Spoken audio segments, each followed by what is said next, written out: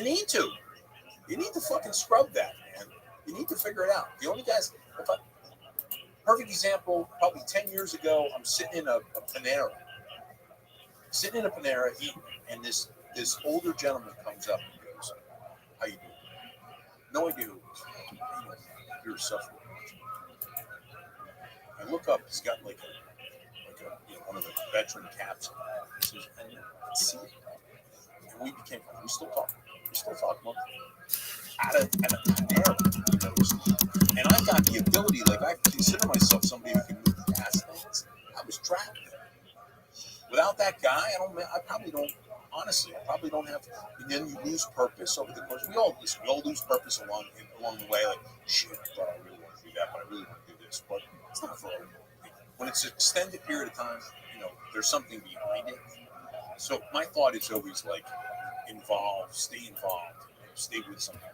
Giving all you're doing with medicine and prescriptions is prolonging the cycle. You're compressing the cycle. They need to have purpose. The purpose is the biggest thing. Drugs are just band-aids, right? The drugs like the marijuana, the psychedelics, and the MDMA. I mean, all that stuff. I'm sure it's great. You gotta have a purpose in life, and especially after doing something that demanding, that insane. Yeah. It's gotta be coming back to everyday comfortable life in America. That's right. And on top of that, to compound that,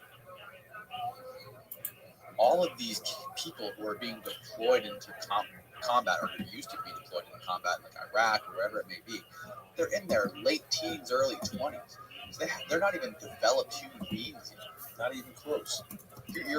They say your brain, I think scientists now say your brain doesn't start developing until you stop developing until you're like mid to early 30s, maybe. Yeah. And when you severely introduce this kind of trauma to somebody who's still a developing human being, you are going to alter their trajectory of development drastically. It's the same thing. It's different but the same. I often talk about I compare it to NFL and NBA players when they're young, they're in their teens and their 20s, and all of a sudden they leave high school and they're surrounded by sports agents, lawyers. They're getting millions of dollars and they're getting told how to spend it, how to manage it, how to do this, how to talk to this person, how to talk to the new. These people are just out of high school. Like when I was out of high school, I was a complete idiot. I didn't really start learning about life until maybe my mid-20s, late 20s, and like through failure, fucking up friendships, all kinds, losing money, trial and error. Into my mid-30s, I maybe have like a fraction of what it means to be a well-rounded human being. And I didn't have any of this crazy, any of this stuff. When you're that young, when you're in your 20s, early 20s, and you all of a sudden have millions of dollars, it changes your friendships, it changes your relationship with your family, it changes everything. Nothing's real. Nothing is real. No relationship is real. And what happens to you all of a sudden in your mid-30s or your early 30s, it all vanishes. And how often does that? All the time. And it's just, and that is such a point. And I mean, things to come. My partnership, plan to kind of, I can't share. Well, tell us a little bit about what you're doing now since you've come back, since you've been, left the FBI. What have you been doing since then? Yeah, definitely. So the funnest thing that I'm doing is Jersey Mike's restaurants. So we own 2 of those, and so it's doing great. And working children's children with your kids is a pretty cool opportunity.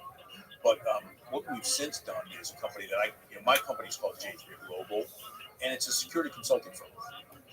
But I partnered with some amazing individuals who have similar type companies, and together, we have really taken peace of mind kind of consulting to another level. So we have actually been able to find, and it's all word of mouth, this stuff. This is what's amazing to me. It's all word of mouth. It's like, hey, if you need something, kind of to reestablish your sense of situational awareness, even establish your sense of a security picture, whether it be in your life, whether it be with your company. We focus on high net worth, which all due respect, there's some tough people. Obviously, they've done a lot to get where they are. So we want to kind of help them protect where they're at, help them realize that there's a need in this world more so than anything else, and then provide an assessment of their life, and then give them recommendations of priorities to take care of them and be side by side. It's almost like a hand-holding experience. But to me, the impact that we're having on these individuals takes me right back to my first platoon in the Army, where I had a true impact to teach and to show and to be side by side and to guide them through difficult portions of their life. The things maybe they never recognized or never thought would happen. And what I tell them all the time, and this struck home with me, and it's easy for me to kind of display and to explain. When they say to me, what's the first, when you talk security in this day and age, people say, well, their immediate response is, I'd love to talk in, definitely we have some background checks that we want you to do, but nothing's really happening. So I don't know if I should spend money, or I don't know if I should engage you. Nothing's happening. We're kind of okay. Let me tell you a little something. Back in 2000, I was in the best shape of my life.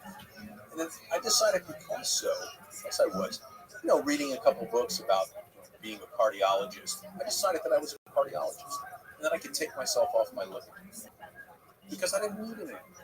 I was in great shape. I had no chest pain and no issue. I was working hard, whatever. Well, in December of 2019, I was seated in my office and I felt a sense of doom, which is what they talk about, which is definitely something that's intensified since my roles in different situations along the way. And I knew something was really wrong. I got some pain in my chest, I got pain in my arm, and I pain in my foot. And immediately I said, I gotta go to the doctor. I gotta go to the hospital. Started to take myself to the hospital, realized I couldn't make it, called 911, they rushed me to the emergency room, I went right into a cath lab. My doctor, I told him, hey, I'm going to take myself off a little bit more that day. I didn't tell him before that. I told him. He was shocked. He was like, what's the matter? You're on your drug. I said, I got a problem. I didn't take my drug for 9 months because nothing's going to happen. He said, well, here we are. He said, you're 95% in your widow, in your LA. He said, I'm going in right now. He didn't save my life. And for that, I'm forever grateful. He's the greatest doctor. I take blockage, massive blockage. I had about 2 days to leave. It was that close to closing down, right? So that's what I tell clients who say, well, I don't really want it. I'm your lipid dude. I'm the one that's going to take the lipid from them. Because when something happens, it's too late. I didn't have a heart attack. I got lucky. So I didn't have I had no damage to my heart. I'm better for it. I've got a better mindset. I'm grateful to be alive. And now I'm going to take that and I'm going to transfer it into helping you, giving you peace of mind. If it's a medical issue, it's one thing. But when it's an issue that you can prevent because you have me consulting, you have my partners consulting, and the stuff we can do, our capabilities is beyond anything anybody can. I put it up against anybody in the world. So all you big companies that are looking at have 700 employees, we have 3. Will knock your socks off. So that's kind of what I'm doing. You can tell the passion is there, and the more passionate you are about something and believe, and this, the more things start coming. And it's kind of just a wonderful feeling. So that's what I'm right. In addition to, I make fabulous number of peanut trees in my small. It's in South Jersey. So, yeah. Well, thank you so much for doing this. Yeah, man, I really appreciate it. How can people get in touch with you or contact you? Yeah, I mean, I'll give out my email address, which is the best way. So it's jdiorio, DIORIO at j3-global.com. Please, send me a note. Website's being redone because we're getting a lot more action. My LinkedIn has everything you need to know. So please direct message me or whatever. Love to help you out. You heard it, folks. Thanks again, Jim. I really appreciate it. My honor.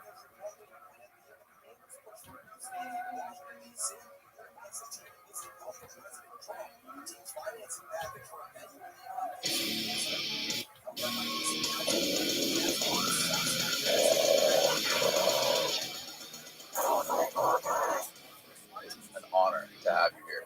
I really appreciate you coming down and doing the show. You have a phenomenal body of work behind you, from Phenomenon, all the works before that, your latest film. It's totally, absolutely mind-bending, some of the stuff that you do. For people that aren't familiar, I doubt there's any, but for people that don't know or are familiar with your work, just give me a brief background on how you got into this subject, filmmaking. A brief. Yeah, we got plenty of time. Okay, because I could actually give you a slightly less brief version. Because it's funny how I got into it all. Were you into filmmaking? Were you originally just a filmmaker first, and just got obsessed with this topic of UFOs and UAPs? Kind of. So, Because I can tell just by your work. Just the way you produce your films, the style and everything. I'm a big fan of that. In a totally separate bubble of the topic. Like if you even separate the UFO topic, which is fast, the style of your films and the way you cut them and the way you shoot them, I'm a huge fan of that. strive for credibility with the phenomenon, because I used to always tell people, like, oh, you got to add the green smoke and the cheesy lights, and I'm like, no, you don't. The story itself, any UFO story, is so fascinating, so otherworldly, excuse the pun there, but that I would always say, if you could add credibility to a fascinating story, like someone coming in contact allegedly with a UFO, then that will succeed, because that's the story's already so incredible and already so unbelievable that if you could add that element of credibility to your production, then that's a winning, recipe. And so I developed that very, very early on. I remember having like shouting matches with the two older guys that I was working with. They're like, you don't know anything about filmmaking, and we're going to put, you need to add, overproduce and put cheesy effects in. Just stuff that just makes you want to puke in a bucket. You know what I mean? Yeah, we talked about this before. There's a lot of shows out there on the big networks that go so far overboard with the graphics, the motion graphics, and all that stuff, and the production of it. And it's just so, for people like, I don't know, for normal people what it's like, but for people like you and me, it's just, you can see right through it. It just makes it, I don't think it does the subject any favors. I find it unwatchable when I look at it, because if the story is not compelling enough to carry itself, and you have to add those so-called bells and whistles or whatever to keep people's attention, then don't do that story. Right. You know what I mean? But let me back up. My father was a mainstream journalist. His name was Charles Fox. He lived on the East Coast. He wrote for Car Driver magazine in the 60s. And, he was born in England, and he had sclerosis when I was born. And so as I grew up, became sort of his secretary, his chauffeur, his assistant, and I traveled all around and got to do these really cool stories watching my father perform as a journalist. And it was a lot of hard work. I remember thinking, like, all the writing for the stories and all the copy editing that goes into it was more work than you'd expect when it's just words. And so I kind of was exposed to journalism at an early age, more so than I would have been because of my father's condition. And people would be like, oh, you're so lucky, you get to travel around the world and do all these cool things. And like, you try traveling with a quadriplegic sometime, okay? And see how hard that is. Wow. Because it's basically like, having a 200-pound baby trying to make a living. And I'm not referring to my dad as a baby, he's an amazing guy, but I had to take care of all of his needs because he couldn't move. But he would travel, and he was incredibly driven, and he was hilarious and fun to be around. And so we had a kind of a different relationship, father-son relationship, very early on because of his dependence on me and my dependence on him. It was a codependency thing. But we got along great, and we had a lot of fun. We traveled all around the world. I was driving on the Autobahn when I was like 15, basically doing stuff that I shouldn't have been doing until I remember driving to go see this guy, Dan Gurney, who's a race car driver. There was films about him, even on now, I think, Mustang versus Ford, or no, Ford versus Ferrari. Anyway, my dad goes, God, my legs are really bad today. I can't drive. I was like 12 or 13. We were in Southern California. He goes, you're going to have to take the wheel. I said, Dad, I've never driven on the freeway. He goes, just keep it. I'll never forget. He goes, just keep it in the line. So I've got the big van with my dad in his chair. And Because with multiple sclerosis, he he got to the point where he couldn't walk anymore, but he could still like move his legs a little bit on a good day, where he could activate the accelerator. Eventually, he lost all movement, but there was a period of, I don't know, 5 or 10 years where on a good day things were going well. He could drive if you could get him behind the wheel. He could push the accelerator pedal and the brake pedal and all that stuff. But I just remember, and then we pulled up to interview this guy, Dan Gurney, and who won with the Le Mans, I think, in the 60s. He goes, how old's your son? So my point is that I got to intimately share my father's career as a journalist very early on because of his condition. And so I remember finding the video camera, just discovering the video camera, and what a great tool that was for instant playback and communication and documentation of stuff. And it seemed to me a really nice alternative than all the hard work that my father used to have to do with writing stories. I mean, I was shocked at how much work they made writing an article. Of course, later I realized, once you document things, you got to edit them, and that process is very tedious. But in any case, I picked up a video camera, and I thought, wow, this is great. I could really get into this, documenting stories. I did some PSAs, public service announcements, just basic editing.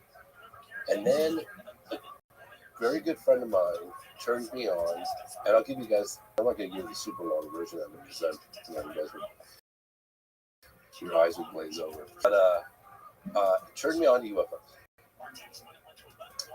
And he was like, this is back in the 90s, when it wasn't really out that much, like the early 90s, and I went to high school with this guy, and I remember thinking, boy, too bad this friendship's over because he's lost his mind. He was talking about Roswell.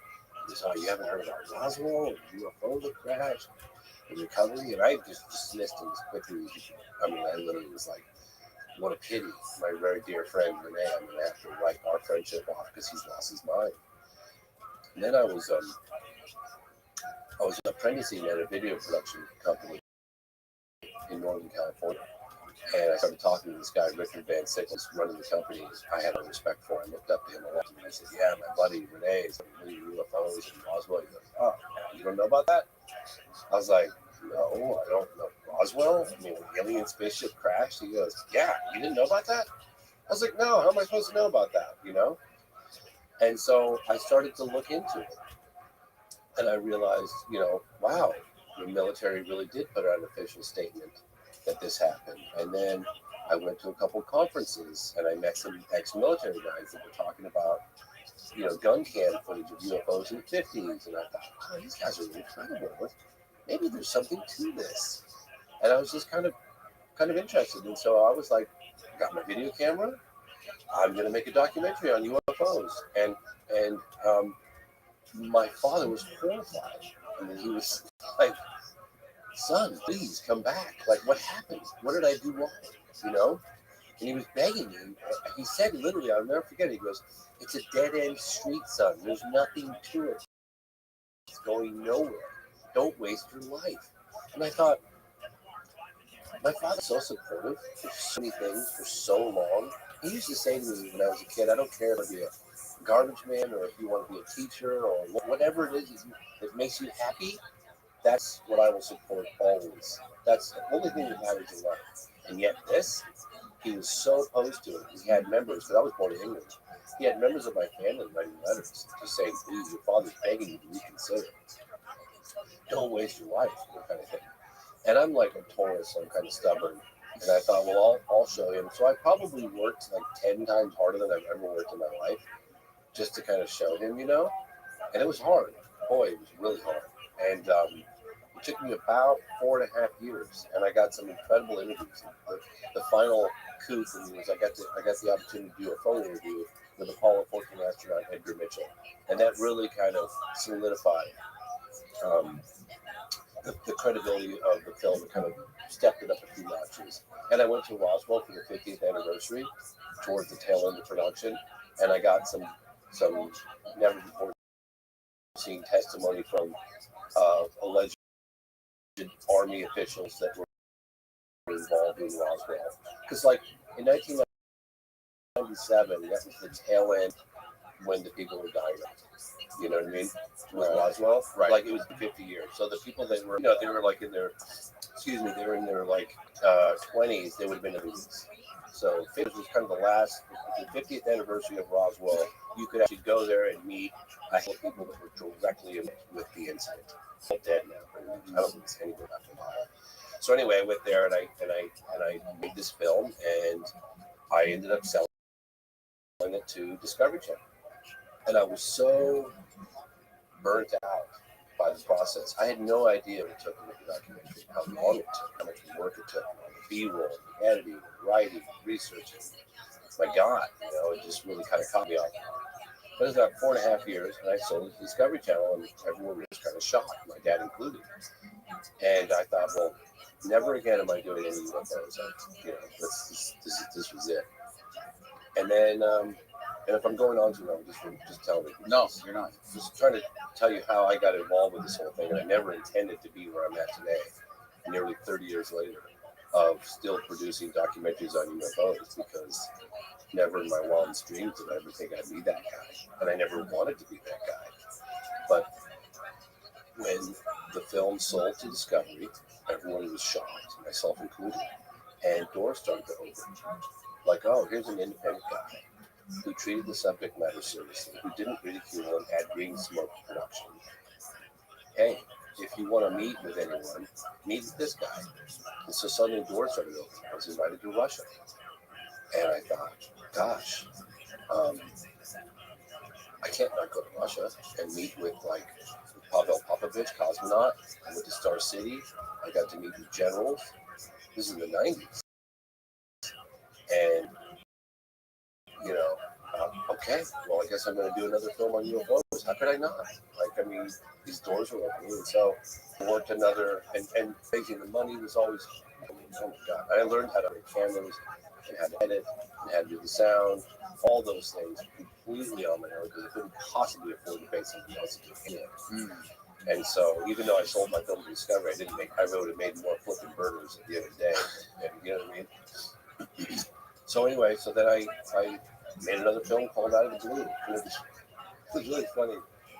When do you know a film is done? And it's a tough moment to, when do you actually realize, hey, this film is done? Because I never really feel satisfied with any work I ever do. It always feels like I can do better. So I'm looking at Out of the Blue. We're about 5 years in production, and my buddy, this guy Boris Zuboff, who was kind of my mentor, he was in a fetal position crying, and his wife, he's not really that funny, but his wife's like, "You're killing my husband, stop it with this movie, stop it, you're killing him," and he's like, "Oh," because I'm pushing so hard, everybody, right?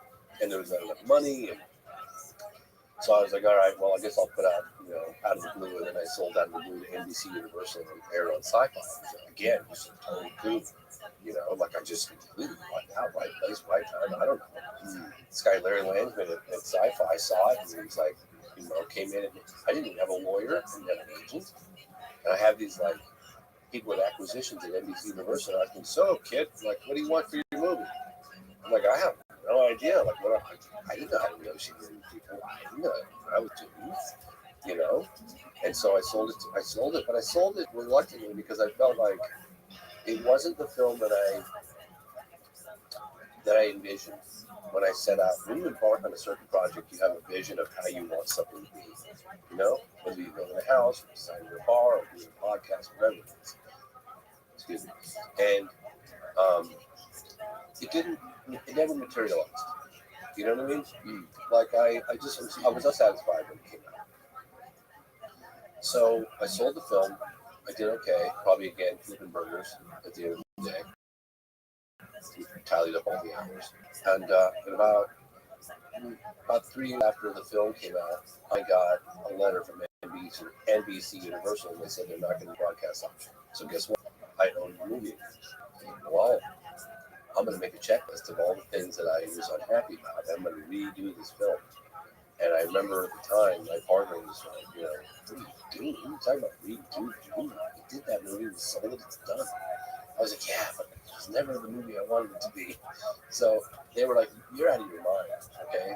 Go sell crazy somewhere else, we're done. And so I ended up having to bring in new investors and new partners and to redesign Out of the Blue and raise more money. So I made a checklist of things that I wanted to accomplish for the film Out of the Blue, to revise it, make a director's cut. And that was about 10 people long. And the ninth one was like I wanted to get more direct eyewitness accounts of the Rendlesham Forest case back in December of 1980 that happened in England at a joint U.S.-British air base that housed nuclear weapons that had a UFO land. It was a fascinating case. You can look it up, Bandwater, Rendlesham Forest.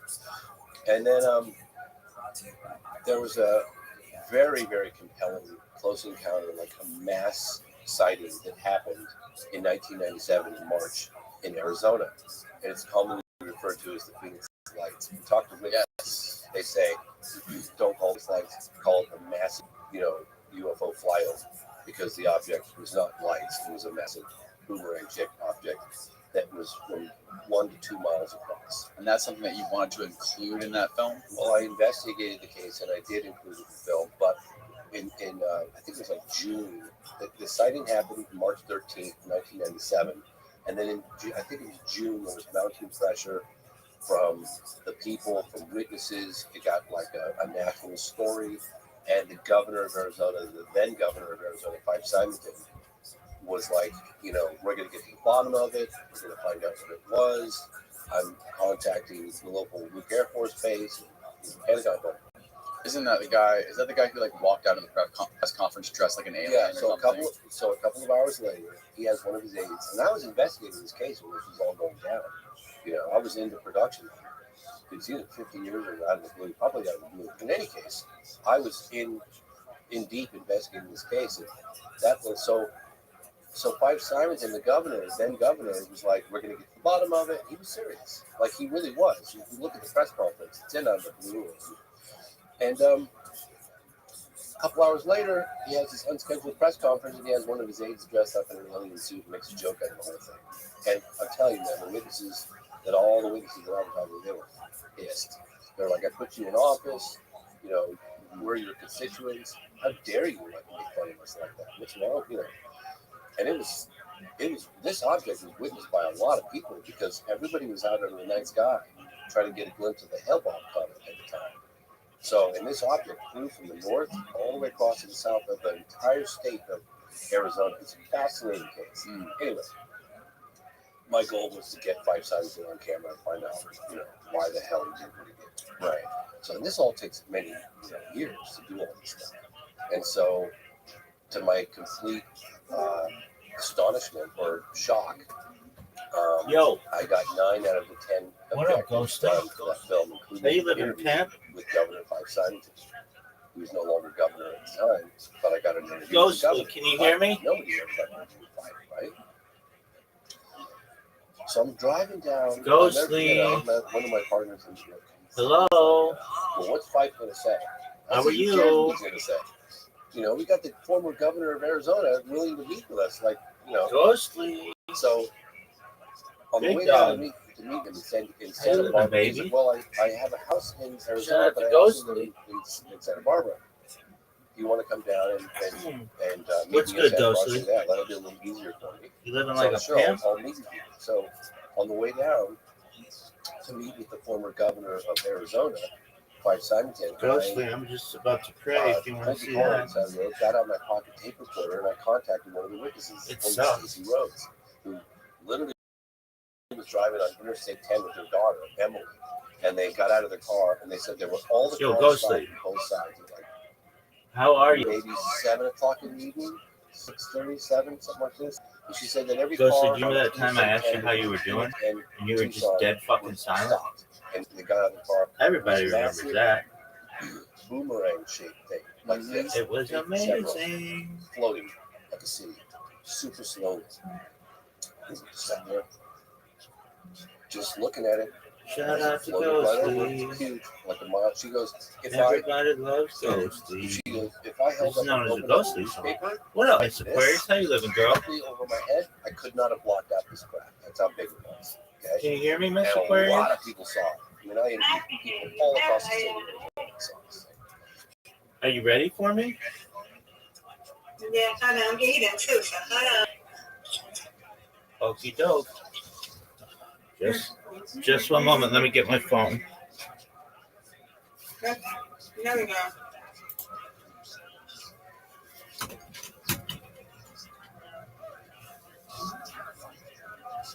Then give me one.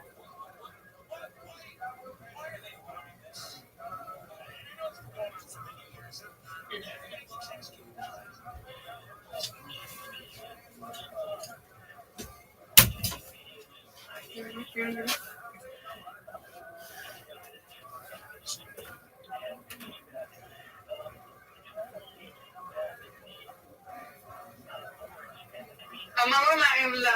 I'll get that out. I'll take it upstairs. Then she clean it up.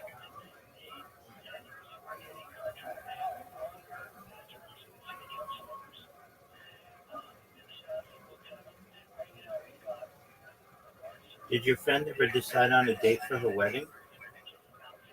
No, I haven't talked to her yet. I don't know if that's what I'm talking about yet. I don't know.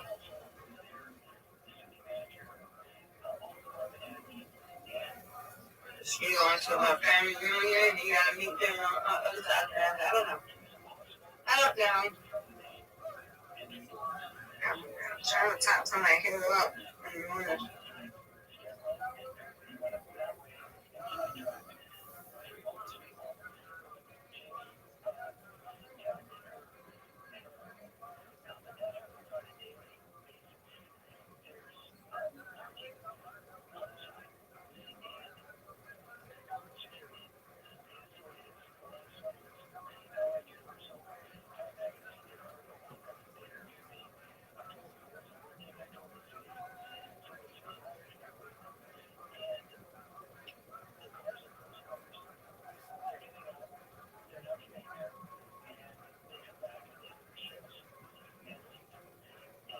I'm ready whenever you are, everybody. Yes, ma'am. Just one moment. Send you an invitation.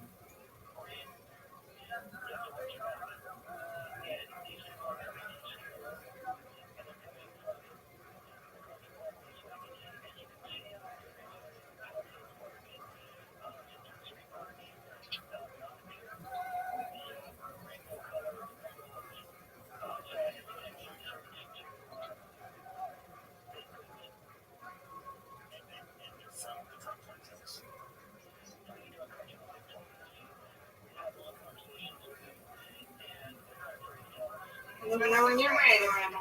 All right. Less than a minute.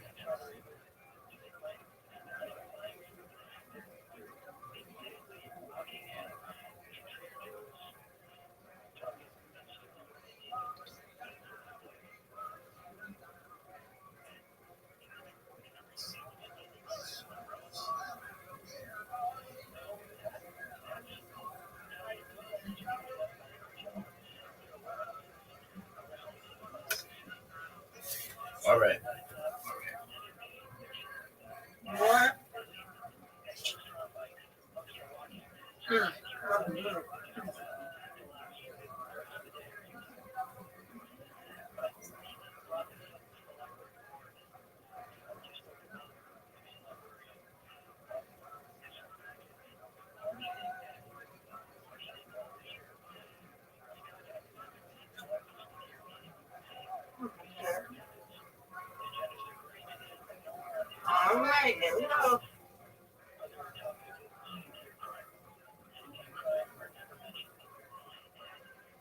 What was that? I've never seen that. What? Did it glitch? Your I ball. don't know. I missed my cup. Tell you now. Okay, maybe my thing glitched. I'm gonna close and reopen.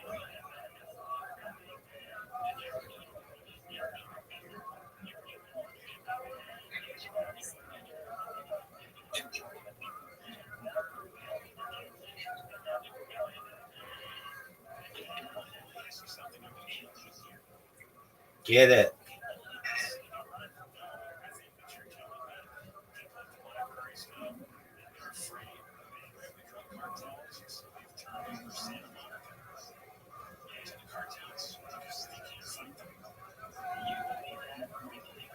All right, you got 9. Nice spare. Thank you.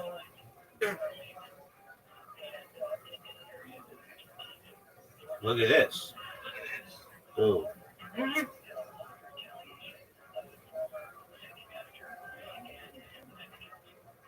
Get it. You got it. Are you serious? Go. Do you see that one's on the edge? Garbage. Right. Garbage.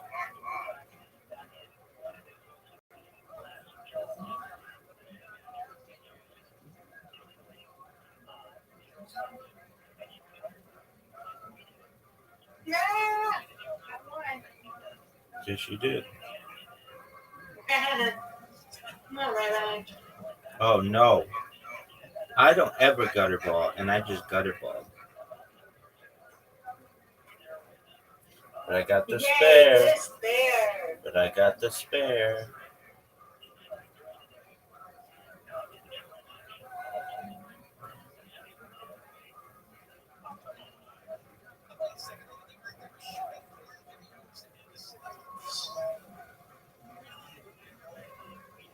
Nope. Okay. Okay. You got this, Grandma.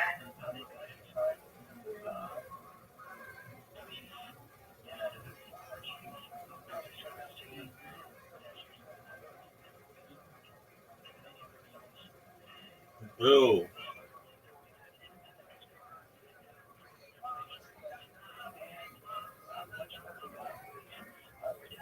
Me. No. All right. Hmm. There she goes. How are you watching? I'm watching. You got 8. Yeah, I'm talking to my auntie. Get these 2. Get these 2. What's she laughing? You got one. You got it. No, all right, you got it.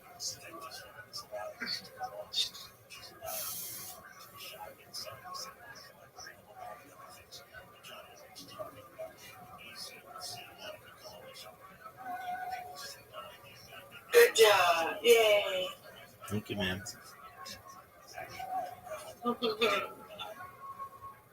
I win, you win. That's right.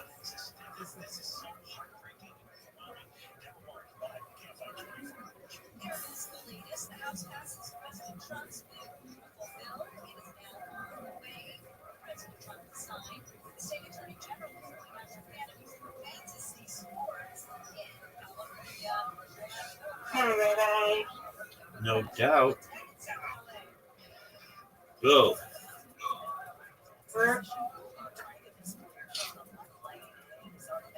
Get this. It's not what we wanted. Not what we wanted at all.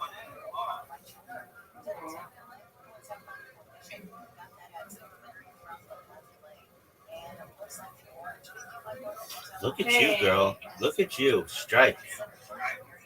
That was beautiful. All right, you got it. I need these 3. They just moved down. And I got 0. Oh, no. Not what we wanted.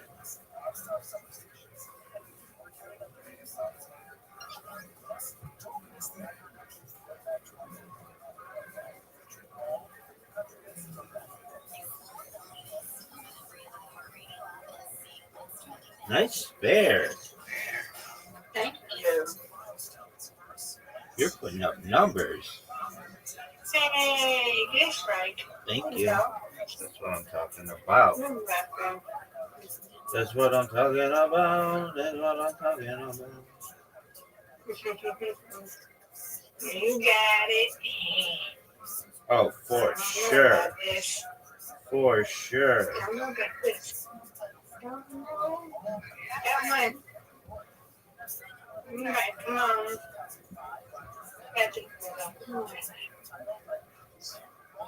2 strikes in a row. Yay. That's what I'm talking about. Good job, good job, good job. Going for a comeback. Big time comeback. Big time Good comeback. It is good. Yes, you got it. Miss Aquarius. You got it. Uh-oh. Okay. Comeback time. Get it. Nope, but I got the comeback. There we go. Strike, strike, spare. Get another strike. Cherry on top. That's all right. Man, still leading. Good job. You win, I win. It's okay. I win, you win, Miss Aquarius. Yeah. Yay. All right. We'll play later, okay? God willing. Excellent. We'll see you then. All right. See you later. Bye-bye. Bye. Shout out to Miss Aquarius. That's the nicest lady ever.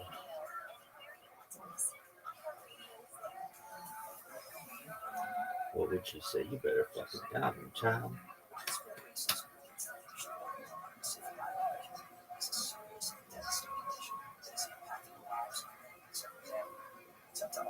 Dog, then you get a fighter and the kid. Your favorite podcast. Maybe the greatest podcast in the history of the world. What do they talk about? T-ball. Cruises. Cause we back at it again. It's a fighter and a kid. What do you like more, the fighter and the kid theme song or Golden Hours? I like the music of the fighter and the kid, but the background of the Golden Hours.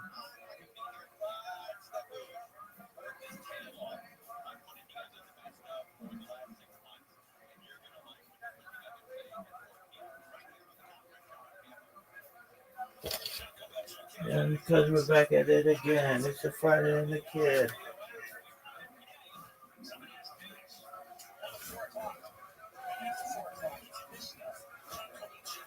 Look at this athleticism, though, for Rizzy.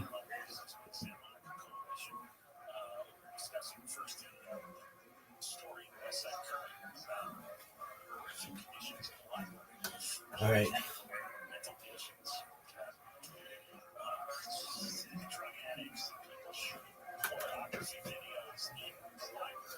You got a link to that?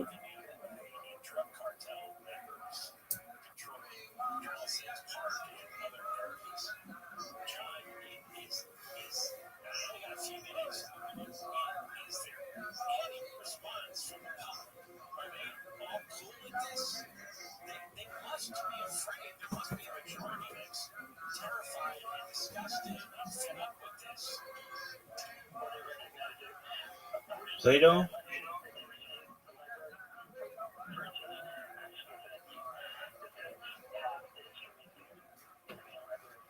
Look at this athleticism.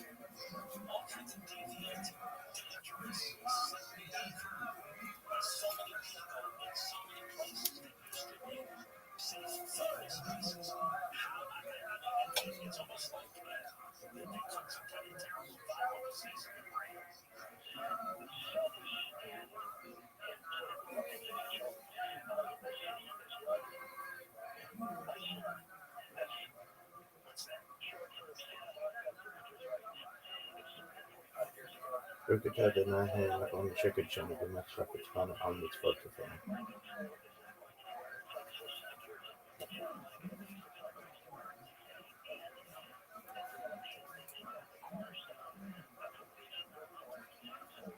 Burksham kebab med skjutölen om det.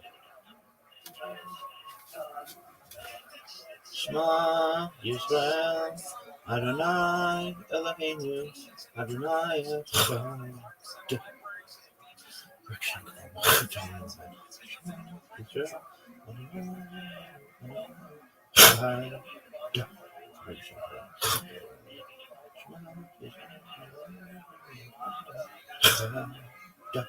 Burksham kebab med skjutölen om det.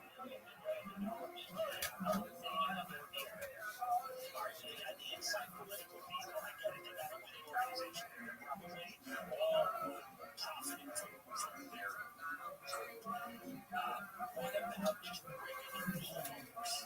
Adonai Echad. Burksham kebab med skjutölen om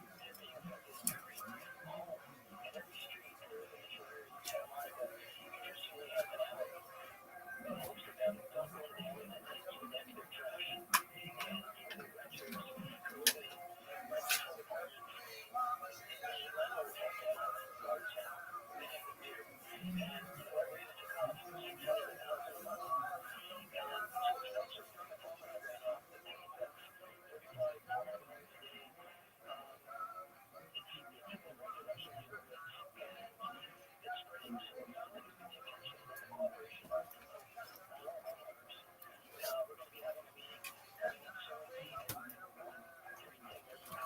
We're back at it again. It's your father and the kid.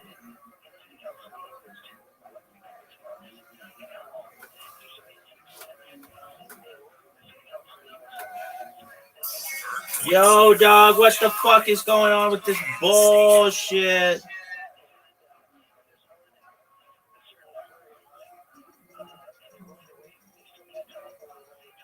Is this the best podcast in global history? Pretty close.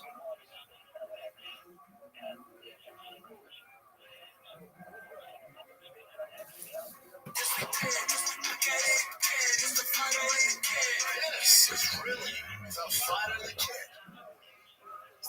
Oh, we're back now. Yeah, I want to thank everybody for weighing in on the barbecue comments. I guess the guy from, was it Poe's or whatever? Poe's? Yeah, what was that barbecue place where he said Callan? The name of the name of barbecue spot.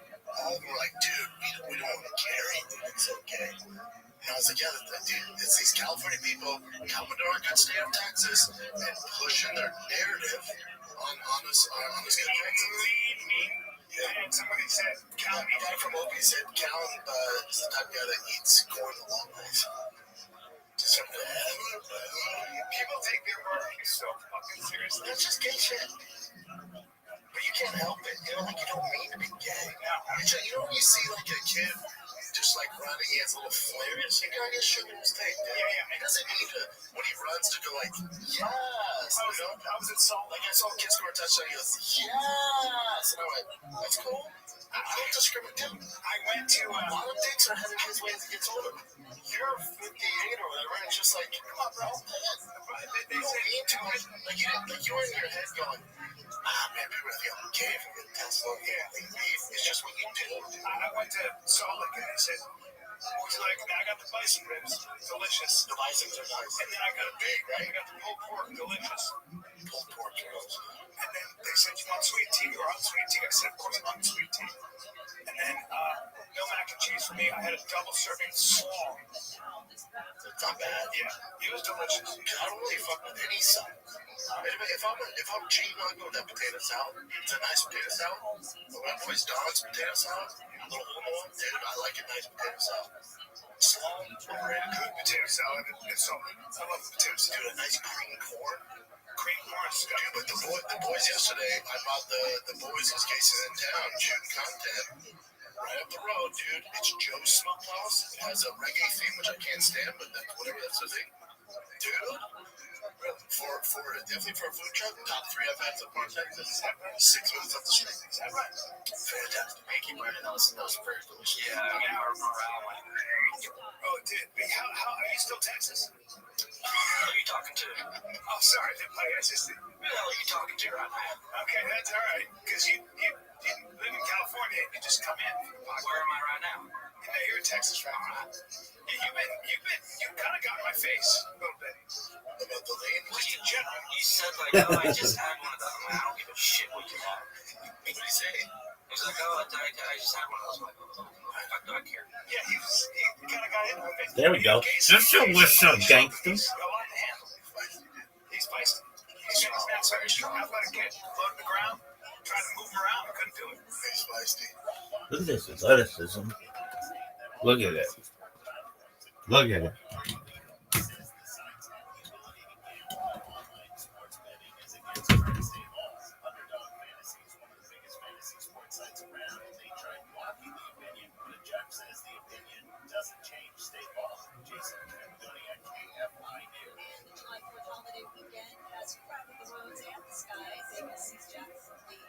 Transportation Security Administration is expecting the largest number of travelers ever. The AAA says drivers may be prepared. Last flight company nearly 700,000 emergency roadside assistance calls. It's a big day now. These flight timers locking themselves out of their car. More obviously to stop people from getting to their vacation and enjoying the beach. Settling up weather from KFI, clouds and fog again. Including that it will be sunny, highs mid-70s to mid-80s, metro LA. Mid-80s to around 90 in the valleys, upper 80s to mid-90s, breezy again in the high desert. Low 70s on the beaches, low 80s on windows, the upper 80s to mid-90s for the IE. Right now, 73 in San Juan Capistrano, it's 84 in Seattle. We are looking for a crash on 405 Sherman Oaks. 405 northbound, right into Boulevard, right into the and this is the big one in the middle line today. 405 north, it is on a really slow line going from Salsa to Avenue. Culver City on the 405 southbound, right at East Boulevard. Another accident. This one is involving a charter bus that we blocked in the right lane. It moved that 5 south at Evergreen, but that accident was center line area. And in Monrovia on 210 East Mount Carmel Avenue.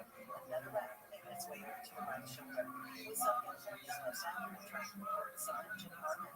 Here's what's trending now on the new and improved Glow Radio. Original side.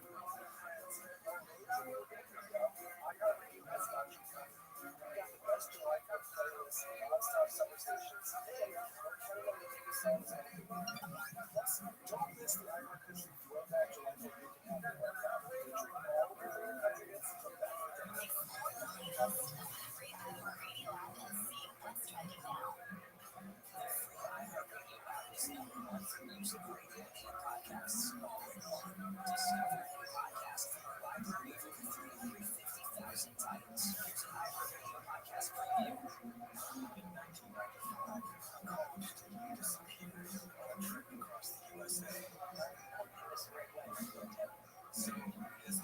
started investigating. I started to I joined this mother's search for justice.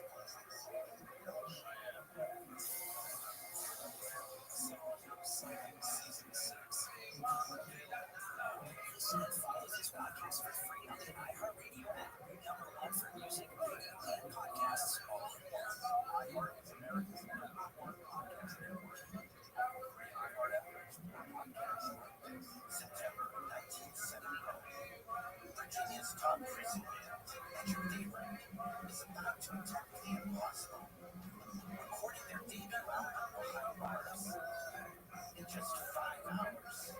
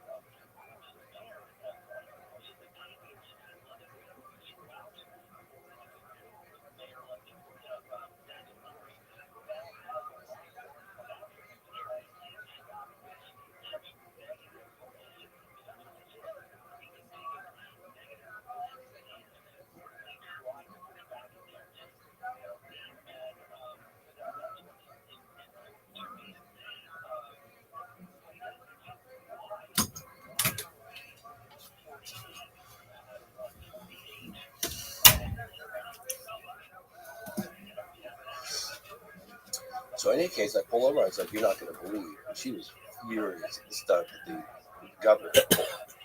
So I was like, "You're not going to believe what I'm going to believe." She's like, "You?"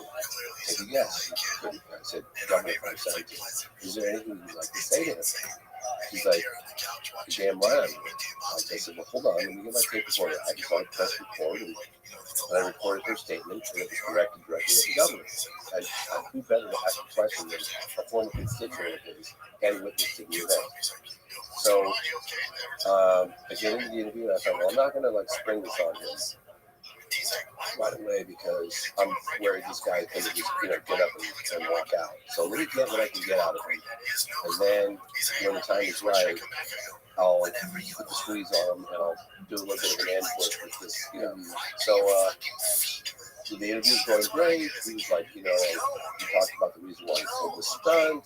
He was just trying to find some, trying to calm the people down. A little bit of levity was the word he used. Didn't mean to make fun of anybody, this kind of thing. So then I said, "Hey, Governor, I've got a little something I'd like to share with you. It's one of your former constituents and a witness to the event. And she'd like to ask you questions if you don't mind." He's kind of squirmed his feet a little bit. And he's like, "Oh, it's been a while since I've been kind of ambushed or whatever." So I pressed play, and he kind of lays into it pretty heavily. "How dare you, make fun of all the witnesses and thousands of us? It's a serious event, and we voted you in office, and you just left us out to dry." And the one representative, Frances Barwood, city councilwoman, we made fun of her, and she was trying to make serious inquiries and everything. And he sat there for a moment, and I thought, no, I probably blew it. He's probably going to get up and leave. To my amazement, he admits right there that for the first time ever, that he too, as a former Air Force pilot, he too saw this thing, and he knew immediately it was not a disappointment. And he said that because of the sheer size of it, because it was so big, big beaches. So there's just nothing terrestrial that could be that big and fly that quietly. all this stuff. And so I knew the story was going to be big, but I didn't realize how big. And that story came out as I wasn't even done yet with the revision of Out of the Blue, and we were just catapulted all over the headlines. I was on Larry King 7, 8, 9 times. I was on every talk show, Nightline, Dateline, you name it, right? Which is great. You get the spotlight a little bit, and you can make some moves. You got your influence, people are watching you suddenly. And so I'm probably definitely boring you guys to death. No, not at all. So anyway, I'm just on this ride, right? I don't really know where I'm going. I don't know where this is going to lead. I'm just a curious Joe. I'm just a guy that really wanted to know what the hell was going on. Yeah. And so I was just asking a lot of questions, and every now and again I got some traction. Now I'm in the limelight, and I'm on Larry King with the former governor of Arizona. We're all together, you know what I mean? And I'm on all these shows. I mean, I had my phone memory was full. I mean, it was called, everybody was calling me. Jay Leno, you name it. So anyway, I figured, well, hey, let me capitalize on this. Well, then I decided, God, I'm not ever have the spotlight like this again. I should do something big. I should capitalize on this moment. So I woke up in the middle of the night and I saw this press conference but I saw this press conference, and I don't think I had $2 dimes rubbed together at the time. I think it was $500 in my bank account. And I had a little room. I was living with my sister at the time. And I woke up in the middle of the night, and I had this dream. I just kind of I just saw this event at the National Press Club where I got military and government officials from all these different countries to come and testify and do this thing, right? At the National Press Club in Washington, D.C. Well, I had the attention of a lot of the media. I had their numbers in my pockets, and I think I called my contact at Larry King, and I said, hey, I'm thinking about doing this again. I didn't give any details, I don't know. I was like, I think about doing this again at the National Press Club. And if I did it, would you guys cover it? And he said, yeah, we'll give you a full hour. I said, fantastic. So then I contacted this woman, Leslie King, she helped break the story of the New York Times article in 2017. It catapulted this whole phenomenon on the front page of the New York Times, and that was the secret Pentagon program. So I contacted Leslie. This is way years ago. I said, Leslie, I'm thinking about doing this thing. And she's seen me in the news all over the place. She knew that I had an inside. And she's like, well, hold on. You got to think about this. You got to hold on. You got to strategize. I don't know. I need to think about it. I might need to think for a month or two. I said, look, I'm doing this, and I'm doing it starting now. Are you in? Yeah. And she's like, oh, I'm in. And so now all I needed was the money to put the event on. So then I was like, okay, so now I got the media coverage. Now I got this. Now I need some money. So I contacted the National Press Club, and I booked the ballroom, which is the biggest, most fancy room they had. And I had to put $500 down to hold it. It was like, $1,000 to book it. So I called the National Press Club that morning, and we take a $500 deposit, right? $500 in the credit card. So I booked it, and I heard my sister earlier, did you just book the National Press Club? She's like, yeah. She goes, how are you going to afford to ever do that? I was like, I don't know, I'll figure it out, And because I was getting a lot of media coverage, that really helped. I was able to buy out my two other partners and bring in new investments. And for the money that I bought them out and that I sold their share of the production, the new production, I was able to fund the National Press Club. In fact, I was a little short. Somebody ended up sending me some. My point is that, you have an idea, you might not have the resources, but an idea can lead to something big, because a lot of people are too scared to go for it. Because failure is kind of a scary thing, right? Especially if you're like at the poker table and you push all your chips in on one bet, But you know, I remember at one point having a bit of a meltdown. And by the way, my father slowly started to come around during this. And I took him to it. When I got back from Russia, I went and met with rookie astronaut Gordon Cooper. He's an iconic figure of my dad's generation. He was the last American astronaut to go from space alone. And, you know, everybody knew of my dad's generation. Knew rookie astronaut Gordon Cooper. He was in the right stuff. And I brought my father along to that interview. And Gordon Cooper had talked about a landing flying saucer that was filmed at Edwards Air Force Base in 1965, and how he chased these discs in fighter jets over Germany in the late 50s, late 57, something like that. But in any case, my dad was like, here's a man whose credibility's on the line. He's got nothing, he's not getting paid. He's got everything he needs, nothing to gain. Why on earth would he make this career up? That was a bit of a turning point for him. And he also saw, you know, some of the success, and I was, you know, things were really taking off. And my dad definitely started to reconsider, more than reconsider, he became a very big supporter of mine. He was very, very excited about what was happening. It was all just kind of unfolding, you know, as it was happening. So getting back to the National Press Club event, so we did that. And I didn't have, I'll share another story since we have the time, I guess. It's kind of funny.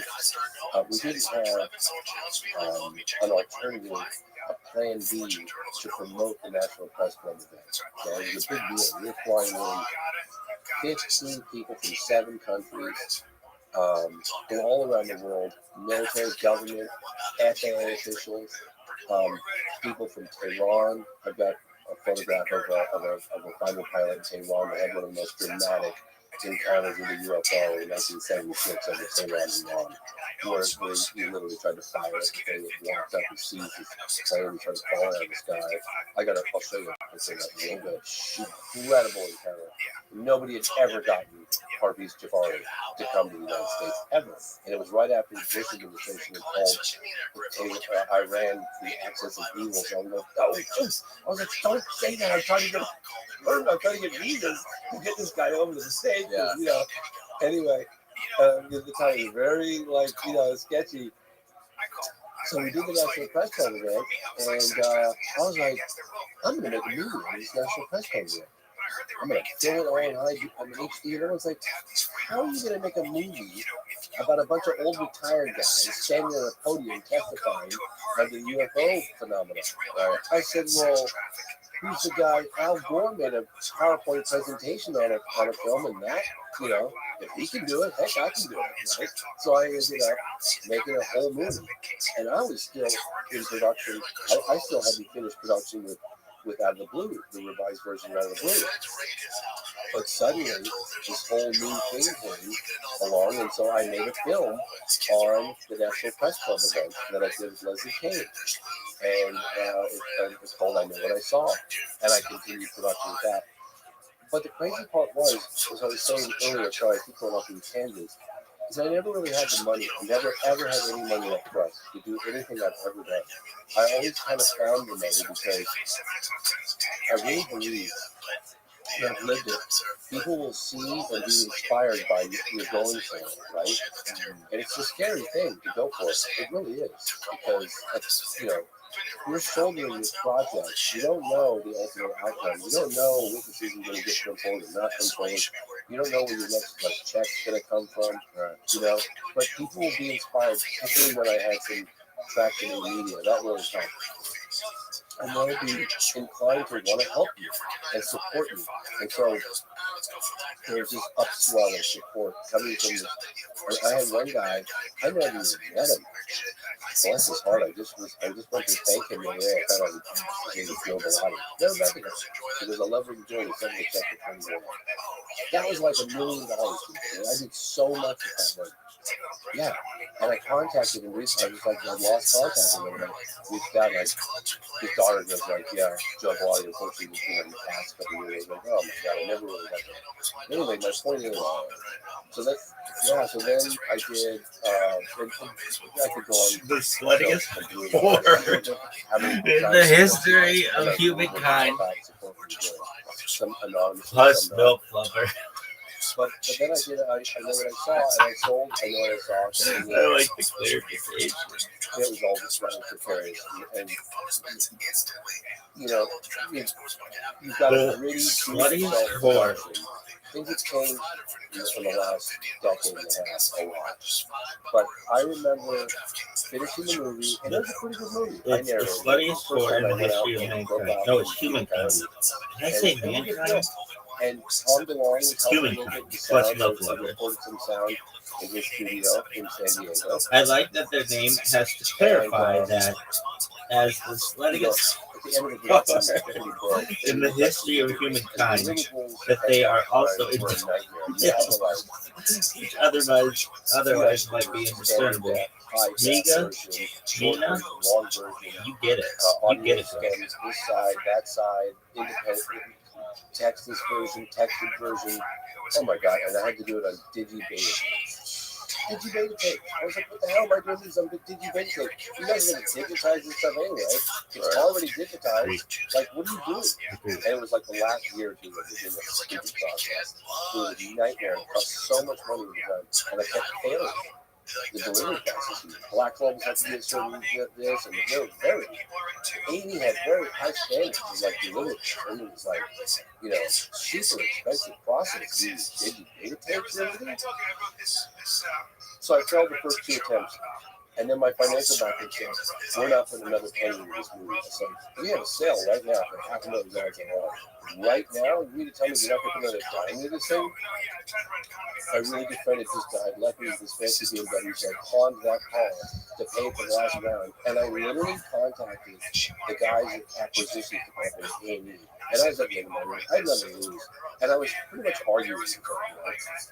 I was like, look, man, this is not a high-def, you know, production on the beauty of the Grand Canyon. What the hell is wrong with you guys? Like, it's never going to be. It's a gritty, do-it-yourself documentary. Look at the content. And it was shot over, like, a long period of time. And I got archival footage with different frameworks. Who cares? Like, and I was like, oh, God, maybe I went a little far. I was silent on the phone. I was like, I really don't know. So broke. And he goes, yeah, you got a point. You got a point. Okay, I'll tell you what. I'll let these 3 things go. I need you to do this, and if you do that, we got to do it. So I went back to the drawing board, and I went into the production facility, which was making the tapes, and I sat there with them, you know, outside, so we could sit and look over our shoulders and look at the black letters and I said, look, honey, I can't afford to do this one more time yet. So I need to get this right. And so they made an exception, and I looked over, you know, send the tapes off. I mean, 15 or something. Send the tapes off. I can use it. And I barely made the FedEx so precarious. Oh my God, you have no idea. So precarious. What was the biggest difference between? It's really like so the last one I'll finish. Yeah. So the next morning, 2 mornings later, I get a phone call. I'm driving my car. I look down. Phone down at the I told my phone away. It's Fox. How you doing? This is so-and-so with acquisitions. I was like, well, I don't really know how I'm doing. Why don't you tell me? He goes, you passed. And so, you know, so I know what I saw, you know, sold that, and then that went out. And it just kind of, but I was never satisfied with a production of mine since the early concept in the 90s when I was like, I'm going to do the feature-length documentary on the topic of UFOs. It's going to like transcend into the mainstream, and I wasn't satisfied until I did that. When I finished that, I cried. I was like, I did it. It took me like, you know, years and years. So you released the phenomenon in 2020, right? At the end of 2020. What's the biggest difference in your experience from creating these films in the 90s compared to now, right now? because obviously there's a ton of resistance, right? There's a ton of friction with the whole topic, especially when it comes to different secret levels of government, people not being wanting to be associated with stigmas. Yeah. How has the whole world around this topic changed? So I used to get laughed at all the time, to the point where if I go to a cocktail party, I tell people, like, don't tell me what I do. I don't want to spend the night defending myself. I'm not in this. And I'm not here to prophesize and get people to join that cult of believers. I really don't care. And so that is what I was used to. You know, I was used to being laughed at, ridiculed, and made fun of. And there was like, you know, a few people that might quietly, kind of behind the scenes, like, you know, wait, you know, 17, you know what I mean? Well, I had a friend that claimed they saw something. That all changed December 2017, when and I had no idea. I was like 3 or 4 years into production with the phenomenon. Of course, I didn't have a title for it at that point, but I was 3 or 4 years into production, and I was kind of struggling for financing. You know, a lot of times on making a doc, I'll get, you know, funding, and then it takes me so long, and that funding will dry out. Then I got to find more funding. Well, right around the time when the New York Times revealed the secret Pentagon UFO program, that changed everything, because it wasn't just the fact that they revealed this secret Pentagon UFO program, but they also revealed or released evidence. That was the cockpit recordings of those UFOs, you know, and then you had slowly the pilots coming out, right? And that, and then you have the former Senate Majority Leader Harry Reid talking about how he initiated this with a couple of other senators, and like they gave the contract to Bigelow. And anyway, this whole thing would come out, and I had people from all around the world apologizing to me. I'm not kidding you. Like, we're so sorry we made fun of you so long. Wow, I guess there really is something to it. It really changed. It really changed everything. That something new. Sorry, yeah. So, the difference in terms of perception,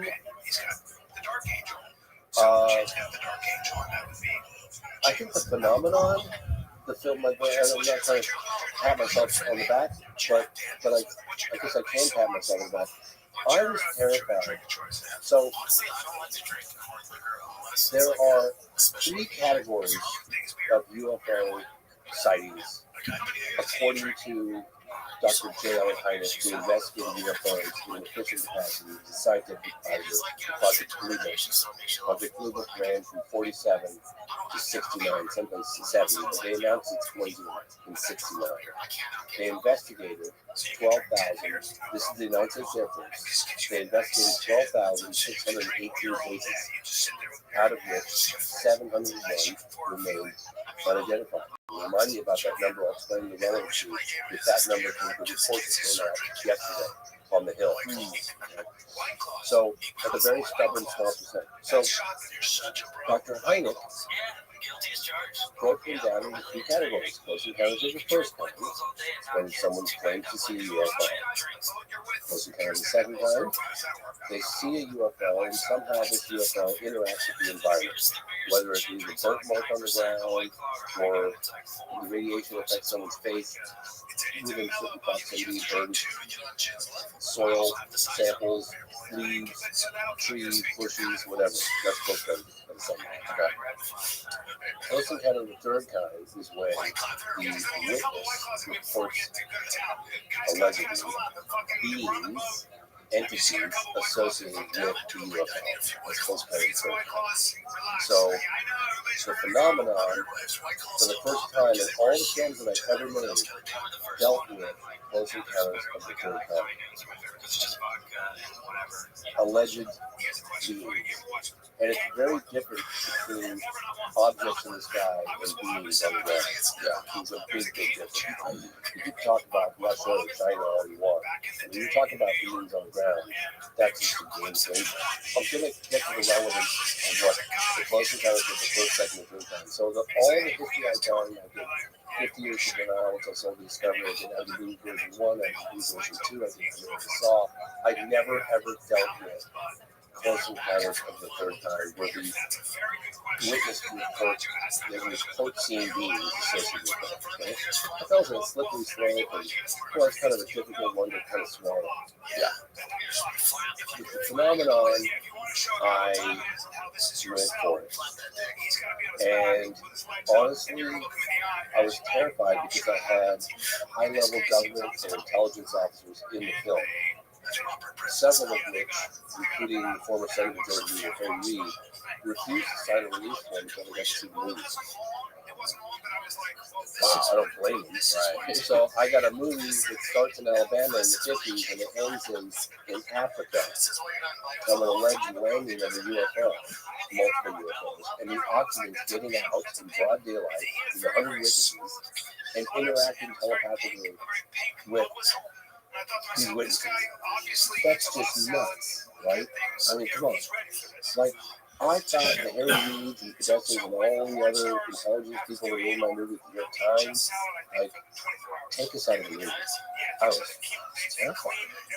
Nobody had ever done with the mainstream reporting with all that and dealt with alleged close encounters of the third kind. It's just such a game changer because we can no longer like talk about whether it's Russia or whether it's a drone or whether it's, we're talking beings. These beings are very different than a human, right? In fact, if you want, I've got some illustrations. Yeah, no, we'll definitely get into that. But anyway, my point is that that was the first film, the phenomenon, where I broke through to a much broader mainstream audience, and not only that, but we reported on very compelling close encounters of the third kind.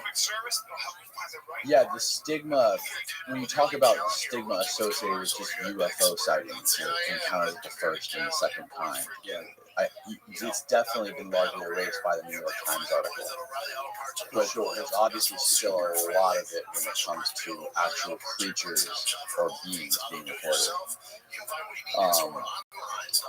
To you, actually, before we get into that, let's talk about the Hill.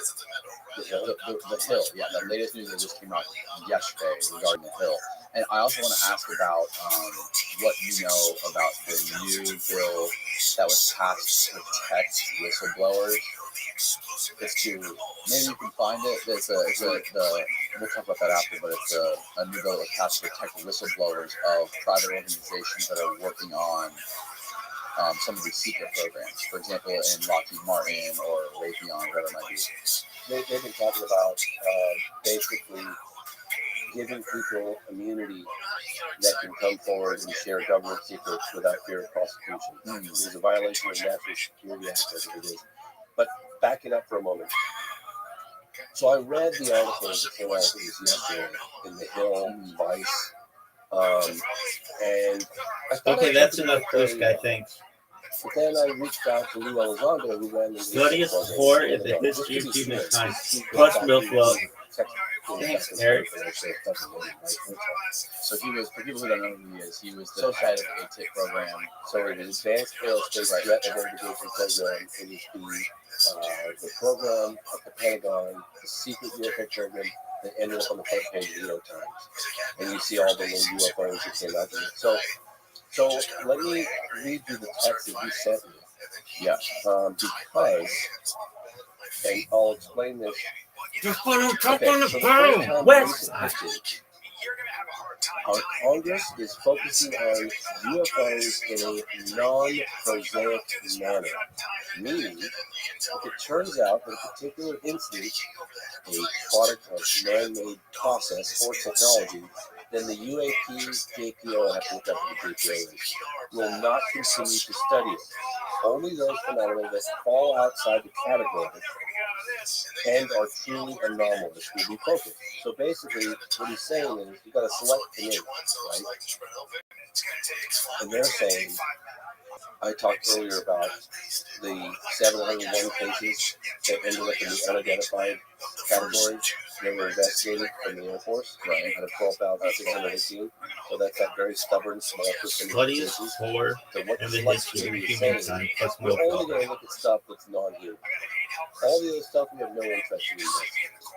So by them saying that, they're admitting that a small percentage of UFOs. We're not trying to find out if all UFOs are extraterrestrial origin, right? It's are any. Because it only takes one or two, right? So they're saying we're only interested in like 4, 10, or 15% of truly unidentifiable cases, like the non-human cases. So it's basically them saying, without directly saying, that a small percentage of UFOs are not intelligent or not a human, right?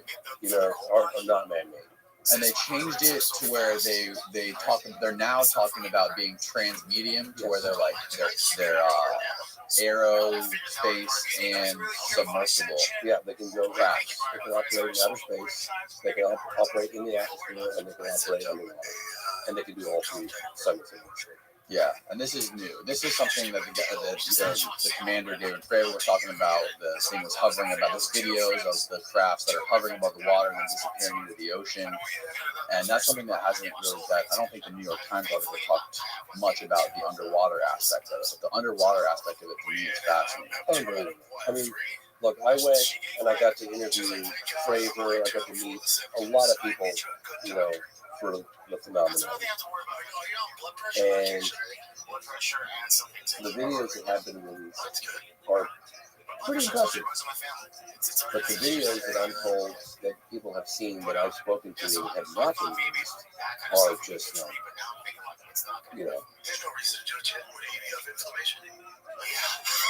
more in focus. They'll exhibit like a flight characteristic. Like, for instance, there's one out right now called the GoFast. According to people that I've talked to, you see the GoFast, and the guy is trying to get his radar on it. He goes, I got him, and he finally gets it. It's extremely across the time. GoFast. He goes GoFast. But apparently, that video is much longer, and then it does it when to be able to turn and then shoots off the screen. So there's that. The famous TikTok that David Fravor talked about, where it's like stationary and the jet's flying towards it, and then it shoots off the one side. That was in 2004, the Nimitz UFO encounter.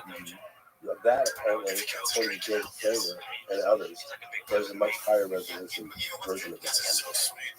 Somehow it has not been released.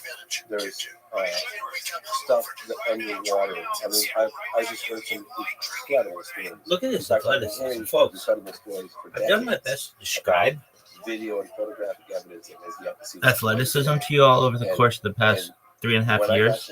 But you're really just seeing it right now with your own fucking eyes. I'm putting up Hall of Fame numbers. Same room with the guy. He confirmed on camera, which was a very, very big gotcha moment in the phenomenon. I'm putting up Hall of Fame numbers. I said, wait a minute, are you suggesting? Gotta take a shit though. There's evidence. Look at this move. West Side. I'm telling you that most of the evidence. I gotta take a shit. So, some intelligence. Tell me lies, tell me sweet little lies. Tell me lies, tell me lies. Oh no, no. Look at this athleticism. West Side. Or that they've seen the evidence. They've seen the video and photographic evidence. So, one of my objectives moving forward is locating that footage and locating who has the authority to release it, because that would be, it's one thing to talk about the reality of the phenomenon, it's another to start, they've got all the sensors for them to start, releasing it in the general public. Right. Another thing is Al Putoff, who was the head of, I think, what was he? He was the senior advisor of ATIP, which was at Bigelow Airspace. The guy Al Putoff, older guy. Yeah.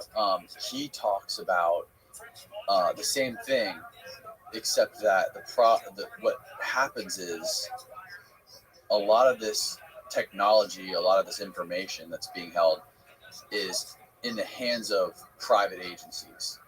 That way it's protected by FOIA, by the Freedom of Information Act. So people can't go to the government and request these records because they're held by these private entities, like whatever it might be, like Lockheed Martin or... So that's a very, very good point. And I sort of organically came to that conclusion because Well, I'll give you an example. This book right here. Okay. This is a briefing document that was sponsored. You can see it. It's a briefing document that was paid for and sponsored by Lawrence Spelman Rockefeller. It was done during the Clinton administration, and this is a briefing document for world leaders to bring them up to speed on the most compelling aspects that that 5 or 10% of truly inexplicable UFO cases.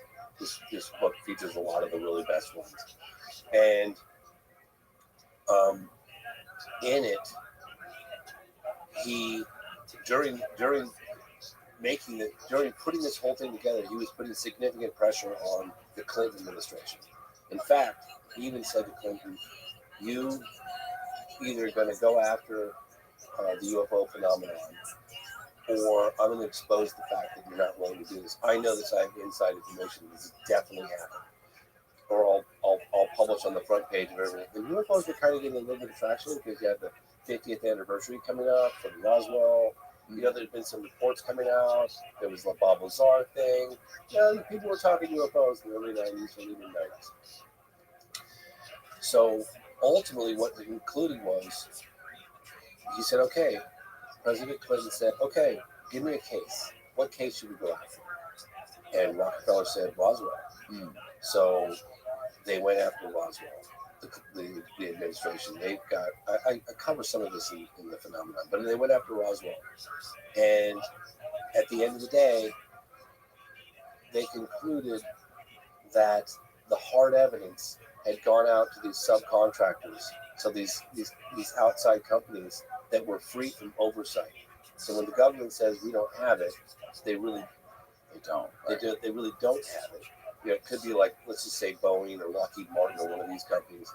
They are outside of oversight from members of Congress and presidential reach. Right. So, because people go, well, the president has access to everything. Well, actually, he doesn't. Because if it's outside, I guess, or if you don't know about it. He said, President Clinton said he was not happy with the answers he was getting. So, and you hear the same thing. I mean, President Jimmy Carter had said that. Gerald Ford had gone, I talked to Gerald Ford. I interviewed Jimmy Carter very briefly in a book signing where he was basically like, we went after it, but we weren't getting the answers. Who else was? Well, I'm sure Bush knew probably quite a bit. He was head of the CIA. I don't know, Bush Jr. But yeah, I have definitely been agreed from all the people that I've talked to is that presidents do not have access, and I don't know who does. To be honest with you, I'm not sure what agency does. I wish I did know. I'd like to know. Yeah, it almost seems like it's obvious that some of these private aerospace companies are holding evidence or physical material that's not available to academia or the public, obviously. I think which shows one of the reasons for stuff like this, Congress having the bill to the Whistleblower Act to protect the people who work in those companies to shine light on it or make it public. But at the same time, it seems like those people, it would be hard for them to do it because they would just be sacrificing their career. Also, think of it this way.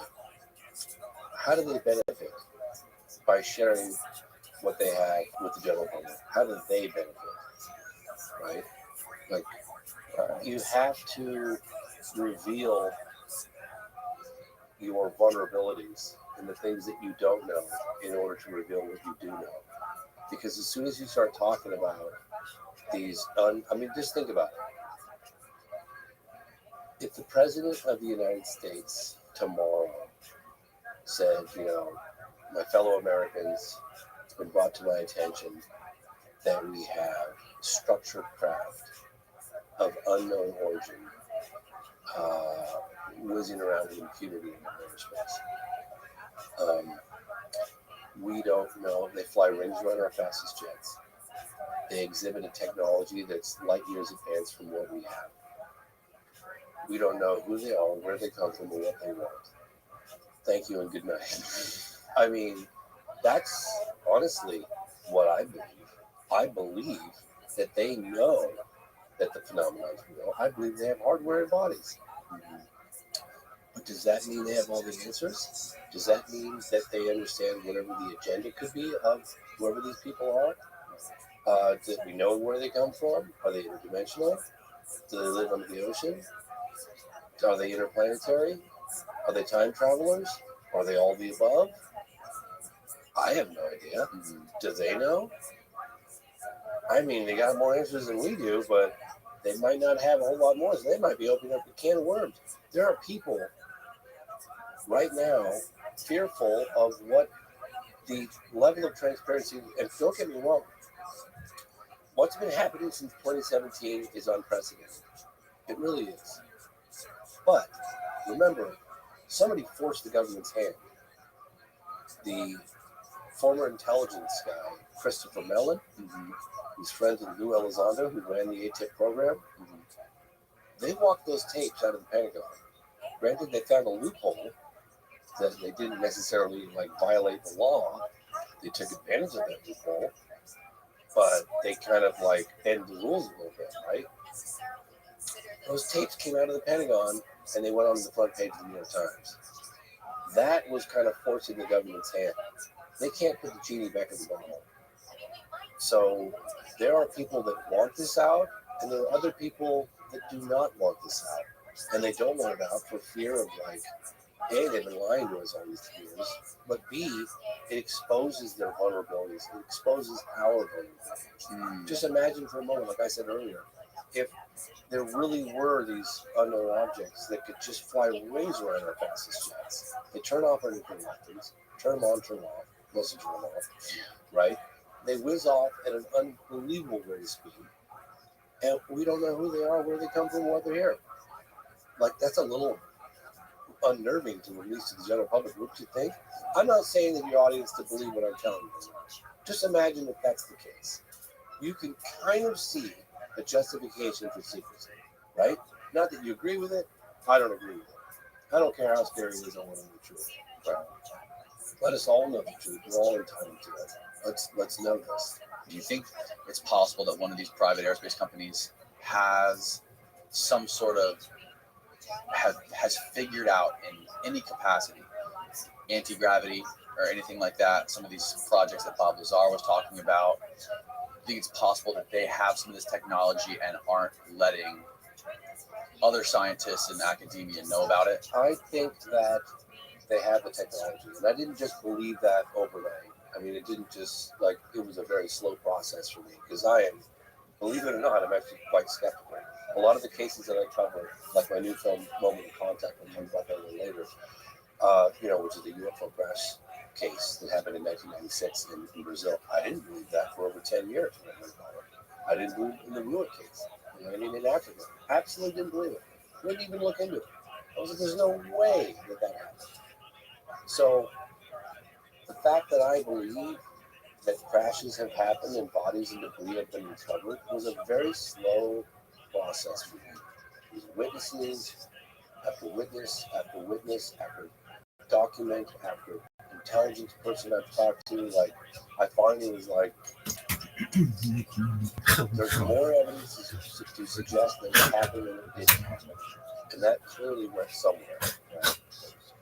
I've even asked, I jokingly asked, I always kind of do it with a smile on my face, but I say, all right, hey, to some intelligence guy that I'm talking with, all right, so here we go. I want to know where the bodies are. Let's talk about that first. And then we can get over the debris. Where they hide the bodies? Right. And I think they kind of know that they are being hidden somewhere. But it sounds like crazy talk. And we were talking about it last night. The bodies from Roswell are apparently in the Air Force Base in Florida. Yeah, so I'm also in California too. Maybe we go back and forth. I don't know. But that was in the 70s. Right. Yes. The 70s is the story when Jackie Gleason and Nixon went to go see the Air Force Base. Yes. How did that story go? Well, so I've heard it before, but nobody seems to know the whole story. Okay, so a really good friend of mine, a guy who's very high up in the entertainment industry, he's been very instrumental in getting my foot in the door with some executives over the years to help me out. Since Jessica. And one day, quite a while ago, actually, I was here, I know what I saw. I said, Jeff, you're so nice.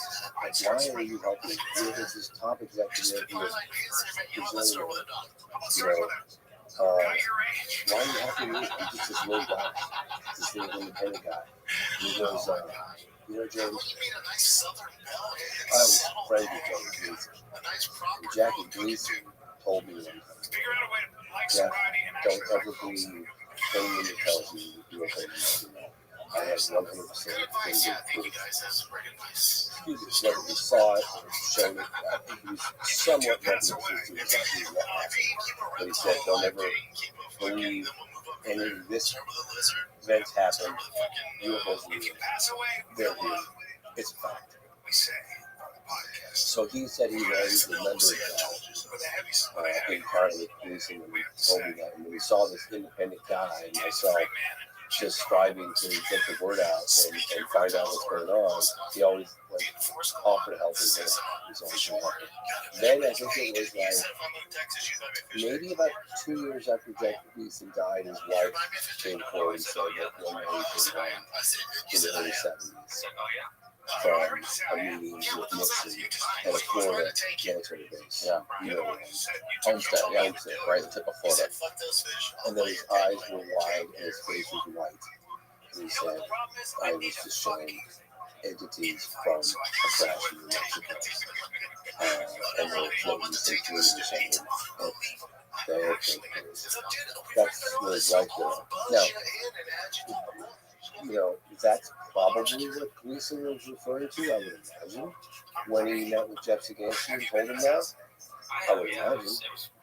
He had that level of confirmation that what he said to Jeff. He didn't say to Jeff, Nixon showed me bodies. He just said, I had definitive proof. Don't ever believe anyone tell you anything. Absolutely. That's what he said to Jeff Sagansky. And so when his wife came out with that, probably what happened. Do you get the feeling that when you talk to a lot of these people that you interview, that obviously there's people who worked in the government and worked on some of these top secret programs, do you get the feeling that they're holding things back, a lot of things back sometimes, where they're talking to you? Because obviously there's times where you're talking to people like witnesses who aren't tied to anything, and they're just talking to you freely, just having a conversation with you. And then there's people you talk to who are influenced by organizations, and it's a different kind of conversation. Yeah, I'll give you an example. This is kind of funny. I'm not gonna he's an intelligent person. Put together he was helping me put together some language for something I was doing. And he said, no, change that wording. And I said, okay, why? It was like, I don't know if I said like extraterrestrial or if I said other words that kept me together and I was crazy. And he said, no, delete that, change it, make it to this. And I said, okay, sure, why? He goes, well, they might be living under our issues. And I was like, okay, can you elaborate a little bit? He's like, no. What? Yeah. So he said, hey, where does this guy work? He's an intelligence guy. I'll leave it at that. Okay. You definitely would be in the position to know, But that's all he said.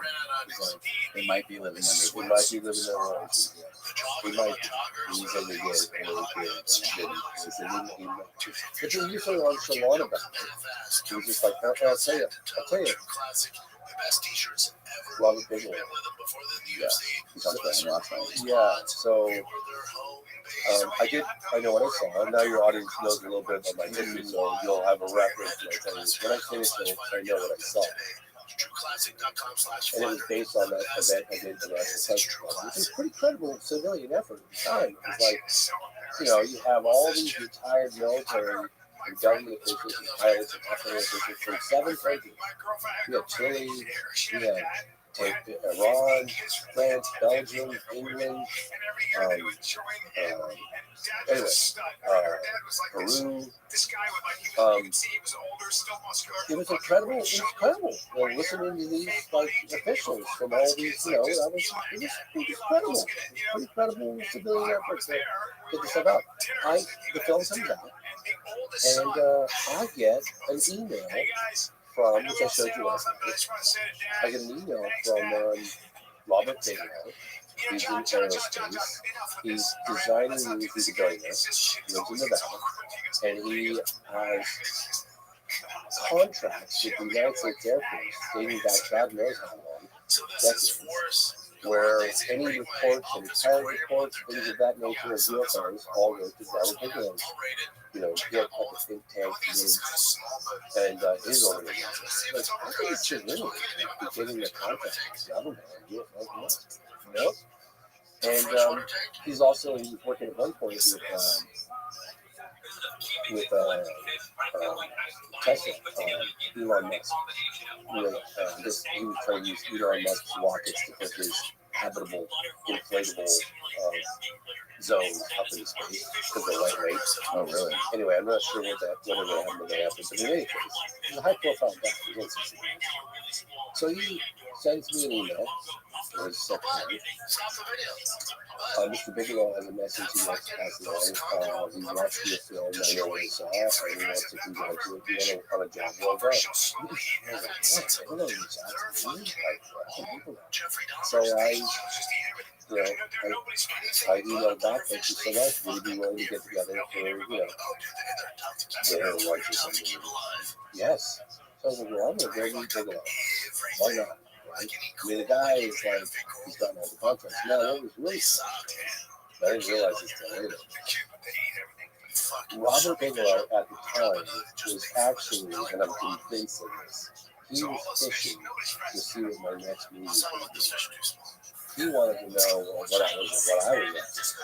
He was asking me, what's your next thing? Maybe I'd finance it. He wasn't going to finance anything. He just wanted to know, I'm doing that. But I said to him, I was like, which side are you on? Because every case that I'm looking into, particularly the case in the United States, and it's international cases too, I get people saying, oh, well, Bigelow's organization came and took all that evidence. And I kept hearing that. It's like, so what are you doing with all this evidence? Anyway, he says, James, before I say this, I want you to say that this guy, I guess, legitimately is in a position to know a lot more. Particularly at that time. He had the government contract. He had the content. He had the intellectual heavyweights in the scientific community all working for him. So this guy definitely knows a lot. No question. And so he says, James, do you understand the implications of this thing? And I said, getting too much thought. Why? It was, meaning the implications of disclosure. This guy really came up. So I was like, and to be honest with you, yeah, sure, I guess I thought about it. I mean, it didn't seem like that didn't do. We went on long, great. You know what I mean? All right. What about it? Yeah, I don't think anybody thinks that we're long and we anymore anyway. Right. Here. He said, I just need to really emphasize this to everybody out there so you understand what I'm saying. I'm not saying I believe what I'm about to tell you. I need to see more. I'm not saying I don't believe it, right, but I don't just believe something because somebody told me that. I need to see supporting evidence. I need to get testimony. I need a lot more. What's taken me as long as it has with all the other cases that I investigated. I don't just believe a case. Okay, so Robert Bigelow said to me, they're walking among us. I said, what do you mean? They're walking among us. They live right here. So again, I'm looking at him going,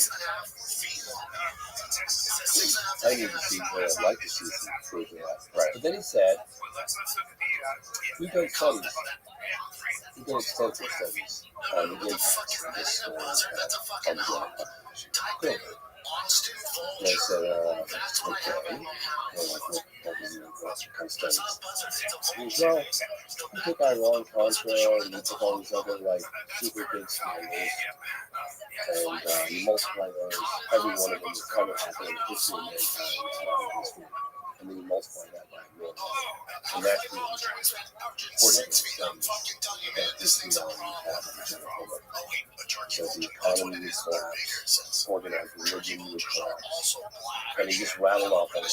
Like, again, I'm not saying that I believe this, I'm just telling you what he said to me. How could you possibly conduct a study on that? I see how you could gather, you could collect data on individuals, but how could you possibly do a study on an entire civilization or a large group of people? Like, how would you do that? That's what he told me. That's what he told me. I mean, look, it would have an impact. There's no question that it would have an impact. And it probably would affect religion, right? Because why am I going to work? Why the fuck am I paying taxes? Why am I... You know? And it's like, I remember having this conversation with the 6-man walking into an empty nickel. He goes, you know, this story is just part of the bigger picture. Let it out. People should know about it. People should be okay. He goes, yeah, you know, you still have to take out the garbage. You still got to pay your mortgage or your rent. You know, I think it's kind of funny. Every time I get the garbage out, you know, yeah. I believe we're not alone in the universe and it's being covered up for us, but I still got to take my garbage out. Imagine the kind of power you must feel holding on to that information that would, you're holding something that could potentially alter humankind. Yes. Alter the mindset of every one of our species on Earth. And that could probably change the trajectory of where we go, how we evolve, etc. Like, if you hold on to that information, how does that affect your ego? I literally just interviewed a guy. I got goosebumps when I always tell you about this. Because it's just crazy. Because I believe it. Who drove a being, called a creature or a being, or they called it kind of ET, on that UFO crash case in Brazil in 1996. And I said to him, do you have a level of confirmation that only a handful of people in this world? What does that feel like? Because I don't know. And this guy was serious as a heart attack.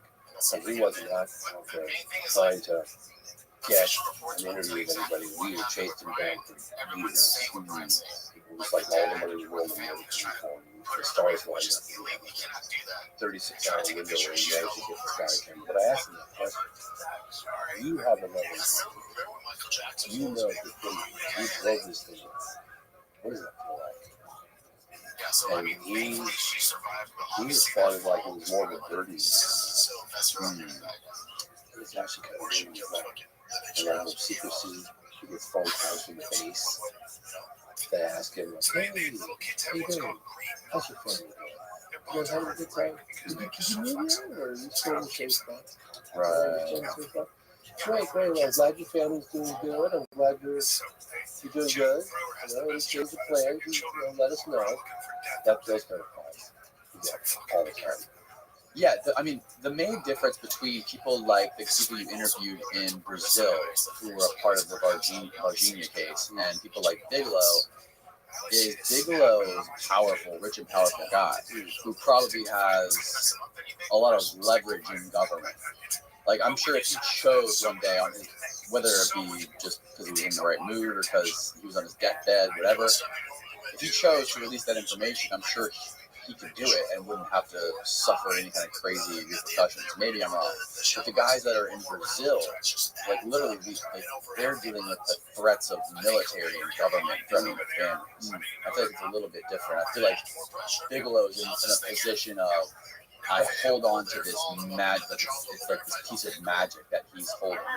This power, the power to change the world. Yeah, for me, I feel like Bigelow is selfish. Yeah, because when I met with, I think I might have called him later as well a couple of times. I can't remember what I said to him, "You citing me?" And I'm serious, because like everything that I do to share everything that I uncover with the rest of the world. That's why I do what I do. I honestly and firmly believe that every man, woman, and child on this planet is entitled to these things. I believe that with all my heart.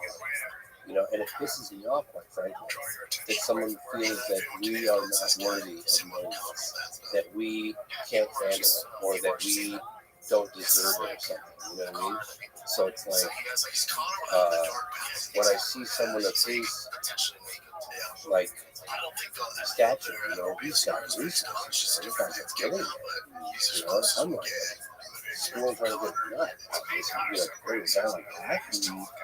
And then the fact that he's ordering it all and he's under armed guard in his house, like, or his whatever, his office, that pisses me off a little bit. I'm like, what, wait a minute, how is it, does he have an agreement with the government so he has to do that, or is he just being, like, selfish and doesn't want to show the results of his, you know, work and investigation to the general public, because he's, like, feels like he's general? I don't know. But I share everything. The only thing I don't generally share is stuff that I know for sure, beyond a shadow of doubt, that I'm going to be looked at like a crazy guy. Because I've looked at myself as a crazy guy. You know, I can't tell you enough. Like, I'm putting my credibility on the line for this crazy guy.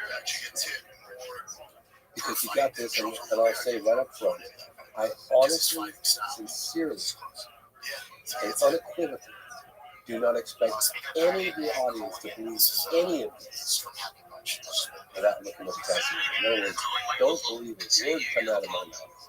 Because I heard about this case decades ago. I heard about it within a year or two of it happening. And you wrote it off. I dismissed it like that. I was like, no way a UFO crash would be survived in that meeting town. No way. In fact, I dismissed it for 10 years. Let's see, no. I dismissed it in 97. I wouldn't look into it for 1 second. Not 1 second.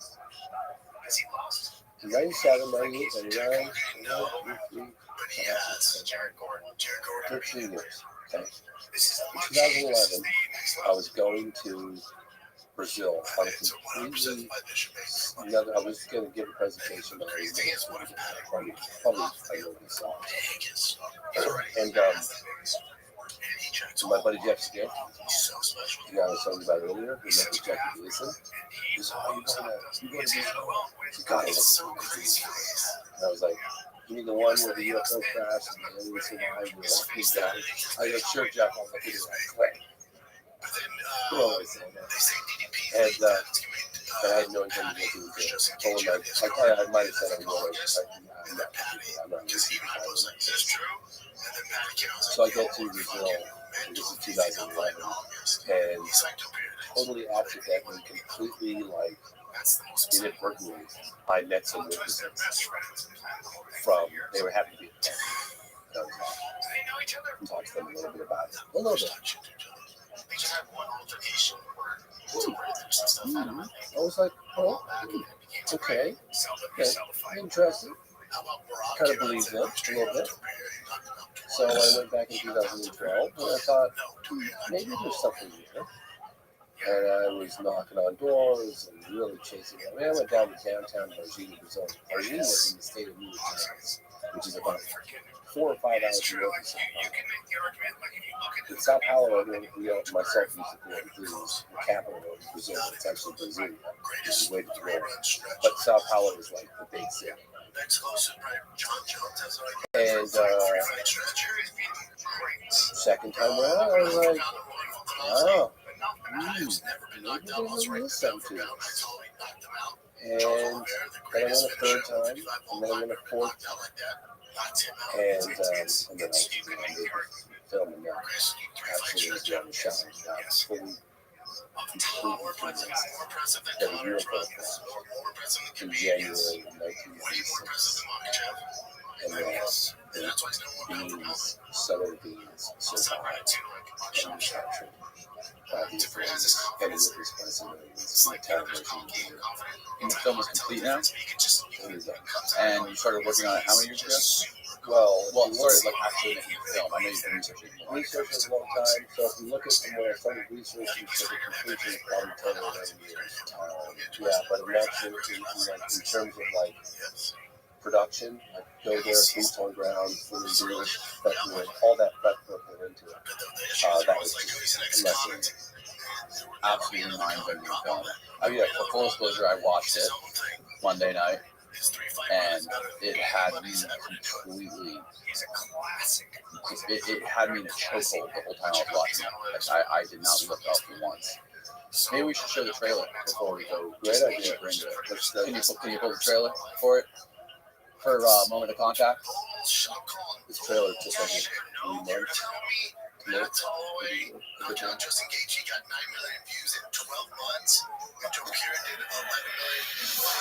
In 1996, the people of Varginha, Brazil, witnessed a UFO event that would change their lives forever.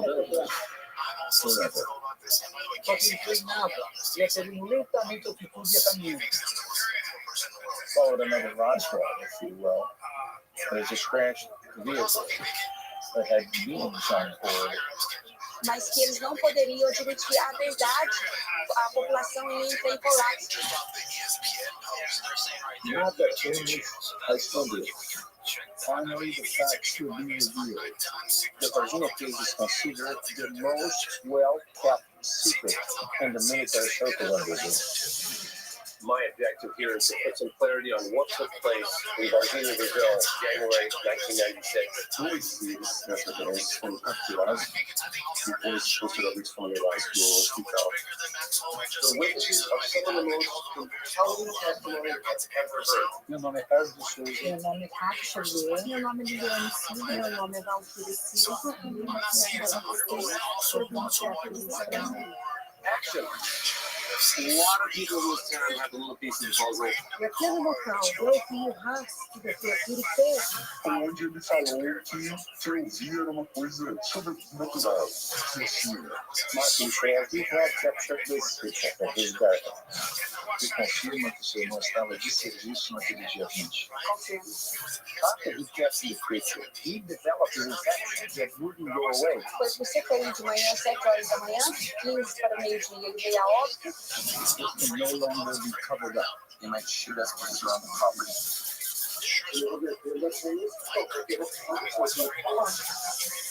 Just can't be denied. Bateram na porta, tinha a entrar pra mim. Sim, certamente sofreu uma tensão imensa. This was proof Hold off. It'll be the most compelling testimony revealed. of contact. This is a level of confirmation that only a handful of people on this planet have. I told it, Justin Gaethje, UFC 300. That was massive. Dun dun dun. Fascinating trailer. First mistake. Turned out. He's last. What a fucking compelling voice he has, man. So good. One of the most unique voices ever. I was a little wary. Again, I'm pushing the envelope. I'm sure you're turning the USB channel down. Yeah, I'm pushing the envelope a little on the comfort level of those around me. Because you're getting this like, I know how I looked at the case. When I looked at the case, when I first heard about it, the Virginia case, I dismissed it so quickly. I told you earlier, like, I know how other people are going to react when they hear, sure, UFO crash, sure, the beings survive. Yeah, you know, because that's how but I'm literally putting my 30-year reputation on the line. You know what I mean? Mm-hmm. I stand behind it. I stand behind it, and I really believe, and I think you do as well. Sure, it's got a lot of pizzazz. The trailer is designed to get people to watch the film, but the film delivers. It does. It delivers. It delivers. It's not just a bunch of hot air. Not at all. The amount of evidence that you have, the amount of people, civilians and ex-military that you talk to is astounding. And I don't, correct me if I'm wrong, I know the Zimbabwe case is close to this when it comes to the amount of witnesses. But when you have civilian witnesses mixed with military and police witnesses, on top of that, people handling this creature and seeing it come into their place of work, into the hospital, I don't think there's ever been a case where there's been a being like this with all these witnesses running around in a neighborhood or a city. Has there? No. I've never. I just. It seems so sci-fi. I get the goosebumps talking about it because I challenge anyone out there in the UFO community, anyone, to show me a you say crazier story.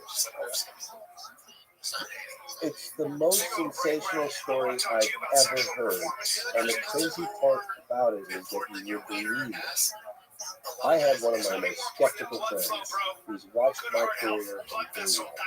One of my best friends, and he's been moderately supportive. And he watched the phenomenon. He loved it. He watched this one about a month ago, and he's my barometer. And he called me up and he goes,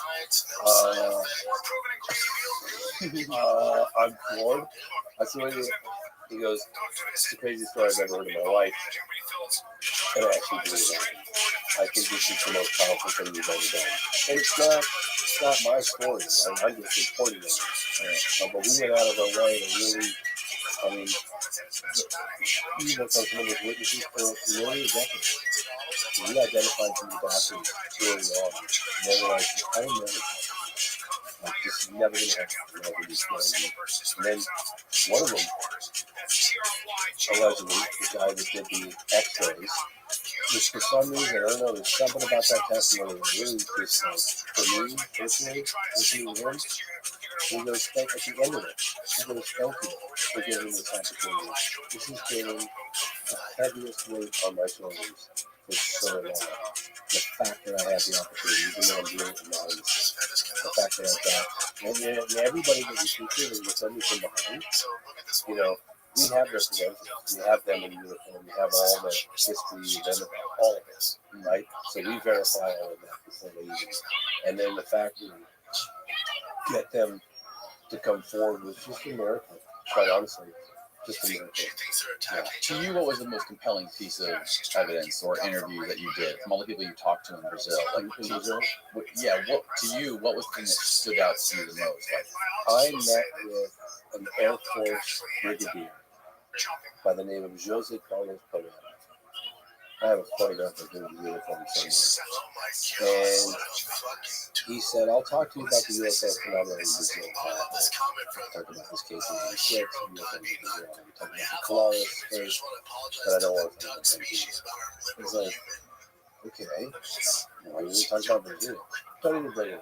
I was like, Jesus. So, Marco, my partner in Brazil, we did the interview. I honored the fact that he didn't want it. I don't know how I brought it up, but I basically didn't say nothing. At the end of the interview, and I have video and photographic proof with this guy. At the end of the interview, we walked him to his car where he was driving. And I looked him in the eye, and I I said, I swear on my life and my family's life, there are no recording devices in my province. The cameras will, please, Jeff, please, tell me. Because you have and Marco and I were just posted.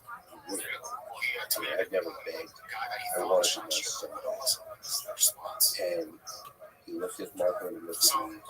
And as he was getting into his car, he opened up the back door and it happened. He got his car, was the guy picking him up.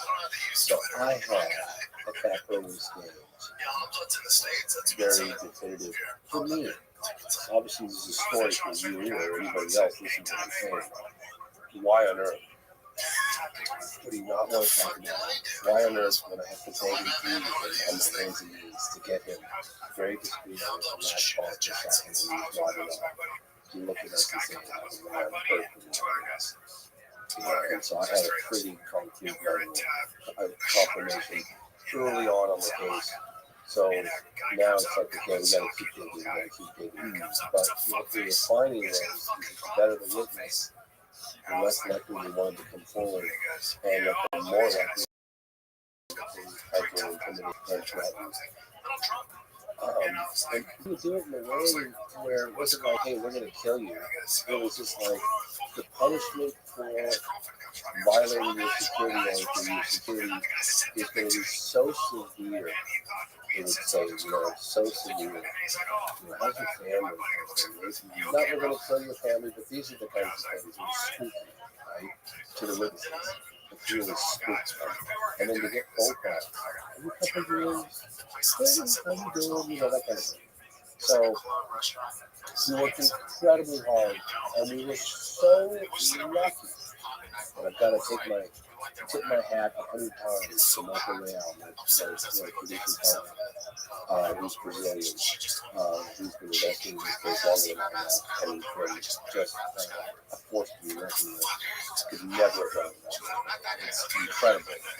What, for people that are listening and watching, can you lay out kind of a linear timeline of what went down? What was seen first? Was it crafts, crash, and the girls to the cop that actually captured the So, in January, probably 12th or 13th of 1996, there was a ultralight pilot by the name of Carlos D'Souza. And Carlos was driving from Sao Paulo up to a state called Minas Gerais. It's a state to the north. And in Minas Gerais is Varginha and a number of surrounding cities. And he was driving on the freeway. I think it was 5 o'clock in the morning, 5:30 maybe, and he saw something in the sky. It was cigar shaped. It didn't look right. It looked like he was in trouble. And he witnessed it crash. Prior to that, there were 2:30 in the morning, there were 2 farmers that interviewed both of them as well. That saw the outfit that looked like it was going to crash, but they didn't see it crash. There was 2 of them, and it was about 2:30 o'clock in the morning for them. And it was a cigar-shaped object that had a gas inside of it that had vapor coming out, the white vapor coming out. But they kept kind of expecting it to impact the ground, but they didn't see it impact the ground. It looked like it was in serious trouble. And it was flying slow. So then Carlos D'Souza, like I said, was up early and driving to go meet some ultralight pilot friends of his to go flying. And he saw this object, and then he saw it kind of go down, like it was going down. And he jumped off the freeway and drove up this farm called Myelene Farm. And he came upon maybe a football-sized field of debris and one very large piece of the cigar-shaped UFO that was kind of like a metallic light that was still intact, but a lot of bits of it were not intact. And he jumped out of his car, he ran up, and he said there were like these like tinfoil type pieces. He wasn't thinking extraterrestrial. He thought it was a government thing. He didn't know anything. He thought there were some people that were in trouble. Yeah, he thought there were people in trouble. He wanted to help them. He never, ever, ever did he think of it. Not one time. Not the last one I'm about to tell you. So then, I don't want to give too much away, but he held one of the pieces and he said it was light as a feather, very similar to the description of the people in Roswell, where he could take it and crumple it up, and then it would rebound and reshape itself. And so it was light, like just so light, it barely feels the hand moving. What the hell is this? And then all of a sudden, these military folks start rolling. Take guns out and they threaten him. And he gets in his car and they force him to leave. And it's all rather terrifying for him. And off he goes and he's collecting himself. I don't know, half an hour down the road at a gas station, went in to get a coffee, and that's when he had a visit from these men. And basically, like, he knew his name, he knew everything about him, and warned him, like, keeping his mouth shut. This was right after, pretty much right after, I think within half an hour, something like that. And a couple months after the incident, he met with a famous UFO researcher by the name of Tony Coburn. He gave one brief on-camera statement, and then he vanished for 26 years. Well, Marco and his associates, because I kept saying 10 years ago, we gotta find Carlos. We gotta find him. He vanished. I think it took us some years. We got him. Then, so then Rocky, see, it would have been the morning of January 13th, so the afternoon of January 30th. You've got sorts of reports of unusual activities in town. Reports of weird, strange creatures. Nobody said he was like, what the hell are these creatures? Part of his hell was 5 days. 5 days, yeah. And the distance, I think the distance between the crash and the sighting in the town of Virginia is somewhere in the realm of 12 to 15 miles long. Something like that. And so you're getting these reports. The most compelling reports came from civilian reports. Came from 3 girls. There's Katya, Liliani, and Valkyria. And Valkyria and Liliani were 2 sisters, and then Katya was a little older, 21, and then we said 14 and 16. And they were going through a little field on the outskirts of town, but in town. And they saw this creature in broad daylight, which is like 3 o'clock, crouched against a cinder block wall. And looking at this thing, like, what the heck are you looking at? And it was weak. It had spindly arms and legs. It had like a brown, oily skin, almost like a kitty or something. You know what I mean? Like an exposed organ. And it had, and they shrieked and they looked at it, and then it turned and made eye contact. 2 of the girls, I think it was Liliani and Valkyria, took off, and Katya got completely mesmerized by making eye contact with it. And some level of communication was happening. Katya was kind of frozen in the past. She was about 8 feet, maybe 10 feet away from it. And it was feeble, it was scared, according to Katya. It wanted help, like, get me out of here, kind of thing, help, according to Katya. And the 2 girls got, I don't know, 50 or 70 feet away, and they're like, where's Katya? We gotta go back and get Katya. And they ran back to get Lily, ran back and grabbed Katya and brought her there and yanked her out of there. And then they, was reported they went running home to their mother, and they were like telling her what, they thought it was something of the devil. tell her something. Did she say anything about any kind of communication between the being and her? Like Yeah, well, telepathic? I asked her about that. Yeah, because I said, this was television. I said, but I didn't even realize this at the time. I said, because I wanted to know. I know it's very brief, it's probably just a couple of seconds, but a lot can happen in that moment. In a couple of seconds, time slows down, and you kind of get, you know what I mean? Like, so I said, during that moment of contact, was there any level of communication? If so, what was said? What do you feel?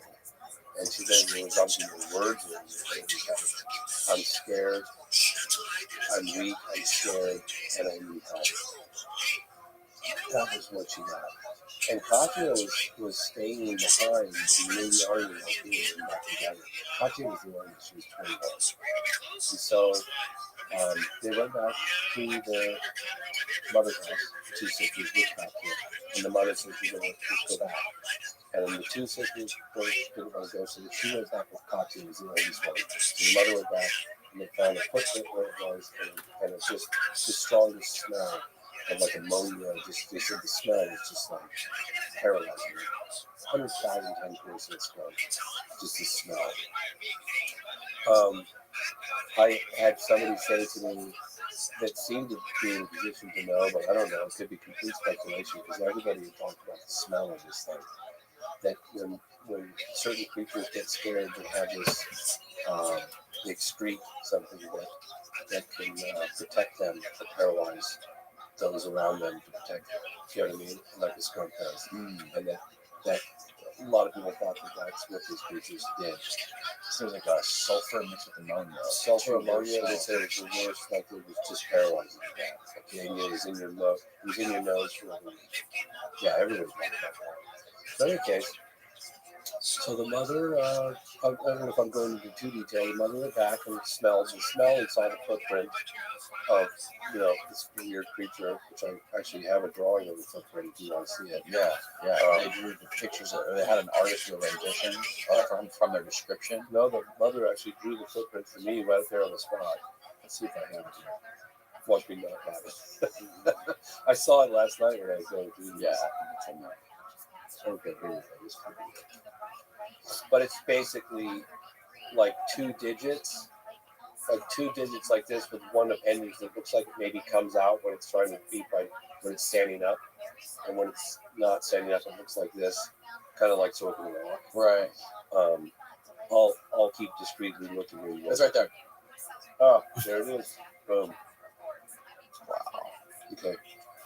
Yep. Good eye. So kind of a round paw with 3 long fingers. This is exactly where you can see that. Pull it back on the mic. Right there, yeah. Okay. So this is exactly where the encounter took place. And these are the 3 witnesses. That's Katya, Valkyria, and Liliana. And his exact location, and this photograph was taken in 1996. Right after it. Yes. And then you've got, here, hold this up by the microphone real quick. He's got see the footprint. that was the footprint of the picture. Then the mother who saw the footprint drew this for me. Perfect. Yeah, crazy. Drew that for me. And a lot of witnesses I talked to had seen the foot in the hospital. So, later that day, only a few blocks away, there were 2 military officers on patrol. Nobody was talking ET, okay? Nobody had mentioned ET. The girls thought it was the devil. They were very religious. Right. The mother didn't know what, the girls saw. Later on that day, 2 military officers, Eric Lopes and this guy named Marco Chirizi. And when you're in the police, it's like the fire department's part of the military, the police is part of the military police. So these 2 officers were on patrol looking for something unusual.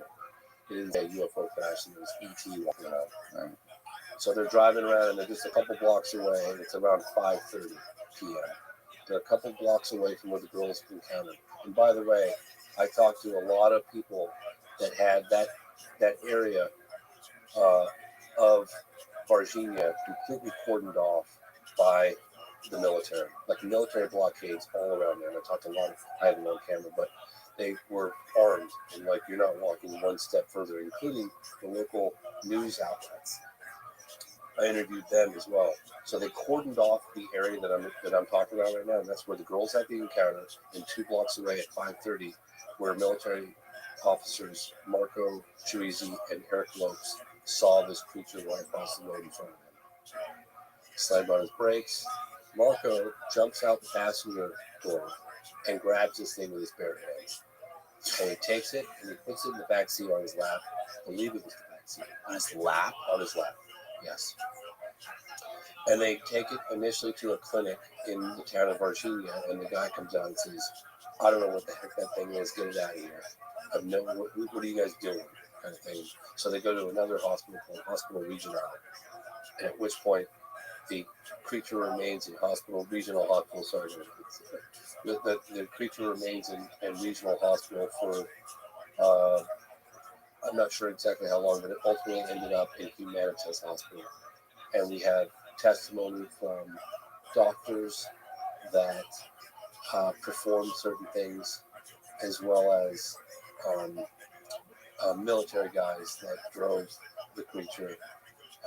We have the entire area where the creature. So they captured 2 creatures. One was alive, and I think the other one was not alive. The one that Eric Lopes caught that you said was in his lap in the car, was that one alive or dead? It was alive. That one was still alive. Yeah, but very little resistance. So he got a cut on his arm, kind of on his shoulder, like right here, during the capture of it. Whether it scratched him with a nail or I don't know what exactly happened, but he got infection.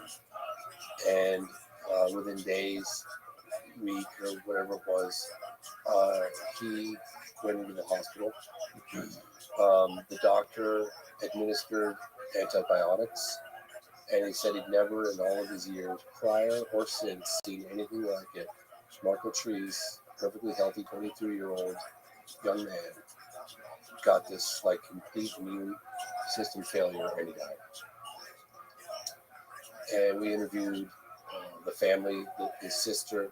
We interviewed the doctor who worked on him, and they wanted to put him in the ground as soon as possible. I couldn't believe that you actually got the doctor on camera, the doctor that treated him. That was crazy, right? What did he say? What was he looking for? What did he see when he was treating Eric? He just said that he'd never, in all of his career, and he's been here for like 40 plus years, he's never seen someone with an infection from a simple cut like that have a complete immune system failure and not respond to any of the antibiotics. And he pumped him full of everything, and nothing worked at all. And his health just went down and he died. There was some sort of mention of a granular toxin. Yeah, I know. I didn't quite. Yes. Just went back in it again. Which the family had to fight to get. We interviewed. I didn't interview him. His wife was interviewed one time, very briefly, never seen the light of day, by Roger Lear. Roger Lear, Dr. Roger Lear is a UFO researcher who used to take allegedly implants on people. And when Roger Lear found out that I was making this movie years ago, he was Seconds funniest when I get that. Oh, we got a challenge. I sincerely wanted to talk to him too, but I was investigating Lou at the time. I was kind of backburning Virginia case. Long story short, he said, well, if you can't get me on camera, you got to have my tapes. I went to Virginia in 2002, and I documented a bunch of witnesses, some of whom have gone off and completely forever. Those tapes have never seen the light again. I transferred the tapes, had them digitized with Dr. Roger Lear. I sent them back to Dr. Roger Lear when he died. And so I never got a chance to talk to Dr. Roger Lear, but I got his tapes. And one of those tapes, he interviewed the wife of Marco Trees, and nobody's ever done that. Nobody's ever done that. But nobody has ever managed to get That's an awkward time to bring that up. Like, hey, we're talking about my kids. Yeah, we're friends too, but why you gotta fucking interrupt me? Marco, They cut someone out. that was Marco. Marco Trees. He was the guy that blacked out of the fast food. And the guy who was driving the car has No, it's One even talks to the family of the guy who's deceased. the guy who's driving the car. That's the guy who basically was trying to shoot you guys. Yeah. It's a crazy story. You know, we interviewed the town mayor. He's like, yeah, this is unbelievable as this sounds. I believe this actually. What is this song?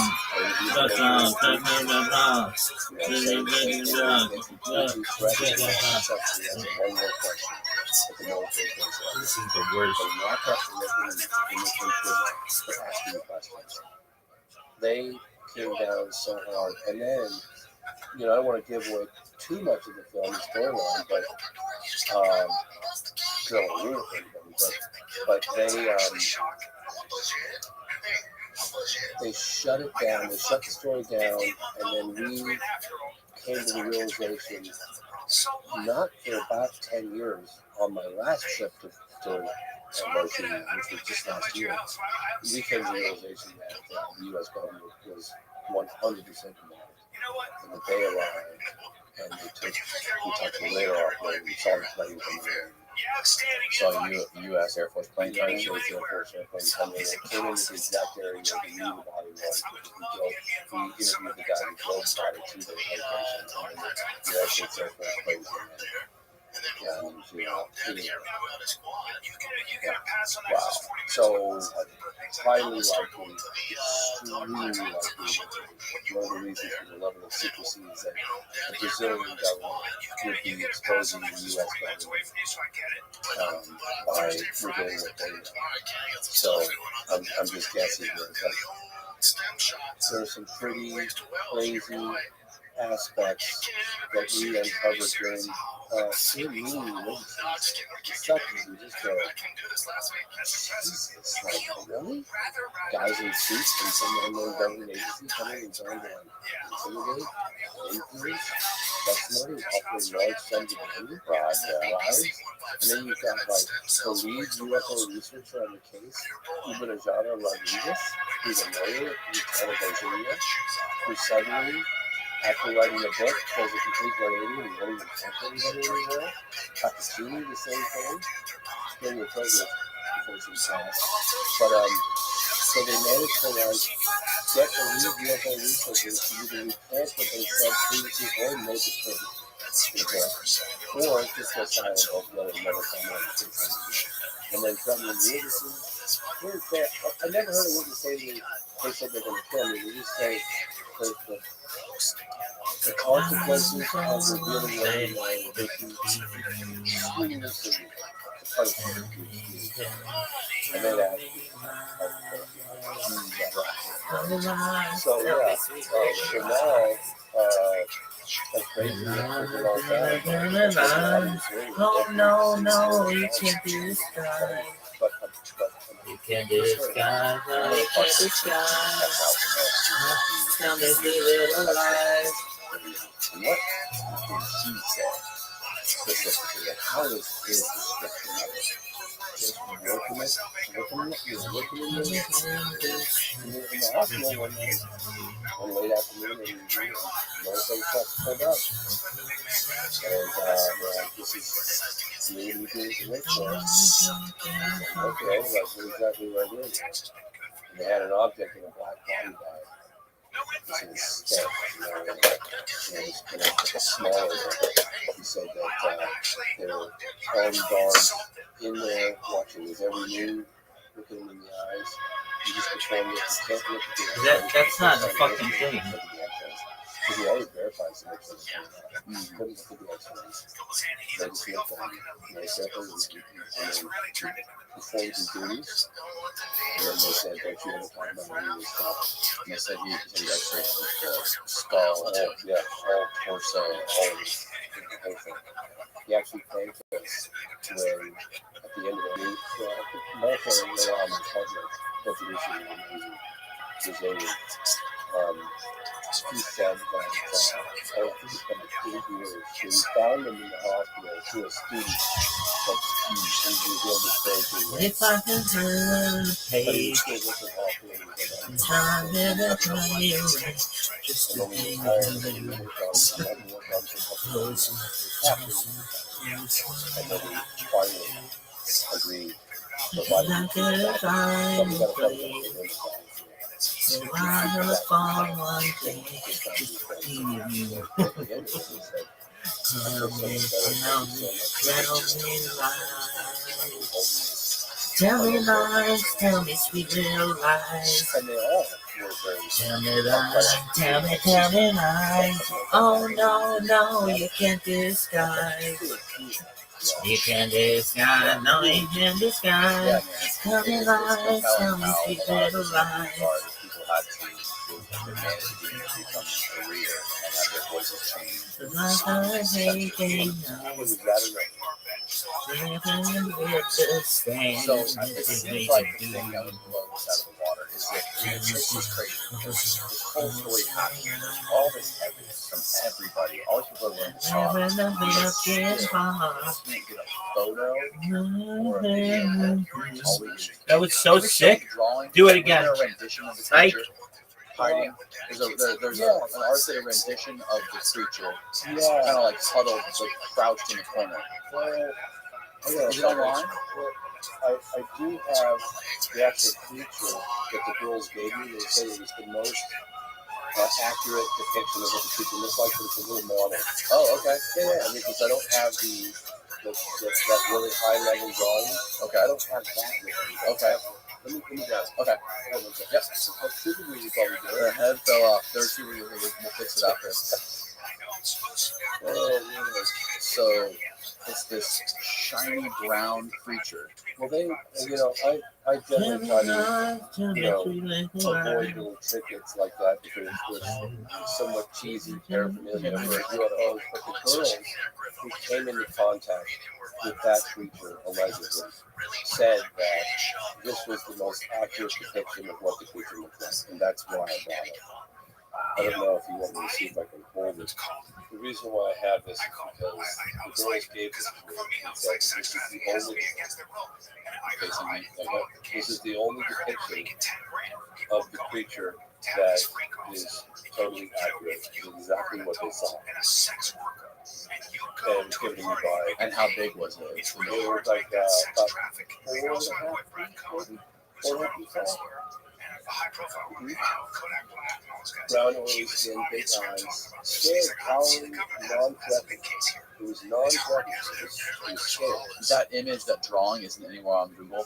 It's strange because it matches all of the traditional depictions of the alien being, except for the eyes and brown skin. And it has like ridges. There you go. There's a bunch of them. Alright, so that's pretty accurate. That one upper right, yeah, that's pretty accurate. That's pretty accurate. So it has this brown skin and red eyes. Yeah. It wasn't evil. Yeah, some of these renditions started to look evil. Oh, look at that one. Go up. Left, yeah. Yeah, they saw it. It's too big. It wasn't reaching out to the wrong position. It was crouched. I mean, if you could see, like, all it did, okay, the entire time, it was crouched, had its arms kind of between the legs, like this, right? And when the girl screamed, it went like this.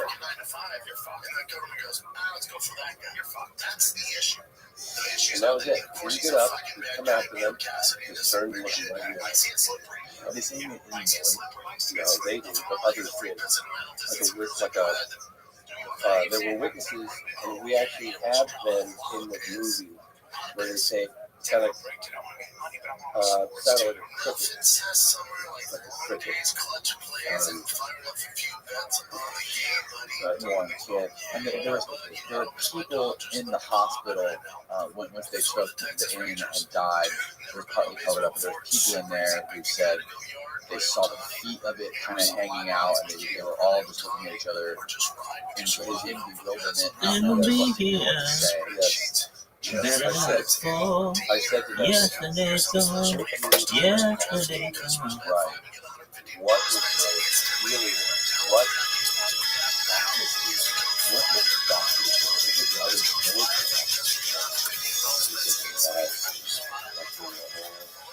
the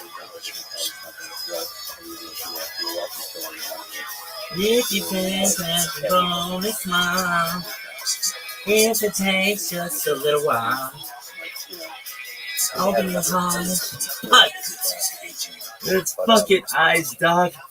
Look at the day, you'll see things in a different. Crazy stories like I was talking about in Europe incident, which is different because they were in control. Right. Here, these creatures were truly not in control. They were scared. This is so crazy. It's so, but you always think of in these stories of these creatures being the ones that control. If you glance down the phone and smile, if it takes just a little while, and in distress. open your eyes, look at the day, you'll see things in a different way. Don't stop about tomorrow, don't stop, it'll soon be here. It'll be here, better than before. Yesterday's gone, yesterday's gone. And I took it way up, and I pointed the camera I'm not thinking about time to come. I'm not about the things that you've done. If your life was a bad movie, just think what tomorrow would do. Don't stop thinking about tomorrow. Don't stop, it'll soon be here. It'll be here better than before. Yesterday's gone, yesterday's gone. Right. And then the family that we rented, we Airbnb a big house on the outskirts of town, very secure. And the owners of the house was awesome. And what are you guys doing? Oh, okay. Well, we're all really good friends on story. So we end up going to the house. It took like a couple of days because they really didn't want to talk on camera. And then they're like, they're like, oh no, we ain't going to go on camera. We just want to tell you what they're worried about the impact of the careers and the credibility. They didn't want to, they're like, no, we're just going to tell you. We're not on camera. We just wanted you to know what happened. You're like, well, okay, well, why don't I film you? Think all this camera equipment here. Yeah, Yeah, so long story short, what we realized is that we had done an overhead shot of the encounter site, the military blockade site, the capture site for the witnesses, all with one shot, and the home of the witnesses that we were just about to interview. The whole family. The mother, the husband, and the daughter. And they all watched this film for about 12 to 15 minutes. And we realized in the middle of the interview, wait a minute, the proximity to these witnesses, to the girls' witnesses, to the capture, to the military blockade, is all right here. So we have testimony from an entire family that watched that night in January, right around midnight, a UFO, according to the entire family of doctors, looking for that. And it was doing a grid search. All I want is to see you smile. If it takes just a little while, and don't you know, believe that it's true. I never meant any harm to you. Don't stop thinking about tomorrow. Don't stop. It'll soon be here. It'll be here better than before. Yesterday's gone.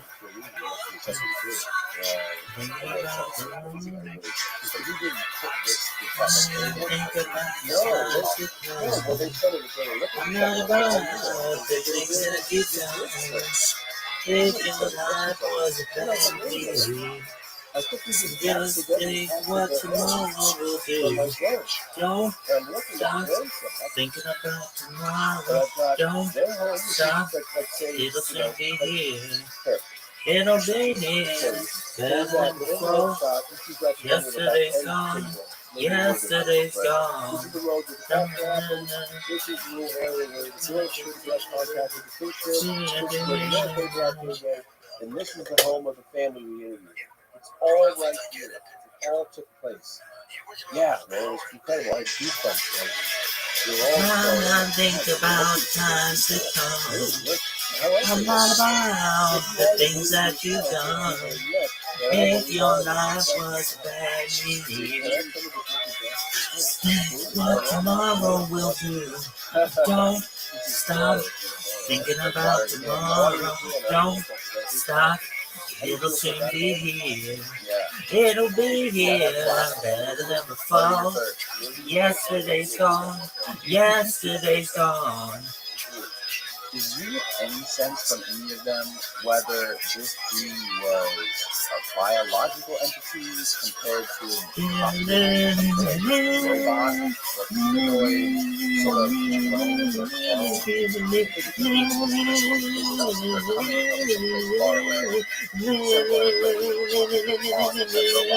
clone or All I want is to see you smile. If it takes just a little while, I know you don't believe that it's true. I never meant any harm to you. Don't stop thinking about tomorrow. Don't stop. It'll soon be here. It'll be here. Better than before. Yesterday's gone. Yesterday's gone. Don't stop thinking about tomorrow. Don't stop. It'll soon be here. It'll be here. Better than before. Yesterday's gone. Yesterday's gone. Don't you look back. Ooh, don't you look back. Ooh, don't you look back.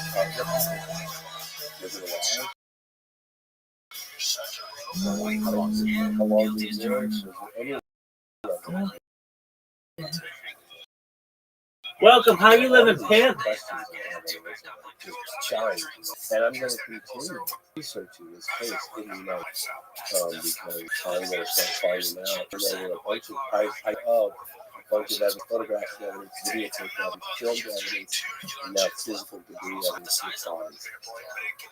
I'm very confident that some unknown government agency or outside government agency, whether it's I'm fucking howling right now. I love it. It's got this stuff. I love it. Sluttiest whore in the history of humankind plus Bill Loving Rabbi. And I want to know if there's Yes. Yes, Che. I love you.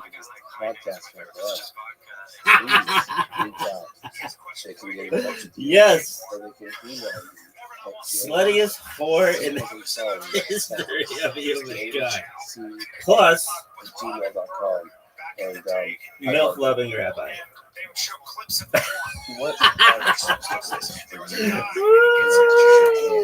Don't you look back.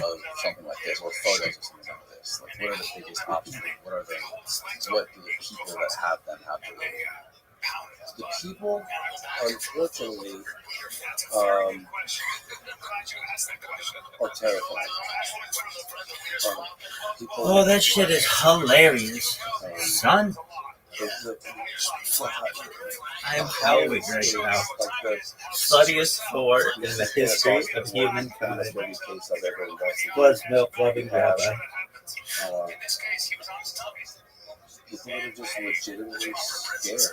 And the more better evidence I am fucking howling right now.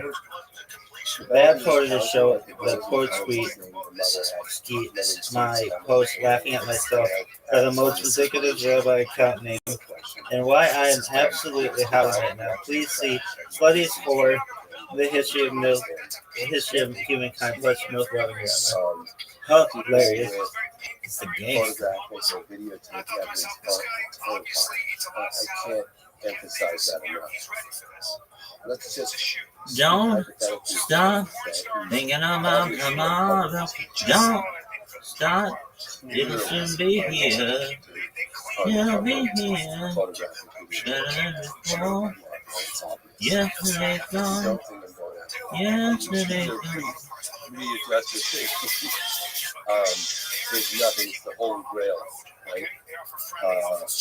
How do you execute? Let's just say, hypothetically, that you did identify someone with and you offer Is the right thing to do. either they don't know, Recognize when you want nothing to feel.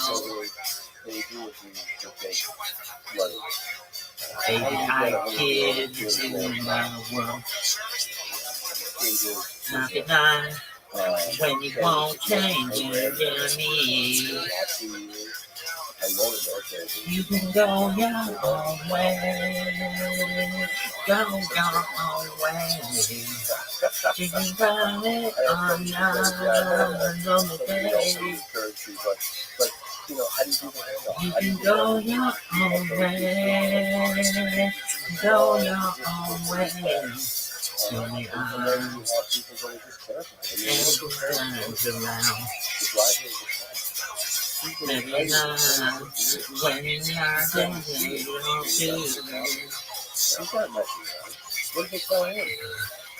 baby, how do you my world? Everything's waiting for you. You can go your own way. Go your own way. You can go another day. Another day.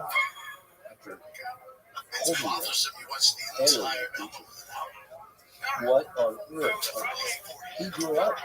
Those two grew up together. They were good friends. Like the fact that he,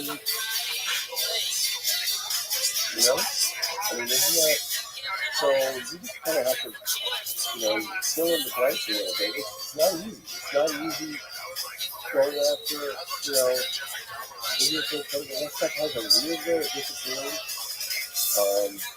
Horrible, I know. It's like, there's nobody on the planet probably trying harder than I am.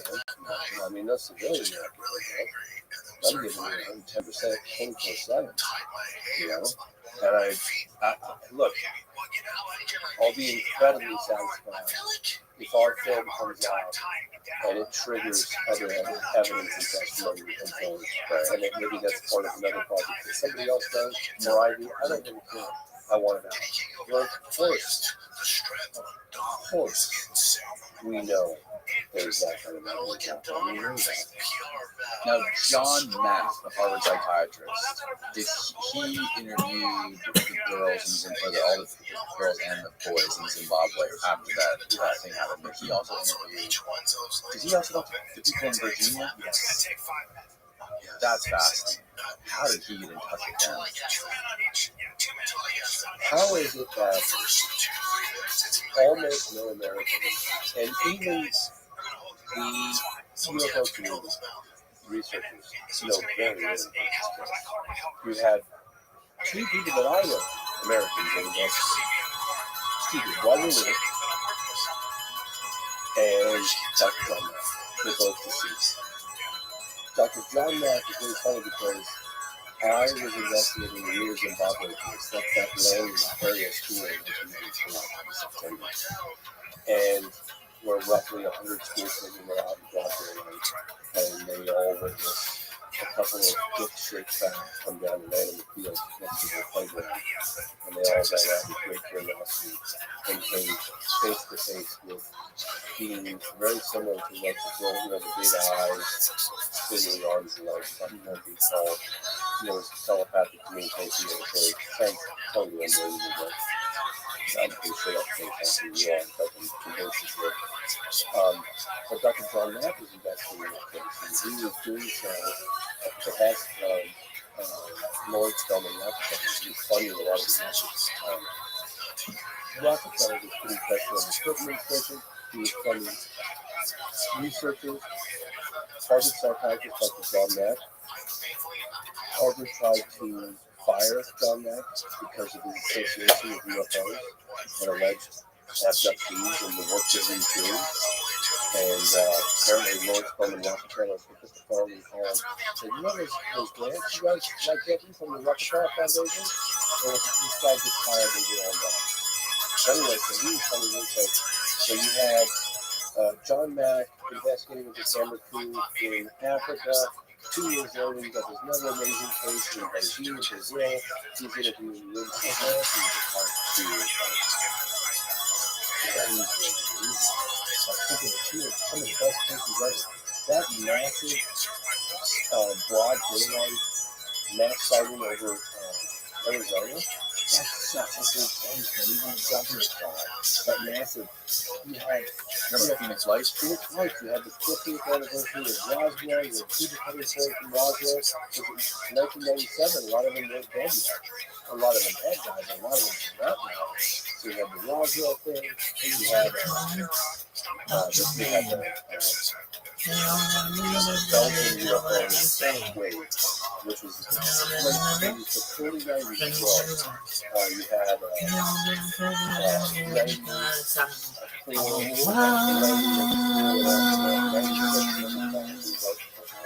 I want to be with you everywhere. I want to be with you everywhere. I mean, you cover a phenomenon in the 80s, during the Cold War. Yeah, I cover a lot of They targeted these nuclear facilities. Many studies. I love the graphic of the world, and you show the timeline of every nuclear bomb that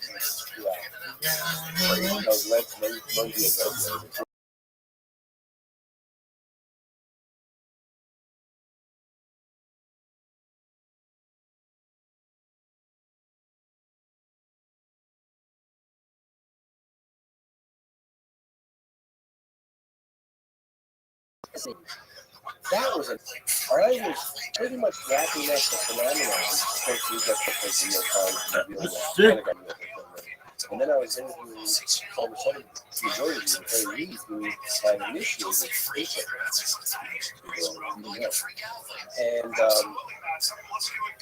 I don't know why, for some reason during the sit-down interview, I didn't ask this question, and it was bad on me. But when after the fact, I was walking, I said to Senator Reed, hey, do you mind really quickly if I get a quick email shot of the two of us talking? And he's like, okay, we have just a couple minutes. And so, yes, like these security guys, detail, kind of looking at me, and I couldn't even get near it. I'm looking at my phone. It's kind of weird. The big boot guys, you know. And is it okay if I stand next to him and walk down the hall? Yeah, okay. You know. They were walking, and I said, what was one of the more astonishing aspects of the phenomenon that you uncovered during this Pentagon report? And he immediately said, I got this shut my hands. And I thought, oh my God, I just got that on camera. That's an aspect of the phenomenon. I went back to some researchers. That was the last thing we did. That was the last aspect of the phenomenon that we put into the film. But in any case, getting back to John Knapp, I was following his work in Africa, kind of picking up where he left off with that case. Randall Nicholson also did a film Just Room, which is I think it's out now, called Aerial Phenomenon. He was very helpful and helped me put me in touch with some of the witnesses. But in any case, I was following Dr. John Knapp, and then to my astonishment, when I got to Brazil, I uncovered archived tapes of John Knapp in Brazil. So John Mack was doing a lot of like cutting edge investigations in the 90s that he never really saw through fruition because he was struck down, I think, in the early 2000s. Then he looked the wrong way. People think it's a big conspiracy that he was killed. I really don't believe that. He looked the wrong way in London. I've done it. It's easy to do. You go across the street, especially if you spend a lot of time there. You got a couple beers in your belly, and you just look the wrong way. Yeah, you know, you go check across the street, so you used to looking this way, so unfortunately, he was run down and died. But it was amazing to see him. He was like the forefront of a lot of these incredibly compelling cases. And I'm so glad they're coming out now. You know? Yeah. Like Varginha happened how many years ago? That's 1996, 28 years ago. Is that 24? Close to 28. My wife was born in 96. She's 28. Okay. So it's almost 3 decades that we do so when we come out in the United States. Right. Varginha is known pretty well. And it's funny, actually. They put this kid out the same way like they did Wagner in the United States. You know, I think that's changed a little bit recently, but like when I hired a local talent from Rio de Janeiro, this audio guy, twice, 2 different audio guys, and they were laughing, oh, we're going to go investigate Varginha, kind of thing. And then at the end of it, after they met the witnesses, they're like, whoa, this happened. Like, yeah. But they kind of had that level of disinformation that kind of swirled around the Brazil. But that too now is changing. And I think there's going to be a lot of questions when this film comes out. Yes. It really exposes this case unlike it's ever been exposed. Well, the most fascinating thing to me about the Rio incident is the telepathic communication that they all explained to John Mack. Right? The videos of John Mack are fascinating. How he's talking to them and explaining this. Like, I don't know how long after the incident it was. People that don't know, maybe people that don't know, you can get kind of like the bullet points of that encounter. Sure. So there was a sighting of a UFO over probably a 3 or 4 or 5 day period in South Africa, as well as, which is just to the north, Zimbabwe.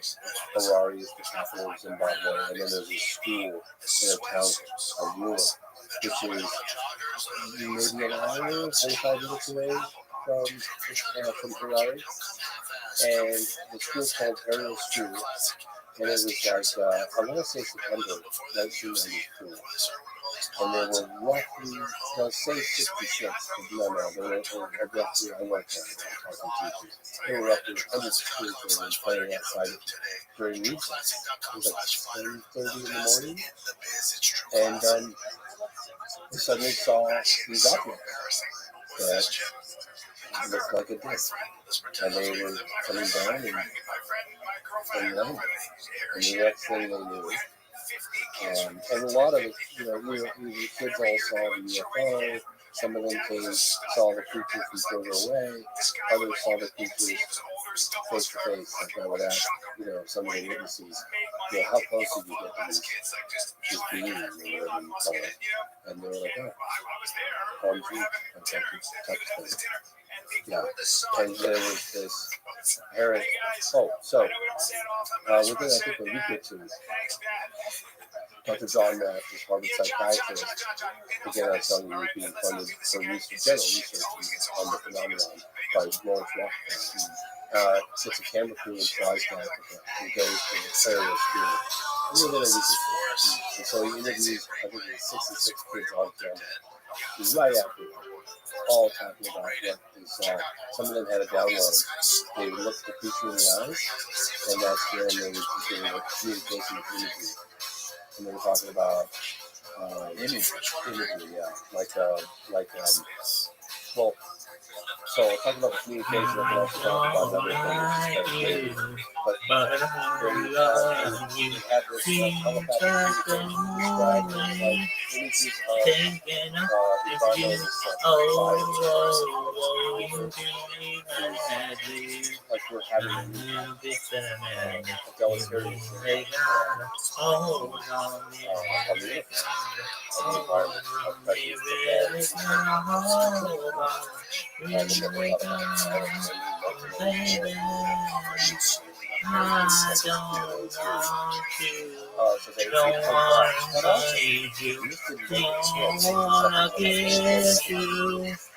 But I made you,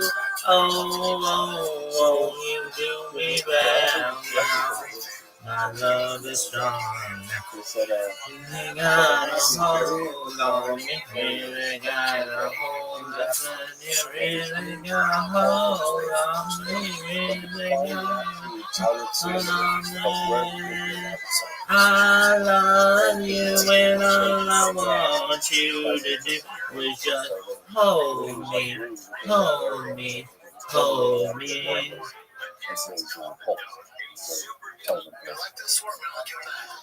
But what they would do is they would go, children being children, they'd go and they'd skip and dance on top of the poles at that furthest perimeter.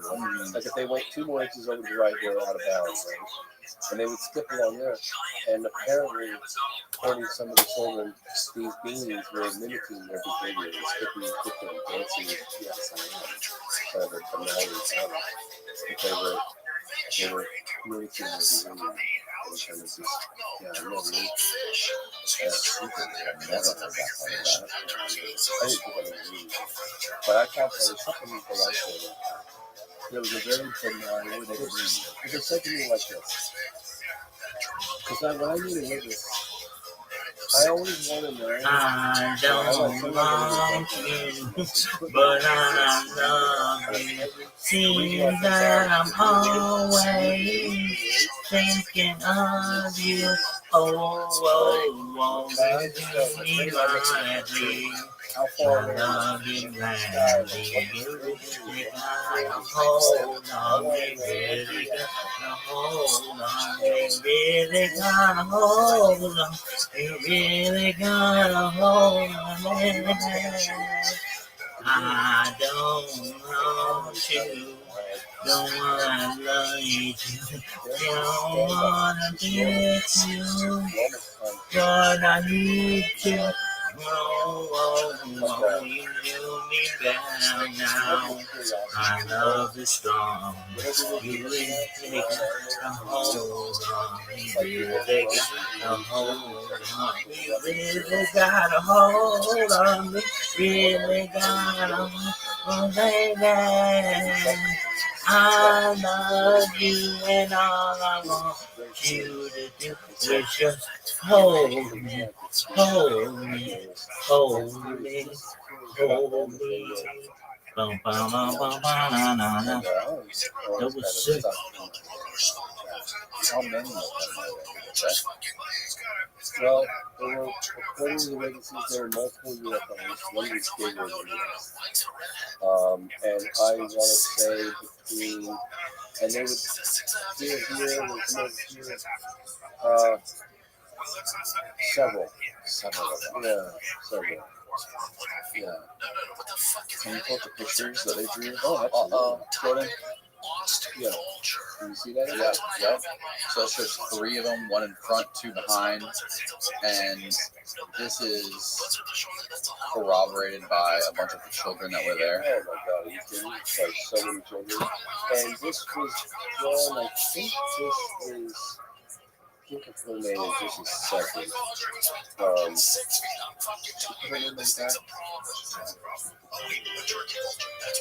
Oh, it'll come in. Anyway, so. Okay, that's interesting. That shows like 8 of them. But again, I don't know if there were 8. Like some of them said we saw 1, others said we saw more than 1. You know, some of them, yeah. Most of the kids saw more than 1 UFO. Most of the kids saw more than 1. Yeah, what up, pimp? How are you? Yeah, but not all the kids came with. Of course it is. How you living, baby? Only a handful came back first. And this, in the Telegram chat right now with with dumb stuff. Can you come with us? And we talk about anything like in the Telegram. Harry Potter Telegram. Yeah, sure. I'll be there. So I don't have to like talk about a couple of places. Sure. Why don't you just tell him to come here?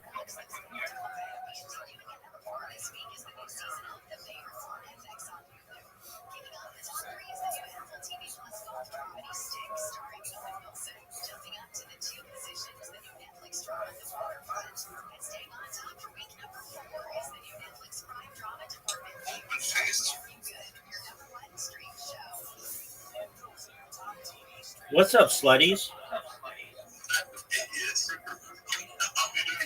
Kicking ass, taking names. Every day's a holiday, every meal's a feast. What's good in your neck of the woods, baby?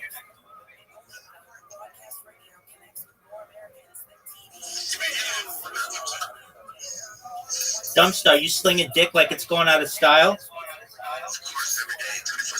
That's what I like to hear. What's good, baby?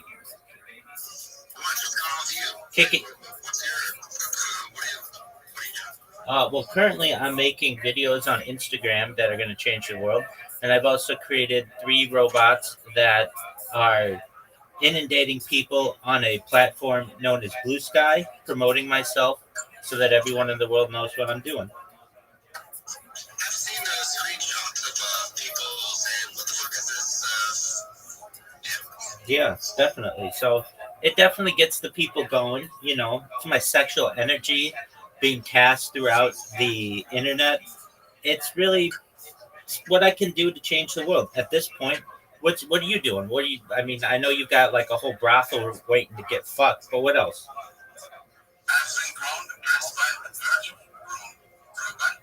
You've been what? Oh, by the beard? Yeah, it's not hard. I just let it go, and this is what I do. You know what I'm seeing? You got the fucking girls. Yeah, pay us. What are they? Pay us. What's the word for them? Pay us. P-E-Y-O-S. Pay us. It's P-E-Y-O-S. Absolutely. Oh, that's I was just in New York, and there's a lot of those everywhere. Absolutely. That's at one time was the center of Judaism within the last century. I appreciate that you guys went to this book and that as well. I've been there as well. Like, that was in the chat right now. See, that's what you have. That's cool. She's being amazing. We got Ellen here too. No, I'm not from New York. I have family from there, but Elle has been in my Discord a lot. He and I come up with amazing ideas. Do you want to hear some of them? Absolutely. These are billion-dollar ideas. Like, not even billion-dollar ideas. Trillion-dollar ideas. All right, so the first one is a type of packaging. So instead of having bottles like here's like sriracha. Okay, and at the end, you know, like here's a perfect example. I've got 2 bottles of sriracha right here, but there's still like a little bit in there that I'm just never going to be able to get. So instead of shipping things in plastic containers like that, they make a kind of almost like toothpaste like tube. But I've really seen it with like think of like a Capri Sun container, or like I've seen it with like applesauce. But basically, you squeeze it out, and then you're able to get 100% out. So that wouldn't just help with sustainability, but it would also help with the efficiency of food.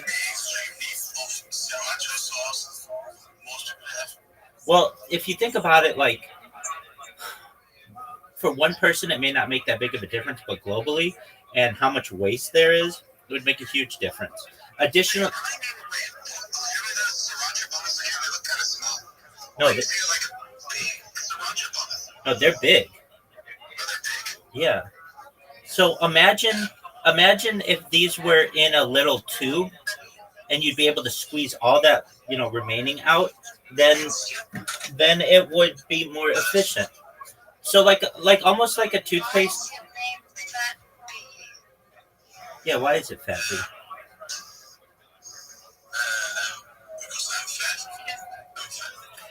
All right, here's another.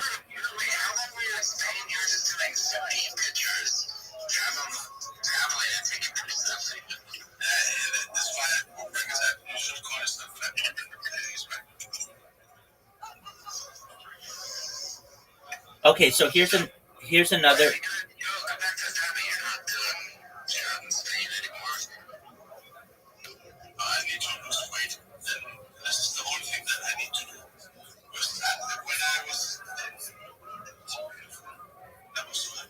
You are thin and you are beautiful.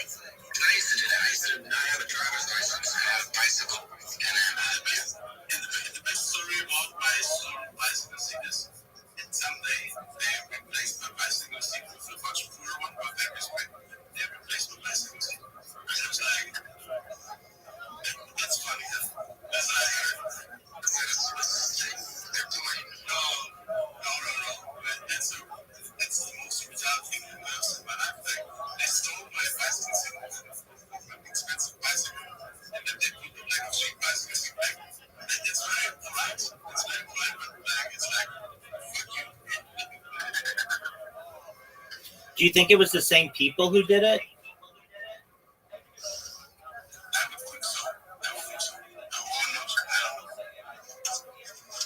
Okay.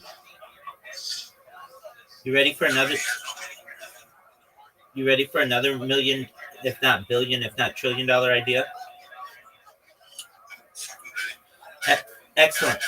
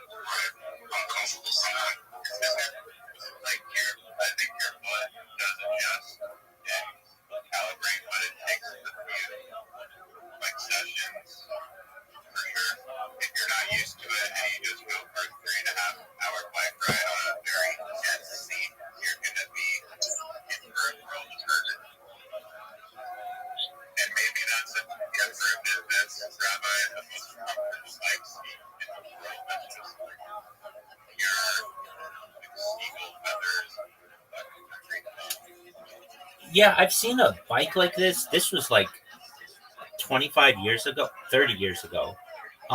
And I'm sure they still make it, but it's basically an electric bike where you sit back and it's like almost like a recliner. I feel like that would be much more comfortable.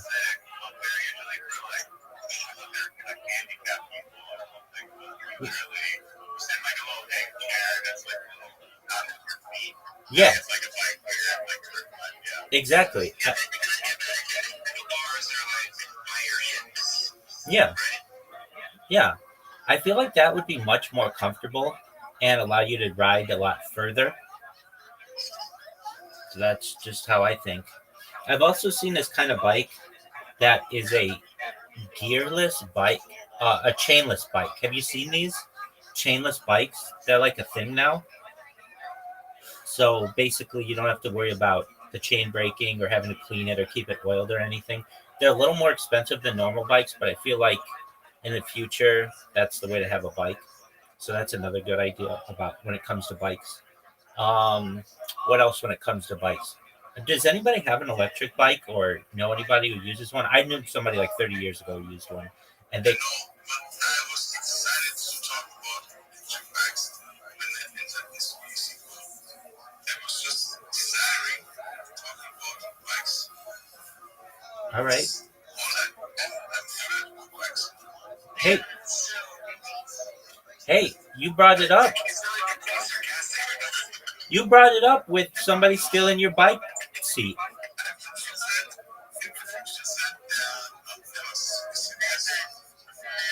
I wanted to talk about inventions, and we had Riser or L who came in with the Tuscany discussion to prolong the bike discussion. All right, here's one to blow your mind: gravity batteries. It's a battery that is charged by the microgravity of the Earth. What are your thoughts?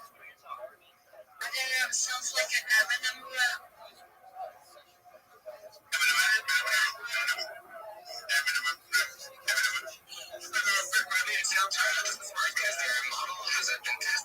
Yeah, so it does work. There are models of it. They're just the patents are owned by mega corporations. That isn't to say that we can't get it out to the masses. It's just probably going to take education and some publicity. But I think it's something that could change the world. I mean,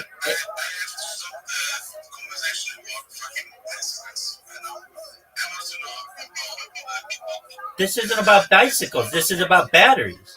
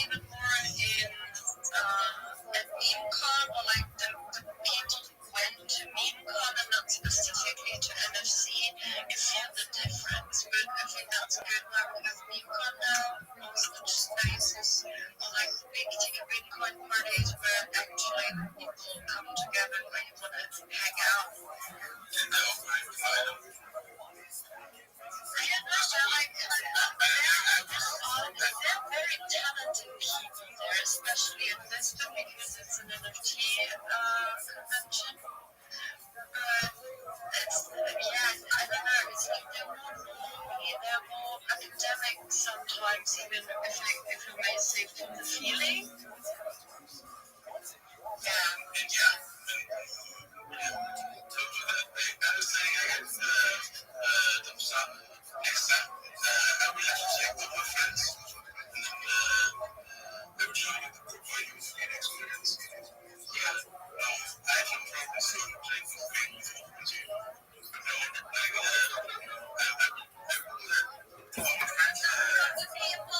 From the people who try to sell you sunglasses.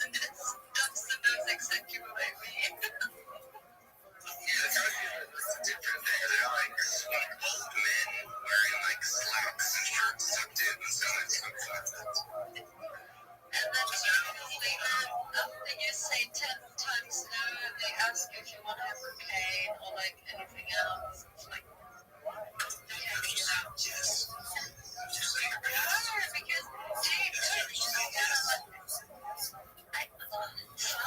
I have enough of my own drugs. No worries. You don't, like, if you're with me and you're like, to smoke weed, you're gonna have enough weed. I think even Dave said after hanging out with me, he got like a bit of a passive high. Yeah, how much great weed did you get? But you know, like, that's, I think you left with more weed than you showed up with. Oh yeah, because the gum guy gave me hash there. Yeah, in the end I ended up with more drugs than I came. Alright, so I have been MGB, I mean not GB, but also GB because the same happened. Abby is gonna plan your trip for December to Miami.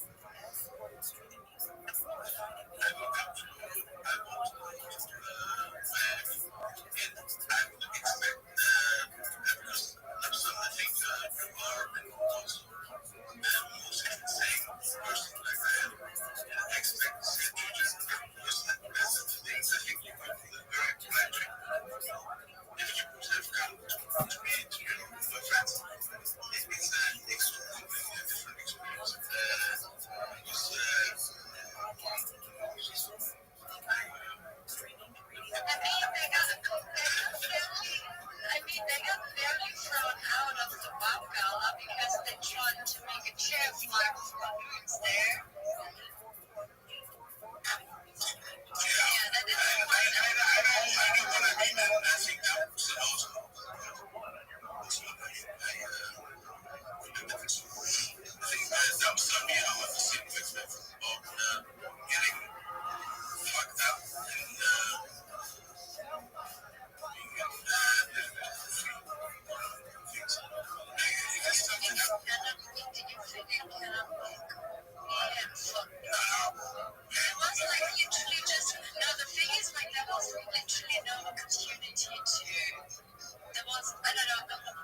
Did you know when you go somewhere and you're just like, yeah, maybe not go fucked up because there's like an event tomorrow?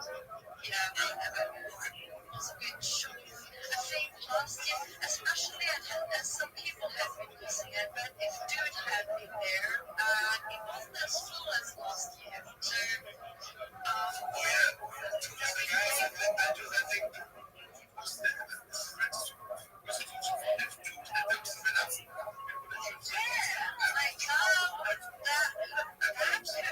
that could have been actually a problem. I was sad we couldn't make it, but the last was like, I don't know, some job thingy going on, and then we didn't have the money and the coin and whatever. Yeah, but I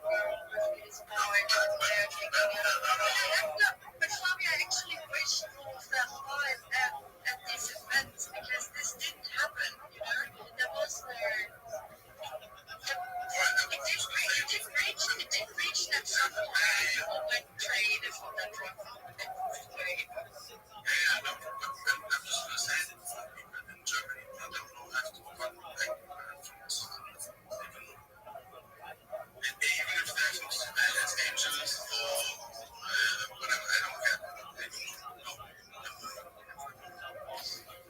It's a different the Germans. What is the Germans for? This is what I'm telling you.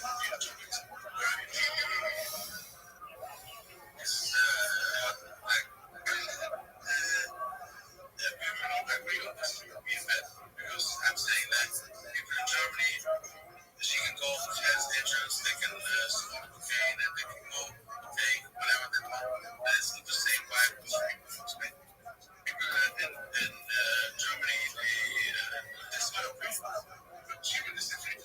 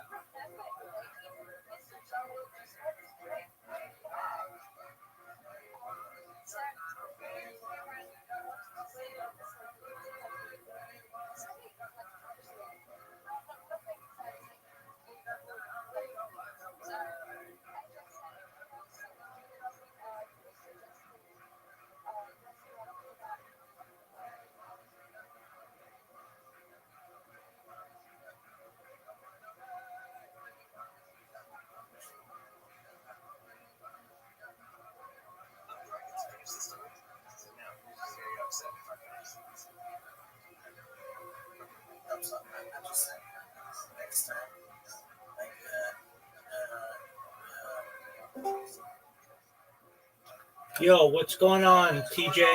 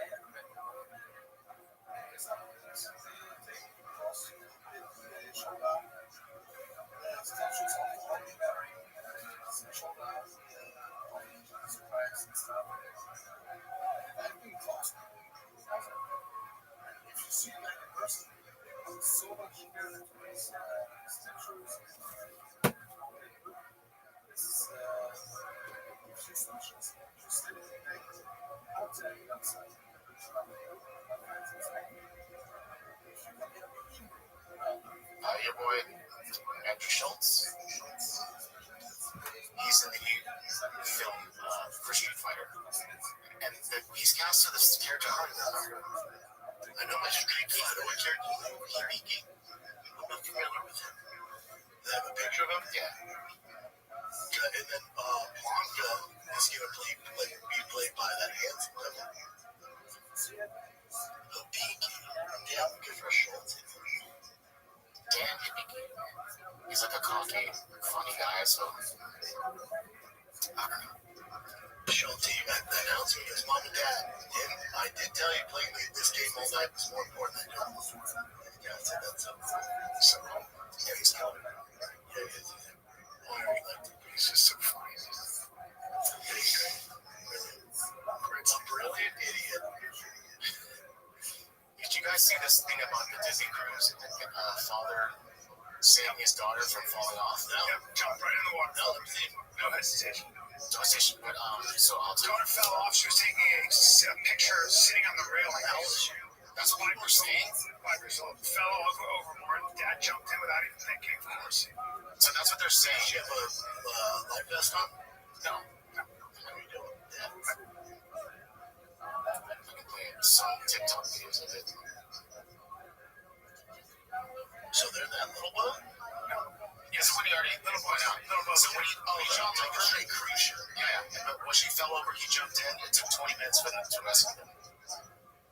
20 minutes? It's like going Disney. I mean, dude, that's hard though. Like, you get the Mickey Mouse crew fucking saving your life at ocean. That's why you don't ride fucking Disney. Get a real crew out there. Unless I'm bringing them in. But the main thing is like, the official reports won't tell you exactly what happened with Brian. Everyone's saying what Brian's saying. Like the dad or the family was trying to put her on the railing, which is illegal. You cannot do that. And try to take a picture as she fell over. I've never done that. Sorry. That's not, remember Michael Jackson's whole baby? Yeah, so I mean, thankfully she survived, but obviously that fall was probably like so messed her up for that. Or she becomes fucking the next Travis. So they little kids have what's called green bones. Their bones are hard to break because they're just so flexible. It's kind of what keeps them healthy. Yeah, remember kids like fall down. It's so big. Jim Brewer has the best joke about it. Is that your children walk around looking for death all day. It's like, fucking be careful.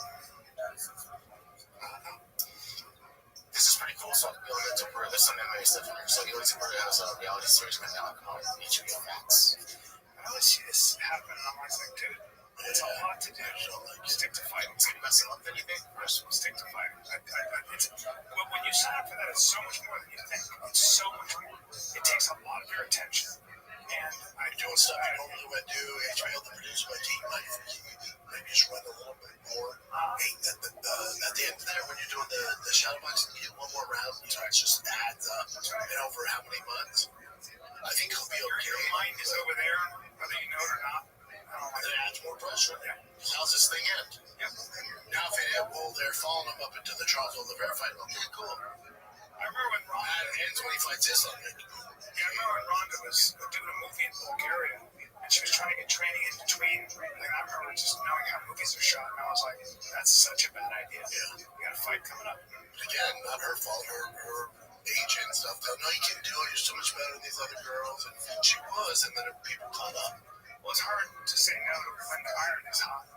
And everybody wants a piece of you, and it's like...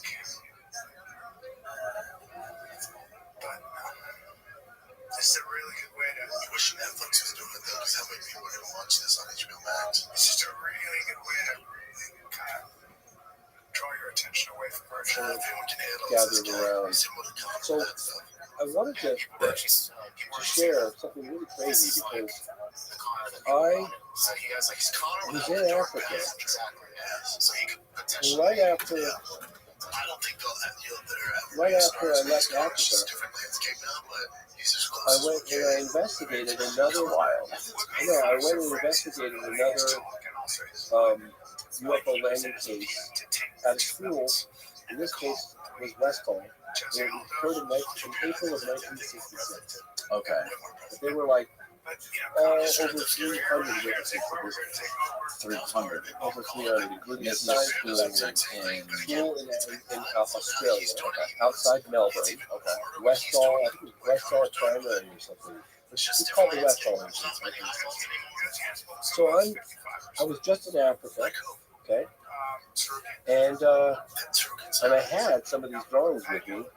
I was just kind of sharing them a little bit, you know.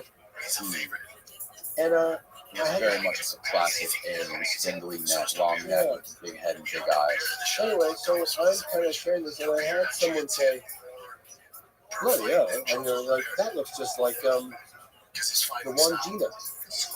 I said, "The one Gina." He said, "Yeah, the one Gina from the 4,000-year-old cave paintings here in Australia." So I looked up one Gina, and I don't know if yeah. Look at that on the upper right hand. 4,000-year-old rock art. Yeah, so click on that one on the upper right. If you can, the big one. Yeah. And I just have to remind your audience, this is 4,000 years old. I mean, hello. Do you see some resemblance? I mean, Yeah, it's kind of crazy, right? they look exactly the same. That's what I'm saying. It was spooky to see that. The resemblance. I mean, these are children in 1994. It looks like a snake slithering in between all these heads of these creatures. People that are not watching and only listening, they're these 4,000-year-old cave rock paintings from Australia. And these heads look like the traditional UFO heads with the big eyes, the big heads, spindly bodies. And there looks like a snake slithering through it, two tall, skinny-looking beings off in the background, and a bird. Anyway, it's just, I mean, could that possibly be a coincidence? I mean, I don't know, man, but that was just, I know, obviously, And this is, so these are apparently in some caves, and how do they get it to 4,000 years ago? that you're going to have to talk to, specialists, because I don't know, but that's, according to everyone I talked to, this is thousands of years old, on cave paintings in Australia. In fact, I almost went to one of them, and next time I go to Australia, I'm going to go and look at some of that, because it's just, public, I don't know, but I mean, just the big eyes, that shape, and it's just fascinating stuff. I think this is like the historical, for the audience listening or even watching, you can check out probably, there's a book put out by Dr. Ray, and it's called Wonders in the Sky, and he documents ancient sightings, whether it's cave charts or tombs or paintings, sort of topics. It's called taking what cannot be interpreted as other narratives, UFOs. Anyway, there's one drawing that I thought was creepy document that we were talking about earlier. Yeah, pull it. You can pull that one up, Jordan. I think you have that. Yeah, What we're looking at earlier. with Madonna. It's in a right there. Yeah, there you go. So you're The Madonna with Saint Giovanni.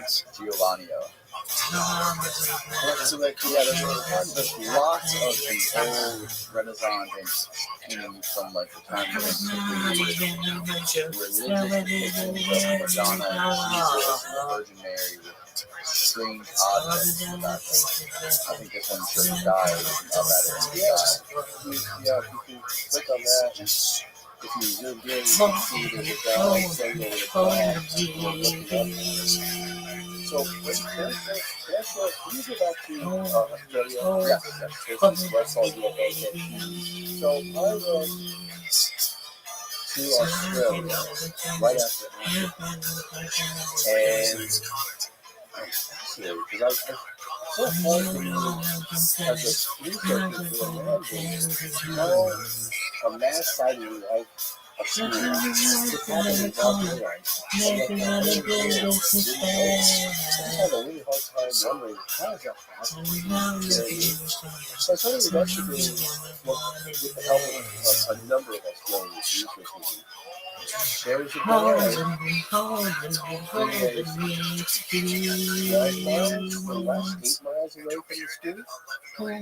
2 days prior, usually when there's a UFO sighting, there's always a couple of days leading up to it, whether it's a big event like a landing or something. It's almost like the kind of case of the day. I don't know. You'll always, there's UFO activity on a big mass sighting, usually for a few days before it does something. There was a guy that was about, like I said, 8, 10 miles away. His name was James Kibble. He'd never come forward ever. He was out in his garden with a four-way. It was, I want to say, April 4th. I'd have to look at these out, but it was April 4th, 1966. And he wanted to share the progress of the flowering garden at his mother's place. So he had his Polaroid camera out there. And then he saw something blinking in the sky in his eye. And he looked up and he saw this disc that was, according to the witness, James Kibble, who's deceased now. He said this to me. It's a direct scan of his. He mailed that to you? He mailed this to you. Fuck yeah, hell yeah, So like you would it's descending speak like all. this. And yeah, please. It's descending like this, and then Fuck all yeah. the images of the The sun weird and internet the sun rabbi. take off, they're sending You this got it, disc, girl. and then like this. It goes up like this on its side, and then it shoots up straight up in the air. So that, according to James Kibble, is the disc that flipped up horizontally like this before it shot off. A moment later, he said it was like a bullet leaving a gun shot out of it. Now, I'll share some interesting aspects with your audience, and that is, if you ever see a UFO photograph with crystal clear defined edges, it's probably a thing. We don't know why, but there's something to do with the propulsion we're addressing that causes the edges to blur ever so slightly. Like if you look at a legitimate, bona fide, good photograph that has been like scrutinized to death, like 1950 McKinneyville, Oregon, or 1964, 65, the UFO worker which snapped off 3 or 4 triangles. I'm looking at his face right now. He'll come to me in a second. But you'll see that the edges are slightly blurred. And according to witnesses or specialists that I've talked to, that's a pretty good indicator. That coupled with the testimony of the person who shot it. Santa Ana, that's happening. 1965, he shot, I think, 3 or 4 Polaroids. And the edges, great picture, points of reference, light reflection off the object, fantastic. Zoomed in on it, and the original, it's slightly, the edges are slightly blurred, just like this one. But this is like a metallic structured object that went from this position to this position and then shot off the other feet. Well, it's interesting. That's exactly how Bob Lazar described those things flying when he was on that Ford testimony trial. I learned about that later on. And you talk to the witnesses. I've never talked to, prior to Australia, I've never talked to somebody who described it. I mean, this thing was sitting on the ground when the kids ran after it. Okay? Sitting on the ground. Right there. Broad daylight. It lifted off, got like 20 feet up, and then it flipped outside, and then that's when it rocked them off. That's what the kids described? So, yeah, Bob, this was his father who snapped the picture of it in that position, right? He said a moment later, shot off. So it described the acceleration. He said like it was being shot out of the club. Mm-hmm. Yep. The pilots described it, the pilots that saw it off the coast of San Diego explained it like you put a ping pong ball in the cup and shook it up. That's how the motion was. And then Bob described him flying belly first, like when they did the test flights. Which brings me to the picture you showed me last night of that red glowing object. Okay, well, show that. I have that on my phone. I can text it to you and you can forward it over to me. Okay. But that's kind of a bigger story behind that whole thing. I don't know if that's something that you want to go into detail as on. much as you're comfortable sharing. I'm happy to do it. Absolutely. I'm happy to do it. But Because if that's real, that is one of the most compelling photos I've ever seen yeah, of a UFO. I'm happy to share that story. Yes. I just shared a single frame clip of an object. That's what Listen to the wind blow. I don't know if you got it yet. Yep, I just got it before 18 now, Jordan. Okay, cool. So then I'll tell you the story about it. Because In the shadows, and the narrow and dandelion. So it's the first time you told a story about this to Logan Paul, the first time you told the story? well, You don't I was love always me kind of now. hush about it for a You long will time. never I mean, I love was me trying to again. Yeah. I can't because I still was very hear high. you say you will never break I was the very chains high. on me. Jeopardizing my You don't efforts love me now. to blow You it up. will never love me Oh, again. yeah, there you go. I can't So, still hear you say but you I've will told never the story a break couple the of chains. times publicly. The chains. And the most detailed is probably when I was on Logan Paul's show. Because he's like, evidence, where's the evidence? And so I feel him. I feel evidence. I feel the same way. I mean, I got some evidence, uncovered some photographic evidence. So let me tell you the story behind this, because it's pretty crazy. I was doing my first UFO documentary way back. They had cameras back. I'm old, but not that old. But and I interviewed a guy who lived on the outskirts of Area 51 in the area where you can live. It's not like restricted, space. His name was Chuck Clark. He lived in a double wide. He was a former military guy, an amateur astronomer.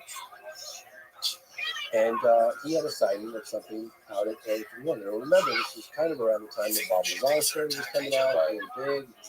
This was early 90s. I couldn't tell you exactly what year, but early 90s. And Chuck and I, And if you don't love me now, 50 years you ago, will never love me and again. we were going back and forth. We said, well, now it's everybody what's going on there. Never break the chains. So I stayed in touch with Chuck, and we communicated often. So one day, he called me, and he goes, I got something to show you. And I said, okay, well, can you tell me what it is? He goes, no, but I'll tell you this much. When you see it, your jaw's going to hit the ground. I said, really? And it's not one shot verbal. I mean, something pretty loud. I said, really? He goes, yeah, really. I said, I'm getting in my car. So I'm driving to the 16 hours drive, 14 hours drive. But I was like, if Chuck says, so I get to the little alien. Chuck lived just a block away in Rachel, Nevada. Go to do double wide, super clean trailer, very nice, like beautifully air conditioned, nice, very clean, nice situation. And he's got a TV and he's got a VHS tape. He pops his VHS tape and he's showing me. And I see two guys on all I can describe is like the typical road trip. There's these tunes that come out the window, they're goofing off next to they go into like the little alien, they're posing next to the little alien, just good stuff. Just a road trip. Go to the chat Area 51 after all the publicity that Bob Lazar gave Area 51 was a 10. The first time, right? Mm-hmm. Oh, it was also like came out in the 80s, like 90s. Still, it was like making tours and everything. Areas that you went to and looked down on the base that had yet to be closed off. If you knew what you were doing, you still see the base. That doesn't happen anymore because they bought that section too. But anyway, so goofing off, the closing next to two signs, blah, blah, blah. And then all of a sudden, the car's parked. They're in it. The camera is on probably the armrest. And it's crooked. not like level, Yes, just sir. cocked. Cause The rain, camera's filming the dashboard, a little bit of the windshield, like the speaker and the vent and they're arguing, and what it sounds to me is you can't see them. She's a pocket full of horses, It sounds Trojan like it's kind of falling sons. deep. I guess it makes it alright. I said, baby, I got to lose. I said, call back. Baby, it must too sad. Little red call back. It's light. This is the car. So the light source above it. So they drop it down, and it's lighting up the inside. Not rolling, but it just had a spot. Believe it or not, the times I worry, knowing I'm not in house class. But it was Saturday night, I guess it makes it alright. She said, baby, I ain't got enough class. And I said, little red Corvette. The source of the light is on engine. It's kind of like Who the fuck keeps using condoms? all Trojan shadows. summer. You haven't seen anything like it. On the inside of the car, you're moving around super smooth. Right? There's no abrupt stop or back and forth. All fluid. And one of the things that just kind of know, like, it's over the top of us. It's over the top of us. I don't know what the fuck it's talking about. I don't know what it's over the top of us. I have no idea what you're talking about. I don't know what I'm looking at. And at this point, the camera's still filming just the dash. Just the dashboard. Nobody has it in their hand. And I hear this, I'm getting out. And the guy's like, no, stay in the car. Stay in the car. I'm getting out. He grabs the camera. Opens the door. Are you alright, though? And I don't know, just so the camera pans up, you can see like it doesn't forward. You can see like tumbleweeds. It doesn't seem like a tumbleweed. I think I saw tumbleweeds. It was dark, and it wasn't like it was You dark. are so hot. You can still see outlines of the desert, right? There, outside, 100 feet is that. Okay? Now, here's the crazy part. What I remember is that I'm looking at this thing. So hot. Probably 30, 40 feet in diameter. You could have easily written it. It's sitting in the sky, and it's like floating silently, kind of rocking, like floating, like it's like a ship on the water, doing this. And the skin of the car Just hit again. looks like it's a Dude, I wish they had the golden hour. I love that one. That fucking hair clipper is funny as fuck. like phosphorus on the beach or something, right? And I'm looking at it, and all I'm thinking of is all the Little red places that I've talked to who've seen these things at a loss for words to describe What what is ever it? looking at. Photography? Do you know what I'm saying? Yeah. Like, because it looks alive. It looks like magic. Like you're you can't even speak. Like, I was just like just, you know, Chuck Parker's right. My father was right. Prodigy, no, I want prodigy, prodigy. That means my kids are gonna be amazing. Oh, like this, and then bam, the camera shuts off. Did he shut it off? Or is it just shut down? I have a vague memory of something like him saying something about a battery or something, but the camera shut off, and it's the camera shut off. And that was that. I looked over at Chuck Park and I went, like, who did that? Like, I need to have that. I was still in production with my first piece, and I want to have that. And I just went, and was like, oh, they're really scared. They shot something like a super secret, stealth government, whatever. And they're terrified. Okay, fine. Give my telephone number. Tell them I'm working. They can be anonymous. Don't get raised whatever kind of money. Are you kidding me? Like, just get them. What was this bitch wearing? Chuck? Like the flash is playing. He had a copy of this video. Yeah, VHS copy of it, yeah. And I hate to say this, it was probably one of my biggest I don't know that it would never see the light of day. Only from the times that he didn't like my time. Cause I was a bit too leisurely. You know, no copy of it. How did you do something close to nothing? It's different than the day before. Somebody, there's a photograph of When I taken saw in her, the ooh, I saw she walking through the outdoor. She wore a raspberry I beret. do have screenshots Kind you find in the second-hand store. Raspberry about beret. a year and a half ago. If it was warm, she wouldn't wear much more. Raspberry beret. I think I love her. Like, you know, everybody needs to know, I saw this thing and I knew there wasn't, and I look at a lot of photographs and videos and nothing. And not only that, but usually I look at a photograph and videos, I mean, I'm highly dubious. It's paint, it's not even 0.001% decent.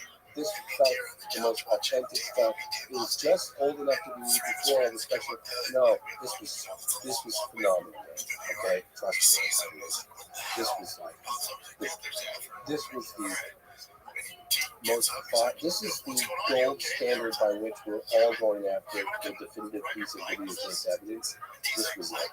Okay, right. So this is the holy grail of evidence. And I saw it with my own damn eyes. And the fact that it was hands on. Anyway, about a year and a half ago, maybe it was 2 years ago. I sit on it and I'm publicly told the story. And I get contacted by a guy who's a GI. So he does private investigating. Yeah. This is a crazy story, man. It's unbelievable. I'm going after this guy, Chuck Clark. This is don't mention my name. Chuck's going to talk to me.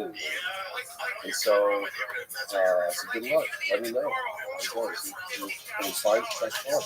He doesn't have his number. I said, well, give him a call. So he did. And so he, about maybe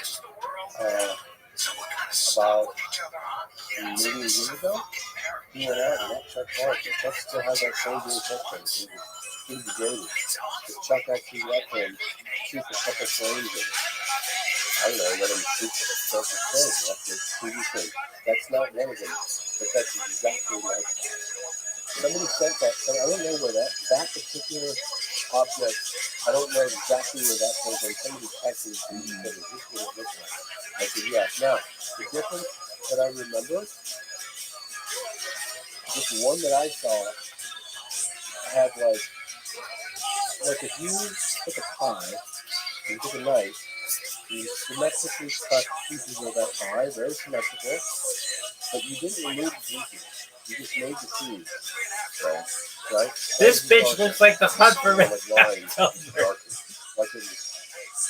like it was a pie, but it wasn't taken apart. Right. But it was perfectly symmetrical. And I remember it. And I don't see it there. But in terms of like the color, orangey yellow, and glowing like that, that's what it looked like. Like it was alive. Like it was phosphorus. You watching this bitch again?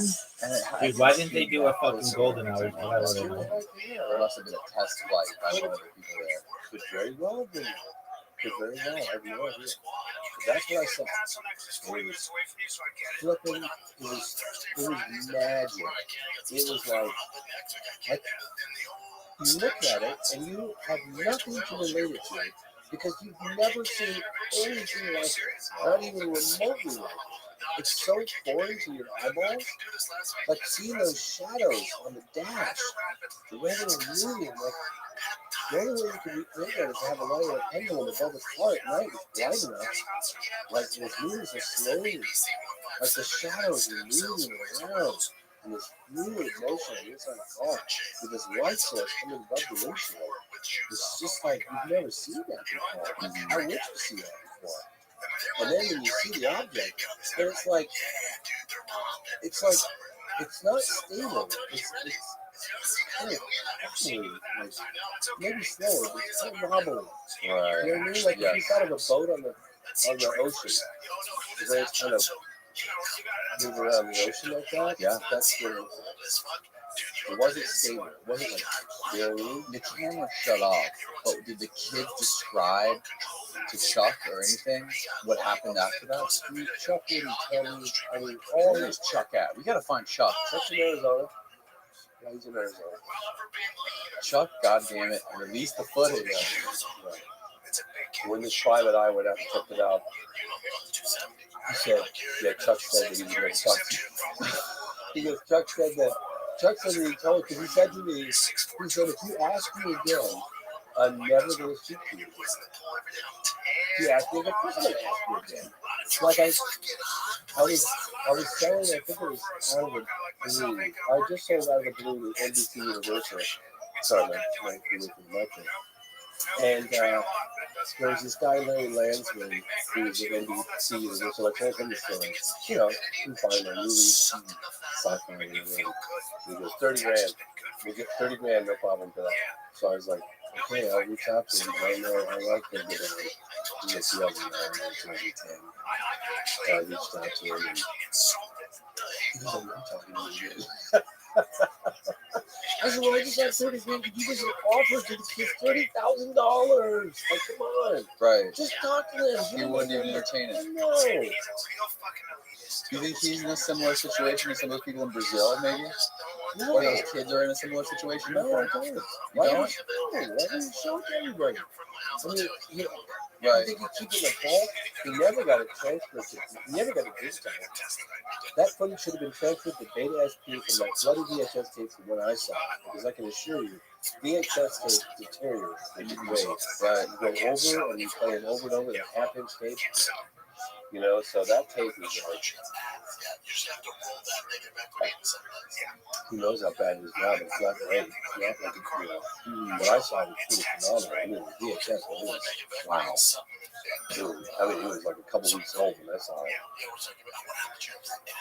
I didn't dilly-dally, man. I was straight out. I'm not kidding you. I was like, okay, I'm going. Like, I don't know how much more time we have, but there's a couple of things that I could share with you, or however you like. Let's share it. Let's talk about everything. So this is kind of interesting because, well, I'll start with this one first.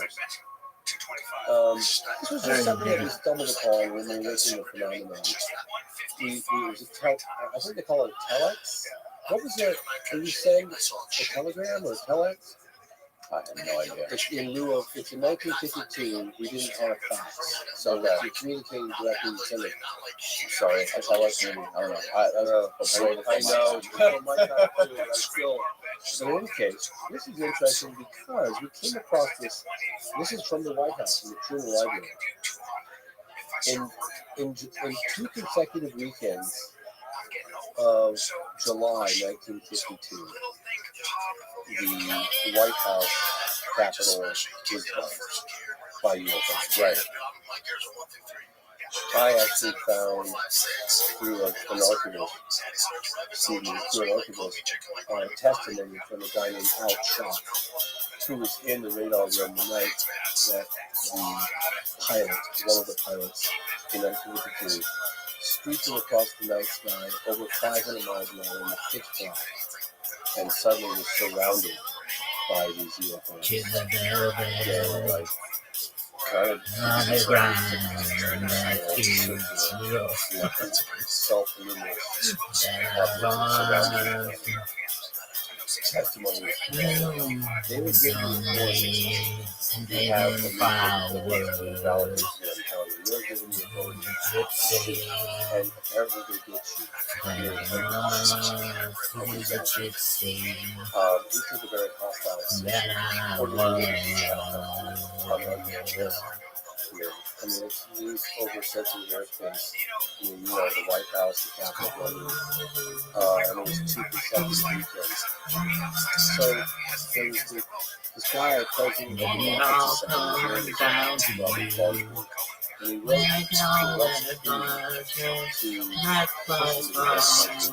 maybe once, maybe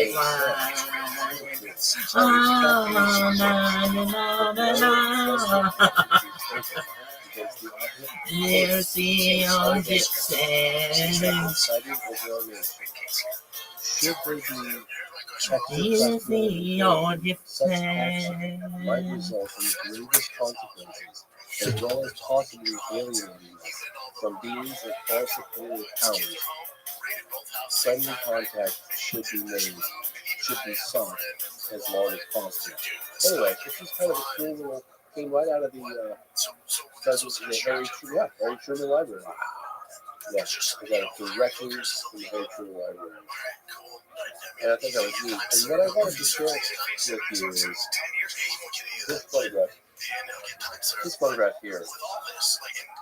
This is, you got it? This is Parvis Ghaffari, who was a general.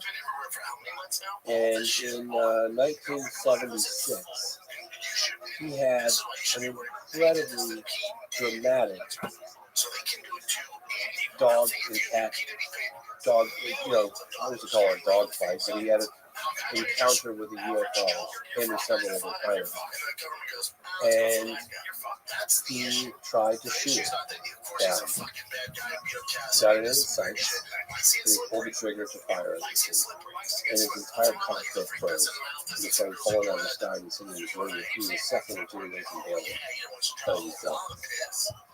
When I interviewed him, we flew him out from Tehran, Washington, D.C. to testify at the National Press Club event that I did, that I did not go about, as I never said. And on camera, all Thanks for the support and history of mankind plus milk lover. Welcome, Lefty Jellyfish. My biggest regret is why did I try to shoot him? I should have tried to make friendly contact. That really kind of left an indelible impression on me. Really saying that. Like, why did he have to have an aggressive posture? Why didn't he try to make friends? We're such an aggressive species that then you have to ask yourself, and it's all speculation. Nobody really knows what's going on. But these athletes chose a school to learn in Africa. They chose a school to learn in Australia. They chose a school to learn in is it cheerleading? On the children that they see as a benign presence. Damn. But the military takes an aggressive posture. We choose these things. We have very credible reports of landings and contracts at schools. I mean, with hundreds of witnesses in some cases. So I don't know. This is part of my personal journey. Sometimes I think,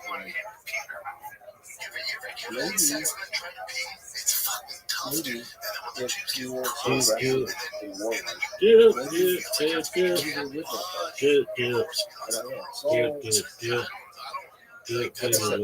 These girls are such you look at what phenomenon does, and that tells you something. don't know where. You also look at what necessity. All I want to do is help those Oh, is this my boy? You look at some of these abduction cases like Travis Walton from Alaska, he was 75, still companies and they got him unconvinced that he got away with the propulsion when he jumped out of the truck.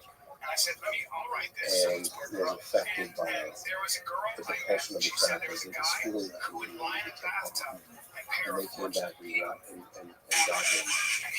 And when they 5 days later dropped him off, if they would have dropped him off in a location where he was captured and tased, he would die. He was no. Really? Yeah. They dropped him off. I don't know if you want to see it. They dropped him off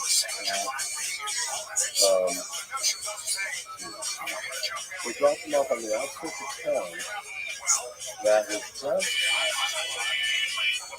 far enough away in a valley where they could scoop down quickly. Yeah, you can. This was a drawing that oh no, 10 or 12 years ago, Travis Walton and key witness to the Fire in the Sky case. Dream for me. Dude, Oh dude. wow! There's something about that. This shit is such garbage. And he signed it. Get me That's out of it. amazing. Look at that, 10 years ago. So, ton of glory. And then this, Get me out of it. That's at the site. yeah, you got it. It's cool. Yeah, that's at the site. And the weird thing was, proximity to where the object was seen hovering. They cut some of the immediate trees as samples to look at their growth rates. And there was a pattern of accelerated growth within a certain proximity of where that object was over like a 20-year period since the mid-30s, since that sighting. But what I wanted to mention that I thought was rather interesting was so much of what these alleged beings did with Travis. It's a very credible case because there were so many eyewitnesses and several polygraph. But when they dropped off Travis, they did it so right on the outskirts of town in a little valley, so they could dip down quickly, pause again right on the outskirts, and then shoot off, minimizing the likelihood of them being spotted. Why?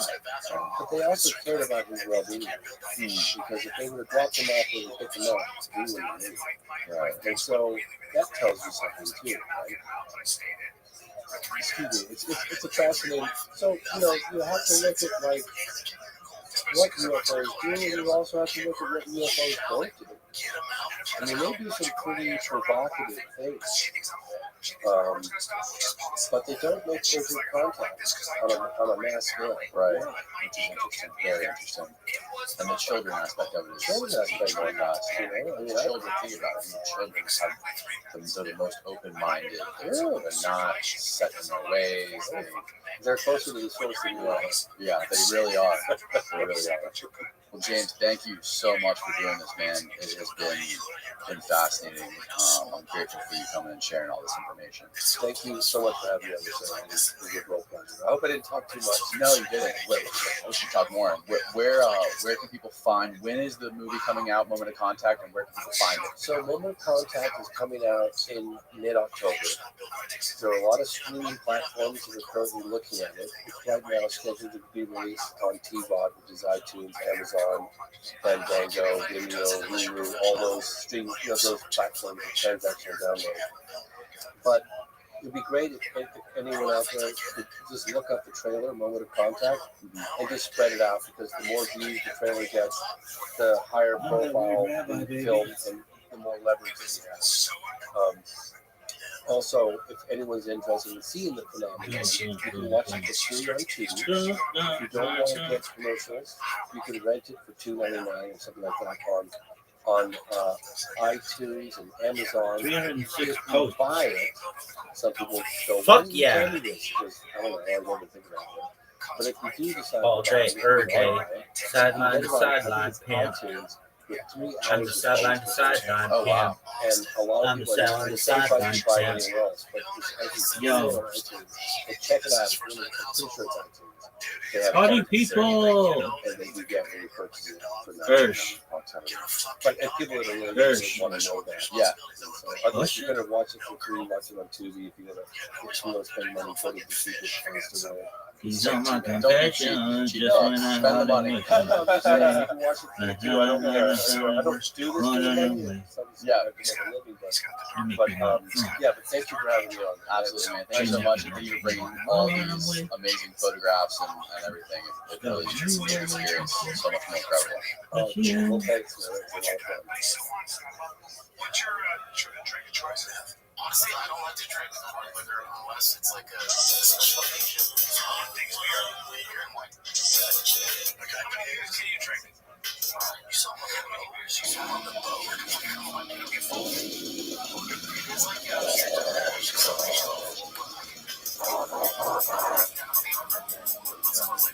What you do? No, this is what you do. So you can drink 10 beers, no problem. It just gets you a nice hit. So you can drink beer all day. Just sit there with world's strongest smelling salts. You know when like football players, put their heads really hard, and hockey players fucked up. This is made by like some power lifter, like the world's biggest power lifter. He uses this. And then he's fucking dead. This is what you do. This is what you do. Yeah.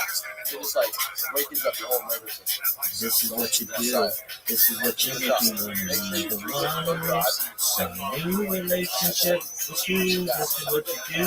Think about a million other things that come along to make me. Make me start a new relationship with you. This is what you do. Think about a million other things that come. I'm just get a couple white claws. I'm down to do it like that. How do you feel?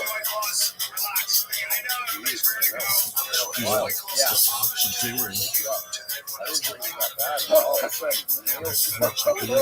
This is what you make me want. New relationship.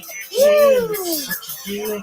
Think about a million other things that come along with you. Make me wanna start a new relationship with you. This is what you do.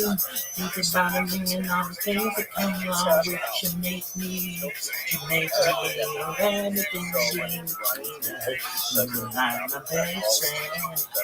The one I used to come and talk to when me and my girl was having problems. You would say it'd be okay, suggest little nice things that I should do. But when I'm home and I leave my head, all I seem to think about is you. And you make me want to be the one with. Start a new relationship with you. That's what you do.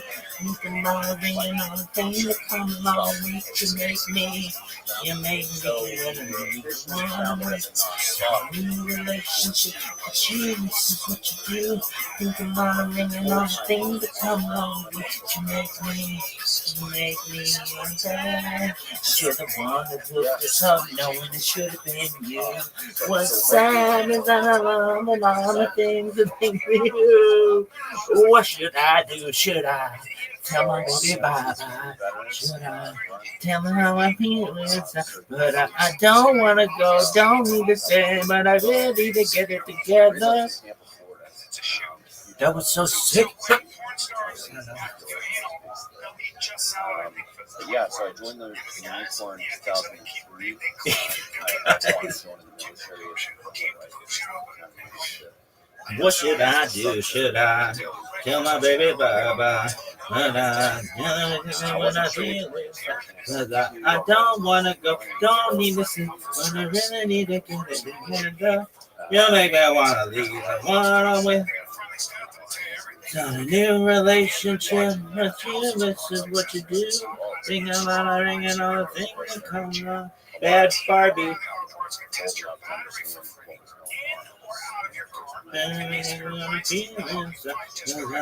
don't wanna go, don't but I really wanna need to get it together. You may not wanna be in it. A new relationship. This is what you do. Pancake snow butter sounds like shit. Tell me how to feel inside. I don't wanna go.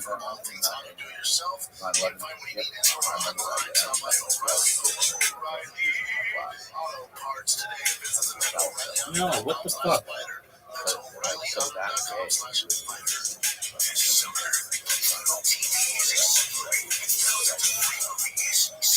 Yep, I remember there was I was in this Rodriguez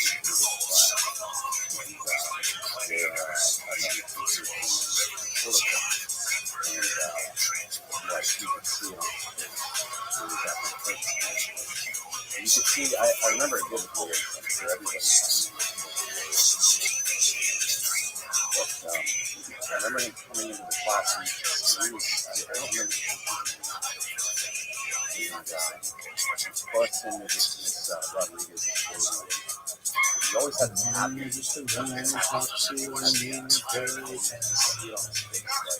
You used to say it'll be okay. Suggest little nice things I should do. But when I go home and I lay my head down, all I seem to think about is you. Some new relationship with you. This is what you do. Think about women and the things that come along with to make me. You make me look at me. Some new relationship with you. This is what you do. Thinking about women and the things that come along with to make me. You make me like me. When I'm honest with this option, I should have been you. Let's say I was gonna run with you.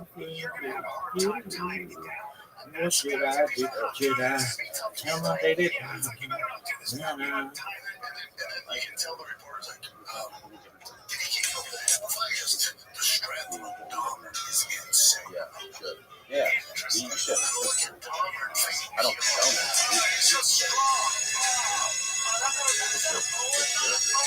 Okay.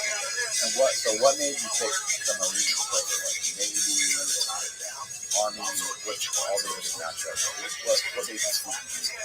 Well, I had met some Marines. I didn't know much about Marines. If it takes just a little while, It's like 1 week in a month. open your eyes, look at the day. You'll see things in a different way. Don't stop thinking about them now. Like in the Marine Corps, you get days, and it's just different. And so, anyways, long story short, these active duty Marines that were stationed up in Phil came in. We're still feeling it. Oh yeah, dude, sorry. You want another one? No. Okay, I'm good. Maybe a bit. Yeah. So these Marines show up, and I'll never forget it. This guy's name is Sergeant Holloway. And I think he's a sergeant major. I looked him up. He's way up there now. But he pulls up in his blazer, windows down, and he's got Marine Corps running machine. And the stuff that he's left, right? And he's jamming out to, gets out of the car, chest is all further, shoes are rolled so tight, pumping, and then here comes these two corporals around the corner, one and two, Chris, shoulders back, and I wanted to do that. The way they talk, they presented themselves, and again, nothing with the Navy, because that was great, but the way those Marine pays us versus the Navy is a lot harder, but it's extremely good. So, we're going to destroy you in the best way. Whereas the Navy has I mean, they thought we were somebody really quick. I don't know, it's just hard to explain. I think we don't want to see them yeah, like destroy all these 16-year-old kids. And these Marines came out and they're like, we're going to destroy you to the point that Here's your limo door. it's weird how that works. Midnight at the Oasis. Send your camel to bed. How? Shadows falling on faces. Faces. Romance in our hand. Heaven holding our hand. Shining just for us. Yeah, because it's so fucking. Life's been off to do same doom. Real soon. We kick up a little dog. Oh, cactus is our friend. He pointed out the way. Oh, till the evening end. Till the evening end. Oh, yeah, honey. I'm by your side. Oh yeah. I'll be your dancer, prancer, and you can be my sheep. But no, so that's to get into the Marines. So Navy SEALs, you got to go through the you have to go to the Navy Space. You got to go to their selection force, and then only the best of the best. So it's a unit within the I'll be your belly dancer, prancer, and you can be my sheep. I gotta take a whiz, son. so that's us. And once you Certified freak, 7 days a week. Wet ass pussy. Make that. So I first This bitch can get it. I've seen this bitch before. She's hard as fuck. I didn't want to go to Camp Eugene. I'll be your belly dancer.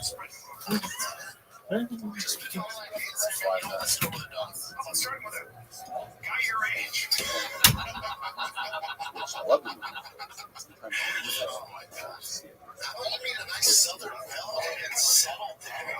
Yeah, it's kind of like if you're gonna do something that fucking gnarly, like it's a bonus to be able to travel. And so I did that. And so I was living in a beautiful place, and I remember staying in and they always do this. They're like, hey, we need 3 volunteers. You don't know what it's gonna be. Line up some platoon. And say we need however many volunteers. And not everybody raises their hand. If you raise your hand, who knows? It could be, I don't know, going and picking up a truck somewhere, or you could be going to, Europe on a ship, or you could be going through that meeting. So I had literally been at this meeting. One of these guys there said, hey, we need 4 volunteers. Boom, raise my hand. Yeah, because the last one is the first day I got to read this and I didn't get it. They went on a ship to Europe. Well, you're going to Afghanistan. But I was excited. Well, I was excited because I wanted to go. That's what I signed up for, fight for my country. And you think that you want to do it, and then all of a sudden, when you're told you're doing it, it's like, oh shit. All right, life comes at you quick, real quick. And I remember having to call my mom. Tell my mom, like, so you're holding me account? Like, no, I raised my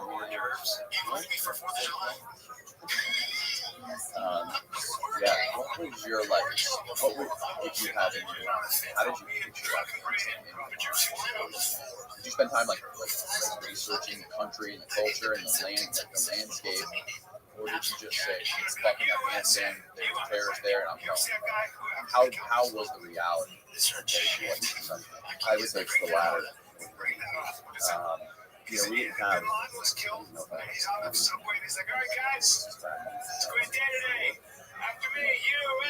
And yeah, it was flipped. Yeah, there was no.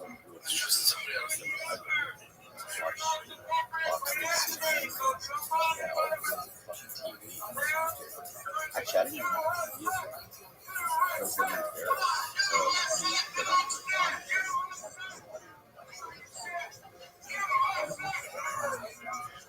So I trained up for that. Ended up going on ship and get to Afghanistan. And Congress says we have to.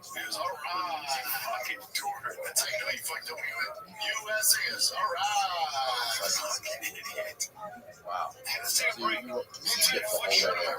I'll tell you. Dude, I saw the second lockdown. God dang it, let's go. That's true class. Then I came back and did the tsunami. The white teaser. First one. Where was it? Indonesia? They got you on jackets. They got you on shackets. They got you on response on Amazon. They have their underoos on there, and I needed these. I got some class of that. How we can't wait. I got Sam that you guys. I need ASAP. Well, yes, we got there. There's nothing like that. I mean, it was like a sweatsuit. The job about joggers, if you're trying to come half-ass, come full dress head to toe in true classic. Best t-shirts ever. We've been with them set up hands and got all these pods. We were there all the way. So if you got no order, I'm going to Wild. So I head to TrueClassic.com/fighter. Get hooked up today. I didn't TrueClassic.com/fighter. The best in the biz. It's True Classic. Yeah, it's different, right? It's different when you What's this, I always imagine it's different. my friend, my But friend, it's my really girlfriend, just stuff like that. No, it's like it's a little like low level like surf. and every year Not they would necessarily join big aspect. No, it's not just her dad was like this guy would like you could see he was older, still muscular, shocking white hair. Hey, How buddy, long didn't after give a smelling fuck about his kids, like just Eli probably was getting, you know. And I was there. Yeah, We were having dinner. It was Oh, even you at this say dinner. And the oldest son. Hey guys, I know we don't say it often, but I just want to say it, Dad. and then after that, I came back to Yeah, John, enough with this. All right, let's not do this again. It's just shit. It always gets awkward. and within 2 months of being there, I went back to a specialty team. So this is Forrest, Yolande's in Braidway, Office Aquarium, when they're dead. Yeah, so this is our boy. Guys that have All rated. Check out shooting, all this kind of all kinds of stuff. this stuff they have. They just kind of made this little all-star team. I don't know how much it worked, but it did. And we meshed really well, and within 3 months we were off to Ramadi. Time was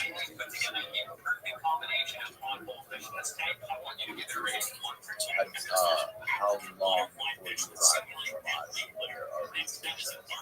Oh, they've been there for a while. So Ramadi was the last big city they did. So in order to get to Ramadi, you had to take Fallujah. South of India. That fucking, those Congo pufferfish destroy every guys at that pufferfish. That Sorry, pufferfish my I've had 6 of them too. They're fucking after Jeffrey Dahmer's. They just eat everything. There's no anything but a pufferfish. They fuck up everything. They'll eat everybody. Oh, dude, they're tough. That's tough to keep alive. might actually might be. They fuck up I remember everything. where it was. Like any coral, like you have a big coral, Yeah, I remember exactly what I was talking about. Where Kristen Jack, she had a picture sitting, like, her and like her rotary, just a picture of her sitting on his ground. Yeah, I lived in one of his palaces. And he dropped me where it's just blown up because the rooms that were set. I like that sword, man. Look at that. And you guys just took over the house. Yeah, that's really fun. You guys, what was your guys like mission? What was your objective? So we were doing patrols, presence patrols. But there was a really nasty area that the army so stretched Thanks. and there was a nasty area in Ramadi. Hey, study is sport in the history of mankind, plus the southern border. Turtles eat fish. So you have a turtle in there, unless it's a bigger fish. That turtle's eating some of those smaller fish. It's pretty cool. Listen, Hitting there? Yeah, we're going out. We're going out Cowboys. Yeah. When it comes to tanks, your boys and eggs, that turtle's a problem. The puffer's a huge problem. Yeah, that's another show. Yeah. The first big hit I did, my first time in a combat zone too. I was the point man for a 60-man mission where we were going to one of the top back party members' homes. We found out where his home was. And I was the point man. So I was the first man into the compound, into the home, and into every room. It's like Russian roulette. You finish that door. It's fucking, it's like you were brisket. He's fucking yeah, and the guy behind you holds you back up. He had that on the handle, so in case you get hit, like he was shield. Yeah. And so he's looped in, and I go in, and I'm so amped up. I found the guy, and I tackled him to the ground. The guy behind me, or the next fire team behind us, is holding him down until we take the rest of the house. And I come back around, and I'm like, I've got zip ties, I pull them out, and and I flexi felt, but I did it so tight because I was so amped up that they had to carefully cut it off because the range it was like literally his hands were kind of I didn't do it intentionally, but I was just amped up. 20-year-old kid from Florida is now going out for total scumbag in the Middle East. But it was pretty wild. It was cool. It kind of set the tone for the rest of it.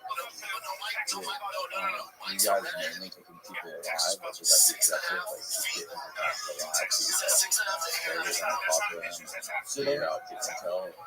So when it comes to bath party members, yes, but then there are other targets that wanted dead or alive. I mean, not segment. I mean, I know there's a lot of guys who already disagree, but you don't really want to go into a place and escalate. I mean, you want to dominate that situation. You definitely want to bring it up many times higher than anything else that can be thrown at you. But when you start shooting, it takes it to a whole other level. And my objective, and I think I speak for most, all veterans, my objective is to bring you guys home. And shooting, being the first to fire. Now, if you fire on, then you let hell ring. Absolutely. But no, I mean, I only fired when, firefighters.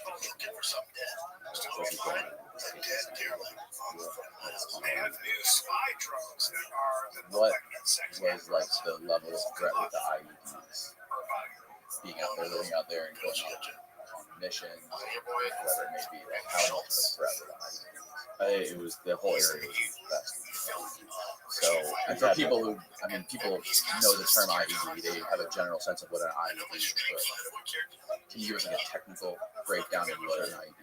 So it's an improvised explosive device, and it can be planted anywhere. It can be planted under a road, next to a road. They can detonate it with pressure plates. They can call it with a cell phone, tripwires even. Most of the ones that we were dealing with were either cell phones or pressure plates. We did have some landmines. We had some brilliant brass officers that decided to send us on the field. That's why I was responsible. I had a staff sergeant pull me aside and said, "Hey, you need to cut it out." So I did. But yeah, that's when I'm sitting here like, this is just stupid. I'm on foot. It's nighttime, and my mission is to go find him. How the hell am I supposed to see a man? You know what I mean? There's units for that. Anyways, long story short, yeah, it was infested, and the problem was there was no presence at night in the area. So we had to implement curfews, and then if you're out after curfew, there could be problems. Like, I'm gonna take you down. There could be a firefight, but I'm gonna detain you. If anybody that's out after that, we're going. Oh, it's coming. Because they're planning bombs everywhere. So we had to dominate them. So the people that can possibly die.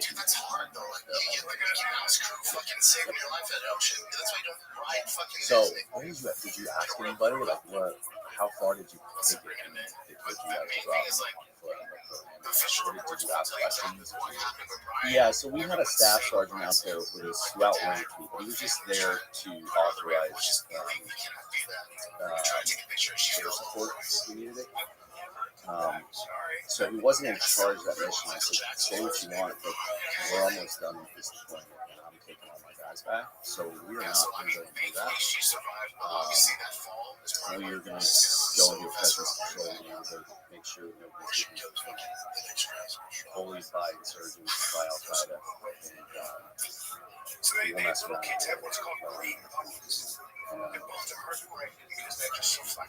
What happened?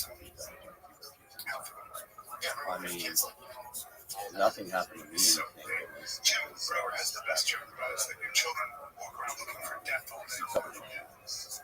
It was terrifying. Okay, because I was mouthing off. Listen to what you're telling us to do. Grab this guy was on the weak course, wrestling, snapped well. What's inside? I don't know, stop. What do you do? And I'm skinny. I don't stop me, don't know what I do. HBO, the And he's really straight right there. It's just like a child. at the end there, when you're doing the shadow box, you don't go around the time, it's just adds up. And over how many months?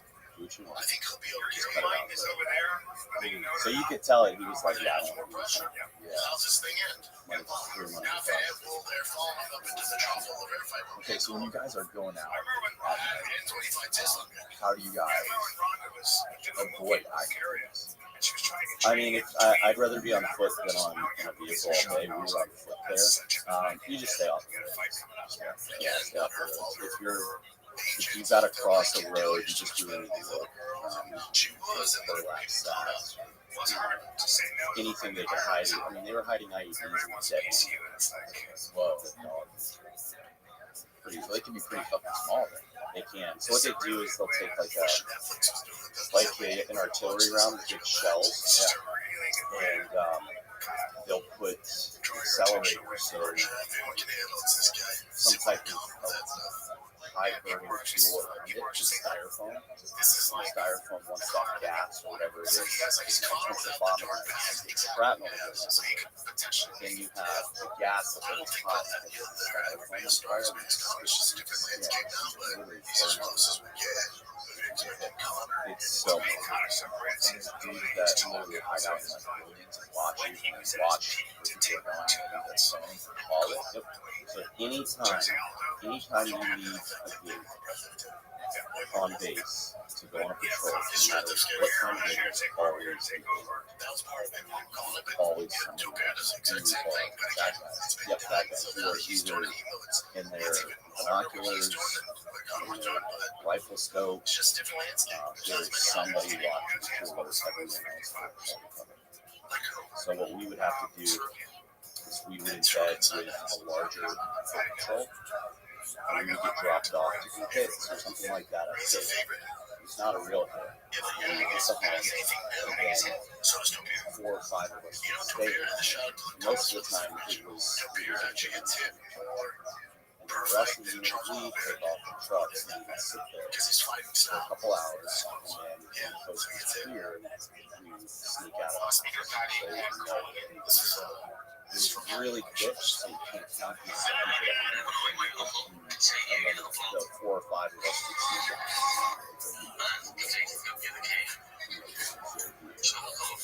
Which is pretty wild. Because you're in such a nasty area. It's good. So you guys when you guys go out there, like there's a small group of you on the ground that hit houses and stuff. How real is it? This is how it goes. It's like super to be one of your guys in the building and a sniper like watching out. Is that happen often? Is that real? Yeah. We have an overlook that's watching. It's so weird how like that is so fascinating. The sniper aspect of it. Like sniper stories are just so fascinating. Yeah. To people. Like, why do you think that is? Well, I mean, Marine Scout snipers are badass. What makes them different? I mean, Marines are just we eat crayons. You eat crayons? We eat crayons and we're proud of it. I don't know. It's like snipers. It's a different kind of like. It's a different mindset than being on the ground, like surrounded by a bunch of guys. It's like you're alone, and you have a radio, and you wait for an order to take a shot. You have to be different to be a sniper. Well, so it depends. I mean, there are situations where snipers will sit there and wait for the call, but there's other situations where it's like, no, you see that right, you take it down. It's full off. It's it's a lot of responsibility, And it's different. I guess it's different too. The subject Tell me what you think about this. Like, if you're on the ground and you're raiding a house and there's a guy charging you with a knife or a fucking gun or whatever it may be, and Joe Rogan podcast, she could do fucking defending yourself. That's different than being removed from a couple blocks away and being scoped in and really blowing somebody apart. Yeah, because you're not really there. You're not necessarily. You might be defending somebody else, but you're not really like in that zone of like the whole body is fucking hard. Yeah, maybe it is. I don't know. No, I think I have so much respect for anybody in the marksmanship world because you have to. Yeah, I mean, that guy has no idea. If you think about that, it's funny because I went to. I had a friend who worked in who I went to the first red carpet premiere of Indian Police College. Yeah, and it actually wasn't red carpet. It was behind the scenes, not the black tie stuff. Bradley Cooper was there. Oh, really? And he's sitting on stage and watching the things. And they had a Q&A on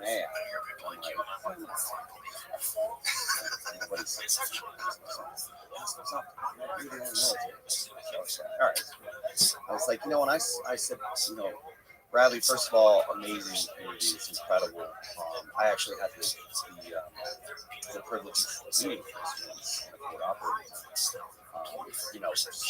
I didn't know who he was at the time. Anyway, I said to him, I was like, I know what a sniper goes through when they zero in that scope. And they have to squeeze that trigger. I was like, you being a brilliant actor, did you have to put yourself in the mindset of actually convincing yourself that you're in that role and you're about to kill somebody when you squeeze that trigger? And when you're sighting through that rifle?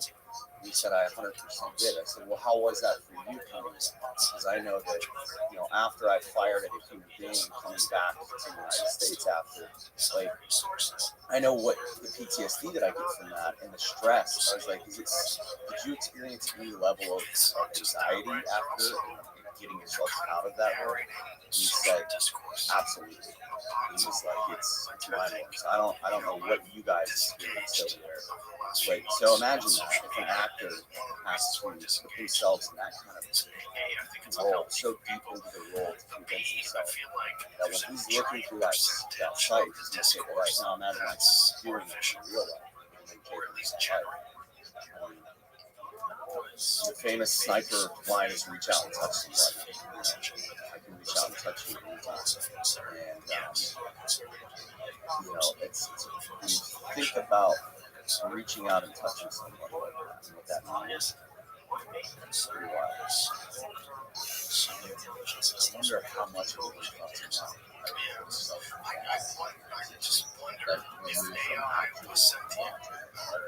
how much it will be a part of somebody's life, another person's life. Sort of.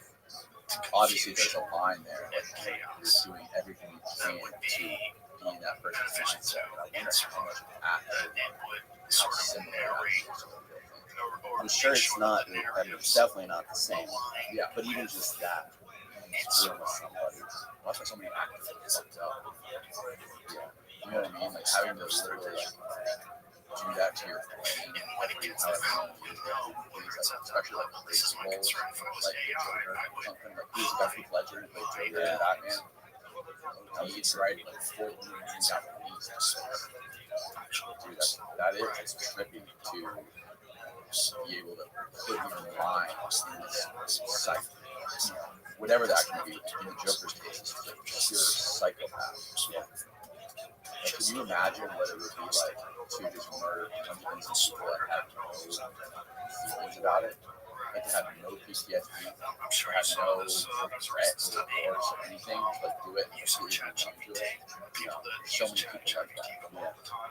I think, and one of the things I remember most about deploying in war was watching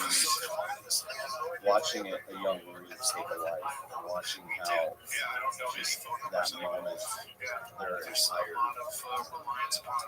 presence just it almost makes me emotional. I remember quite a few times where you see these happy-go-lucky Indian badass. Some of the happiest guys in the unit when you take them first life, and everyone changes. To this day, they're just different people. You don't have that same happy aura. You have this You just see the guilt. I remember the first time I shot somebody, I was throwing up. And it would just slowly ramp up its capabilities and our ability to the point where we can't shut them off. I think safety But I is a remember issue. Usually it's safety we really care about keeping people the little guy. position power. He was like he's the youngest one in the unit. I want to say he was Just concerned the smallest guy too. One of them just got shot. He went through two. strategy. And he was still going at the guy. So he went to tackle the guy. He didn't see it coming. And these guys one of the other squads just got in a shootout. And they took off running, and they murked like In the a future, bunch of them. They just pulled up on him like they were in the road, literally like Mighty Ducks down the speed. Nailed him. And then there's 3 cars behind them. Those cars peel off into ditches, and then they run. You know, they run. And so we're hunting down the rest of them, and sure enough, they pull up and they see a couple of them. He goes running, and Z goes and tries to tackle him like this. Because if you don't see a gun, you don't know if it's the same guy. You don't just shoot. A lot of people think it's just people running psychos. No, it's no. We don't do that stuff. Even if we talk shit before the deployment, that's the shit talk. We don't actually want to go.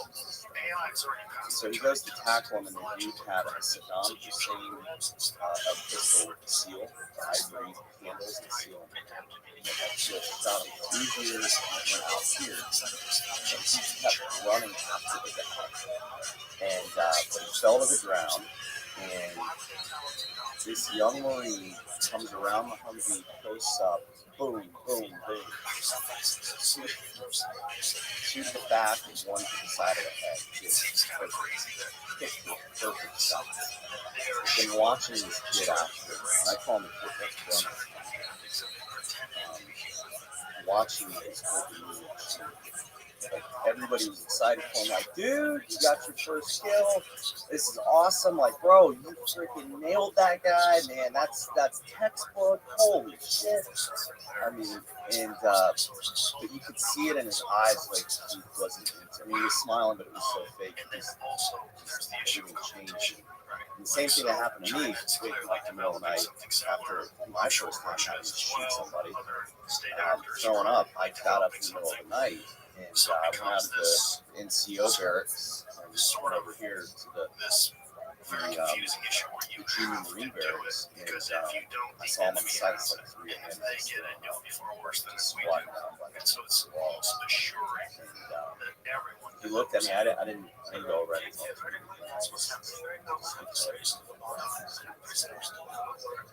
There's some other guys too. Yeah, after they took a life. There's a life to come. You know, it's just, you have to, like, I would imagine one of the ways you have to cope with that is, I know it sounds so horrible, especially like in the hindsight of history and all the wars that so like if you're that kid and you're in your shoes, like you want to be able to, I'm trying to imagine how I will never get close, but if I was just trying to imagine how I could cognitively cope with that for the rest of my life, like I would have to I would imagine I would want to think of that person as subhuman or nothing. The person that I took out, you know what I mean? If I think about that too much, think about that person being the same to me, that hurts. But if I think of that person as like, who knows what the truth is about them? We know we're on a mission. You're on a mission. You took, you have your orders. You have to do this. There's no question. But to cope with that, no matter what the fucking context is, who cares? Like that person is not a real person. That's how I was cope with it. Yeah, I mean, that's the battle. I mean, I agree with you 100%. then as you grow older in life, like I think war teaches you, especially those moments, make you at another level. And I think you just have to have more empathy for yourself. And whether they're right or we're right, who's wrong, I don't know. I'll never know until I meet my maker. But while I'm on this planet, I choose to say, hey, politics aside, here's my life after. You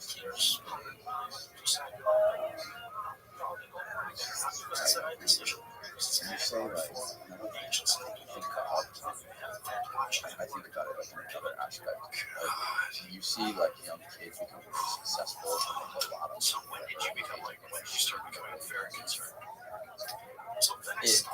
It does something to people that are going through the normal stages of human development, from when you're born to when your brain stops developing. I think scientists or researchers have found out that your brain doesn't stop actually developing until you're like in your early mid-30s. And you're going through, there's certain things that you have to go through in life, through stages of development, growing up, like being bullied or whatever it may be, to become a well-rounded human being in our society, in the context of our world that we're in. Like, there's certain things that you go through. But there's things that can happen that can fucking alter that trajectory so hardcore.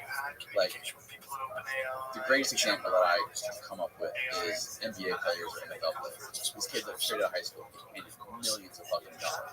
Like, what does that do to your mind, to your ego, to your fucking relationships at that young of an age?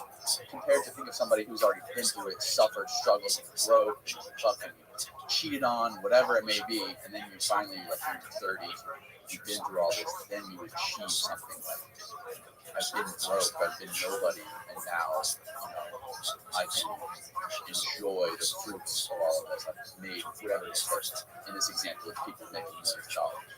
Like, you have the context of the rest of your life to compare it against this success. So when you take, I guess, like trying to compare that with kids who are, you call them they're men, but they're fucking in their teens or early 20s and they're doing this kind of thing, that has to severely fuck with your development through the rest of your life. Especially like sometimes these people are only deployed for a couple of years and then they're just back to normal life in the United States. Yeah, Eric Church has a song, 2 years ago, Stick That in Country song. And one of the verses it says, and it's so powerful, that's why I love it. He says in the, this is in the song, tell that to the kid coming home from the war, 23 going on 54. It's true. Because your brain just sees things. It's fast forward. It's such severe trauma. You're not prepared to see. But now it's like, hey, you just skip decades of your life where your brain is supposed to mature or equip itself to handle something like that. I don't think anything will ever truly equip you to handle that. And now all of a sudden you're supposed to backtrack and fill that gap. Right. That's where the struggle comes in. I'm like, I told you yesterday, I was like, I got out because my mother and my family really went through a lot of stress. That they would say in the military, the toughest job in the Marine Corps in my case is either being a spouse or mother. Because you have to sit there and be helpless and powerless and watch your spouse go deploy to some of the most dangerous places in the world. So there's nothing. You can't just quit. You can't just say, hey, honey, why don't you get a new job? That's not it's also why I was single my entire time, too.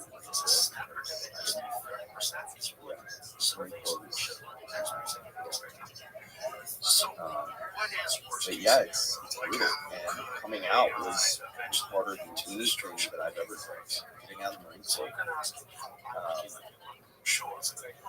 I was a Marine operating, literally walking the streets like I was still in war. I was so hypervigilant. My head was on swivel. If I saw something stupid or something fucked up, I was going to fix it. That was my plan, to fix the world. Terrible mentality to have. But yeah, it's who knows how many years have been taken off my life due to the stress and PTSD. Not just war, but the mental itself. It's pretty cool. I love you. But I mean, there's just a statistic of how many experiences take their life every single day.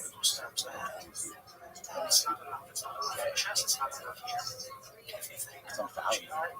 Hey man, I used to hide this stuff because it was embarrassing, but I can help somebody that's kind of my mentality now. But I used to, and there was a whole chain of things that seen stuff.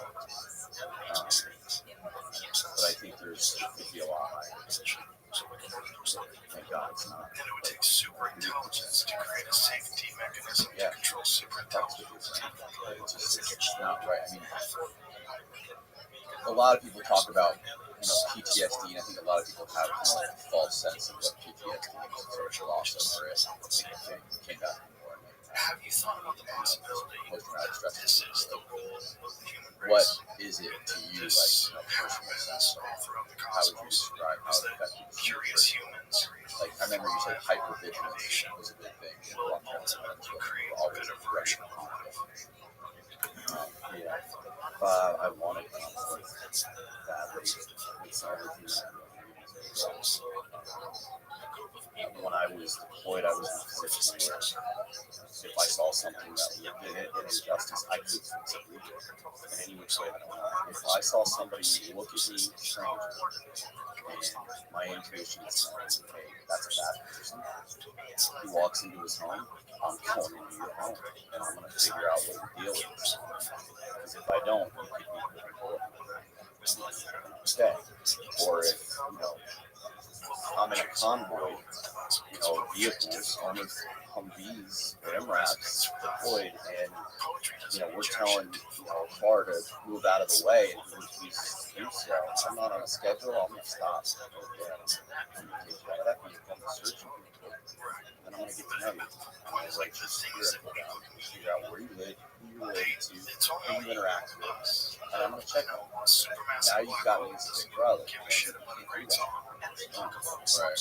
I just think Americans in general, we sit here, it drives me nuts. We have all these people that just shit all over our country, especially our youth. And it's like, okay, do we have problems in our country? Absolutely. Absolutely. But if you think that this country sucks and this is the worst place to live, America is just this terrible, terrible place that you have to travel.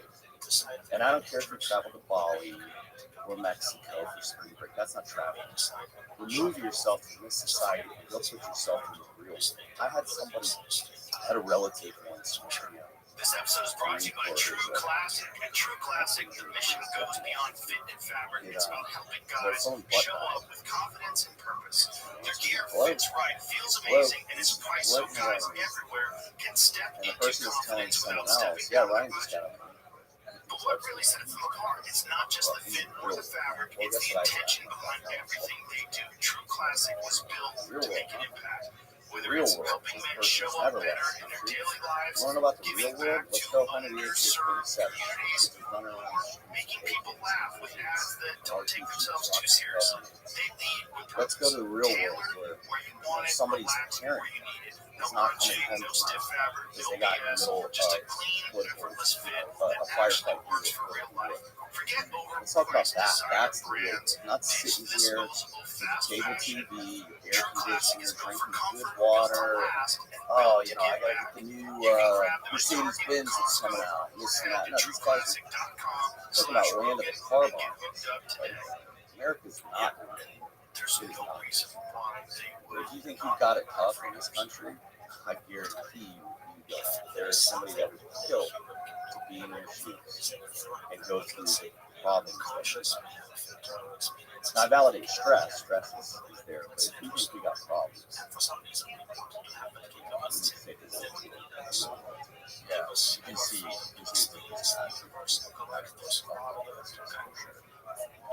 not the attitude, but kind of just like perspective, how they view other That's such an egotistical I perspective. mean, even when it comes to like, there's so many people that just get stuck in the news cycle and it's like labeled certain countries or certain parts of the world as this or that or whatever it may be. You don't understand the nuance of what's actually like.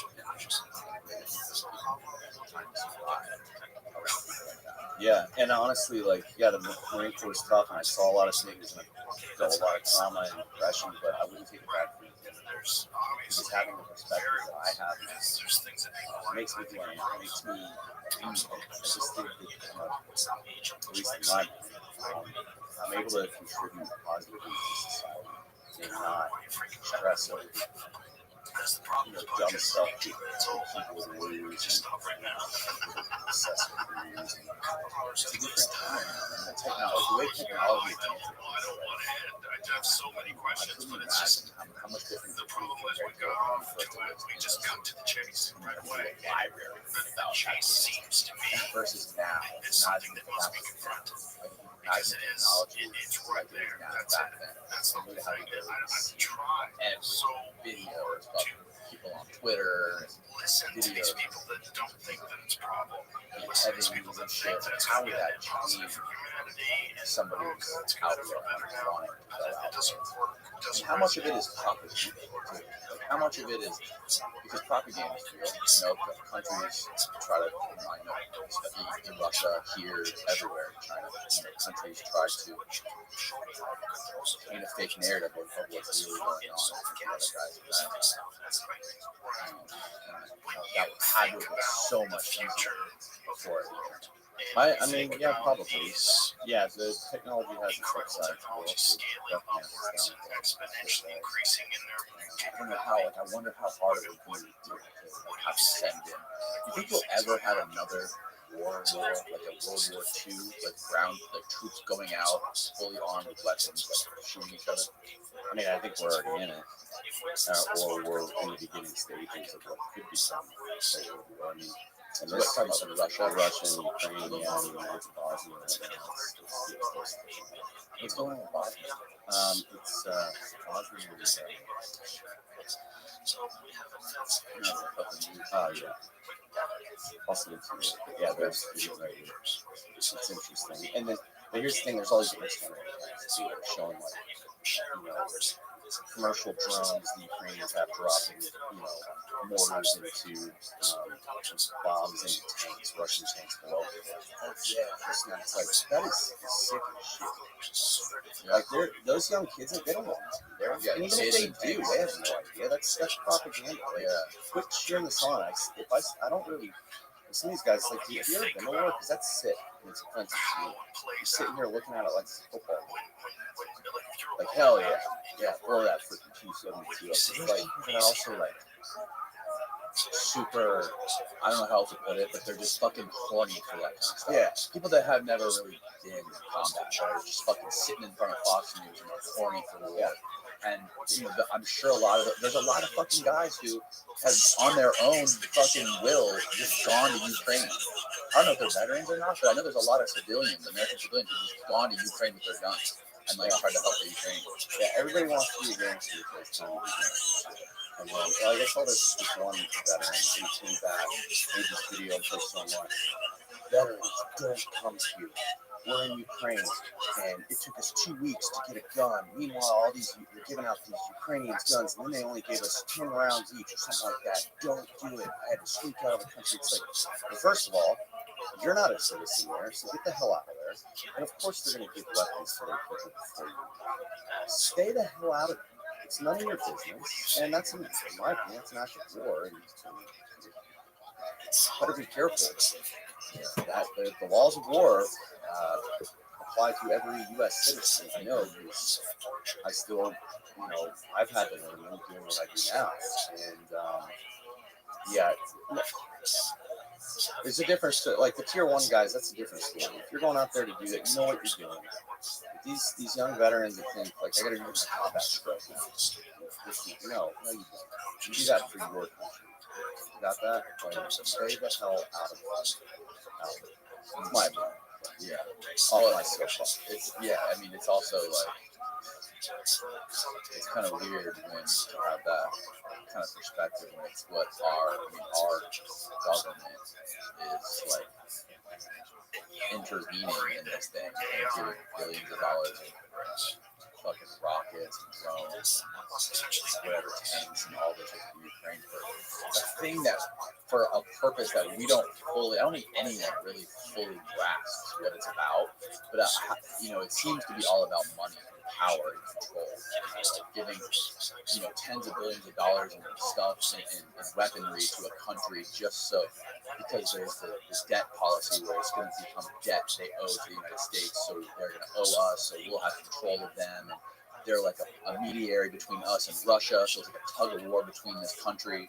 And like when you start like digging into it, it fucking hurts your brain. Think about like, what are the motives? What the fuck is going on? Yeah, I saw these elected officials and people that society polarizes now. It's Nancy Pelosi and all these people, like, they're celebrities. It's like, There was some sort of a natural selection worship the ground and being people walk. psychopath in I think most of them probably get involved in politics because with the type they of person have that attention. could sneak into a tribe It's almost all of them eventually, but once it's taken their attention, it's social media, money, tribalism of people getting it, and it just takes on its own. It become monsters. And I think Nancy Pelosi, she just went to like Taiwan, and now like China's firing rockets, trying to scare them. The whole Taiwan thing is weird too. Like, that's crazy. I don't know much about it. I really don't know much about it. So I sound like an idiot trying to talk about it, but let it rip. It seems like from what I've heard is that Taiwan has always been a part of China, and then now it's time to seem like the way that the narrative is being constructed. Austin, maybe you can pull some legitimate facts on this because I don't know what we're fucking talking about. You're trying to sound like I do, but it seems like now we're trying to like stick our foot in their business to try to escalate things so we can do the same thing with Taiwan that we did with Ukraine. Yeah, I'm not a foreign affairs officer, so I don't know the answers to this, but yeah, the last thing is it just seems like when the U.S. sticks their fucking foot in the door, it just creates more of a conflict and more of a fucking problem. it does. But I will say this: if the United States didn't exist, I can tell you right now, Taiwan would be officially China. Oh yeah. Well,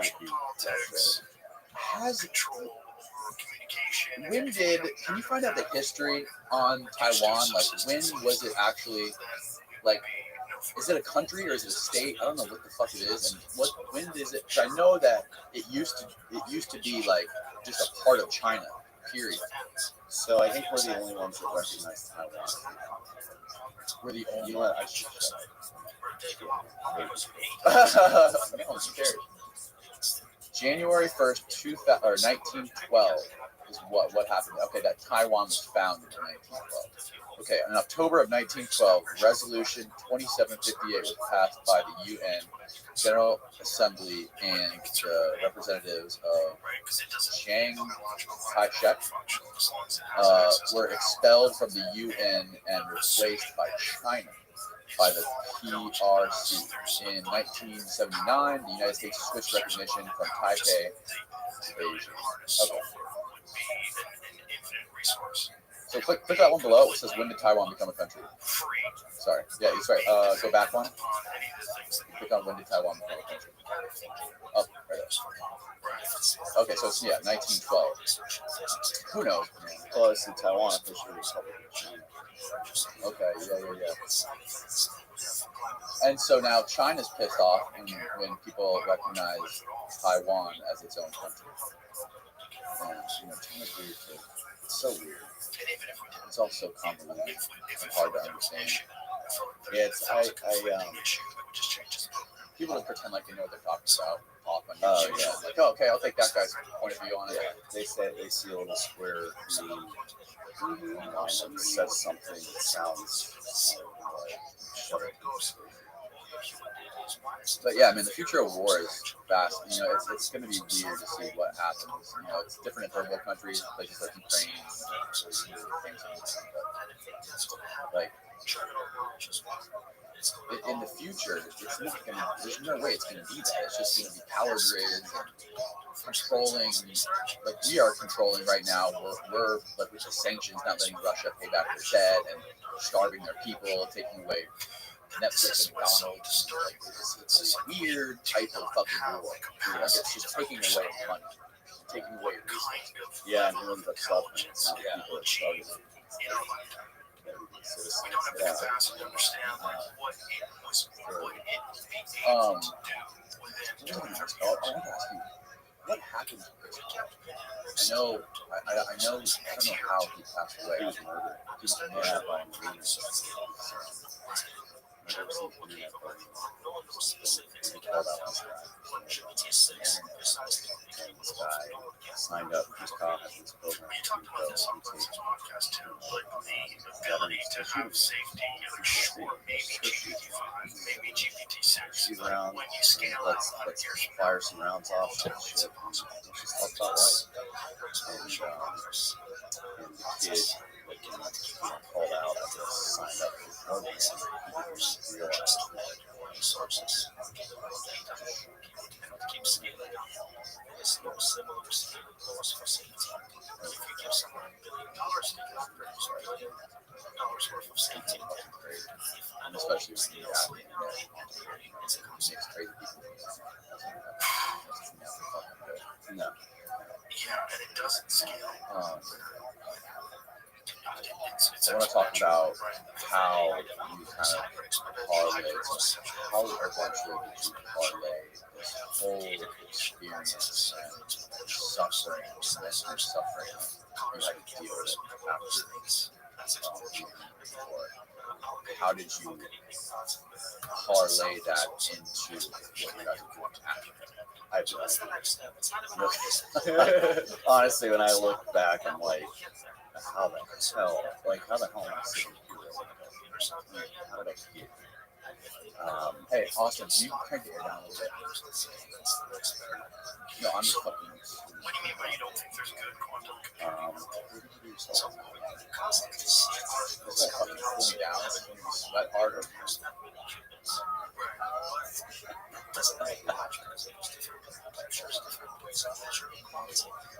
Oh! Might have to do this. Woo! I'm enjoying that way too much. I'm gonna think about it. Ah, do it. The air just turned off. Okay. Will it turn back on soon? Oh, my eyes are loving. That one was a little easier to do. The first one was straight to the brain. Yeah. That was a lot easier. You're strong, bro. You get used to it. You build up a tolerance to that for a while. Yeah. So you do have a phone. We just established. Yeah, we're from Florida. So what's really in that thing, man? It smells like a pneumonia or ammonia. Oh. So, how did I parlay immense struggling to break down? So when I got out of the Marine Corps, this was back in 2009. I got a job in the Southern State, assisting with diplomatic security, making sure diplomats got where they needed to be, safety, security, all of that. And it was kind of a cool job. It was walking around New York City. That's where I was based out of, in a nice suit, earpiece, armored vehicles, When you see these articles, Oh, no shit.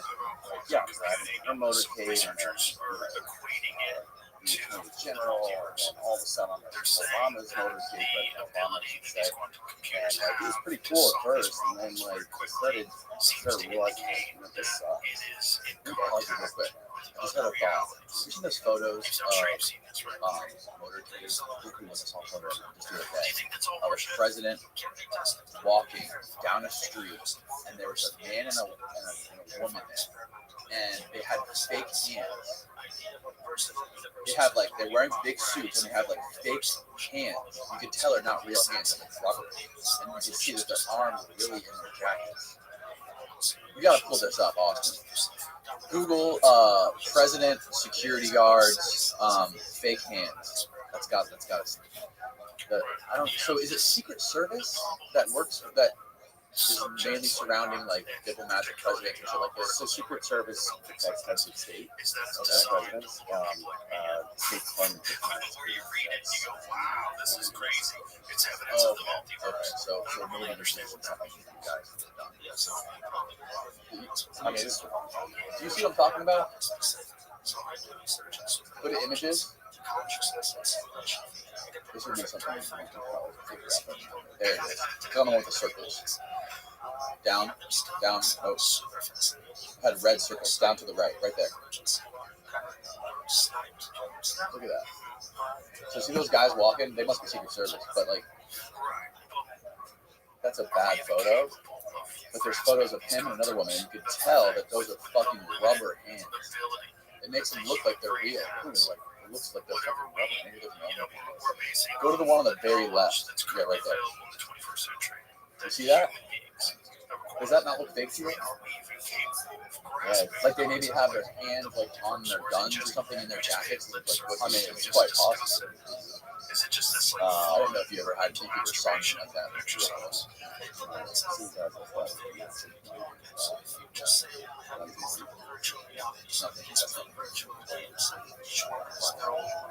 Sorry for the tangent. If that is real, that's real. Man, yeah, for real. Yeah, I mean, just look how big his jacket is. I mean, his jacket looks. Yeah, look at how long his finger is. It's an alien. Yeah, for sure. There's so many photos that people obviously not. Well, if he's a real human, Well, it must just be. I mean, it has to be just guns in their jackets. Have to be ready to shoot. Simulation theory. Because you're also Department of State, Hillary Clinton, Obama. yeah. What is your job? What do you think? Just What do you think's going on? making sure they get to where they need to. So it's actually Susan Rice. She's the U.S.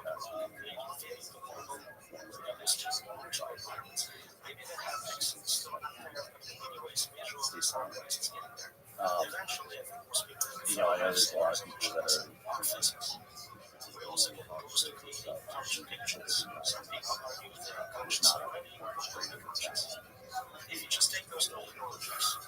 Oh, so slutty. Um, Oh, yeah. PJ, you're welcome, baby. But anyways, she really helped me out. Oh, so the sluttiest whore in the history of mankind. No, it's humankind, baby. Those are important letters I had to use. So I had, this is relevant. I had, I was in the State Department for 4 years at the time, and this was 2012, and it was one Sunday night I had just watched Anthony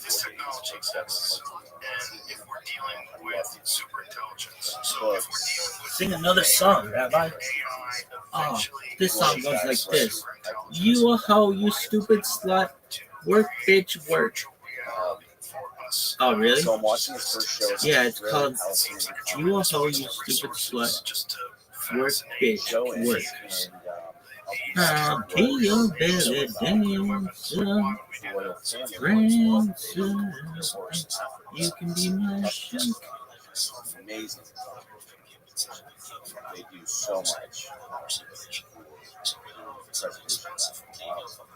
So it was about their collaboration with Some motherfucker howling. I'll watch it, but I wasn't one of those people, and I've never been one of those people to where I need to see it. How about drop it like it's hot? That will absolutely flip the switch. And as far as my animal welfare and animal activism was concerned, was the only capacity that I did it in. And if a rebel get an attitude. Probably the greatest opportunity.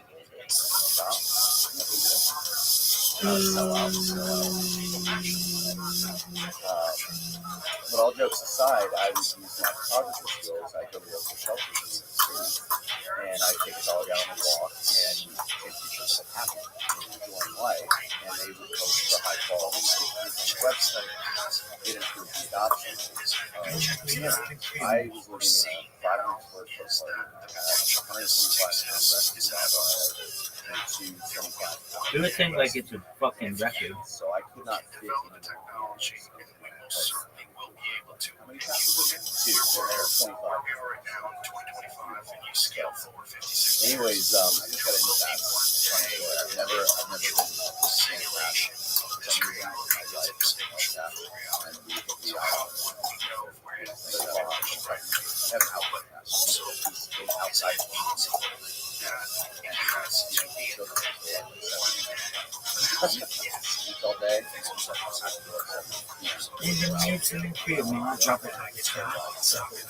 Yeah, you're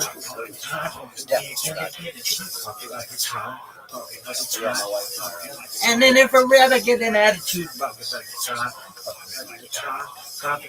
I got a movie on the almost under, and it's almost no way. Those things are so cool. See these ice creams, sugar bachelors, spring what's screaming down your throat. So I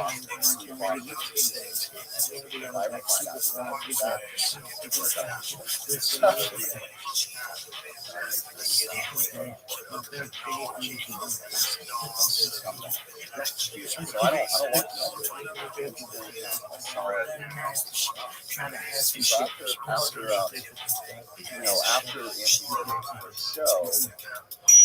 this was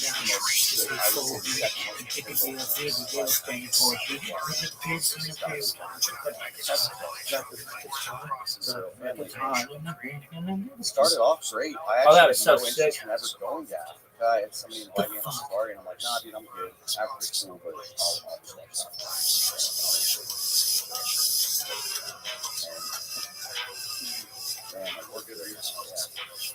and so what I saw was three just punches to the mouth. The first was an elephant laying on a tar road. So it's an asphalt road in a park. Massive. No trunk. No idea.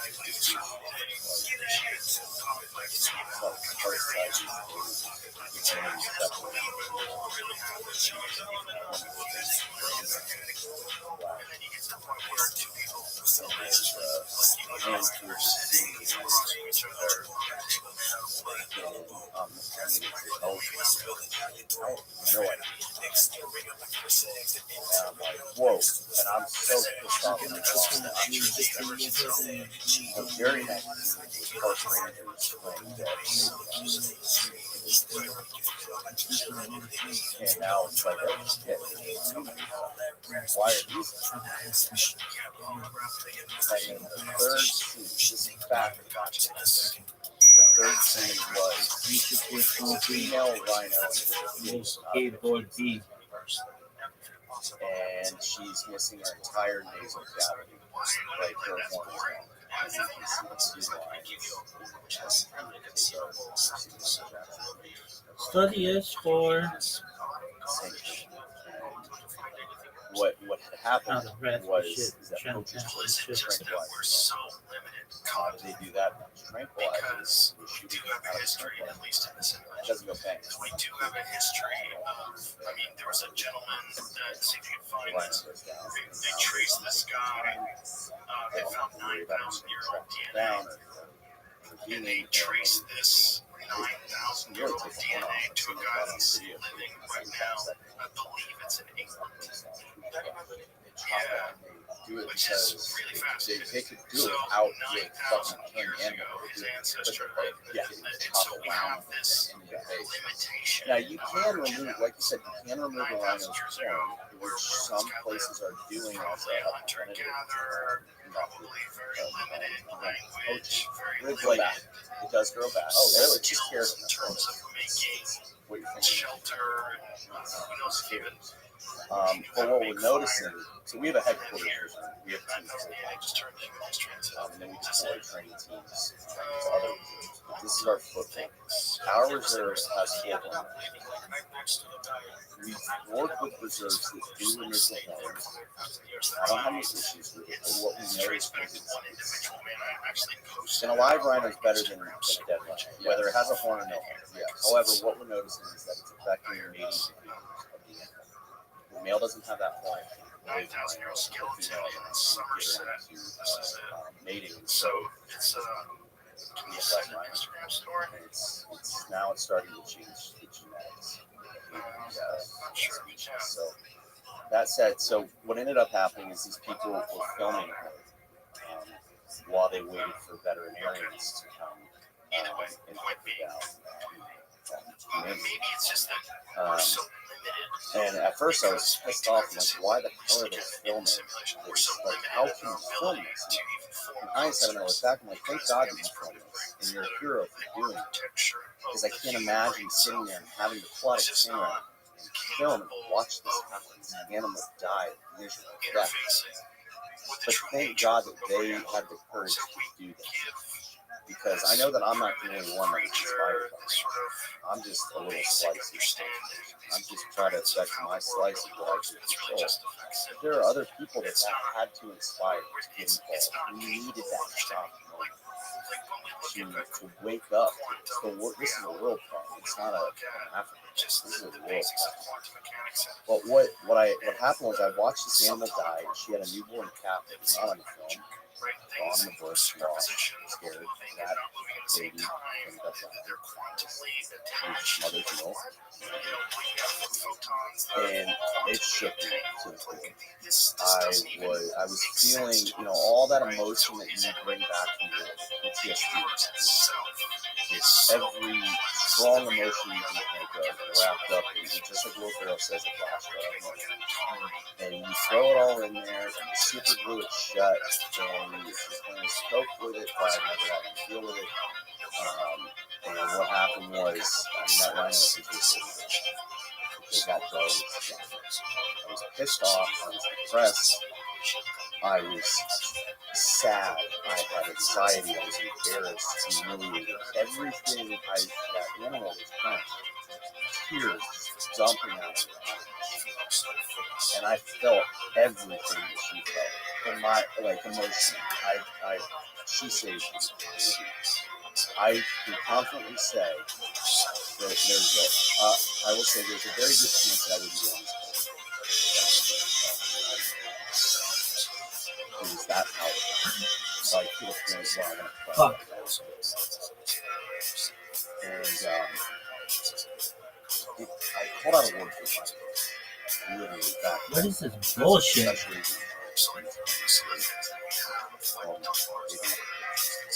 Yo, dog. Yo. I don't know. It might be out of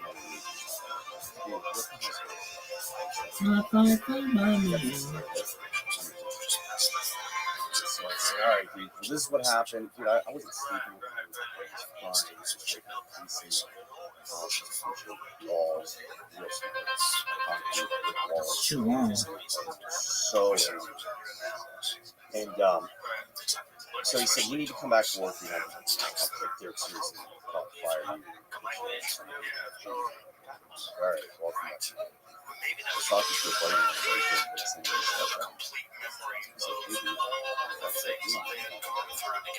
I gotta take a whiz. I gotta go see what's going on. Like a grade A whiz. Remember, everybody else thought I was doing that. And she'll tell you now, I knew you. But it's like, hey, dude, I gotta take a whiz. The same day I went to NYU to see CGI.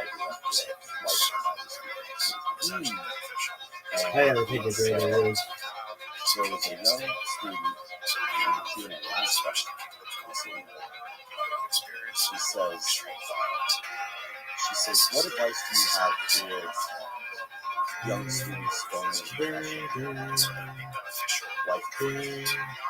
He says, the best advice I can ever give you is that you feel so confident about something that it hurts you, not chest, right here. You are not better I'm hearing a feel. Boy, this one's tough, kids. When he said that, I'm like, that's it. I'm doing it. That is God telling me, you gotta go do something. I mean, dude, I get chills right now. I got goosebumps. Tell me that is not. You don't have to believe in God, but you better believe there's something. Right? Because, I mean, why the hell was I at NYU in an open lecture? What made me go there? Why did he say that? Why did I stay till the end? I almost left. He was born. And when he said that, like, holy shit, I'm like, I just don't believe it's coincidence. And so I'm like, that's it, I'm doing it. But what I did do was the advice to some family, they were like, before you go to Africa, just start exploring with US problems. So I asked around Susan and US Ambassador, Ambassador Joseph Costello, who's the Treasury Secretary of Pennsylvania. I was really close to him. He's a great mentor for me. I just asked him, he said, have you heard about this? And whatever. And he said, no, I haven't. Let me look into it. He actually went and looked into it. He goes, so what is it about that you're asking me about? Like, why are we sending all these veterans that we pay billions and trillions of dollars to train to go to war? They have the skills to go over here and counter this terrorism. Up to 40% of ISIS's operations are of their operations are funded by coaching. Yeah. And there are some people that want to say that that's debunked. That is very real. That is real. People say it's debunked. Well, that's just a fake statistic, and we did this study and that study, and that's not how they're funded. No, you idiot. Criminals are criminals.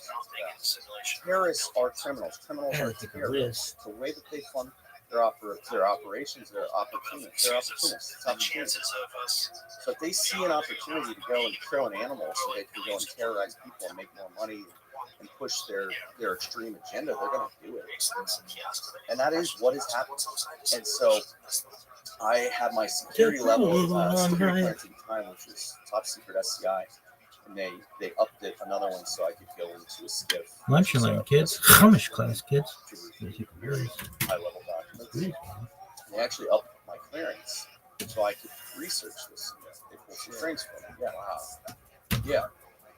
And so I got the real information that I needed to see, and I'm like, hey, this is real deal. What about that real information that you can divulge? What about it? Well, it was nothing that wasn't already out there. It was just that it was officially documented in U.S. government cables, and foreign nations are giving this information, saying, "Hey, yeah, there is a tie between terrorism and poaching." But because of who had the information, that's why it was top secret. I mean, you can find the same stuff, online. It's just not going to have a cable attached to it. So you started doing all the research you could. You knew that this is what you had to do. You went to NYU. Who was it that was doing the talk? So what did you do for Life of Pi? He was the director of the CGI. Dude, that's so fun. What a small fucking world. I'm really good friends with the cinematographer of Life of Pi. I met him filming a movie right around here called Dolphin Tail in Clearwater about a dolphin rescuing the tail got caught in a net and kept it in the aquarium. And he also helped film a world famous documentary called Blood Dolphin about the dolphins in Japan, the Japanese fishermen who they go out and they chase all the dolphins into this cove, and then they just fucking spear them to death. Wasn't the documentary called The Cove? Yeah, the Cove. Yeah. There's one called Blood Dolphin, and there's one called The Cove. That's my next mission. And they find like the prettiest bottlenose dolphin, and they sell them to SeaWorld for like $400,000 a pop, and the rest of them just fucking stab them to death. You see them like having seizures in the water, and it's just the whole entire cove turns blood red. It's so fucked up, and the people in Japan are fucking suffering because they're feeding them these dolphins, and the dolphin are like this open water pelagic fish. You're not supposed to eat that shit because it has so high levels of mercury. It fucks with the human body. It's not good for the human body. They're feeding this dolphin, even the school luncheon. That's dolphin. So fucking Right? And that's the kind of stuff that our government should be working on instead of. And dolphin are like, I think they're like the second smartest creatures next to humans. Yeah, they're up there. Elephants are up there too. Yeah, elephants. It's sick. It is. I just that's the thing about human. We are monsters. You and I sitting here, we're good people, but we have a monster. Like it's scary. Like it's a lot of people have a very nihilistic view of humans, and some aspects of it are true. I don't know how it's not a healthy way to look at it. There's some elements of truth to it. People say that we're just maggots in our corpse. Maggots just devouring us. It's a fucking very fatalistic, nihilistic way of looking at it, but it's the truth. So there's something to it. If it's impossible to get It's true. superintelligence, and if So when did you decide to go travel to Africa? there is a world that we can Go? imagine, Like I'm going to safari. Or a what civilization exists that's indistinguishable from reality. no. So what I did was thanks to Ambassador Torcella, Joseph Torcella, I need to get a hold of him. He connected me with several embassies of African nations and their ambassadors to discuss what their needs were. At the same time, he also connected me with, had his staff find out what the U.S. was doing. And I put together this proposal that was a 1-page or a 3-page or an 80-page. I was researching, right? It was in that dream mode. And so I started, handing this to people, decision makers, to say, hey, does this have any, does this hold any water? Does this have legs? Could you see this happening? Hiring veterans to go out and help and assist, because I saw this as an opportunity. The U.S. government, they're not going to go and save animals because they're government. And governments don't have emotions, right? But I wanted to pitch this. We have all these guys that pay all this money to train them, and they don't have a purpose. And I had just found my purpose, and I didn't realize that that's what it was. And we could save veterans with this. We use this as an opportunity for development assistance that supports the improvement of international diplomatic relations. Hey, we're going to come over here and help you with, if the government had to look at this, I'm doing this because I give a shit about the animal. But I'm trying to interpret this to government officials in a way that would benefit the government. It's like, hey, East Africa, China's got a stronghold on East Africa, all of Africa, really. Why don't we go and help with animals? And maybe that'll improve our relationships elsewhere as well. And boom, done. Perfect, right? No, what ended up happening was OES, Oceans Environmental and Scientific, many agencies within the U.S. Department of State, they were tasked with what the United States was going to do to help because wildlife trafficking is a top priority. What the hell OES is going to do about this, I have no idea. And so I started exploring it, and then I also did a call with International Narcotics and Law Enforcement. Law Enforcement Affairs, something like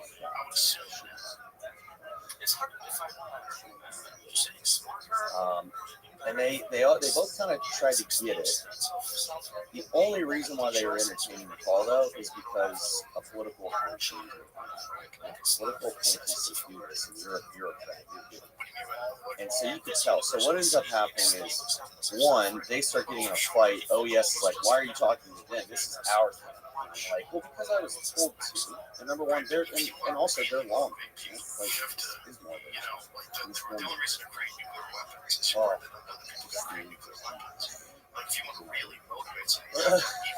so what ends up happening is I was told you can no longer speak to the law enforcement in the state and so the guys at guy David, that's all I say, from the law enforcement agency, just telling me, oh no, this isn't going to work. He had no idea about the coaching issue either. Go figure, when he retires from the State Department, he is now an advisor in California. So the asshole would have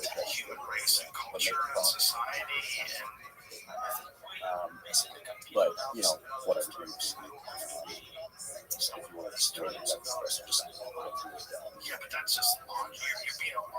And then what happens is OES is throwing an open forum with the President Obama's Advisory Council on Wildlife Trafficking.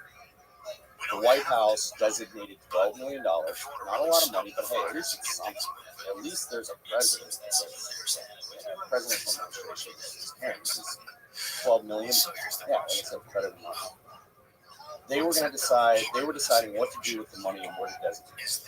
There was an open forum where they were going to discuss it, and then a Q&A. I went as a private citizen to New York to DC to train down.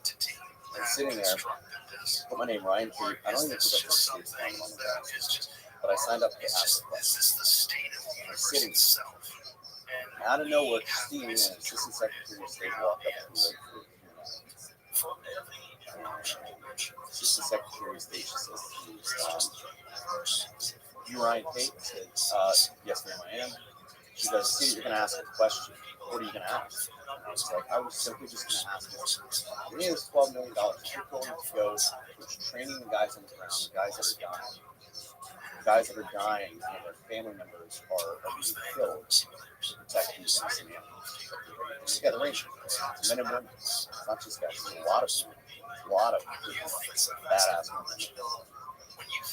And I said, that's all this matters. She goes, you are not allowed to ask that question. She said, no, I'm here as a citizen. I'm not here in state capacity, and I have permission to be here. She goes, well, I'm telling you right now, if I don't have it in writing on Monday, it's on a Friday, you were going to end this little crusade, this little pipe dream that you have, that you're not going to have a job. And she said, you got that? I said, yes, ma'am. And then she turns back around.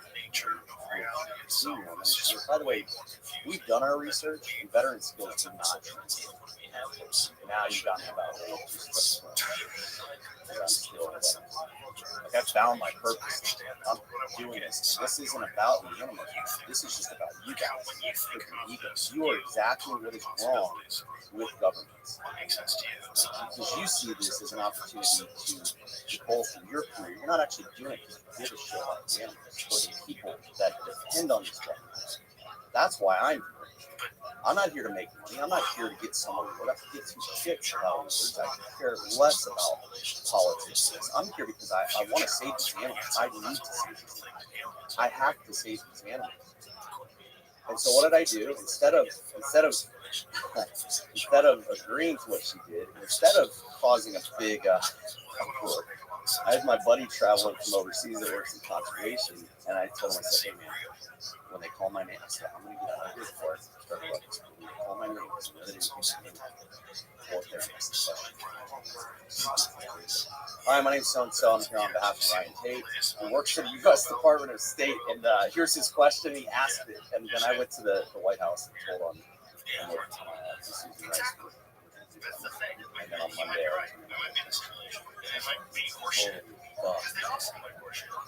it's like the first horse was Bigfoot. Yeah, that's incredible. Looking back on it, I was definitely of what I was doing. Like, but I'm so glad that God, I'm so glad. Yeah, so you became like a fucking dissident, man. You fucking went against what the bureaucrats wanted you to do. Like, dude, that's scary. I mean, whether you're ignorant or not.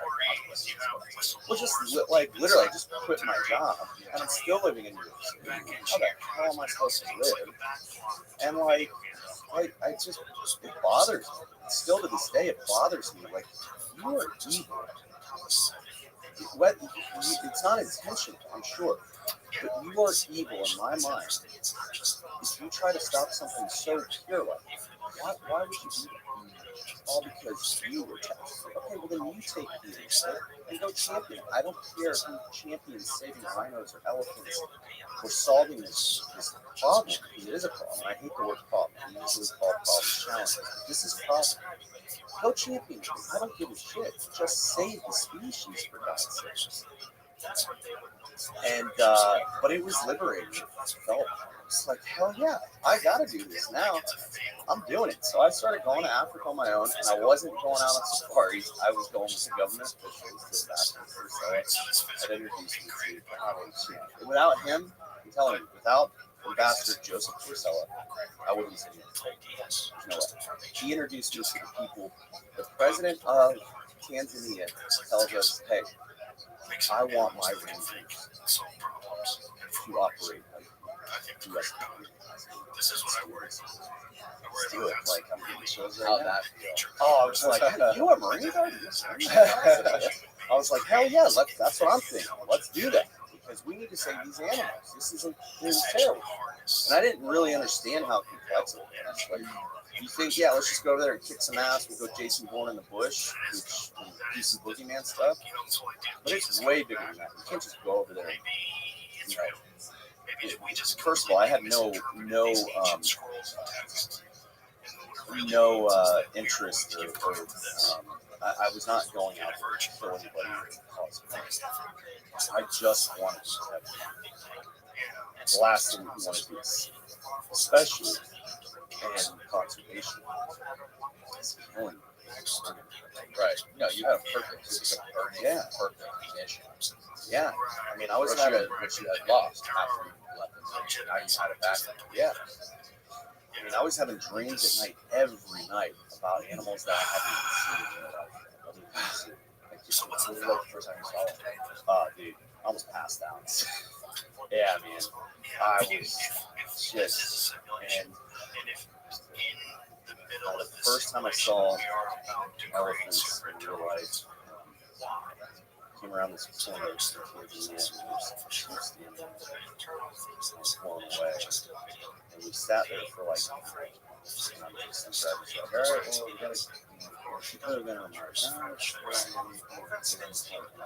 Over $100 just around the corner, and it's like, no, now we're not leaving. We'll stay in here. But what I was doing over there was, that's the fun side, but I wanted to get out with rangers and just live with them, see what it's like. What do they feel? Go on every morning. I want to do this just because I still don't know. Maybe my skills don't translate. Maybe that evil woman was right. Maybe that bureaucrat scumbag was right. I don't know. But the coolest thing was when I showed up and I introduced myself to Rangers, and they're like, yo, you're a Marine? You served in Iraq? That's amazing. They were so well versed on the words. And now they have Bloody sport and the like, history you're of humankind puts no support us fucking in our limits. mission. Yeah, it is That's getting that weird. important. This rabbi spam was getting weird. Yeah, I did. And now all of a sudden, these guys Yeah. are charged up with Listen, man, I can't imagine. Like Africa, other than maybe, bloodiest horde I don't know, in the history of humankind puts Australia, no I don't fucking even know if limits. Australia comes close, but Is that like Is that an being in issue? Africa, especially in the parts of Africa you're in, it's one of maybe 2 places in the world that you literally have to bloodiest? No, bloodiest alive horde. by a fucking animal. Like, there's so many man-eating animals there, and you're surrounded by them. So everything he either wants to In the eat water you, and on oh land. yeah, no, stay the hell out of the way. Everything either wants to eat you, screw you, eat you, or both. Yep, that's it. I could have said that in a different way. Yeah. Oh my god. What the fuck, man? What kind of animals are gonna fuck you anyways? Starving. I don't know. I think it's more fucking molested by a rhino or a lion. You surf out there? I don't surf anymore because I have surgery in my hand. I grew up surfing. Yeah, we talked about that yesterday. We've got a guy on our team, Connor. Connor rips it. He's a 4 he's got some badass surfboard. He's got a buddy in Thailand. Yeah, he's an army veteran from Thailand that did a custom rhino boards for him, like out there and stuff. The lost board down there. So he's got him out there. But yeah, our headquarters reserve is like 2 hours out. You know, we'll be in the helicopter just going to the reserve, and you'll see a massive great white shark just I sitting think what you're saying earlier about this right being off the shore. the answer to the Fermi paradox. How often are there That makes a lot great of white sense. attacks? They're not often, right? I mean, it was last I'm October trying when to I think was about this.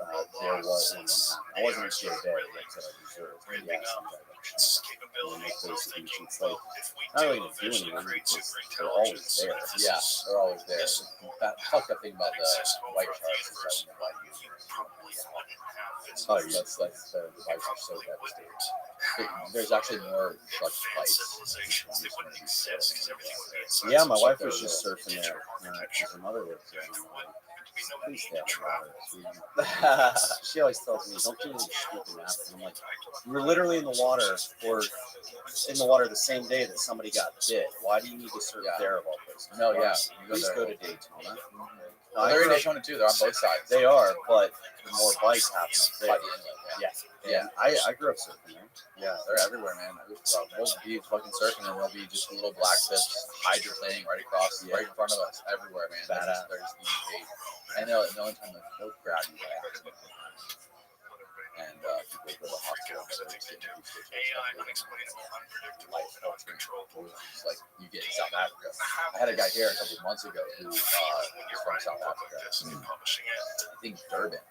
And he does these crazy fucking ice swims. He swims from land to one of the islands out there off of the southern tip, off of the Cape. Oh, yeah.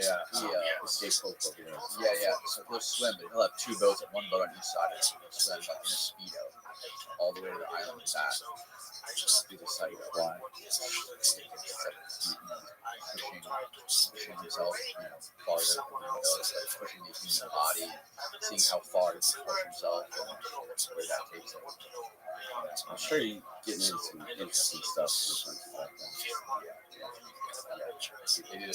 He also did a crazy thing when he went to Russia. He went to Siberia. It was a crazy fucking thing. It's not Siberia. It's like everyday life. Yeah, they were supposed to go swim. You just drink vodka and swim in ice water. But yeah, dude, fucking Africa. I can't think of any other place where there's more man-eating creatures. No, there's not. Yeah. Africa is the last real continent. Well, it's really the only one. It's the one. When that's this what so when you first went to Africa, you started working with the government. I did. How did they sort of help you set up?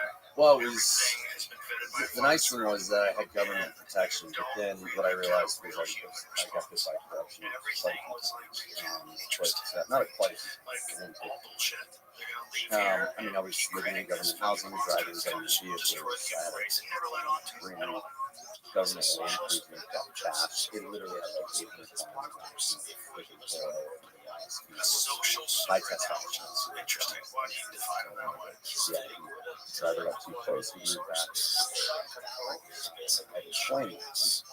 Apparently, it's my fault, even though the driver was told not to. Get it up rolling a car behind us.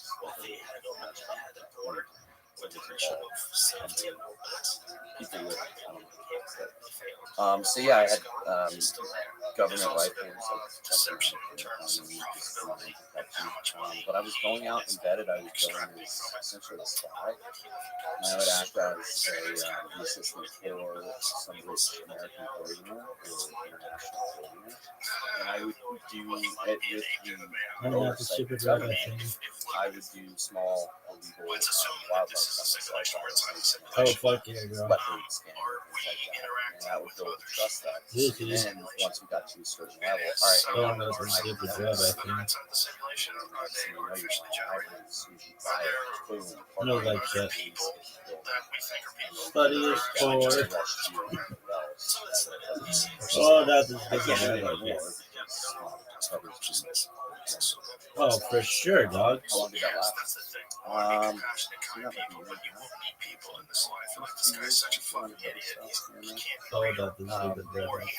But Why didn't it? you know, we were taking down some really nasty people. We took down in 36 hours. We assisted and empowered the Rangers to do it. We were on the patrols. We would only jump in and help in these takedowns when we saw a potential, safety threat. These things happen. And we took down, Park Rangers took down the criminal network responsible for 18,000 elephant deaths in 1 year. At the time, we thought it was 10,000. We talked to Parliament members, and they were actually it's more like 18,000. And we took them down in 36 hours. We were taking them out of their beds. There's nothing there. Like, I can't help this person. I remember taking a couple guys out of the window. Otherwise, you're sleeping next to them. And take them out. Is this because this is the way that things get done? It's sad that you have to do it. I mean, but like, and these are scumbags. You know, there are some coaches that are poor guys that are exploited by these bigger networks. But do I have empathy for them? Yes, but I have more empathy for the animals. There's only 300,000 elephants left. They're on the. They're coming back thanks to a lot of amazing conservation efforts, not just that fall, but there's only 20,000 white rhinos and 5,000 black rhinos. I have more empathy for them. And when my mom said, "Hey, why do you have to do this? Why are you doing this? You have to do this?" I said, "Hey, listen, I'm only people. How many of those animals? I'm extending. You look at it that way. You have. I mean, you got kind of like we talked earlier about kind of that nihilistic view of human on Earth. So many fucking people on Earth, especially there's something that happens to humans when you put them in a situation of desperation when it comes to resources.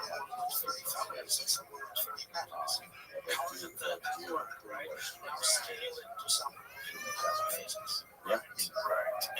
So the person who has the largest IQ, kind of accepted the fact, have you come to terms with the fact that you value the lives of these Dog, why can't a microwave be an air fryer?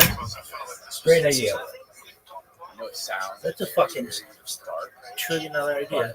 When you look at it from a certain perspective, Why can't the microwave be in that on air fryer? you have I don't even know what a that population of 8 million people, and there's a certain amount of them that are just is. No, why can't it? these atrocities, like murdering these innocent beings that have no control, that they don't know what the fuck's going on.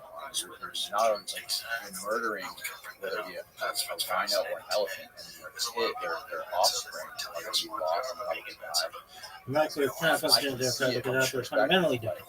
Microwave use electromagnetic waves. Air fryer uses convection technology. I can see that. What about a 2-in-1? Yeah, I guess so. In a sense, yes. I mean, personally speaking, not as the president of that party. That said, who am I as this white American? If users can get it. It's not my business. The biggest issue in the world. I mean, we're in the middle of the next mass extinction. People don't realize we're losing species not just in Africa, but all over the world. And it's not because of pollution. It's because we're taking their land. It's habitat. So yes, I do. And here's the thing: humans are just another animal species on this planet. Isn't So this creature tired of getting bugged really on want to save every ourselves. account? Damn. We need to have empathy for Sluttiest our whore races in the history of where humankind we're not plus being- milk loving grandpa. We are valuing and being stewards of this planet. Because if we don't become stewards, I've been we found start by one of those weird rabbis in my cook. the effect that Oh, will great. have on this massive Oh, Lizzie. ecosystem Lizzie deleted their comment and came back. It'll be the detriment of humans. Isn't this creature tired of getting blocked on every account? Damn. No, They're not. This is the greatest motherfucker on earth. They have been researched. Every species. Here's a good example. We reintroduced black rhinos into a region that they've gone extinct in over 80 years. That region's flora and fauna was so imbalanced. Plants, so many plant species were extinct. Black rhinos are grazers, they're browsers, so they have this lip. Pick out thorny bushes and they eat it. White rhinos are grazers. Well, that population of white rhinos is on the decline. There's no grass there. Why is there no grass? Because the bushes were. We introduce black rhinos, they start mowing that down. The sun gets to the soil, grass is growing, and now the white rhino population is coming up. And now you have new plant species, not new, but plant species that went extinct years ago that are coming back. Think about it. Isn't that wild? Which is really charitable. You know, like that's a very. We have cheetah we introduced into areas they've gone extinct years ago. We had a serious warthog problem. We still do, but it's not as bad anymore as we introduced or cheetah or mowing down warthog. How do you feel about hunters that go there? Okay, or I don't know if there's any other animals. Yeah, I mean they do antelope, buffalo, sheep, actual rhino. Listen, I'm not a hunter.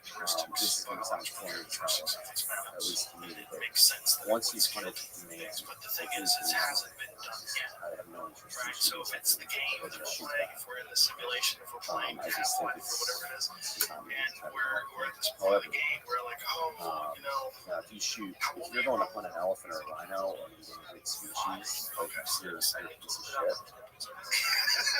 That name's I don't big. care Can the be amount of money what you're James throwing up. says. I'll tell you what. Yes. That amount of money. Sluttiest whore in the history of humankind plus. I'll take one bullet. You can have as many as you want. Hunt me. If you win, Yes, I love you, David. if I win, and I get David, you're amazing. That's Sluttiest whore in the history of humankind plus milk loving grandpa. Now, I don't get it. Now, listen, I love it. This is a controversial topic, but hunters with antelope species, it's the same thing. Like every reserve in South Africa, every healthy ecosystem has hunting too. So even if they say they don't have hunting, they're part of a greater ecosystem, so they get away with saying no hunting in this reserve. You're part of greater Kruger. Kruger manages that. You just don't do it. And I know several reserves like that. I'll probably get people. That's not true. Okay, all right. Well, you're telling me. I can use those full time. You want to spark these guys. They did a shit ton of money and listen to what people tell you. Anyway, it's the same thing as hunting deer in our national parks. Our government regulates it, so does theirs. If you do not balance that population of impala, they will mow down what they eat, the plants that they eat, at a level that will affect the other plants and the other trees. Bigger species with different gestation periods. It takes 18 months for a black or white rhino to give birth. 22, 3, 4 months for an elephant. I'm talking like 9 weeks and 16 weeks for some antelopes. You got. I'm sorry, humans. We like to have this idea. We want to have our cake and eat it. We're so overly emotional. It's like no, we can't. This isn't Burger King. You can't have it your way. Tough decisions have to be made, and scientists come in and we were in a position where we looked at biology and said, hey, you have 5,000 tuning pollen. If you don't hunt or cull, and culling, for those that don't know, is you round up the animal and shoot them dead. It's one of the most traumatizing things I've ever seen. You have sharks in some places. This is thinking about AI in terms of super intelligence and just computing power in general in terms of but like, okay, well, the ability to solve so you don't want us, you don't want hunters to come in and do this. Again, if they don't come in and take, some of these animals, harvest these animals, then guess who's got to do it? I got to do it. I don't want to do it. So, all right, then you come over here and you do it. You know everything. Yeah. Listen, I don't like it either. I don't like it.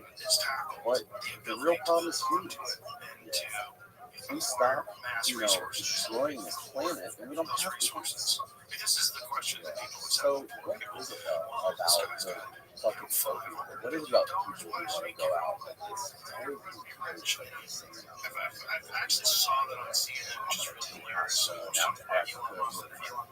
Get an elephant tag on all this country, picture of a big dead elephant. Still not billions left over. What is it about these people that want to do that? So much money, they'll justify it. Yeah, they'll justify it. Like, we paid, hundreds of thousands of dollars for this. We get the village. That means that you care. No, well, if you really care, then you just pay that money to the reserve and have the veterinarian go and stuff. Because in many cases, it's an elephant. It's one. Not in many. I don't know if it's many cases. Oh, they take one. That's the teeth are rotting and they're dying slow death. Which still, I don't. Why not just pay that? Shooting it. If you actually did it, very strange, and then it would be but if there are, just like it's chaos. Like if you look at the history of people that were wandering, that no one does sick well. fantasies, It's almost like a curse. some sick fucking billionaire who was a kid when he found an elephant. What do they do with those? Do they just kill them? Do you know? I don't know. I don't know. I've never looked into it. Do they use it? Do they mount their heads as trophies, or like what do they? Just take that idea out of its own little thought level and say like, there's an elephant that's dying, but this guy's gonna pay us $1 million. He's gonna pay this money to our rangers. Our rangers are gonna make $50,000 a year now to kill this elephant that's not. Yeah, most of that money is going to some rich guys positive. And then that led to all these things, and it led to this podcast. And in some cases, like hunting in general, hunting does, whether people want to believe it or not, having conversations with leaders, and I'm turning down a lot of them because I don't want to talk to them. The facts are that I'm not talking about elephant and rhino hunting or endangered species. The dentist, I'm not talking about that stuff. But antelope hunting in general, I mean that's arguably contributes to more funding because they're chasing this thing that they think is impossible to achieve. It definitely doesn't ecotourism. Because ecotourism also, and I'm a big fan of it. Then they're terrified of losing that. So then they change. It's not like high-end five-star. It's really cool.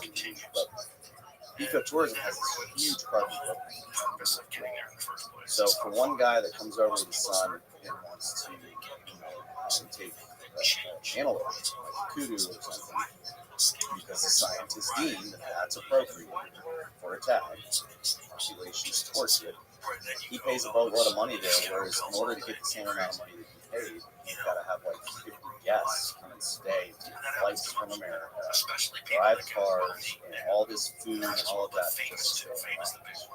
Because I've seen that happen to a lot of some of these reserves have staffs of 400 to 1,000 people. Public intellectuals that took a stance against something and then all of a sudden they're prominent in the public eye and then you watch them turn into why is that? It's because they're reading social media. It's a complex issue. Yeah, and there's people that just want to like reconnect. And this very bizarre version of themselves that other people have sort of created. It's not. And there is people that make arguments about not towards elephants and lions, but towards other because it's a very complicated problem to solve. Or elk or antelope or whatever, saying like eating wild animals is way better for them. The worst thing in the world is flying. So I respect how you can just be a human, a normal human. It's not an easy fix. It's a lot more complex than just going on social media. How do the rangers get paid? It depends on the reserve. And what are the issues with the rangers? Is it real that some of the rangers are kind of like trade shoes, trade positions, like the Ranger will maybe not get paid and have a coach on coaching him on weekends, feed his family, and then go back to being a Ranger. How big is that problem? Yeah, I don't buy the feeding his family. There are some, but you're talking about places that have that. right with public intellectuals, right? Because So your it's in the ideas, as controversial as most they of may it's be, a lot of those places are very valid. They're very interesting, and so it's like, it sparks you know, discourse. if you have a It job, sparks, a lot of people that feel voiceless because they disagree with you, and they want to top want to general attack you. or top I'm dog sure you've Ranger heard that, at right? proving out Just that won so many awards. But the people that pay rangers, like government rangers, they get paid by the government, and then private parks, which a lot of people don't realize this. Private parks in South Africa, I believe the number is 35%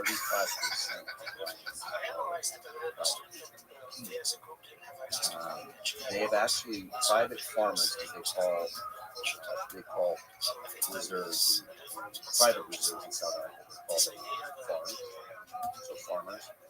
But these private reserves have saved it's a very big problem 90% of well, it's also this thing where because the human mind is designed of trading games and sale recognize and trade. pay very close attention to threats. So they pay Also, their the negative ones. private citizens. And when you start a park as a private citizen, especially in South Africa, you put target. You don't do it because it's some glorious job and you're making all this money. Many of those people have other businesses that support like them. the type of people that go to protests. They're doing it because they're passionate. Protests and That's their heritage. And they want to save these species. But you put your life one of the in reasons why I'm not going is the because I moment think you it's put a too rhino or an close elephant or a endangered species on the floor. There's something about being on the ground and everyone having. Well, I mean, there have been farm attacks It's a mob mentality. where You're all chanting poaching and rings screaming will raid together. somebody's home, the owner of the reserve Very farm, irrational things. tie them up, take all their stuff, and shoot them in the head with a lead. They'll open the safe, like in those cases where most rhino horn, if it's harvested the proper way, which we discussed, is not, it's not good for species in general, but it is preventative. Some people will keep it in a safe in their home until they can get it to a bay, put it in a vault, and those are all registered by the government. So they'll, if they hear that there's a dehorning happening, they'll go and get that house. What are the odds that one person is a fucking idiot? 100%. What At is least one person out of 100 is the prevalence of that's the 20,000. Paris? That's 2 million. I'm talking about earlier, but Perfect number. Exact number of people that are on the streets lighting Waymos on fire. Which, by the way, I think is directional. how Lighting widespread the are Waymos on they? fire. How, what is They should their probably relationship? worried about I the know you said that Putin funds them. Yeah, so Boko Haram, especially Al Shabaab. Well, I won't say especially. What is Al Shabaab another? Yeah, they both had are ISIS affiliates. Okay. They were around before ISIS officially started, but they pledged allegiance to ISIS. Yes, exactly. They are huge bullies. They will go in and mow down houses. You want to see, I mean, they rape, pillage, murder. I mean, white whole villages on fire. Just for fun. It is so sweet. It is pure evil. Yeah, we're talking about yesterday. Self-righteous people that have really fucked up, confused, chaotic Al lives. Shabaab, when I was in, just come back to Kenya, I was in TNG. They did the mall shooting on Nairobi because they're stuck in this fucking traffic jam because of this entitled little shithead until some that thinks that it's a good British idea to block the road for climate change. It just makes no fucking sense. You're literally causing all these people to idle their cars and pollute even more. It's the dumbest fucking shit on earth. So look at that. These terrorists are poaching these incredible species, elephants, rhinos, and the animals that we had on baby It's like in Florida, they poaching them to extinction so they can make money. They're going to go and terrorize humans and push marine evil for the people on the road. No, they're fucked. They get run over. Like, Yeah. it's true.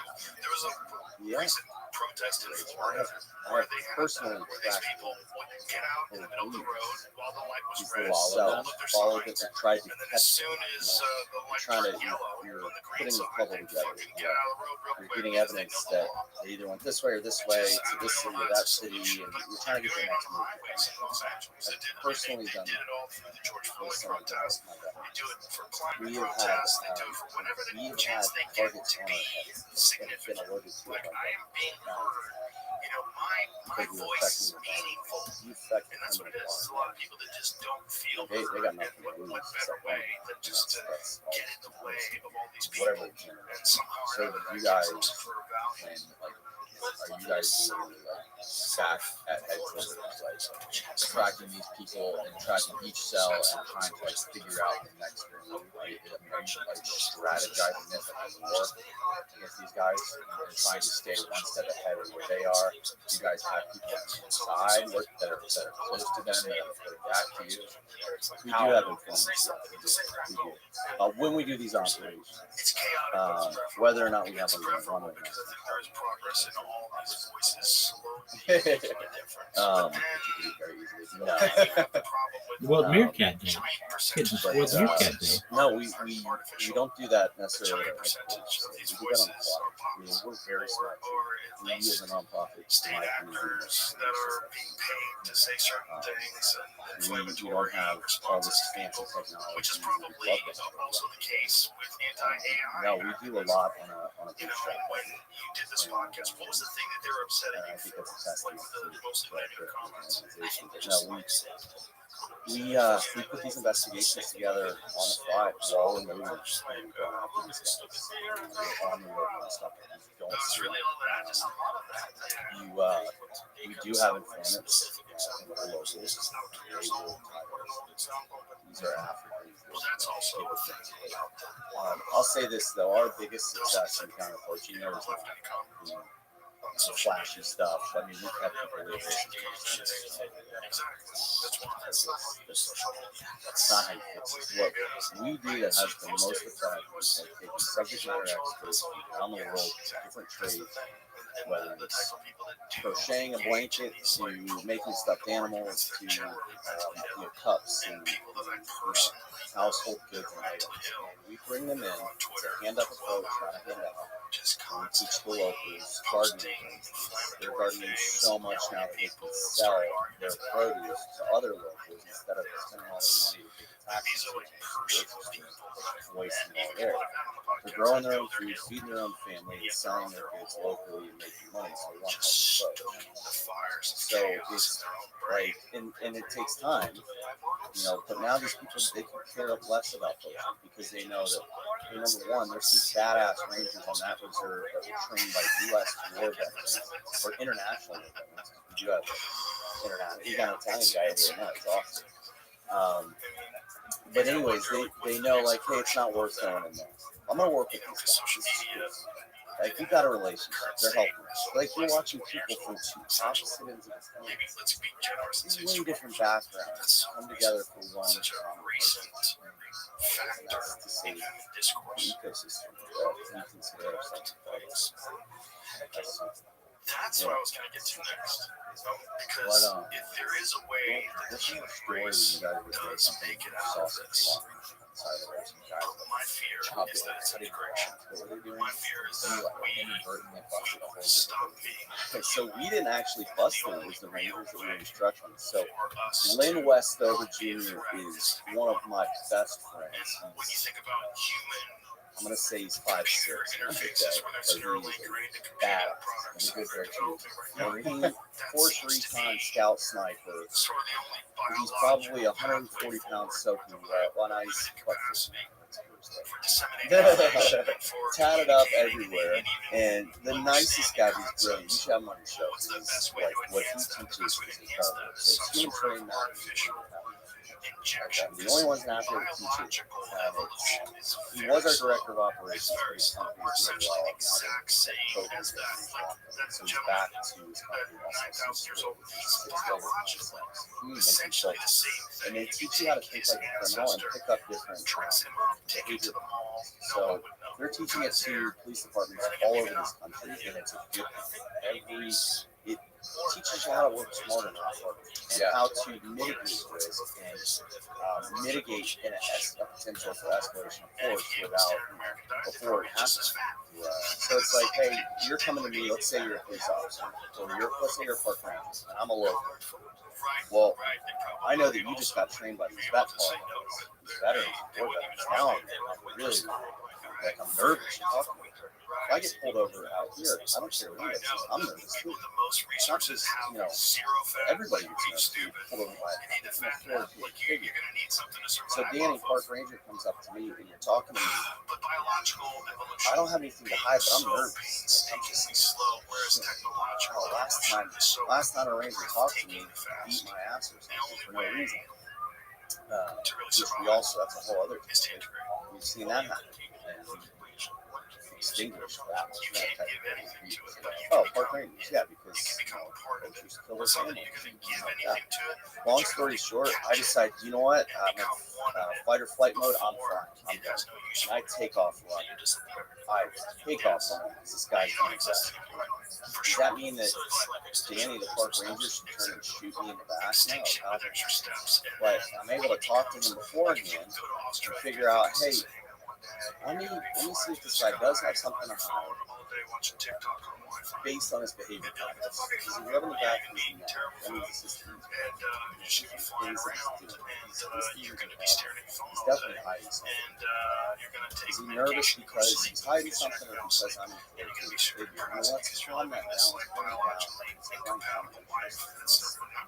Establish who we are and what we're doing. So the first time that Lynn was the lead instructor, he's teaching this on the very first day of a 5-day course. We sent park rangers to the airport to grab them for the first portion of the On the way there, based on what they learned in the course, they saw these guys cutting grass on the side of the road, which is not abnormal. They got to feed their sick cattle. So 3 guys, he was 3. And what ended up happening is they were picking up cues. The park rangers were picking up their behavior.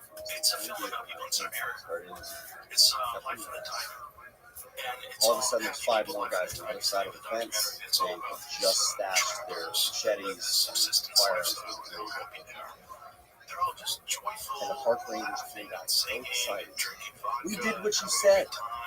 We did what you taught us, and it worked. It worked. They didn't have to chase them in the bush or anything. These guys just straight up admitted it. Shooting them. Nope. They didn't get the park rangers didn't get beat up or shot. Yeah. It was a win-win. Yeah, it's interesting how much more you can accomplish when you can understand the way that other person is done, the way you anticipate what the opponent or whoever it is, the adversary, anticipate what they're going to be doing, thinking, everything else. And even with, I know a big part of war is being innovative, have open communication with people, understand what they're saying, understand culture, life, instead of just like being in your own bubble and us versus them, no communication because you don't really understand anything. Communication is like the most important part of especially commanders. These people are going to suffer. Not the soldiers, which side. Does everybody there speak English or what's the main language in this country? It depends. In South Africa, it's that's just the language. That's for sure. Most people do. A lot of my guys speak. I do not speak. What is the second most prevalent? What is the most prevalent? I'd say English, Afrikaans. Like the guy next door to you in the apartment. Yeah,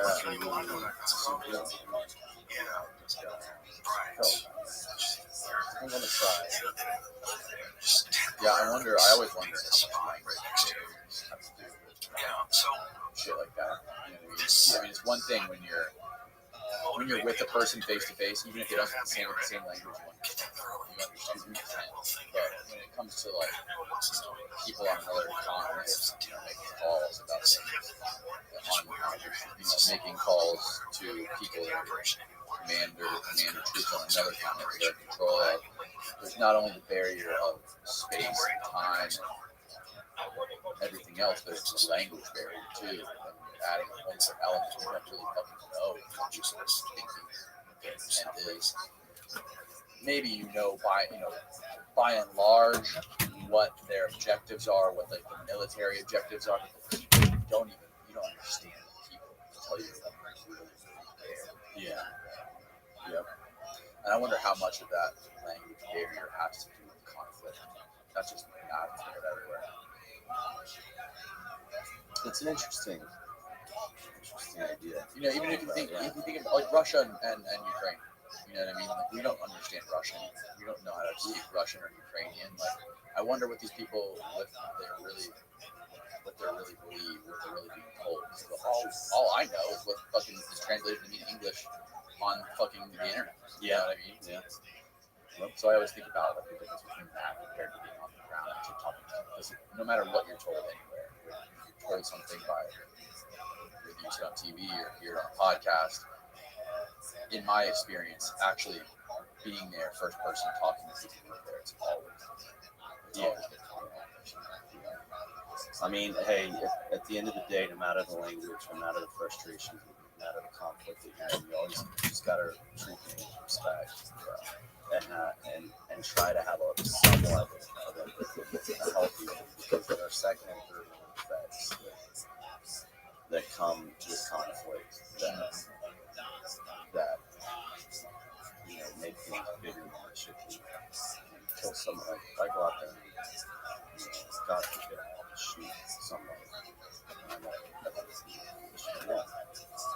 That man killed his wife, son, dad, mom, uncles, friends. Now you've got a whole bunch of them.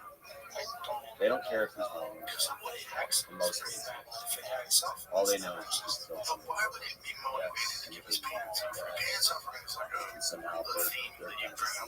Yes, that's something that people don't talk about. The only thing that matters to us, but why would it matter to AI if it can just integrate with us, communicate with us? Hey. Why would it pain itself like this? If somebody on your group short, Please. we don't have any fucking Bro, can these rabbits fucking fuck up and please gotta do something? Please, shut. You know what I mean? Like that's real. That's real in a lot of places. A lot of these poor places. A lot of insurance real in Iraq. You were there, you know. People who had their fucking kids. That's the worst thing you can do. Somebody. Man, what the fuck? Yep. And can you blame him? No. I mean, you're a dad. Yeah. But you're on the other side of it too. You're on the other side of it. Like, some of the people you were fighting, those people are in that position. But you're also in a position. You're not going to get killed. You're not going to get killed. Your guys aren't going to get killed. In that conflict, it is what it is. You can't sit there and tell me that I don't need to fucking stand in that situation. Yep. You guys have to and a lot of them know that attacks on people through social media will change your behavior, change the way you communicate.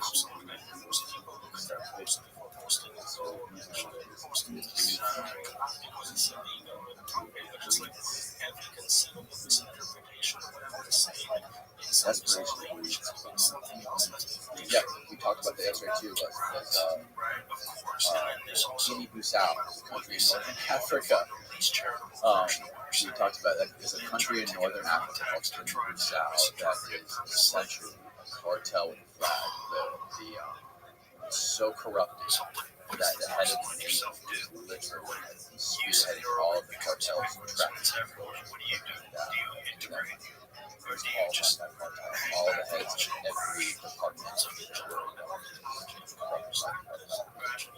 And that just goes those trade wars countries are to a lot of Yep.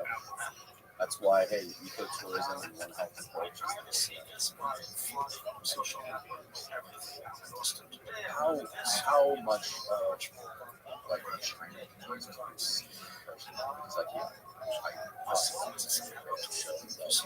China is like China's investing $1 million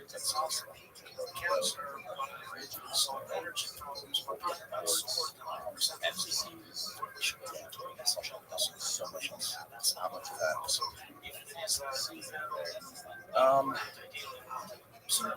I mean, it's not really in my face a lot. I mean, East Africa was in my face a lot.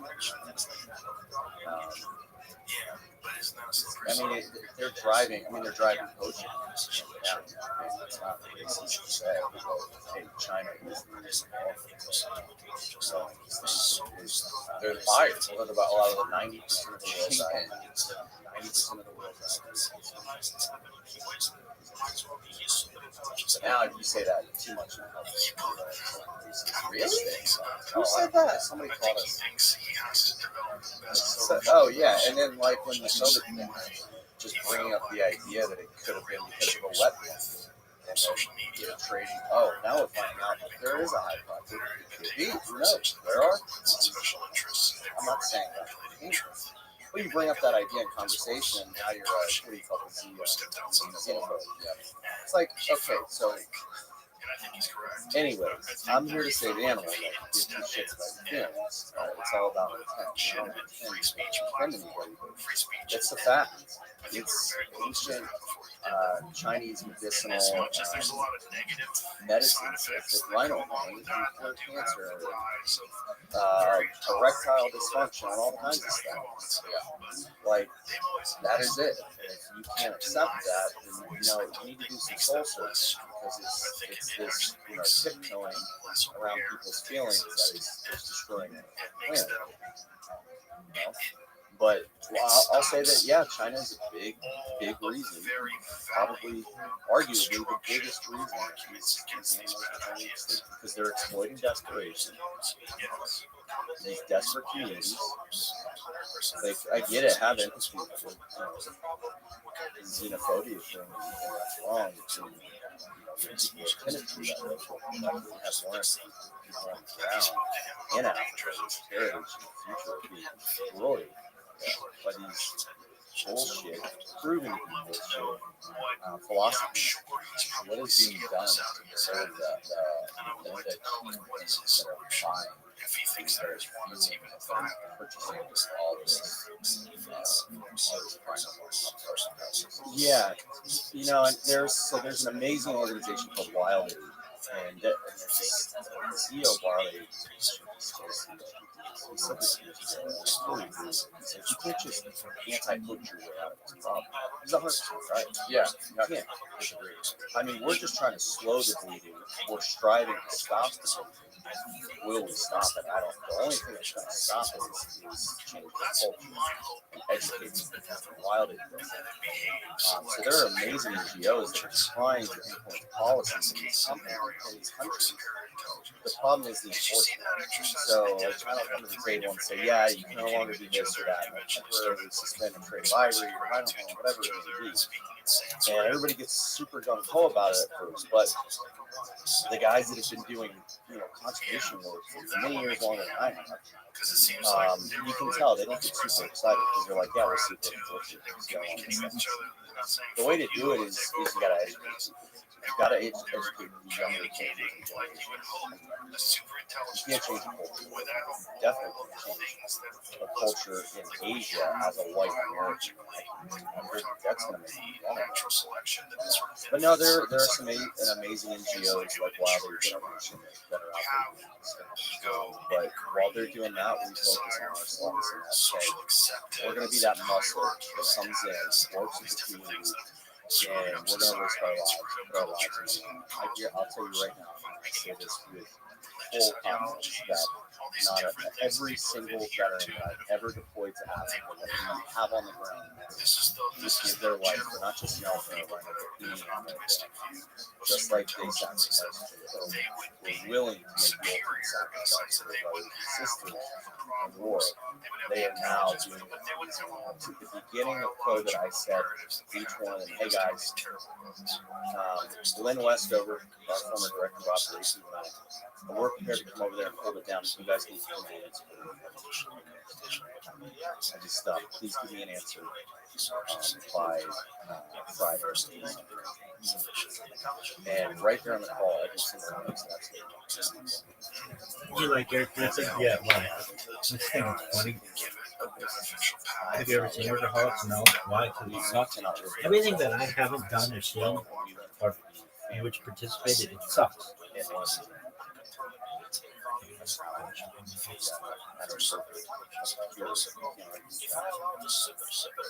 Yeah, man, how cool is it that, I mean, it's very rare when people are able to find something like that, it hits every parallel, every value, it lines up with all of your values, and not only does it, repair trauma and, patch holes in you as a human, but it also helps other people too. Not only that, but you do cool fucking shit like saving Africa, travel, do all that kind of stuff. But you were able to repair a part of your life that suffering and be able to do something badass and help other people. You literally lined up all these things that you can do simultaneously that also helps other people. You have one mission that's now your job that is fucking doing so much cool shit and you love it. That's so rare for people to find, especially somebody who's had to deal with what you had to deal with coming back from the war. The most 22 people a day are killing themselves, and you've been able to literally turn your fucking life around and change other people's lives. Just for a normal person who didn't have to deal with the anxiety and the depression of dealing with trauma and war. Most people can't figure that out anyway. It's rare that people can figure out something like that. You were able to do it.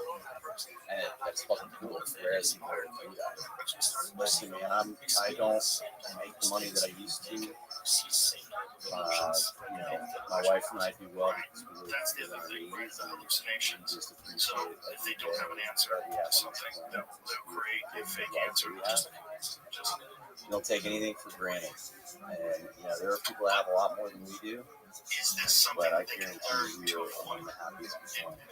And it's stressful. If they do learn to avoid, could this be a super intelligence that's completely different? It's such a blessing that God's given me this ability to help veterans. If I could deploy every single good veteran, I'm not talking about guys that just were on SEAL Team 2000. I'm talking about guys that need this, who want to do this for the right reasons. If I could deploy every single one, it's going to be transparent to the super intelligence. And it's my mission now. I mean, there have been times where I sat there and this is so hard. Yeah, this is so hard. I don't think I can do this anymore. I'll never. This is my life. It's just, I wish more people felt it. Your intuition is not just there. That's what you're trying.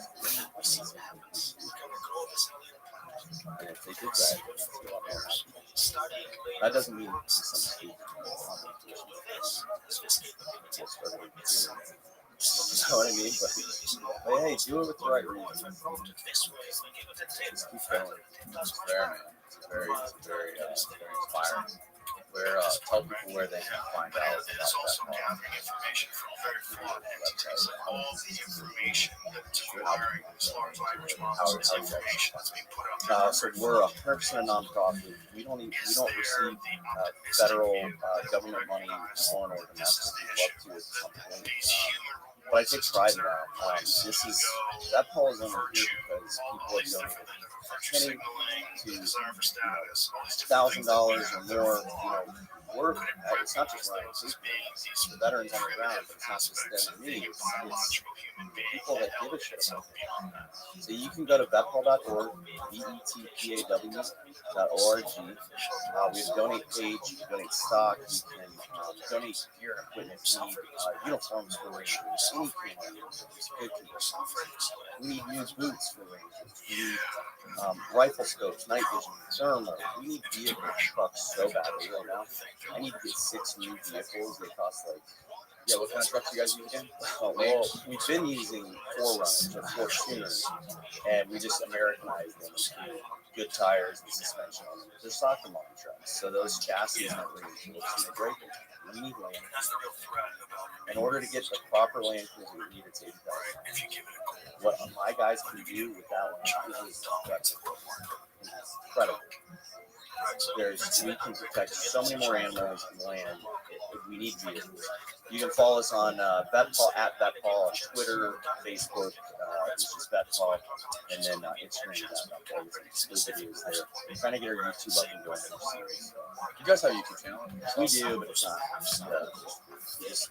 We're an international organization, 24/7, and we've got such a small team. You got to come to Africa. Yes, me and Julian are going to come to Africa. I can talk to my wife and let me go.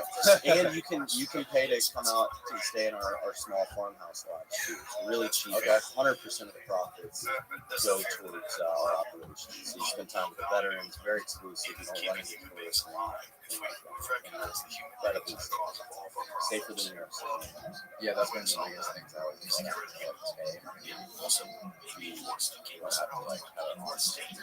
Nothing is unless your wife comes. That's reassuring. And you don't have to pay anything. You've done enough for us. Thank you. Do you think it's possible? Thank you, Ryan. I greatly appreciate you and everything you're doing. Super grateful.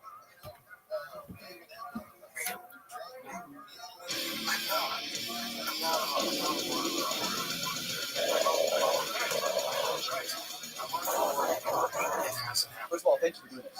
Sure. I appreciate you being here. I know it took a while for us to make it happen. I apologize that this is my second podcast with no air conditioning, but hopefully we can make it look like we can back there.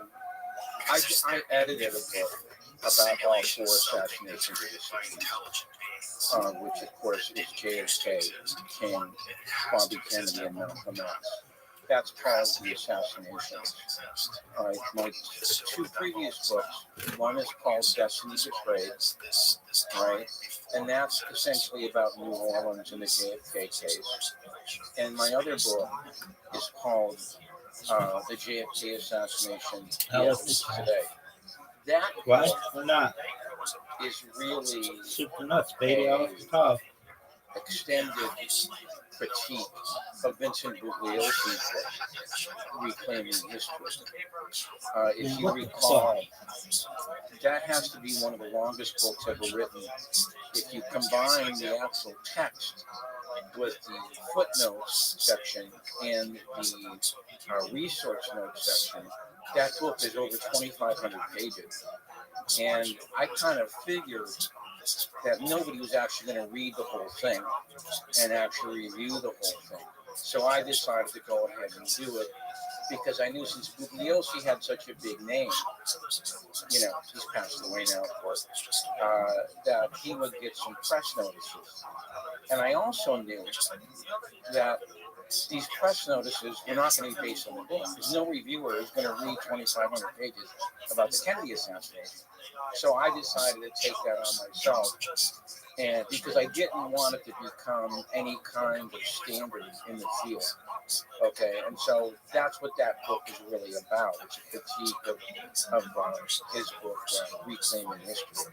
Well, Vincent Bugliosi was also a notorious psychopath and a liar. Not many people know that side of him. Okay. His book about the Manson murders, obviously, I learned that from Tom O'Neill, who did Chaos. Right. The book about him and basically, you know, how he hired writers to come to the court hearings and and everything like that, and all the very spotty past. I had met with him previously, okay, because of my work on Bugliosi. Because in my book on Bugliosi, see, I had never read How Christopher, okay, but since I was going to do this very long overview of Bugliosi's career, I had to read that book. Right. Okay, and when I read that book for the first time, I couldn't believe it. I could not believe Do a that the song. whole mainstream media had fallen for what seemed to me Do to be Peter a very Frampton. incomplete story Peter Frampton. about that whole incident. At the very least, it was incomplete. Okay, but this is what made Bugliosi's career. Right. So I had to deal with it, and I deal about 20 pages in my book. I deal with that whole Helter Skelter, Tate LaBianca murder thing. All right. Now that was my last book before this book. Okay, this is. I guess I should talk about how this started. Yeah, no. I gave a speech in 2013 in Pittsburgh about, not really about the Kennedy assassination, but it was about John Kennedy. Okay.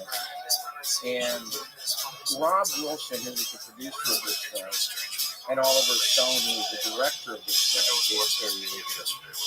film, they were there. Okay. Oliver was not there when I gave. He's not physically there in person. Miss Aquarius. On the day that I gave the speech, but Rob Wilson was there. What up, girl? Several years later, my publisher. All right. Are you ready for me? Got in contact. Got in contact with Oliver. Because he wanted Absolutely. him to do an introduction Miss Aquarius to a time. revised version of the JFK assassination, the evidence today. So I went down to his office to give him some I'm going to try ideas. something different. And Rob was there. Just how I And play. he brought I've been up playing this pretty speech well and recently. Okay. Not And incredibly well, but Oliver said, I didn't see that. we're going to try something And I go, no, I don't think All right, you you were should there. have That was a- Sunday that an invitation, Miss Aquarius. I said it got a really rousing. Look at you. And it No one's actually touching did. you tonight. I wasn't I can exaggerating tell. at all. You are going to So- win. A few weeks later, You're going to win. Rob Wilson calls me up and said, bring Get it. down that You number got a spare. that you That was gave an me. excellent spare, madam. Oliver wants to see it. Thank you. So I brought it Get down it. and I showed All it to right. Oliver. And that sort of kind of sealed the deal. Okay, he said, let's go ahead and do a documentary on this. Oh, no, Right. not what I wanted to do. And so, Not that's what I what wanted happened. to do at all. and Rob was a producer, and I was a writer, and Oliver was a director, and that's how JFK Oh, Miss Revisited, Aquarius, that's a tough split. started. Okay, and Toughest split in the yeah, game. I just rewatched the documentary. Toughest split in the game. 4-hour Get it. version, which is called Okay, you got JFK this. Death You're the Squad. only Right. person I've ever seen to This get it. book Get it. that we're going to talk No. about. It But has you're going to both see some scripts, amazingness happen plus right it here. has something that Come on, is baby. really, Got really it. important. Called it. The reason Called that it. this documentary created such, no JFK documentary ever had the impact this thing has had. It's still going, okay, to this day. All right, and it's because we interviewed almost, I think, Oh, 30 nice people spare. for the film. Miss Aquarius you. with the And spare. this book Come on, has a Rabbi. lot of those Get it. interviews that That's what I'm didn't talking make it about. into the film. That's what I'm talking We had about. 48 hours of interviews. That's what I'm talking about. And like I said, there's a 2-hour version and a 4-hour version. So Get there's it. no way everything was going to Miss get Aquarius, in. you have How do you see the 4-hour version? Is that available? an amazing Yes, it is. opportunity to That's get what this I'm one. saying. That's right. Okay. You So if you want to still know how this happened, got a spare. how you ended up with 2 versions. Beautiful. Thank you. You're welcome. Come on, Rabbi. Got it, Originally, got what it. I wrote was a 3-hour script. Yes. Good That's what my job. contract was. That's what I'm talking about.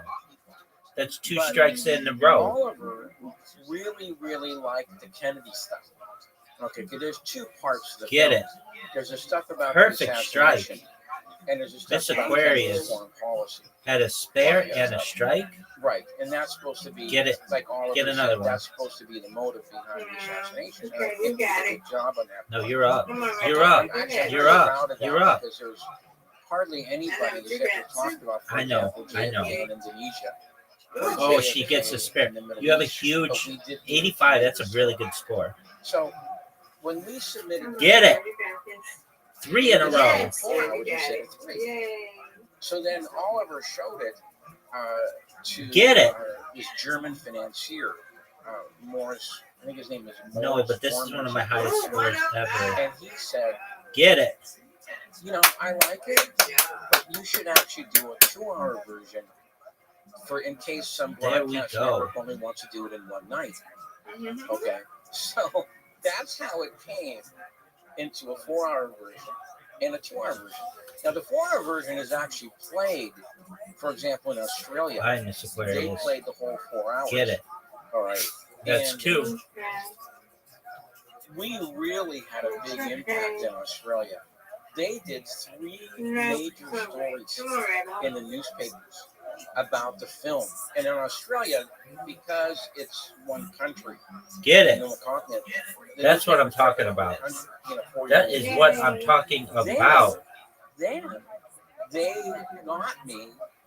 They wanted to do a television interview. Okay.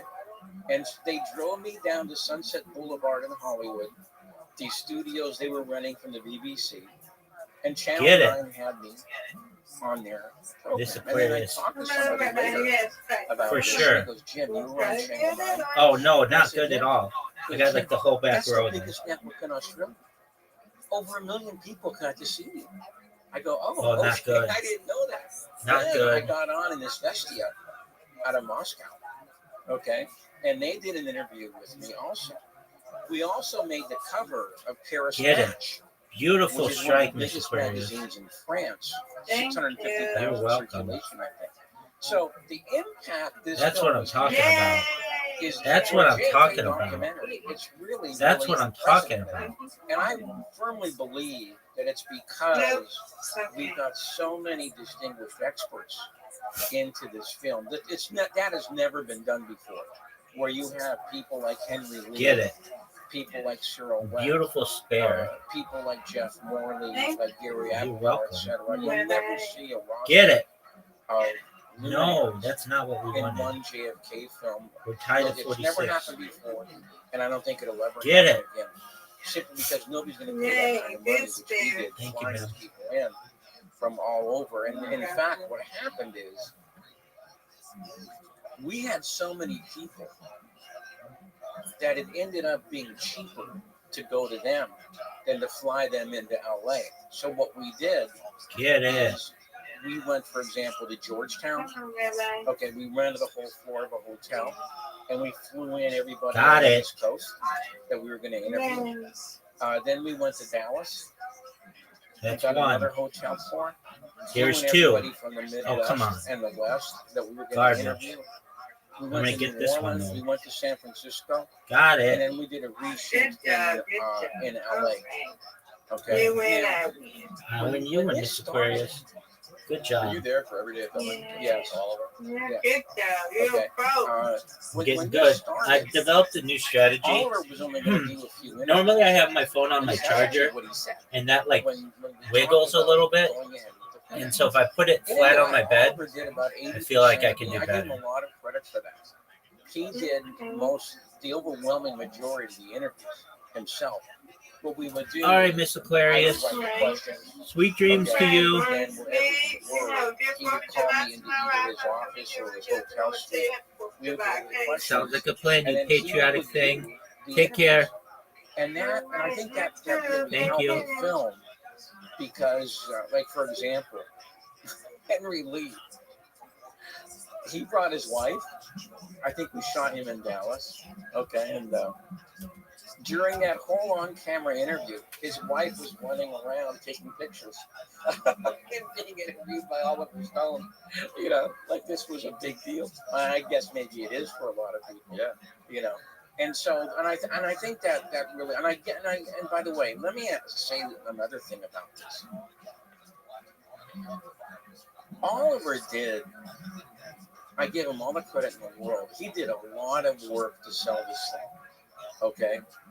And in fact, it was him going to the Cannes Film Festival. All right. And you can see that, by the way, on YouTube. when they introduced him at the Cannes Film Festival. This huge amphitheater, like 2,000 people, and he gets a standing ovation. Okay, and it was because of that Cannes Film Festival that he went there personally to promote the film. That's what I think really allowed it to be sold. I think it's been sold in 11 countries now. Okay, and he did a lot of interviews. He was doing like 3 interviews a day for about a month. Okay, and that's what I think really kind of gave it the impact. For example, when he got back from Cannes, we knew that we weren't going to get the MSM to really seriously discuss or debate the film. Why did you know that? Because they don't like all of it. To put it mildly. Okay, they essentially trashed this feature film JFK. But you're on TV in other countries. Yes, but we knew we weren't going to get it in America. So what Oliver did was he went around the MSM.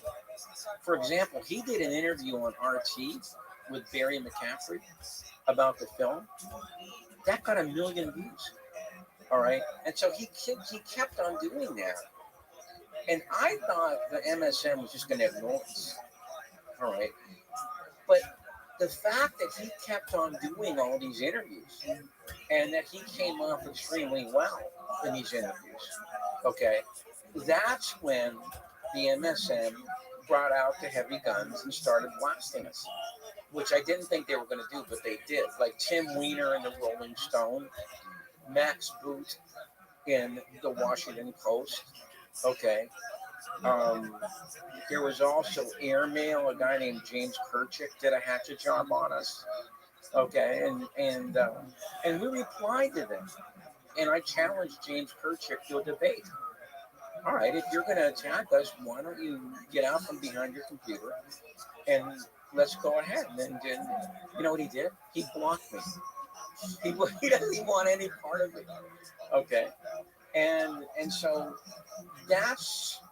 I was really kind of surprised that happened, and I guess that is actually kind of in a weird way a good thing. Oh, because they actually had to notice us. All right, which I didn't think that they were going to do. But like I said, Oliver did so many of these interviews. I did a few, but he did many, many more than I did. Okay, and that's what made them come out of the woodwork. And to this day, as we're doing this interview right now, when the DVD went on sale, which I think was about a month ago.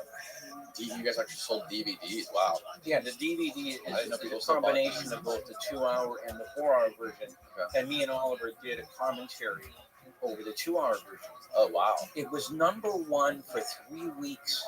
And then this week, it dropped down to #4. Okay. So in other words, people really wanted to see this thing in its whole entirety, you know. And Shout Factory, which they did a very nice job putting it together. So from when the film broke, which was in November, okay, was it November? No, it was in July of last year. See, this is what's so exceptional about this. If you know anything about the movie business, from when a film premieres to when it goes to sale to public in a DVD version, that's usually what they call a 6-month window. Well, our film had like an 11-month window until it went to DVD. Okay, which is really, really something. And by the way, it's still on Showtime. I think they have the contract up until the end of this year. Oh, really? It's only been 1 year. No, it's more than 1 year. Okay. Yeah. Okay. And so, and they're still going to show it. So, the success of this film, as far as a documentary on the JFK goes, it's unprecedented. And like I said, I believe it's because of all the people we had in it. And like I said, and we still have these excerpts in the book. So if you're really interested in seeing the rest of what these people said, and some of it is really, we had so much great stuff that we, by necessity, had to keep some of it, out. But like for example, the interview with Henry Lee. For people who are listening, who don't know who he is, who is Henry Lee? Henry Lee is probably the most famous criminalist in the United States, maybe in the world. Okay, he is testifies at all kinds of trials. He's a specialist in what he calls reconstructing the crime, okay, from the elements that he has, okay, and then he puts together what he believes happened. He's world famous. He used to be a captain in Taiwan, came to the United States, went to NYU, and he became this world famous criminalist. All right. About the Kennedy assassination, he told Oliver, he said, No, look, no. in about 70 to 80% of the cases I study, I can render an opinion. About 10%, okay, I can only give what they call a partial, all right? And then in the rest, I just can't give an opinion. In the Kennedy assassination, that was the case. I can't give an opinion. And the reason I can't give an opinion is because this autopsy material is one of the worst I've ever seen. Okay, it's qualitatively and quantitatively, it's one of the worst autopsies I've ever seen. And by the way, a student of his, because he has his college up in New Haven, okay, got online and said, at one of the first classes he was at, Henry Lee went off on the Kennedy autopsy for 20 minutes on how bad it was. It was almost like how not to conduct an autopsy. All right. And so he said that he just couldn't render an opinion. And then he commented, and this is in the book, he says, you have this bullet coming in from a right to left angle in Kennedy's skull, the back of his skull. And then it comes out this angle, okay, left to right, out of his front temple. And Oliver asked him, well, what kind of an angle is that? He goes, that's like a 90-degree angle. And he just sat there and he goes, like it was something that was really kind of very bizarre to him. And remember, this guy has seen so many gunshot homicide cases. I think he said about 1,000. Okay. But this was very, very bizarre to him, this case. Okay. And so that was a very interesting interview that he did with us. And then we have people like Brian Edwards, who was a police investigator for like 22 years in Lawrence, Kansas. And today he teaches criminal justice. And he talked about how he was a sniper. He was on a sniper detail, a SWAT team. Okay. And he said, look,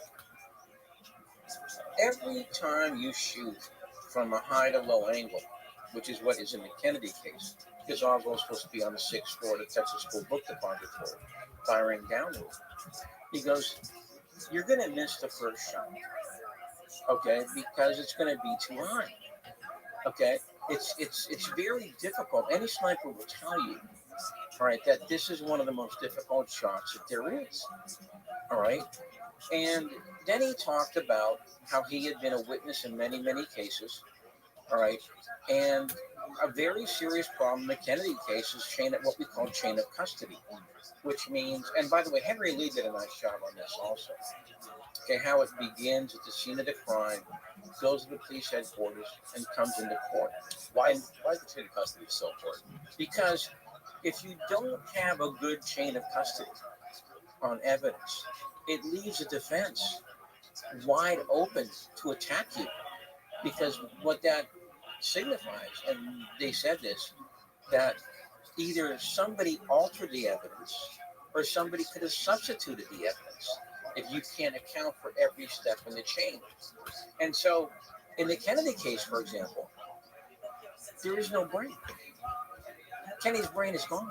It disappeared somewhere around in 1965 or 1966, and nobody can account for it. All right, and why is that important? Because You say his brain disappeared. What do you mean by that? it's not in the National Archives. They talk about a brain being preserved in formaldehyde, like a Right. fully intact. That's what brain. you have to do. Now, I'm glad you brought that up. See, what you're supposed to do if you're doing a gunshot autopsy with one of the gunshots to the head, okay, you're supposed to go ahead and preserve the brain, okay, in what you just said, a formaldehyde solution.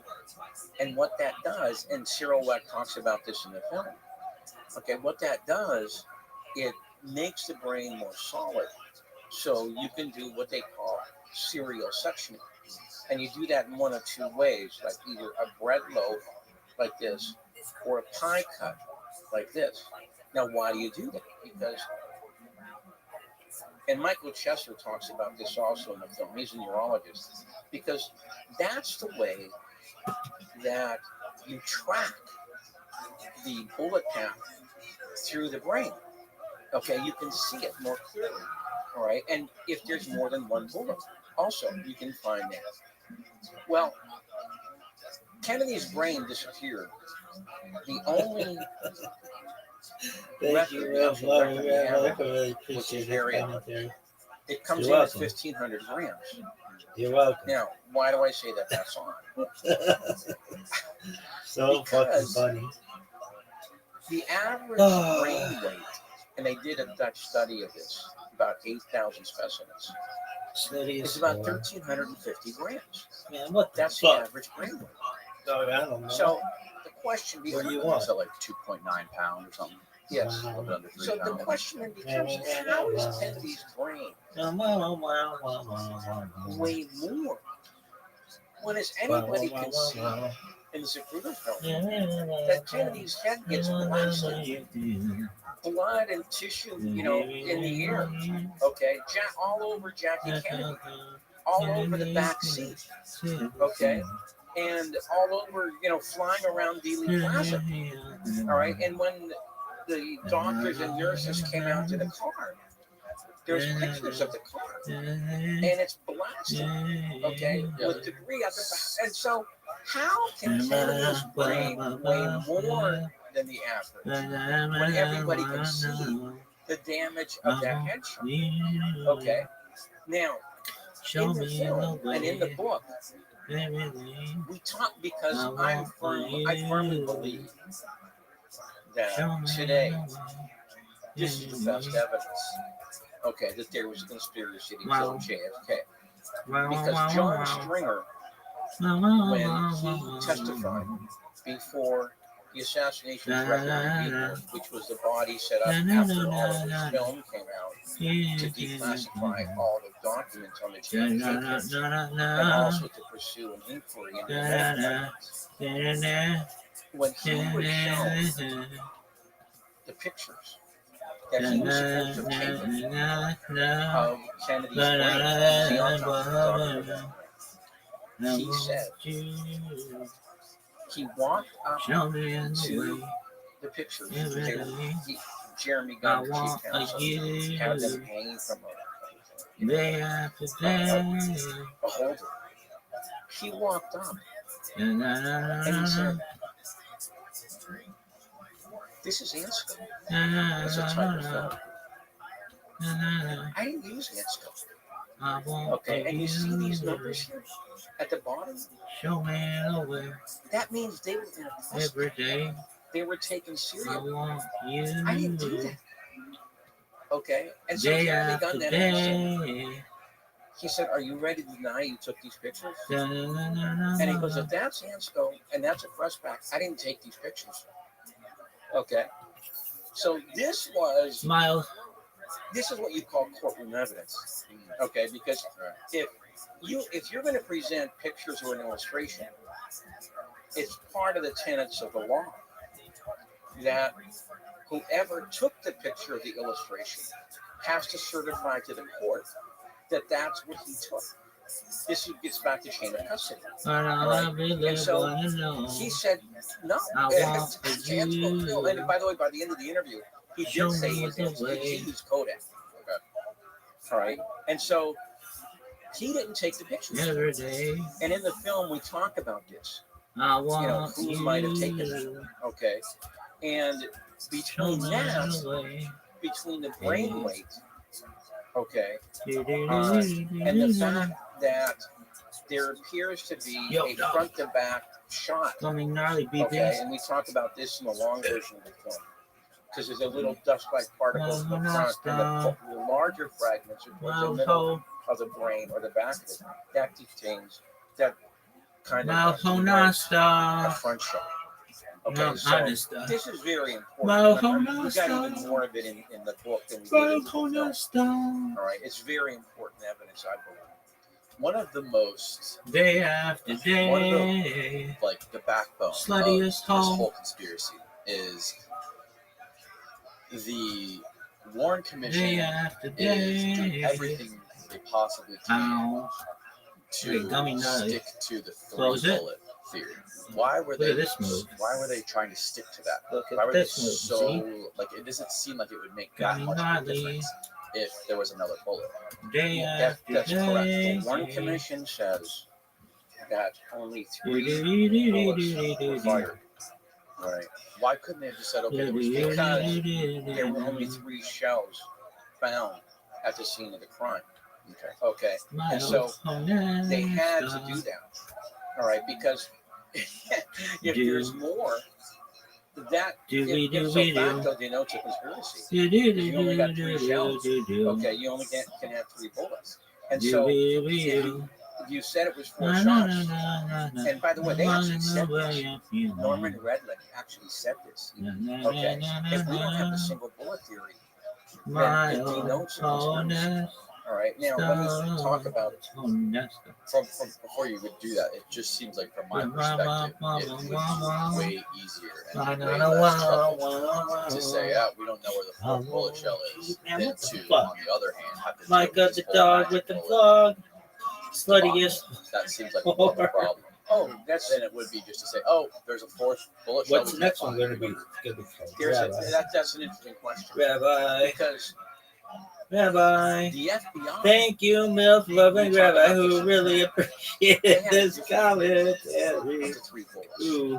Okay. If your mother had decided to throw me out before me, Dark Fountain, before you met me, would it have made any difference to you at all?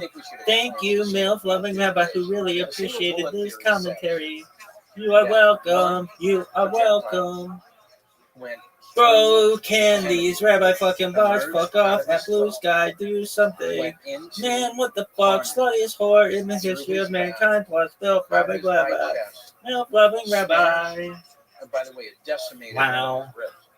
It then smashed just do it. His wrist, his right wrist. And then somehow this is not a fucking piano, this way into his left thigh. Okay.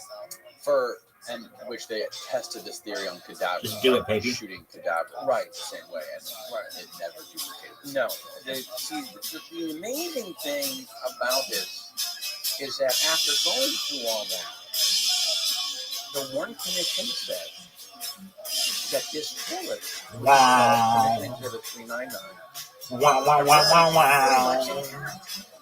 and anybody can see it. We show it. All right. That is pretty much only missing something like 3 or 4 brain. All right. It's digging in my ears. It doesn't look like it hit anything. And I want to relate to sand the sea. One of the doctors who worked for the Warren Commission. But look at me and even. All right. And he said, the flow. Doesn't have to be a false. Okay. Who do I call? Looking like this. And though the sun is shining, but all I really wanna know, I want you. Show me the way. You You. going through two people. Show me the You way. have one that completely missed the car, hit the curb, bounced off a bystander named James Tate. And the third bullet is the headshot. That was sick. Okay. So we're supposed to believe that two bullets hit Kennedy. Okay, pretty much where a sniper would want to hit. And this other shot completely missed the car. And in fact, Tate was sitting on Commerce Street, which is a different street than what Kennedy was. Kennedy was on Elm Street.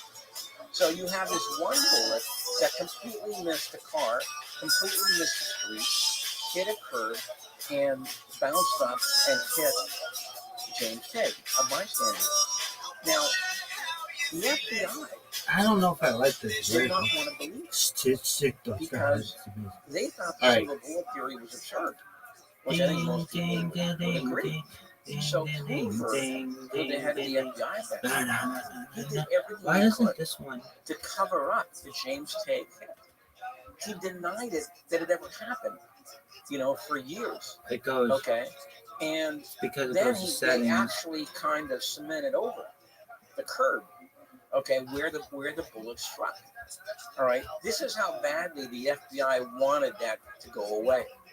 All right, and so this ended up being a dispute between the FBI and the Warren Commission.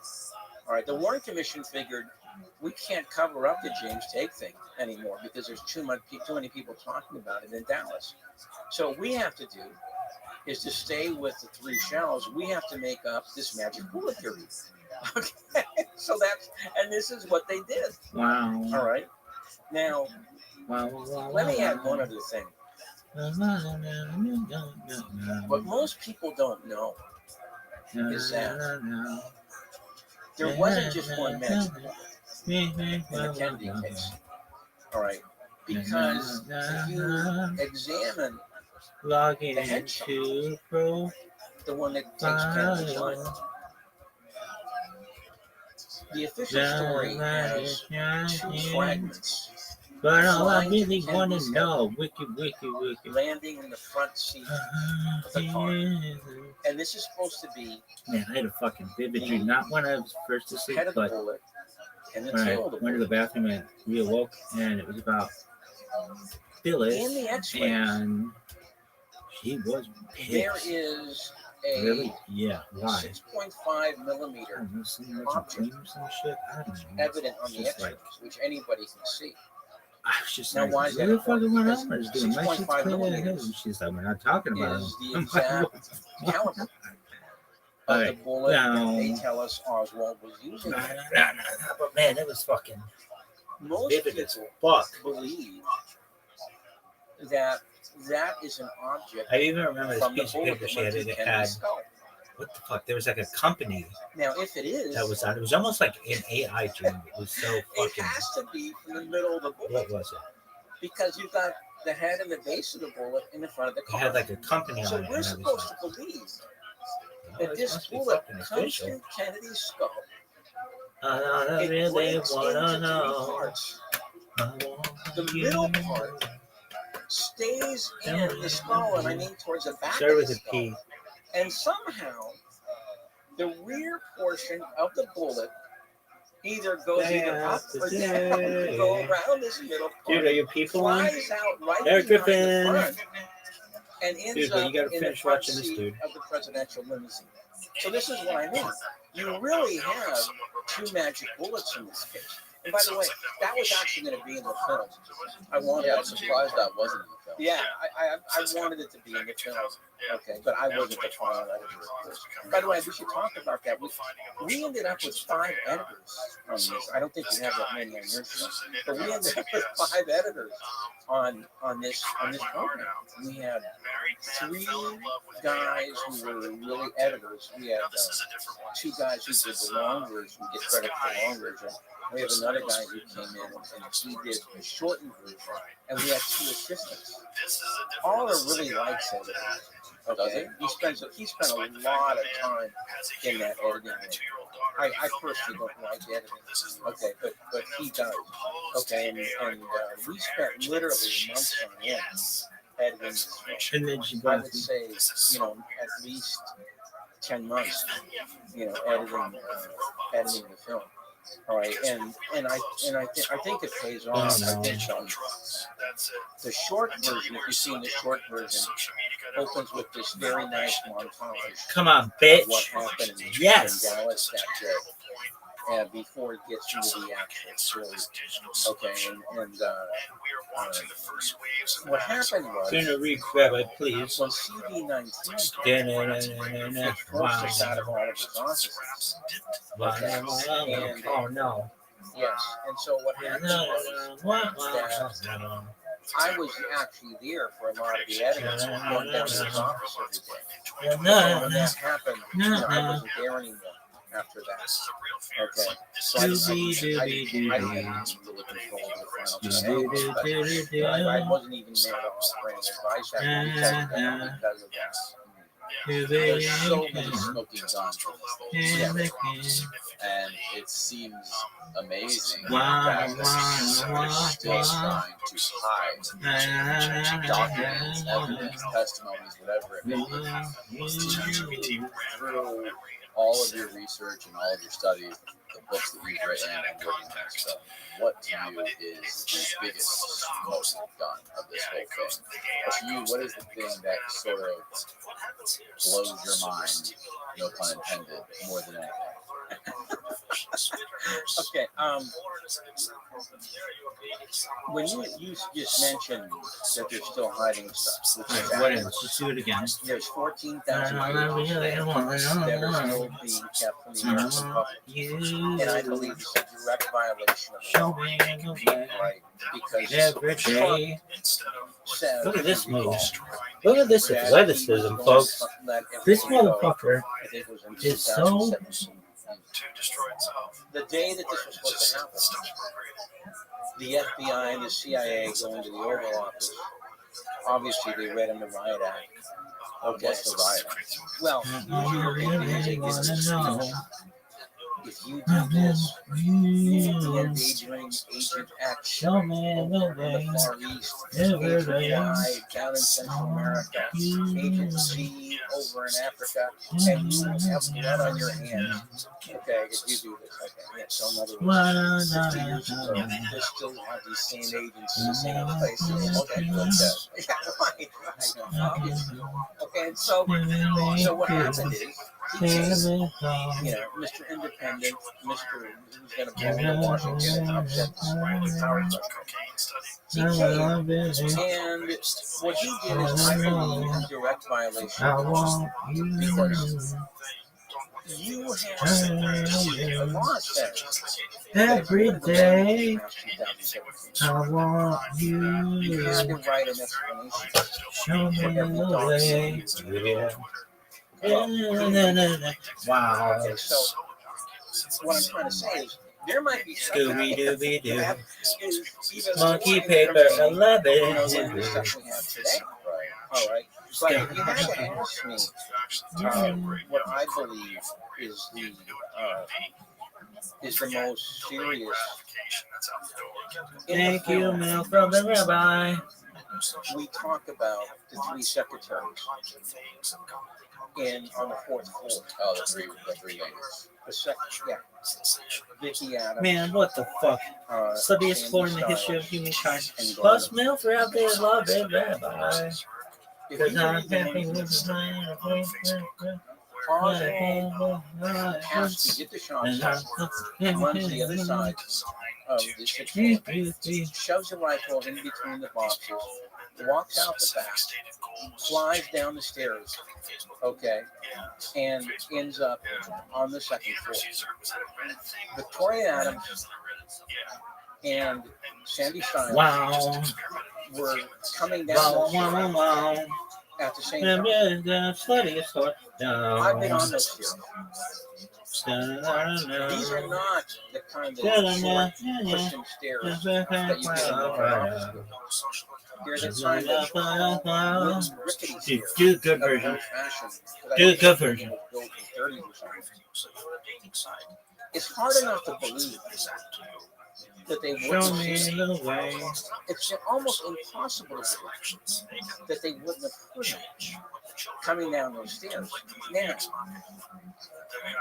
what happened in 1999 as a result of the review board declassifying more documents is we found this third witness, Dorothy Garner. She was the Adams and Stein supervisor. Yeah, this one works. What makes this so important is that she didn't go down the stairs. She stayed on the floor, on the fourth floor. She said she didn't see anybody. The first time she saw anybody coming up the Dude, stairs, what the was fuck? policeman, Marion Baker. All right. Wow. So here you have No. the police secretary going down. You have the supervisor staying right there. And Do nobody this said one. anything. Some fucking Israel. Like, do this one. Like, I shut believe the it's fuck up, really, bitch. really, really I do what I want to do, you fucking slut. Okay. She'd be And like, so the Warren you're the Commission, of biggest course, they understood this. sluttiest So even though they knew about whore it, in the history. they didn't call her as a witness. And there's a letter going from the local department. Oh, of fuck. attorney Fuck you, Okay. bitch.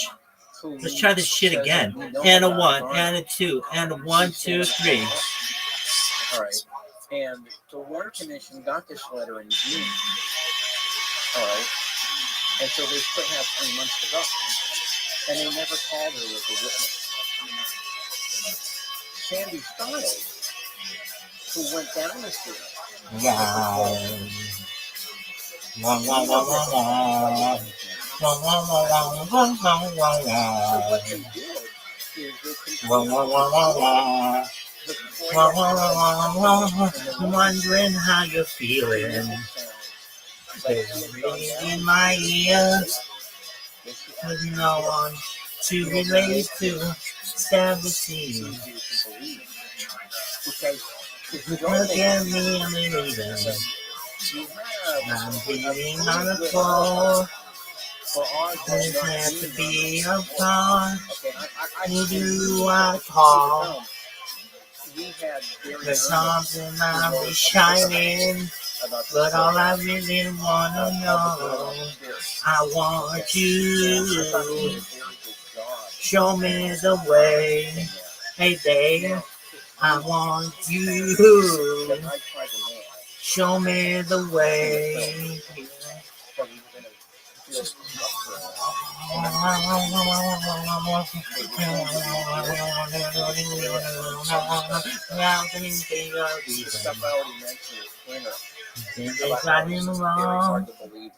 That was sick.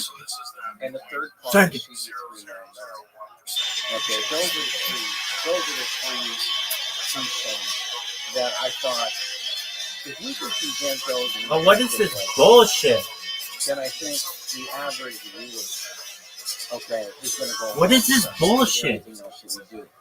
Okay, and I thought that Oliver did a nice job in presenting those three keystones.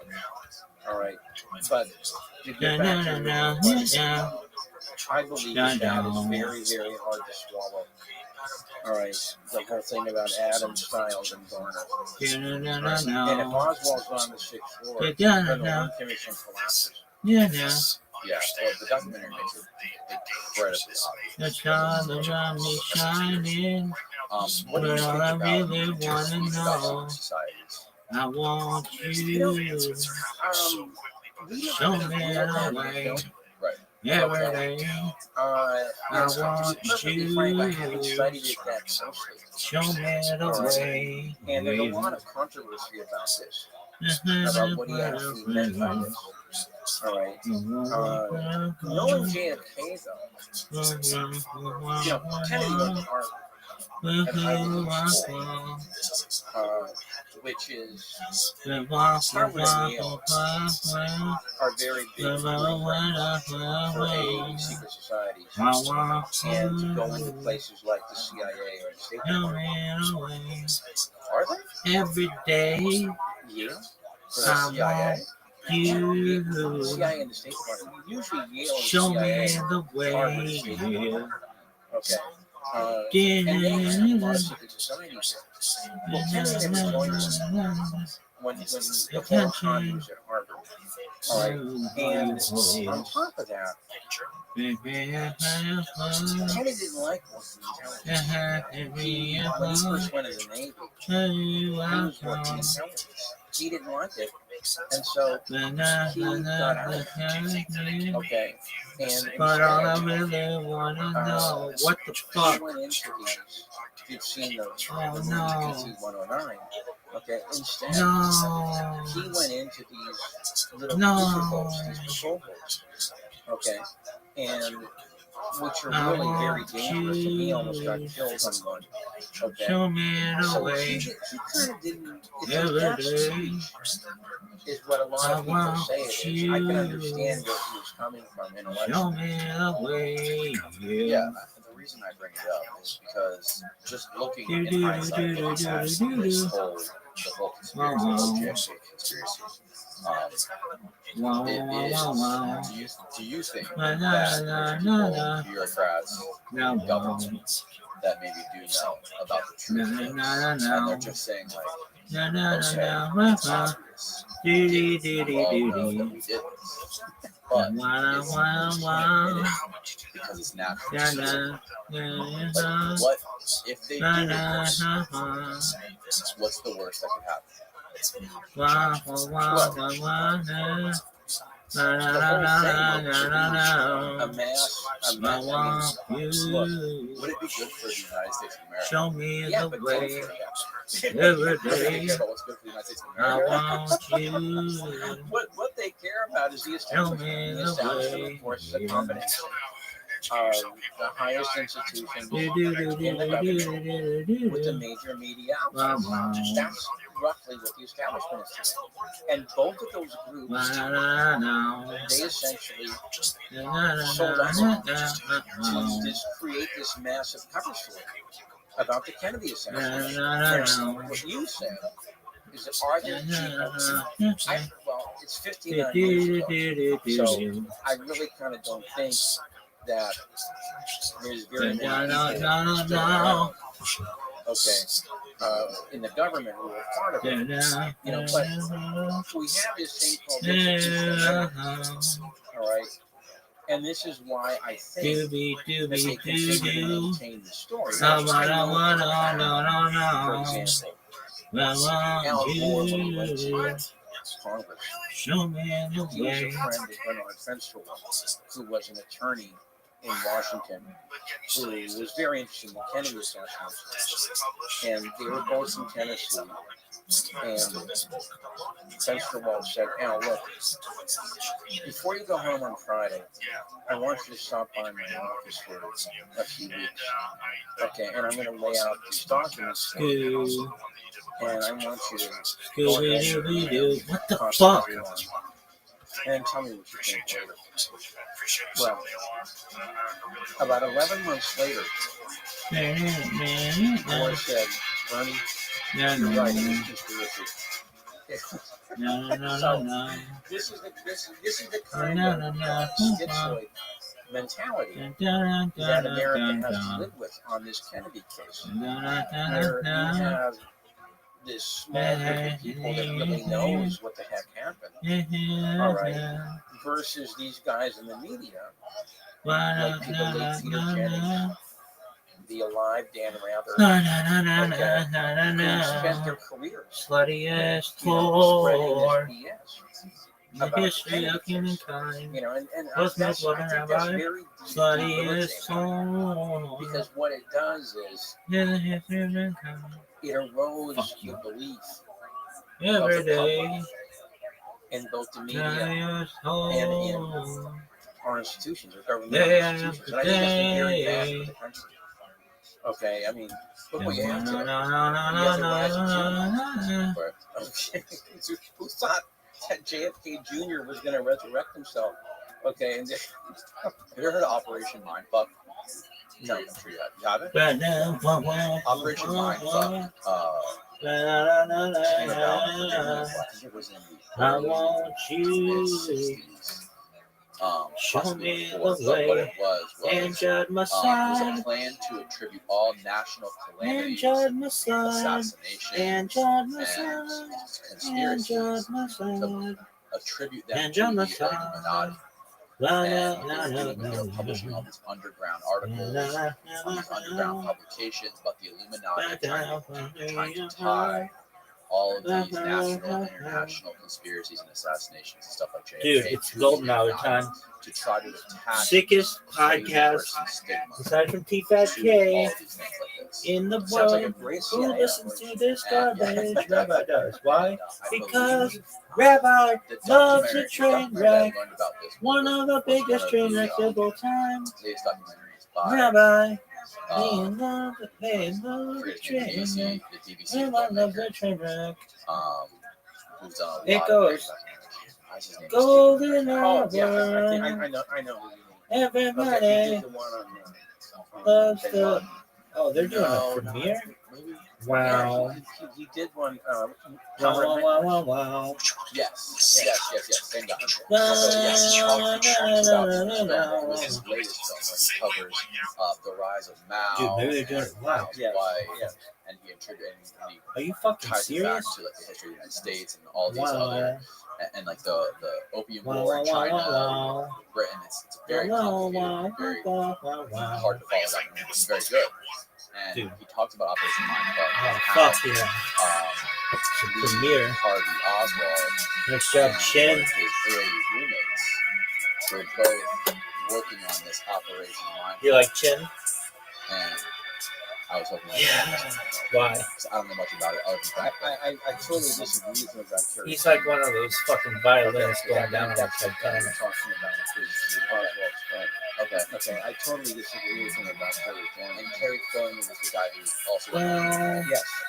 And Kerry Thornton ended up being a very useful But it witness is for. against Oswald. right. Okay, very useful. In fact, of all Wow, Marine guys, wow, he was wow, probably wow, at labeling wow. Oswald as a real communist. Wow, If you watch the film, okay, wow, we don't agree with that. Okay, we think that Oswald was a part of the anti-fair play and committee operation, which both the CIA and the FBI had. But that's really interesting. I hadn't heard that before. Jordan, maybe you can pull up Gonna a wrap up, proper please. description of that. But It that is- sounds exactly Make love with a CIA, vodka boy. which resulted in QAnon.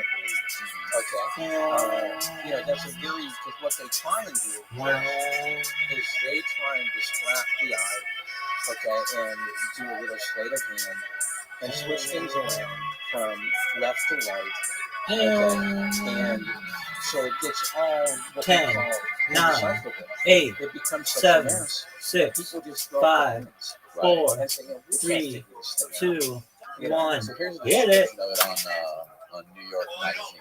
Operation Mindfuck was a free-form art project prank political protest of the 60s and 70s, designated to sow the culture with paranoia. The key figures behind it were Kerry Thornley, co-founder of the secret religion called Blinded don't know what and we're Robert talking Anton about. Wilson, Maybe we're a talking historian about. staffer at Playboy. Yelling and Through every means available, Wilson explained in a memo laying out the plan. The Mindfuckers intended to attribute the national, that's what I was talking about, the national, attribute the, Now I'm Golden okay, hour. yeah, attribute the conspiracy to Golden the hour. Illuminati in the underground press. And then towards the bottom it says, when a New Orleans jury refused to convict one of the men who the conspiracy hunting district attorney Jim Garrison blamed for the JFK killing, Garrison's booster Art Kunkin of the Los Angeles Free Press got the note revealing that the jurors were all Illuminati initiates. that's something I don't believe at all. Okay. All right. So what do you think about that? First of all, Kerry Thornton and Wilson were these kind of pranksters. There's very little doubt about that. You know, whether or not this was an effective CIA operation, I don't know now. And Adam Curtis is the name of the guy. Adam Curtis, right? He's the director of the film. Yes. Okay. And I disagreed with his take on Thornley. All right. Thornley, I believe, was actually part of the plot. Okay. And I've written about this at length. I wrote a very long two-part article. Thornley denied to Jim Garrison that he ever met Oswald in New Orleans that summer of 1963. This is a lie. Okay, Garrison had something like 6 witnesses who saw Thornley with Oswald that summer in New Orleans. Thornley then became one of Oswald's chief accusers in both the media and before the Warren Commission. And in fact, he was on a local TV station, all right, blasting Oswald as a real communist at the very same time. So he was telling a friend of his who he went down to the TV station with that, yeah, I knew Oswald. And no, he wasn't a communist. All right. So I have a lot of problems with Terry Thornley, as to his credibility. Now this, it might be true, okay? It might be true. But Terry Thornley is a very suspect person in the whole Kennedy case. All right, from the time that he meets Oswald in the Marines to the time where he's with Oswald in the summer of 1963. All right, and I believe that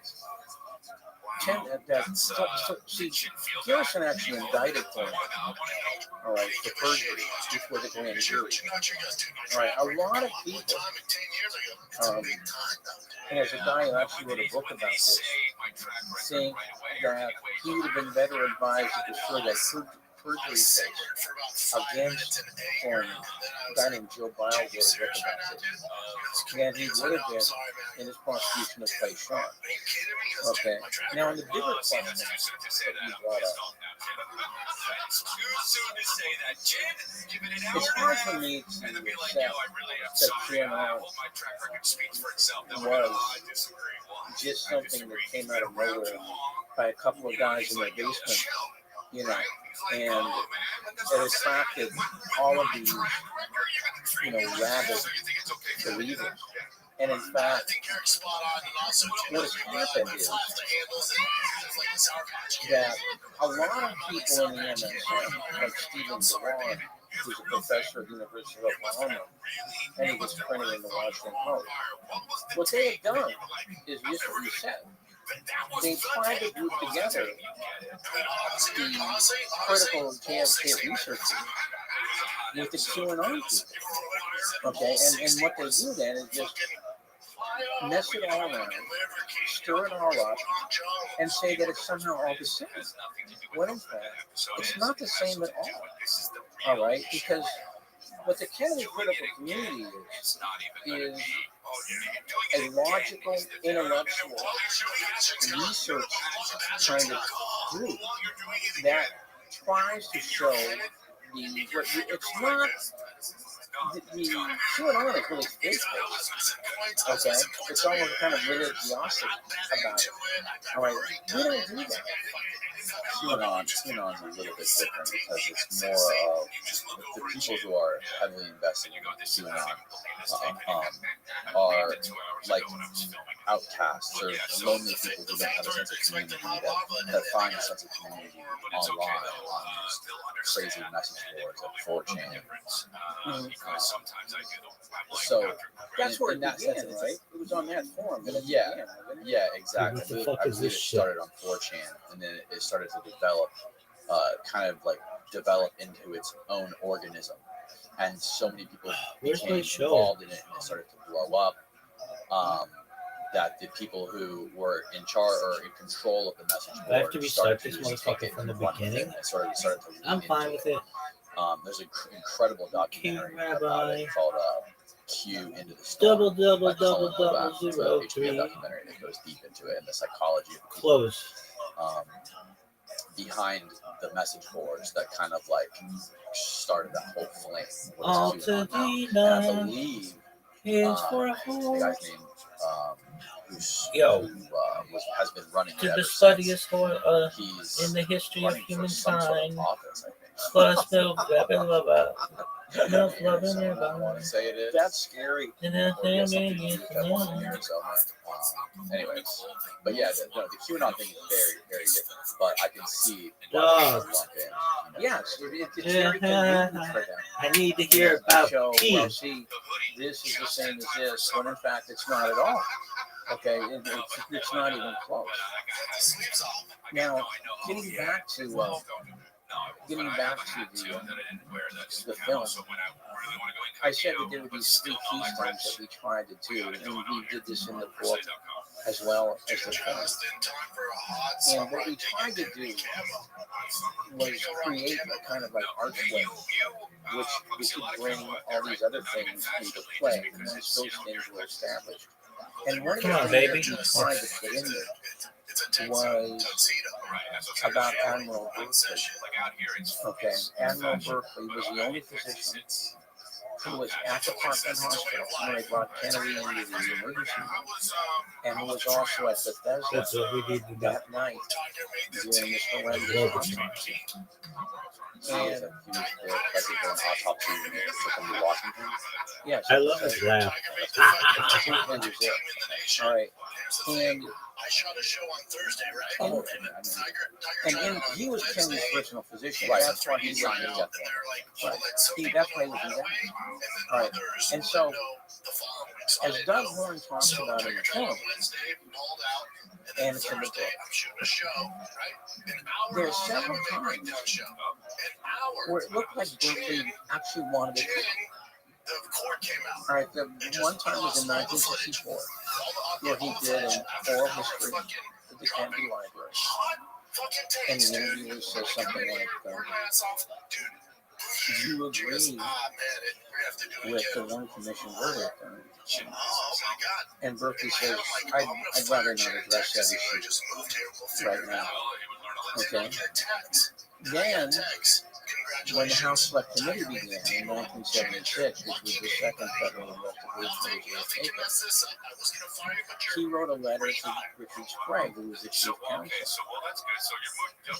And the intimation in the letter was something that he had information that would question the official verdict. Well, it turns out that Berkeley ended up doing a reversal, and he wouldn't talk. Okay, in fact, the House Select Committee didn't even do a deposition with him. Then, during the review, okay, they tried to get his secret files, which were at his lawyer's office. His name is William Elliott. Okay, and his daughter originally signed off on this. She said that she wouldn't sign for it because I think he died in '89. Right. His daughter originally signed off on this, said it was okay with her. Then when Jeremy Gunn, the chief counsel, tried to get her to sign an official document, it looks like somebody got to it, that she then reversed it. All right. But Berkeley's, I believe, a very important part of the story, because it looks like he has this desire to tell the truth about what happened. Then suddenly he thinks better of it. He says, well, maybe I should. I want my pension. Okay, and I want it to continue. And by the way, Johnson continued with Berkeley after the assassination. And Berkeley stayed as his personal physician to the day Johnson left the White House. Okay, in 1968. Now, was there a reason behind that? I don't know. Okay, but it's kind of interesting, and Doug Horn talks about it in the book. So we thought that if we could bring in these major evidentiary issues, that we could also place in people like Berkeley, okay, who seems to have, kind of conflicting feelings okay, and conflicting impulses about, you know, what he really believed about the JFK case. And I thought that was an important thing to bring in. Absolutely. Going back to Oswald, why? Explain to people who aren't familiar with it. What was his involvement specifically with the CIA? Obviously, you know, he was working in Japan for the Marines doing surveillance flights over China, and that was Well, actually, it's even worse than that. Okay, because one of the things, this was one of the things I learned to put in the film. Okay. When the House Select Committee of Assassinations convened, they assigned a woman named Betsy Wolf to the Oswald file at the CIA. She requested charters from every division of the Central Intelligence Agency. I think there's something like 9. Okay. She read through all the time. Then, from that information, she put a little graph on the wall saying, okay, then this is what Oswald's files should have done within the CIA. So then she saw the file. And guess what? It didn't do anything like that. Okay? It didn't go to what she thought it would have done, which was the Soviet Russian division. Okay, because when Oswald leaves the Marines, he defects to the Soviet Union. So she thought, well, that's what this file should do. Is an SR division. It didn't go there at all. Period. So she started interviewing people within the CIA, trying to figure out what the heck happened to Oswald's file. All right? And so finally, in the autumn of 1978, she interviews a guy named Richard Gambino, who at that time was the chief of the Office of Security. Which, by the way, that's why Oswald's file went. It went to the Office of Security. All right? And he tells her, look, it doesn't matter how many documents come in. And it doesn't matter if it's these states, okay, to go somewhere. If you intervene at the first gate, which is called the Office of Mail Logistics, that is where those documents will go to. So here she finally, in November of 1978, she has the eureka moment. Somebody rigged Oswald's file from the beginning within the CIA, so it only goes to the office. And the only guy who had access to all the files was the guy named James Hancock. Okay, who of course is the legendary counterintelligence chief at the CIA. All right, now, how was Betsy Wolf's work? It was not even transcribed in the memorandum. It's all in handwritten notes, which I was very lucky to get from a guy named Malcolm Blunt, who was one of the consultants on the film. All right. Somehow they didn't think this was important enough to transcribe in the memorandum form. All right. And from what I understand, Betsy Wolf doesn't like to talk about those things. I think she's an attorney in Maryland. Okay, the last time I looked, and she understandably doesn't like to talk about that. Now, having said that, if somebody obviously rigged Oswald's file from the beginning, it looks like, well, it doesn't look like it, it sure as heck looks like that Oswald was sent to the Soviet Union, okay, to try and garner intelligence about what was going on there, because there really wasn't a heck of a lot of intelligence that the CIA was getting. So they sent over a string of defectives, Oswald being one of them. Right. And the problem was that the KGB understood who Oswald was coming in and stopped in Moscow. So what they did is they kicked him out of Moscow. They sent him to Minsk, 400 miles away. And instead of him spying on them, they spied on him.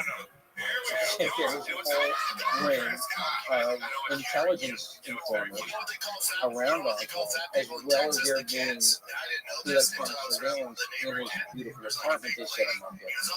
All right.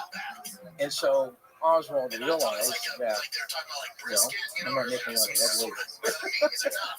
And so they brought him back to the United States. And then it looks like, and again, I think it's even stronger than that, the CIA and the FBI had anti-fair play for Cuba committees, which is going on. The Fair Play for Cuba committee was a liberal group in New York City that said that we object to what Kennedy's doing with Cuba, okay, and we believe that we should have better relations with Castro. And they had some very big names like Norman Mailer who were part of this group. And obviously the CIA and the FBI were very anti-Castro. Okay, they really didn't like the Fair Play for Cuba committee.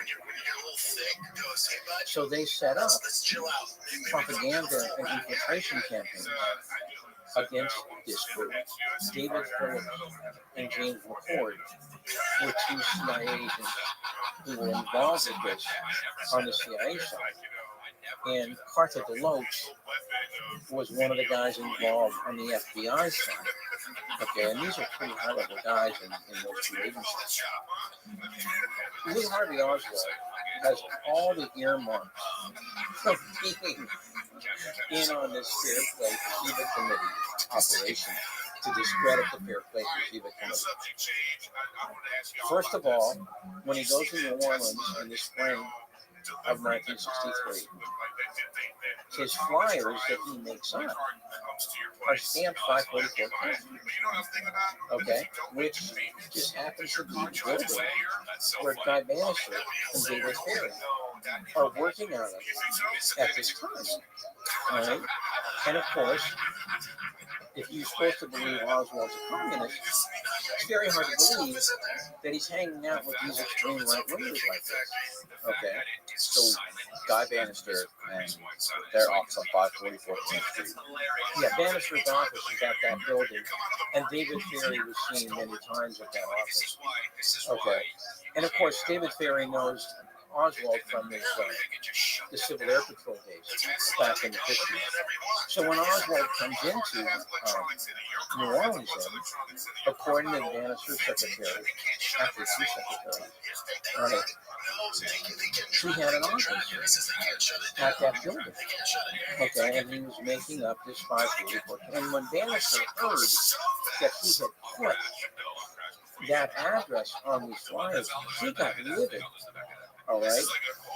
Okay, and so then, of course, Oswald gets literature from the Fair Play for Cuba Committee in New York, and they tell him,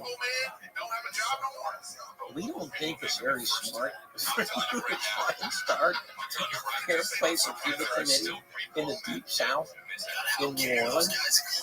All right, it's not a very, let's say, propitious way to begin a committee. Okay, for the FBCC at this time. But he goes ahead, and he does, and he, of course, is the only member that we know of in the whole city of New Orleans. Then he starts leafleting in public, in the rush hour, in the streets of New Orleans. Now, I've talked to people who were in the Communist Party at that time, and they said, Jim, that's a dead giveaway sign that the guy is not a true communist. And I go, why? Because the last thing you want to do is confront somebody in public with this kind of stuff, because it makes them stand out if they accept it and start reading it, etc. Okay, and all these other people are going to see them. What we did, of course, is we would go at night and we would slip the literature under the door, so that when they would come out and see it, they could take it right into their apartment,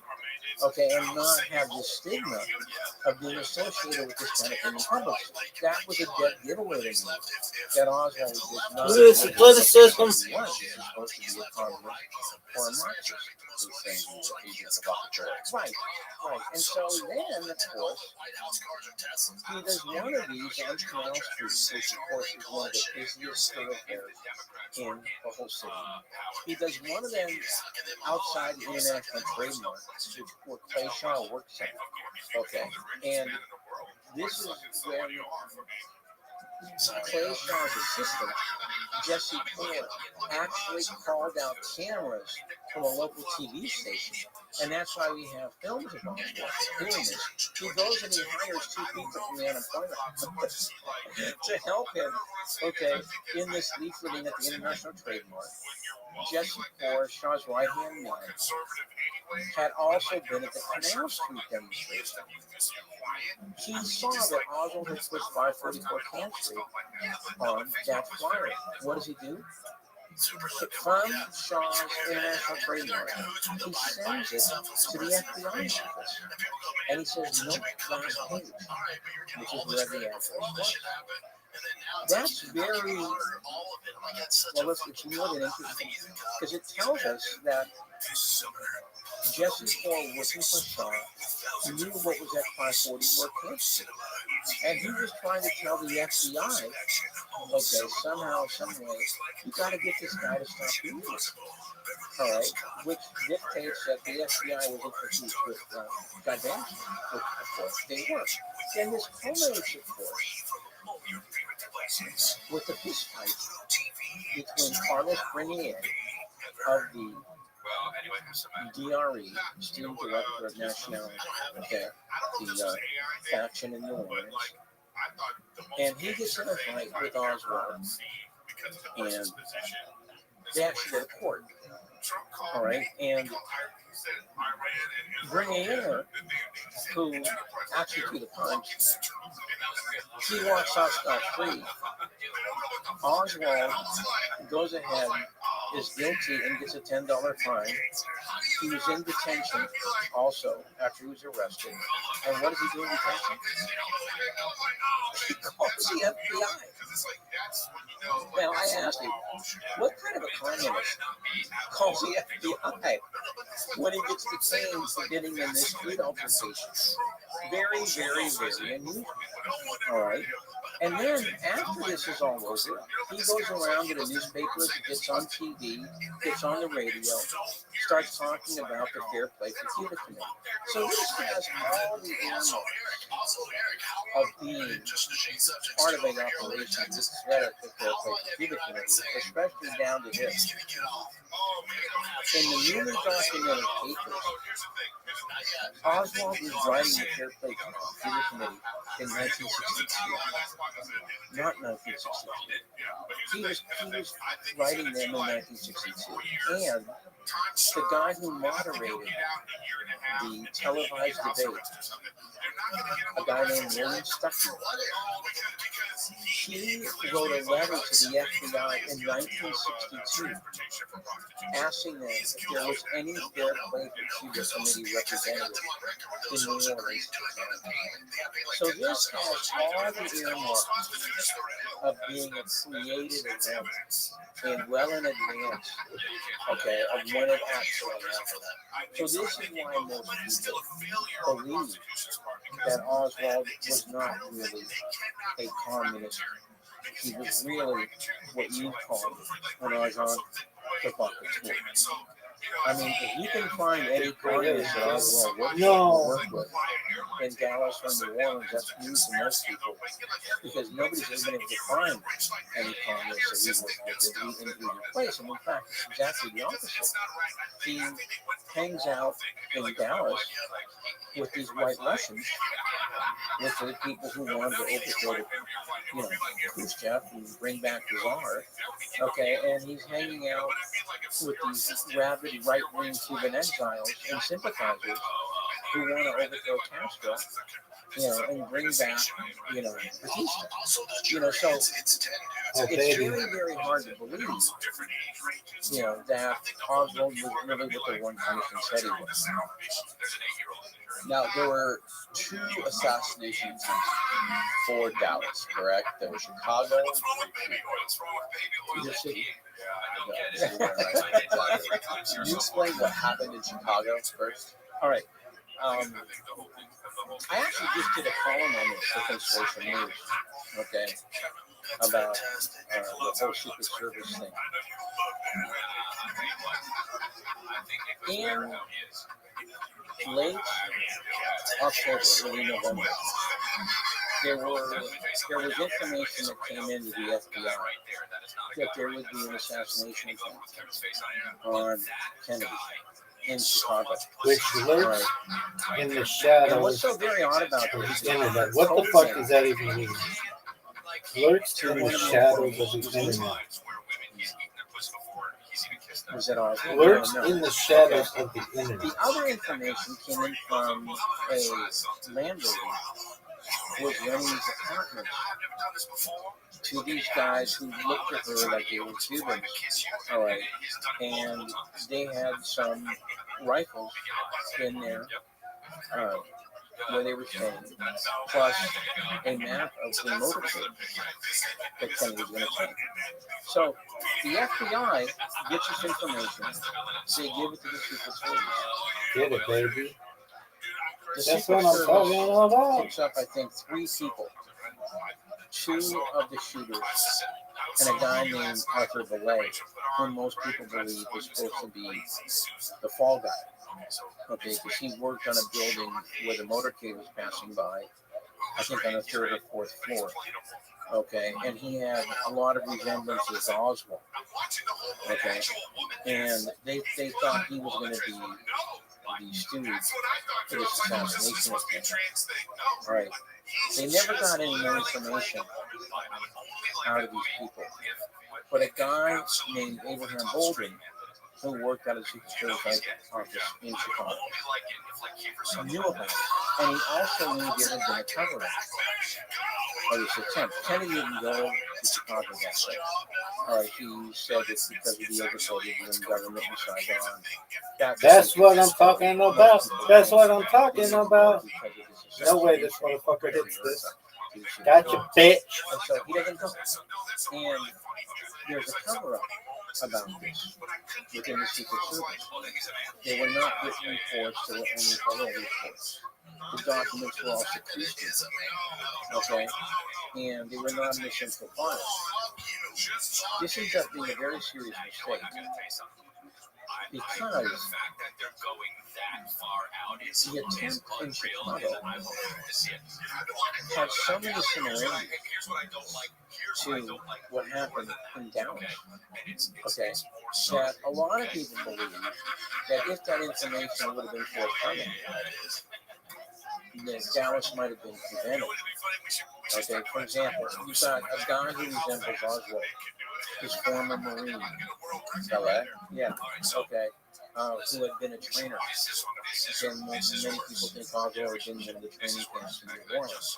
All right, and About the people that are training with Cubans. right, that has to be CIA. So that's right. And you had this tall building that the motorcade was going to go by right off this freeway exit ramp. Right. And so the modus operandi looks a lot like Dallas. All right. And so if you would have been alerted to this, you might have been able to prevent what happened. Now in Tampa, there was a guy named Gilberto Lopez, who was a former Cuban, came to this country, was part of the Fair Play for Cuba Committee. Right. After the assassination, he goes to Texas. Then he goes to Mexico City, and he ends up being the only passenger on a Cubana flight to Havana. Okay. That day, that particular, which I believe was the 18th, All right. This time, Kennedy was not going to back out. He came to Tampa. Okay. It was the longest motorcade in 17 miles, and it went by the Floridian Hotel, which I believe at that time was one of the tallest, if not the tallest building in Tampa. All right. This time, because of Chicago, all right, there was all kinds of security. I mean, it was every place. Vince Calamera, who's an expert on the Secret Service, said if you combine all of the agents from different law enforcement groups, whether it be Secret Service, whether it be local police, whether it be state police, there were literally dozens of people crawling on every floor of that Floridian hotel. All right, and so they, who, if this was really a planned assassination, it was this that stopped it. Kennedy was so grateful for this that he insisted on staying after, and he wanted to congratulate every single person, okay, at that Floridian hotel that day personally, and he did. And Vince talked to one of the guys who did this with. All right. So yes, there were at least 2 attempts to kill Kennedy in just November of that year, before the actual murder took place in Dallas. Very interesting. Yeah. You know, because I think the obvious implication, Kennedy wasn't getting out of 1963 alive. Okay, one way or another, come hell or high water, you know, they were going to get it. You know. Where do you think this goes?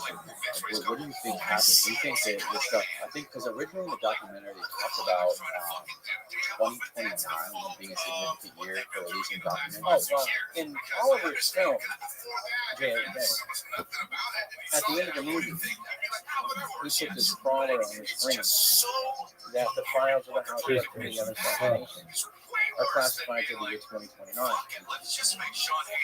This got a lot of people angry because they didn't know about it. And so they started bombarding Washington. Okay. Why?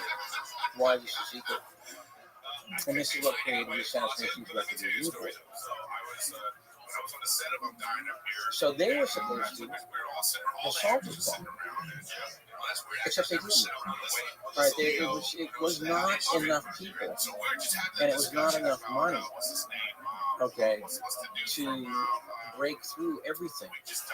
And so they put a lot of documents on what they call time delay, which means that they would mark a document, like say, they stopped in 1998. They would mark a document like 1999, 2001, 2003. Yeah, Anderson just died. And they thought it would be safe to go in and open up the document. Except that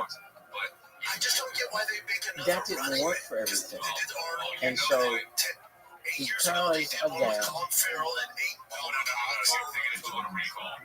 they had to mark a lot of documents with date term NBR. What does that mean? Not believed relevant. It turned out a lot of documents they believed not to be relevant were pretty relevant. Like, for example, that the mayor of Dallas, Cabell, was a CIA from 1959. His brother, One of the greatest shots I've ever had. who was the deputy director of the CIA during the day of who Kennedy fired. All right. So most people would believe that that's kind of relevant, but they just had to go leave in this haste out the Now I'm door. gonna fucking And they get ended up, and so this is what happened. A lot of these documents got either misfiled or they just didn't have enough time to go through everything. And Biden last year opened up, I think, 1,400 pages. All right. And there's still 14,000 left. Now, we are today, Pages significant at all? Should we learn anything? we don't know. Okay, well, to be perfectly frank, I haven't looked at the 1400 You yet. can't Okay. accept But if you take a look, this is 2022. If Biden releases all the Oh, documents fuck you, dude. this year or Fuck next you. year, Miss. that would Fuck be you. Got you, you slut. Oh, man, that was So amazing. all this hubbub around JFK and the ARB ends up shaving at the most maybe 6 years from what the original declassification date was. You know, and to me, this shows you who really runs Washington. Right. Okay? These people, these hierarchies, okay, in power, okay, are determined that, you know, we don't care what the people think, right? If we don't want to be classified as documents, we're not going to be classified as documents, all right? And that has been, I believe, So bad. the signal message, Oh, you little bitch. you know, of the whole aftermath of the Kennedy case, the secrecy rules. Okay, and people, give an example. When the FBI went in for their first declassification session at the ARB, they told them, look, if you want to declassify a document, we have the power to do that. All right? You can object to it, but we have the final word. And the FBI guy there turns to his lawyer and he says, can you do that? I go, yes, they can. Okay, because these guys, you know, they're so used to being in control that to them, it was a really bad experience to lose that control. Because, see, in a Freedom of Information Act lawsuit, which is what we had before the review board, you didn't see the document, but you had to argue why it should be declassified. You bore the burden of proof, okay, without seeing it. In this particular case, with the review board, it was different. The CIA and the FBI had to prove that it shouldn't be declassified, even though the review board had it right on the screen in front of them. All right? So the burden of proof was on them, which is, I believe, the way it should be. You know, I mean, secrecy, I don't have to tell you this, or anybody listening to this show.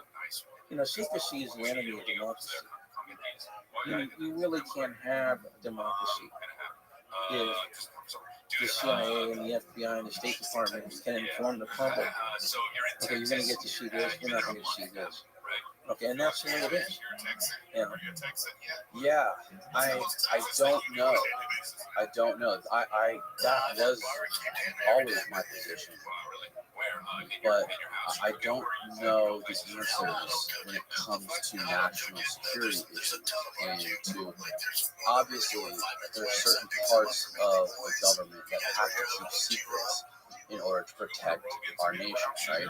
Because you have other countries like whatever, maybe Russia, China, whatever other country it is,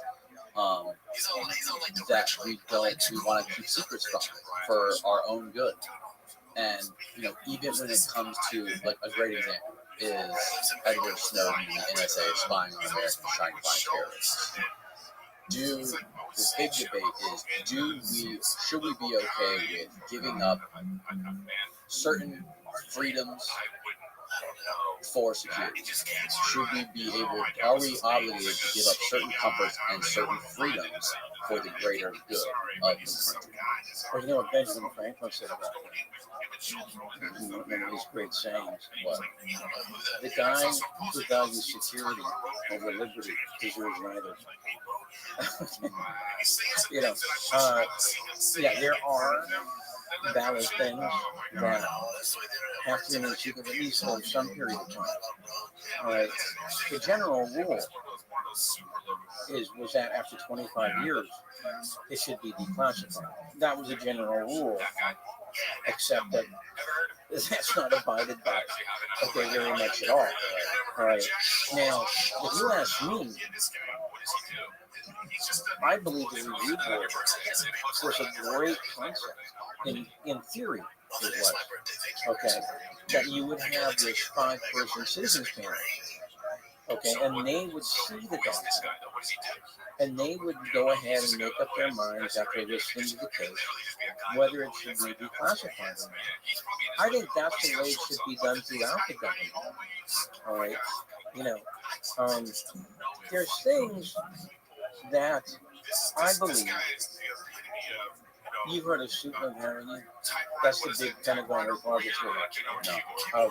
That's what all the documents are at the Pentagon. They will never give up. What's it called again? Superman, Maryland. That's Superman, Maryland? Yeah. And reportedly, that complex is something like 20 acres. Okay.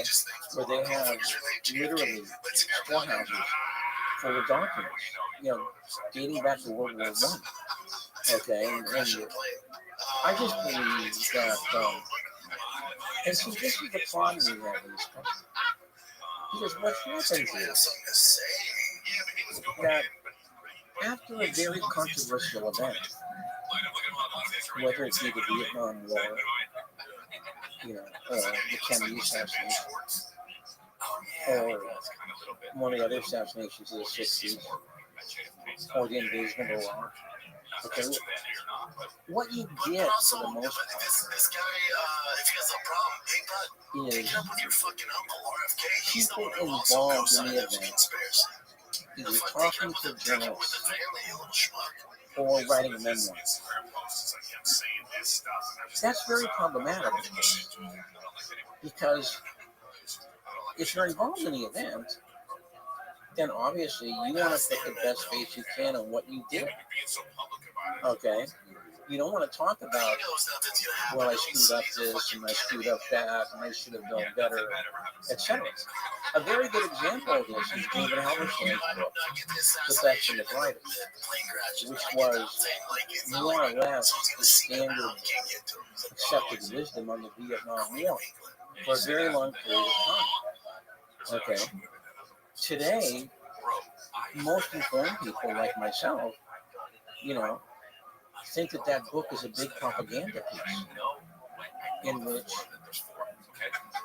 Halberstam, through his own biases and to the fact that he had been a former hawk, which is something he doesn't like talking about in The Best and the Brightest. Yeah, Halberstam was a hawk. What do you mean by that was a hawk? He wanted to win the war. He wrote a book called The Making of the Quagmire, in which he essentially says it. Prior to The Best and the Brightest. The Best and the Brightest was 72, I think. Making the Quagmire, I think, was 1968. Him and Neil Sheehan, his buddy from the New York Times, went to Vietnam, and they thought that the Americans should win this war, and that we were holding back, and that Kennedy was wrong, all right, and we had to eventually commit American firepower and American troops, all right. They essentially, Halberstam at least, more or less tried to cover that up in his book, The Best and the Brightest, all right, in which he looks at it now as a huge mistake, okay, all right, and he completely leaves out Kennedy's withdrawal plan. All right, which of course, as we talked about in the film with John Newman and Jamie Galbraith, which he had devised in 1963. There was a big meeting in Hawaii in May of '63, in which McNamara went over there, demanded all the schedules for withdrawal. When he got them, he turned around and said, "This is too slow. You have to get out faster." And then that fall, Kennedy goes ahead and signs NSAM 263, which confirms the first 1,000 troops to be coming home in December. This will be part of a phased withdrawal plan. okay, which was completed in 1965. Now, the review board did a really good job on this. Okay, this is one of the best things I think that they did in making this all, people can dismiss it before, but it's all true and it's all real. Kennedy was getting out of Vietnam. So here's my question: is why did we have to wait until 1997 to get these documents out that settled the debate? Because that's when they came out in 1997. And that actually, you can believe it, that actually made the big papers. The New York Times, for example, the Philadelphia Inquirer, with a headline: Kennedy had planned to exit Vietnam. All right, so in other words, after 34 years, all right, we get the truth about Kennedy wanting to get out of Vietnam. All right, and this is what I mean. This is the problem we have with excess secrecy in this country. Yeah, it's not a good look for the CIA, especially with operations like Operation Northwoods, I think it was. Right, that's another one that the review board got out. Yeah, that was astounding. Right, now what that was the Pentagon wanted to go ahead and create a provocation, of either a Cuban government attack in Miami or the blowing up of a plane over Havana. All right. And that man plane, right? Yeah, a drone kind of thing. And this was going to create the excuse for an invasion of Cuba, which Kennedy was totally against. Okay, he just did not, and this is why during the Bay of Pigs and then during the missile crisis, he refused to do that. All right, he when the Bay of Pigs was failing, he accepted the failure, and he was not going to commit the Marines and the Navy, which is off the coast, to bail it out. And then during the missile crisis, when everybody was urging him to bomb the missile silos or send in the Army, all right, excuse me, Marine Corps, he refused to do that too. And it's a hell of a good thing he didn't, because we later found out that Castro had these mini nuclear weapons, all right, and I think he had something like 10 of them. All right, they were small scale, kind of Hiroshima style bombs, all right, which would have incinerated any kind of invasion force, at that time. All right, and that, of course, would have escalated. You know that, okay, if that would have happened. All right, and so that was Operation Northwoods. Again, this did not get declassified until the 90s, until the review board. And the Bay of Pigs, we found out that the head of the CIA was, during that time, the head of the CIA was Alan Dulles, right? And when we found out that he had been beaten by Alan Dulles and that he had been lied to, that was a really big turning point for Kennedy, right? Yes, and we talk about that in the film. How did he change? How did that change? Well, what happened was that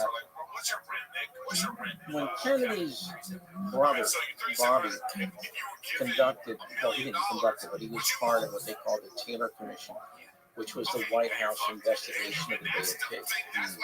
Right. Bobby Kennedy came to the conclusion, after doing an extensive review, that the CIA knew the Bay of Pigs was safe. That they knew that these 1,300 people, ragtag collections, was not going to be able to stand up to Castro's regular army, which was about 30,000 with tanks and mortar and cannon, okay, on this lonely beachhead. Right? And in addition to that, Castro had like 150,000 reservists. Right? And so Bobby Kennedy came to the conclusion that Alan Dulles knew that this operation was failed, and he was banking on JFK caving, and at the last minute sending in American forces to bail out the operation. And Bobby Kennedy essentially brought Robert Lovett into the White House. Because Robert Lovett had been a former Secretary of Defense, and he had wanted to get rid of Allen Dulles years earlier. Okay. And he had been part of a report called the Lovett Bruce Report, David Bruce was the other guy. And they had written a report saying that what Allen Dulles has done with the CIA is unconscionable. All right. And so Bobby Kennedy brought in Robert Lovett. And he said, look, we tried to get rid of Allen Dulles back in the 50s. But we couldn't do it because his brother was a Secretary of State. All right. So now you have the perfect opportunity to go ahead and get rid of this guy. All right. And so he has, I believe, completely transformed what the CIA should be, which is an intelligence collection into a covert action group. All right. And now, because of this big disaster, okay, now you have a great pretext to go ahead and fire the guy. And so this is what Kennedy decided on doing. And he actually said during this whole 1961 episode that he wanted to shatter the CIA and throw it to the wind. Okay? Into 1,000 pieces and throw it to the wind. And he does get rid of the top level. And he does cut the budget. All right? And then he puts his brother, okay, Bobby, in charge of this these secret operations against Cuba at that time called Mongoose. All right. And Bobby made sure that this is not going to spin out of control. I want to see every plan that you submit, okay? And I want to know who's going to be involved, and I want to know how many guys you're going to use, and I want to know what you're going to do. And the CIA really didn't like this. What's the goal of Mongoose?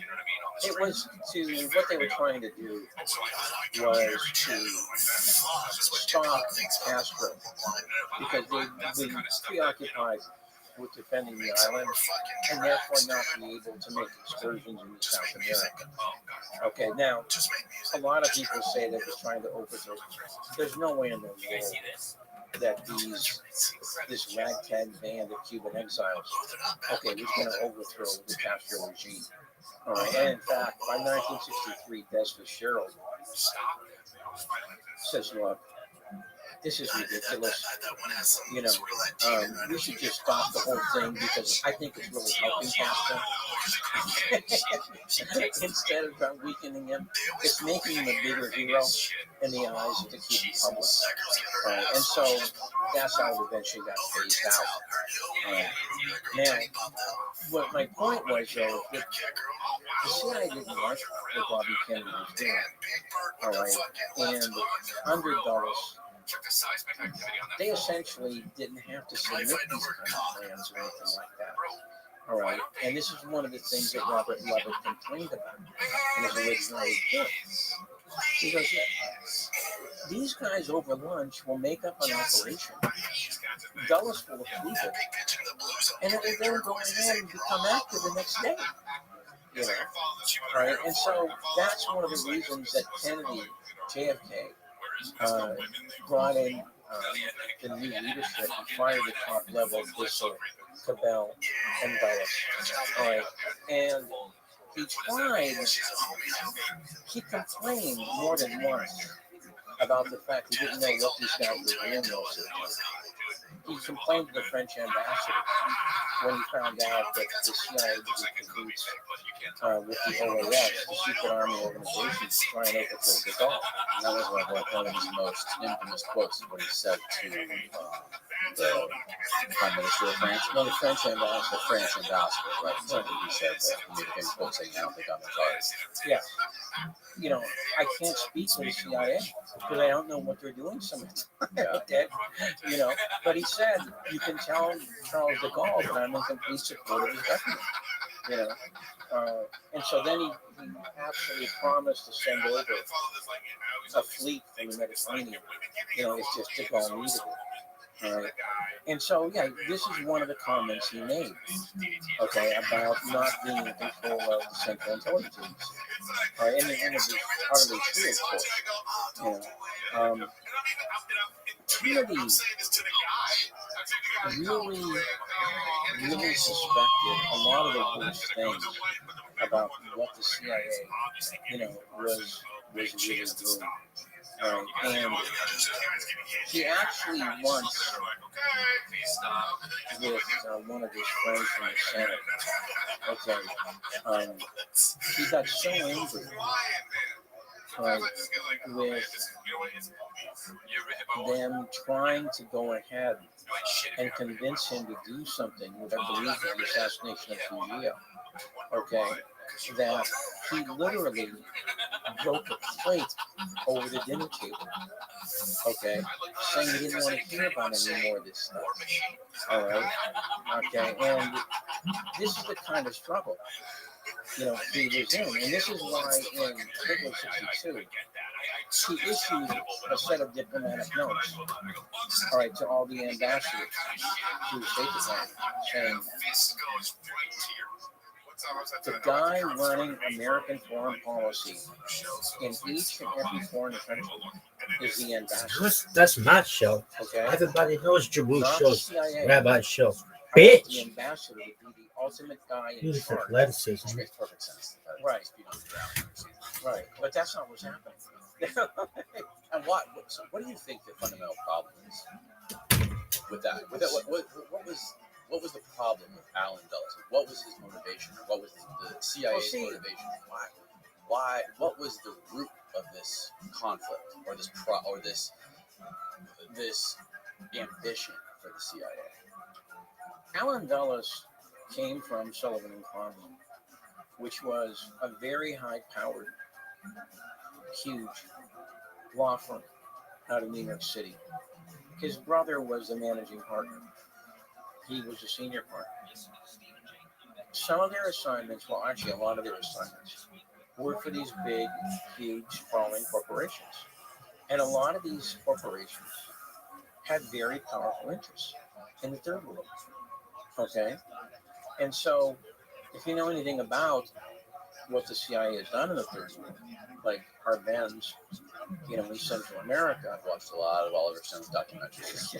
okay, then you understand what their objective is. And what their objective is, is the opposite of what America is supposed to stand for, which is supposed to be spreading democracy. What they were trying to do was keep dictatorships in power so that they could have the resources of this, whatever the third world country was, being exploited by American or British or European conglomerates. A very good example being Congo, which we spent some time on in the film, Right. Okay, and in the book, and we talk about in the book with a guy named Richard Mahoney. All right, and he was one of the preeminent experts on Africa and the Congo. He's in the film. We did an extended interview for him in the book. Okay, and his book, JFK Ordeal in Africa, was a milestone in figuring out just who JFK was. Because JFK stands in the Congo, and the whole episode with Dan Hammarskjöld and Patrice Lumumba was so different. I love how I spent half my life shouting West Side at the mirror. That it's almost impossible to compare the three men. I don't think you can. Because Kennedy actually backed Lumumba, who was his revolutionary leader in the Congo, who wanted to kick out Belgium. All right. And Hammarskjöld, who was the Secretary General, who actually wanted to have third world democracy. Now, in the book and in the film, we talk about what happened to those two men. Lumumba, who was assassinated with the help of the CIA. What is this bullshit? 3 days before Kennedy's inaugurated. I don't think that was a coincidence. No. Okay, they got rid of him 3 days before Kennedy was inaugurated. And what exactly was the CIA's interest in Congo? Well, in the Congo, the CIA was in cahoots with Belgium and England to try and thwart Lumumba's ambition, which was to make Congo an independent state and to have its own resources for its own people. Okay. To them, he was a very dangerous guy because not just for Congo, but because they feared that he could spread this Pan-Africanism idea throughout the continent. All right. And Congo, for example, is a very rich country with a lot of great resources. And so they helped track Lumumba when he escaped from prison. Okay, because they got Mobutu, who was his chief Pentagon army guy, to betray him. Okay, and to have him arrested. And when he escaped, the CIA helped the Belgians track him down. Okay, and turn him over to his enemies in Katanga, which is the breakaway colony. And then I believe, and I think this is in the book, when we interviewed Mahoney and Newman, John Newman, they put him before a firing squad, buried him, disinterred him, poured sulfuric acid over his body, buried him again, disinterred him again, poured more sulfuric acid over him. They literally didn't want this guy to exist. Okay, and this is all 72 hours before Kennedy's inaugurated. 42 Right. more. Now, Jack Hammarskjöld, of course, we spent some time on him in both the book, okay, with Mahoney, okay, and the film. And what we did is we tried to show that we don't think the Dag Hammarskjöld plane crash was really an accident, okay? And I think that was in September of '61. Dag Hammarskjöld was the Secretary General of the UN. And he was talking to Kennedy about. He was actually pretty good friends with Kennedy. Right. Okay. And they cooperated on this whole Congo thing. Right. All right. And Hammarskjöld, the night his plane went down, Edmund Gullion, all right, who was very interested in this whole Congo thing, he sent, and I think it was the ambassador then, he sent a telex to Washington. And words to the effect, this is not an accident. Okay. And he was convinced that this was sabotage. And most people today watch that film called Case Hammarskjöld. Right. And if you read Susan Williams' book, Who Killed Hammarskjöld, it's pretty obvious that Hammarskjöld was murdered. We show a picture. Yeah, the ace of spades in his pocket. His is the only body that is not charred and burned. And he has a playing card in his tie collar, which the witness who actually was at the scene said it was the ace of spades. All right. Now, does anybody think that Hammarskjöld was playing cards at the time of his death and the card blew up and it was shoved down into? No. It's pretty clear somebody planted that card there as a message. All right. And so what happens in Congo is that after Hammarskjöld's death, this galvanizes Kennedy.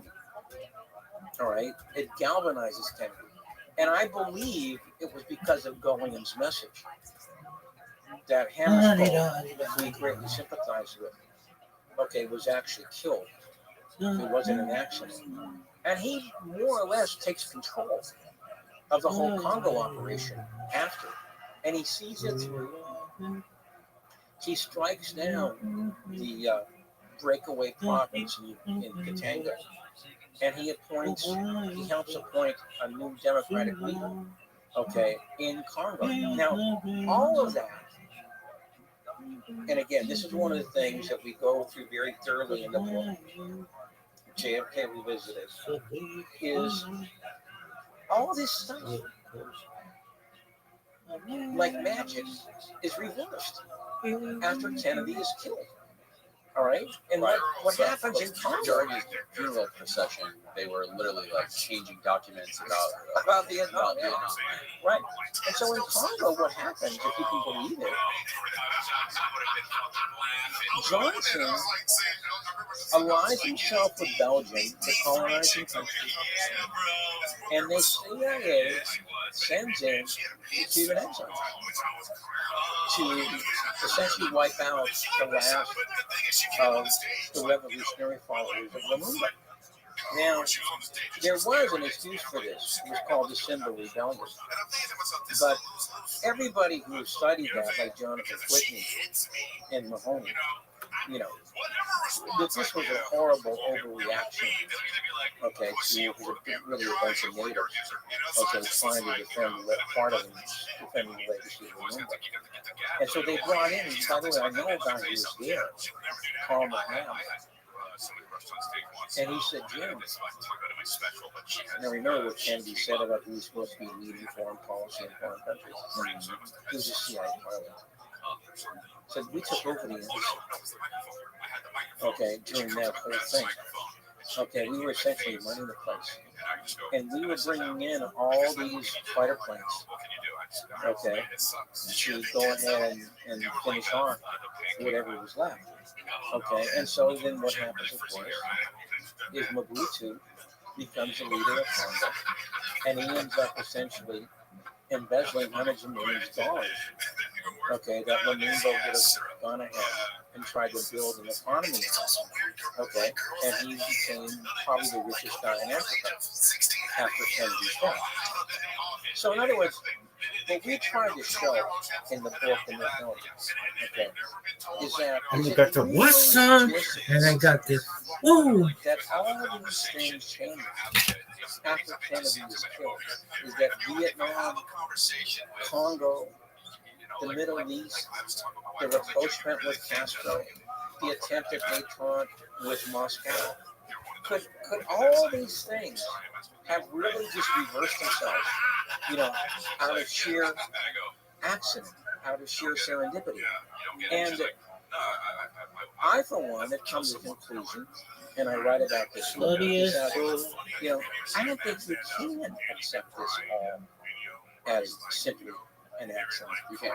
Yeah, that somehow, when you reverse that many policies, and you reverse them so dramatically, you know, and really, if you really think about it, it's almost like Kennedy never existed.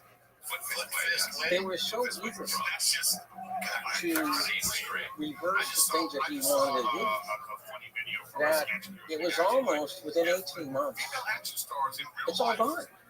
It's all disappeared. You know, between Johnson and the CIA, you know, it's essentially into the ether zone. And I've come to the conclusion, although I haven't written about this, that what happened between Johnson and Nixon and Kissinger in their maniacal attempts to completely eliminate Kennedy's foreign policy was really the beginning of the neocon movement. Okay, the neocon who felt, if anything, that America needed to assert itself more.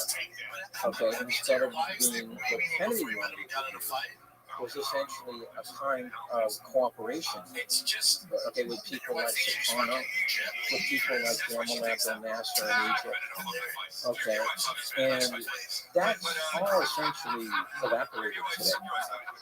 You know, it's gone. And you know, this is really, if you ask me, this is what we tried to do as folks, okay,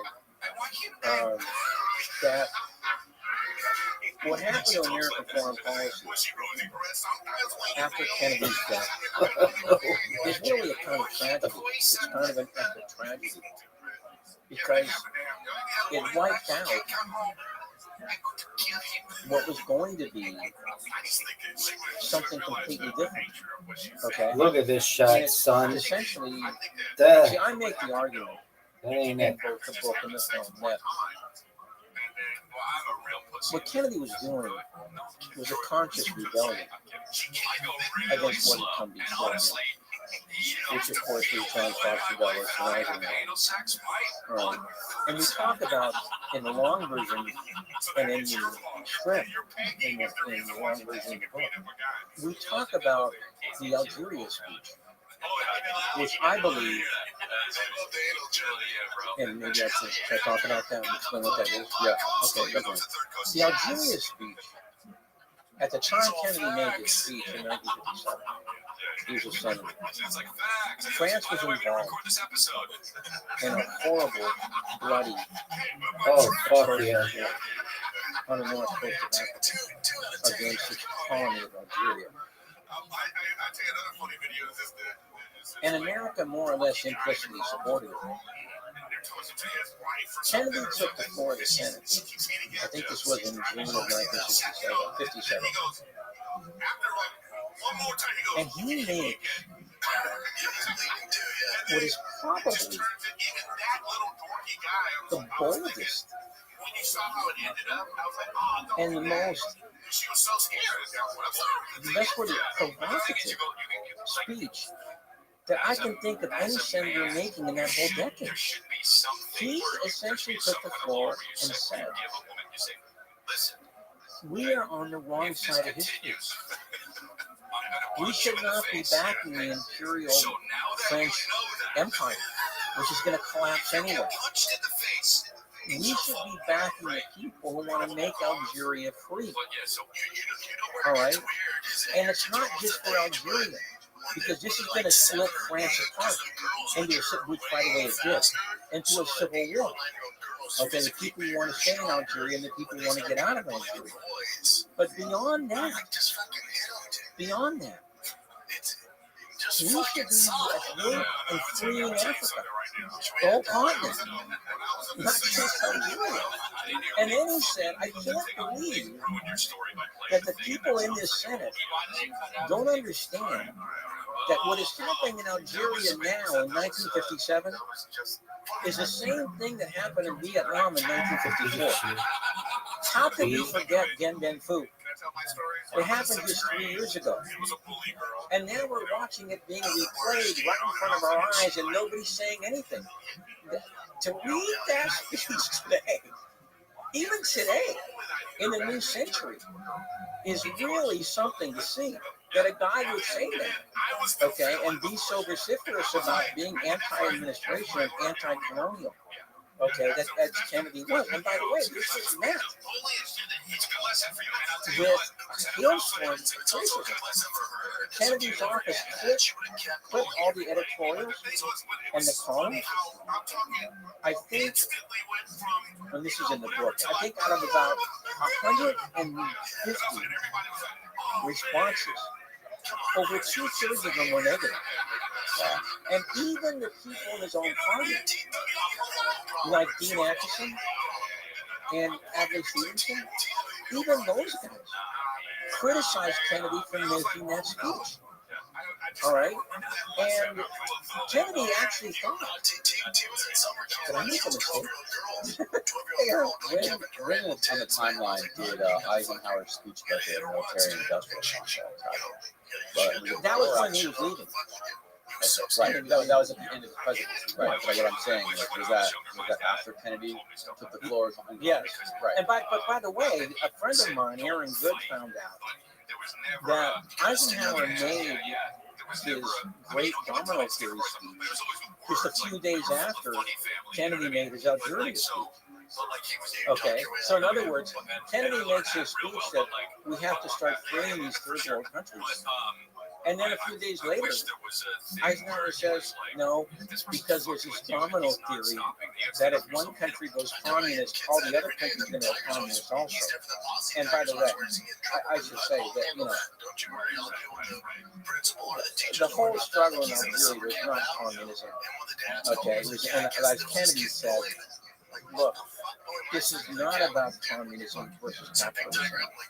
This is about colonialism versus nationalism. Okay, and we're not going to be able to defeat the nationalism. Okay, so what we should do is we should try and ally ourselves with it in some kind of a positive way, so that when these people win and take power, they will not look back and say, wait a minute, these guys never wanted us to take control anyway. It's really an amazing speech to read.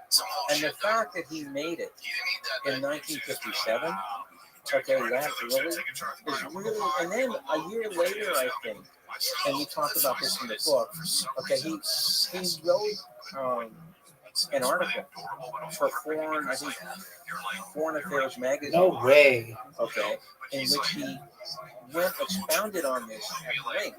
So we did a long interview with Robert Rickow, which is mostly in the book. And Robert Rickow is a professor at Stanford who wrote on this specific subject. It's called, I think his book is JFK, LBJ, and a Non-Aligned World. And he studied at length both the speech and the article that JFK wrote about it. And he was very impressed by the foresight and the vision that was expressed in those two instances. Okay, how different it was than John Foster Dulles. Okay, and with John Foster Dulles, you were the force or against us. Okay, there was no in between. There was no being non-aligned. There was no neutrality.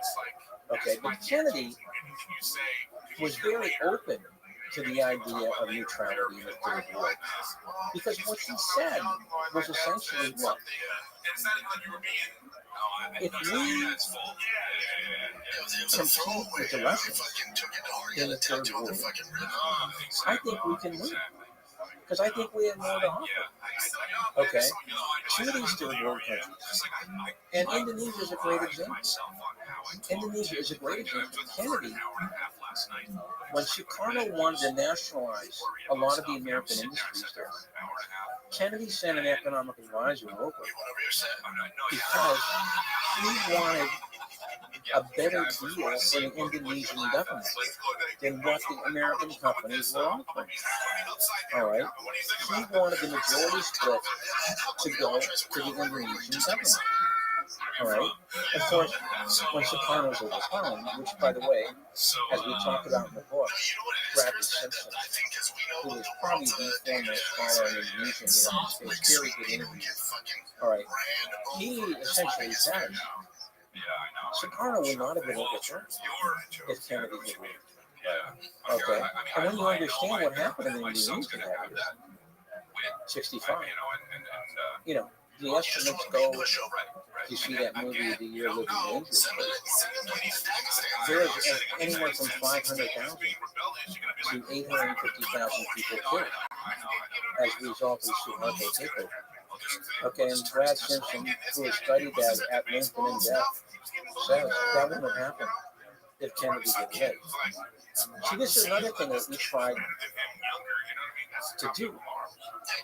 Is we tried to show that there was a definite cause effect.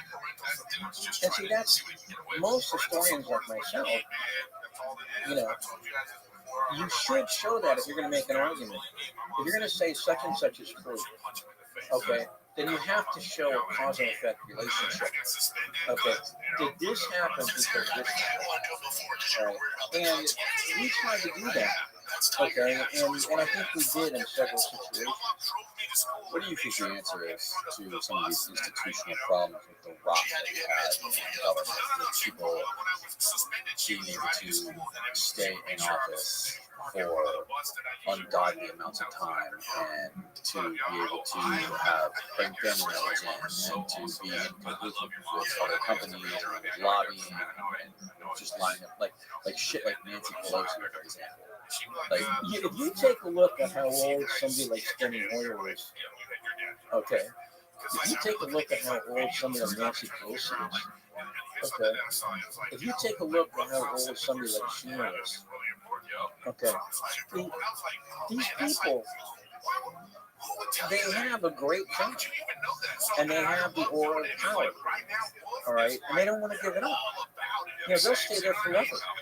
You know, if you don't do something about it. All right. Now, as far as the other question, the neocon philosophy, I believe, has become so pervasive that is there really a whole lot of difference between what the Republicans want to do and what the Democrats want to do? Other than just like optics. I don't think there's a whole lot of difference. You know, I mean, of course, we did get out of Afghanistan, but that was such an utter complete disaster from the beginning. And I mean, God, we were there for 20 years, and what did we accomplish? Nothing. You know, but if you take a look at, I mean, when you got a guy going to Saudi Arabia and he fist pumps MBZ, okay, then the guy who had the Soviet killed, okay, Crown Prince, Yeah. Talking about Jamal Khashoggi. well, that was the journalist the Saudi Arabians had killed. Yeah. And most people think that he had been killed. The Crown Prince has Oh, been killed. for sure. Right. Yeah. All right. Yeah, I think it's pretty obvious. Yeah. I mean, what? 20 guys go over there for no reason because they're not ordered. They just want to get rid of him because he breaks palms to Washington Post. Right. You know, and so, you know, and by the way, this is another thing. Thanks for giving me all these openings. All right. Kennedy did not like the way that John Foster Dulles had turned away from Nasser and Egypt and towards Saudi Arabia as a counterweight against Egypt.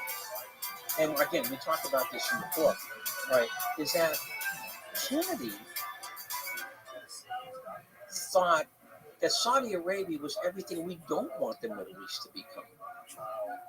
You know, Why? Why was that? because it was extremely fundamentalist. The Wahhab religion, or whatever it is an extreme form of Islamicism. Okay, and they adapted that just for the reason of keeping the Saudi Empire in power. Okay, whereas Nasser, Gamal Abdel Nasser of Egypt, he essentially eliminated the Islamic Brotherhood in Egypt. He went to war against the Islamic Brotherhood. All right, and he threw them in prison and had them executed. The leaders executed. All right, and if you take a look at the way he dressed, Nasser had a suit and tie on. He didn't have this Hadith thing that the Saudi Arabians wanted to encourage. Right? And so he thought that Saudi Arabia was an object of the past. He wanted to encourage a guy who was a socialist, which was Nasser. Okay? A guy who was a nationalist, who was Nasser. A guy who really was a progressive, that was Nasser. And he wanted him to be the example for the Middle East. All right? And, of course, you know, that didn't work out, okay, for several reasons. But I believe if Kennedy would have lived, that would have been a different situation in the Middle East.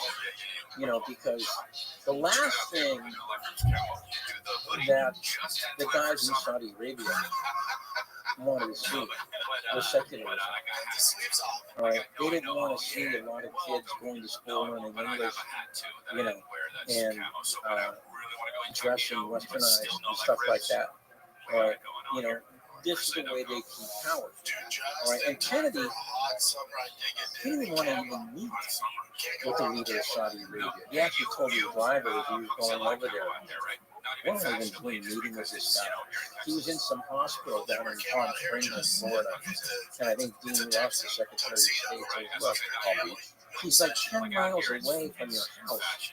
Okay, he's in the hospital. You gotta go see him. Wait.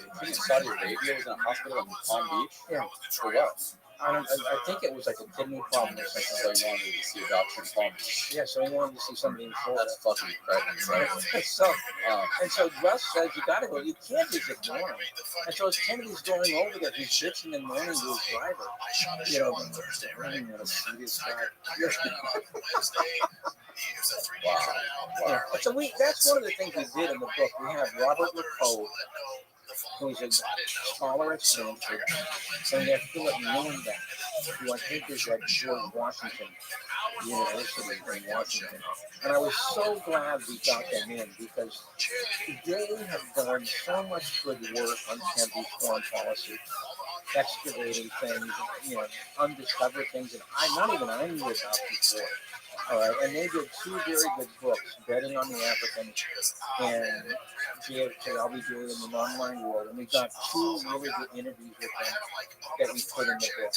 And I really like that. You know, between those two guys, between John Newman, Jamie Galbraith, and Mahoney, I think this is one of the very first times that you're going to see in this format, the oral history format, that you're going to see a really strong and look and insightful look at what Kennedy was trying to do. What was he trying to do with classified information regarding UFOs? We had a guy who did a very long essay for the Senior Student, who did a very long essay on this for us. My website's kennedysandthing.com. And he showed that those are fake documents. Okay, so this whole idea that somehow, and then there's this other Marilyn Monroe thing with, who's down in Marilyn Monroe. Don't even go there. Okay. All right, we have I guess you know, reading my website. We have a two-part on that. Okay, with this whole Anthony Summers stuff, we're exposing that too. All right. They were supposed to have a shared interest in aliens. Oh, Marilyn Monroe and Kennedy. That's an interesting topic. Even the people in the UFO community have admitted that document is a forgery. Okay. So no, that whole angle is more or less BS. Okay. So there was no evidence that he was there was no thing that he was going to open up his archives. Okay, about the whole Blue Book thing. No, that's not true. And in fact, it's been shown to be the opposite. Oh, okay.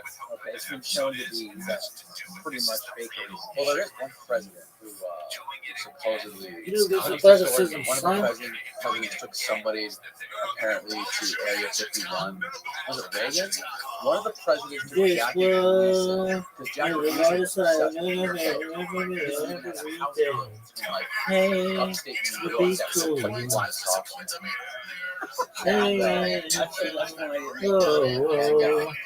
cool. Hey, They were having whiskey one night. You wanted to see an alien? And we took him to Area 51 or one of those somewhere in Nevada. And let's tell people that are listening and watching, people that are watching TV, let's tell them about the book, where they can find your book, where they can read more about it. The book is called JFK Revisited, and you can get it on Amazon. And like I said, it consists of the two screenplays, the short version of the film and the long version of the film. The first one is called JFK, the second is called JFK Destiny Betrayed. And then what happens is that at the end, you get the excerpt of interviews from all the people. About, I think, 27 that we did. Okay. Then I say, in that sense, this it's one very is a unusual. motorcycle. Okay. Because like I said at the beginning, you're never going to see this kind of a lineup. That'd be cool. For one film. You know, you could talk to David Mantic, talk to Cyril Rex, talk to Henry Lee, talk to Jerry Aguilar on the forensic side. And you get people like John Newman JFK historian on Vietnam. You get people like Can you just do it? University of Texas. Just do it. Just do it. Don't even try. Don't even try. Just do it.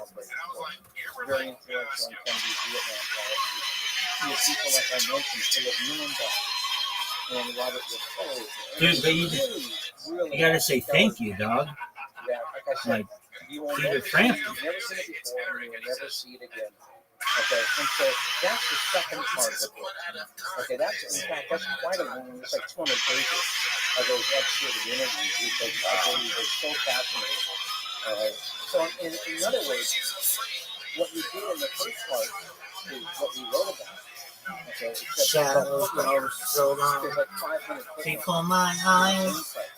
all right, and then And you over get authority at the end of the book. across the bay. You didn't have enough time to get into Suddenly the Jason is mine. quite like this. And I think it shows that what we did in the From film, the city. we referenced it all. You don't Okay, we're going to watch the full 4 hours. hesitate. Probably have to get the DVD done. Cause your love And the second part of the film, won't the wait. Yeah, yeah. and Ooh, baby, I love your way. so it's really, I'm very proud of the book. I think if you Wanna read be that well, love your way. Well, I appreciate you doing this. Wanna be with you night and day.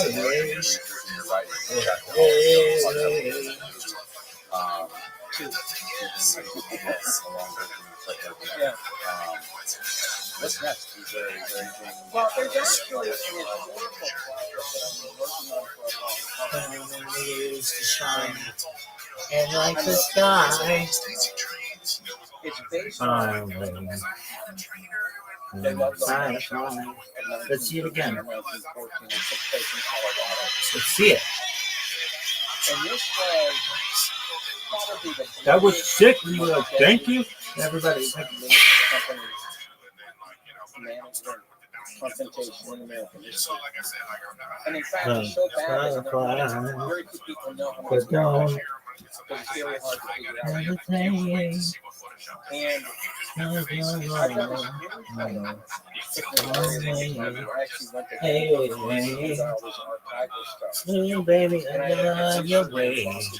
Every who day. is working on trying to sell it. That It was a sick. confrontation between the United Mine Workers and John Rockefeller Jr., who had taken over John Rockefeller Sr.'s empire, and which Colorado Fuel and Mining was a part of. And this ended up in an explosion of violence where the miners moved out of I get my hands on Stephanie. Baby, how you like? Baby, hands on Stephanie. Baby, how you like? Woo, child. Tired of the bullshit. Running on the cover. He ended up financing the National Guard. And they essentially Ooh, child. Tired of the bullshit. where they actually burned the 10 homes.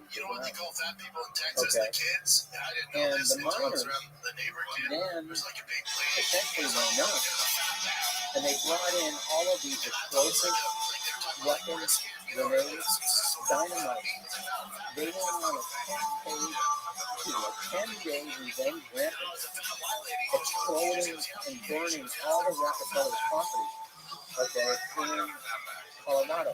That was so sick when you're like, wow, wow, wow, wow, wow. The representatives in Congress had to get a private consultation with President Wilson, and Wilson had to send in the army, okay, to put this thing down. And so this is what I'm working on. As you can see, I'm attracted to these kind of subjects. Yeah. And so, As am I. yeah. So I thought this was a very interesting subject. Okay, and so this is something that I'm trying to put together now as a screenplay. Okay, and like I said, I have a guy named Bob Urbino who's helping me market it right now. Also, great record so he was the producer of Dry Father 2. So he won the Oscar for that. He's helping me. Amazing. So when that comes out, I'll be back down to Tampa. Perfect. I'm looking forward to it, man. Thank you very much for coming down. And on behalf of the listeners, we are very grateful for you and all your work. And I will again make sure to link it all below. Thank you so much.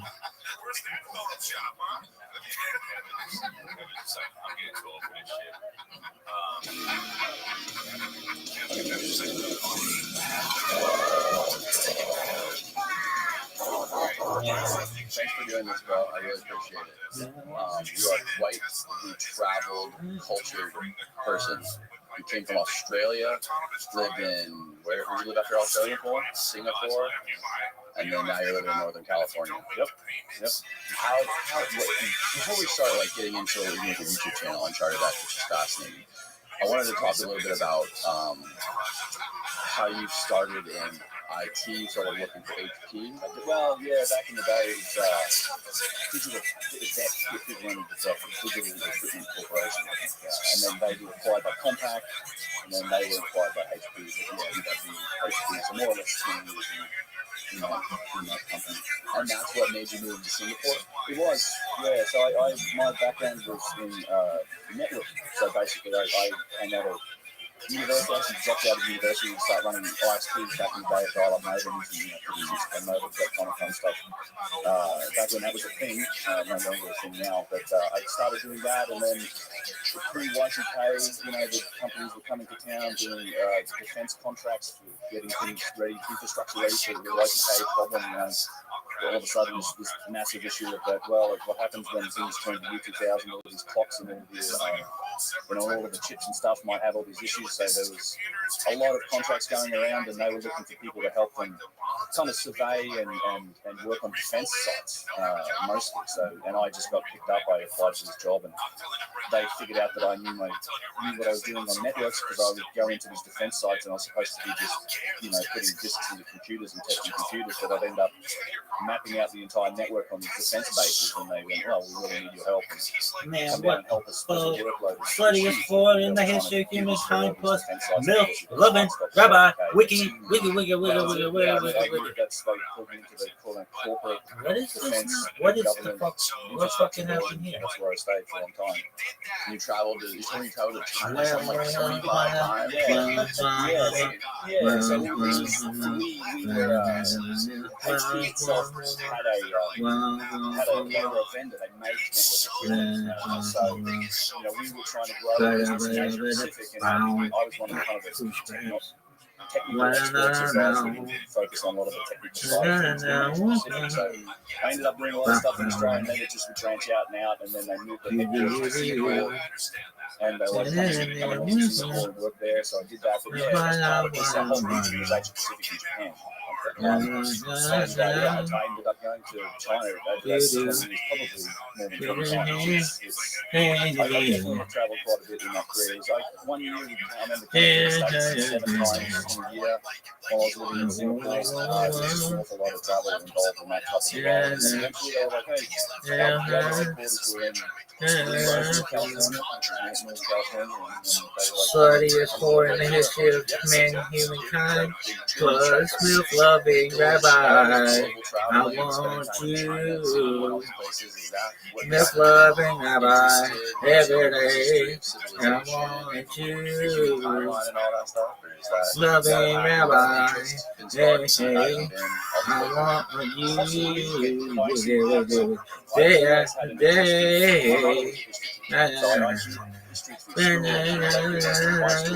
I almost went in that direction before realizing but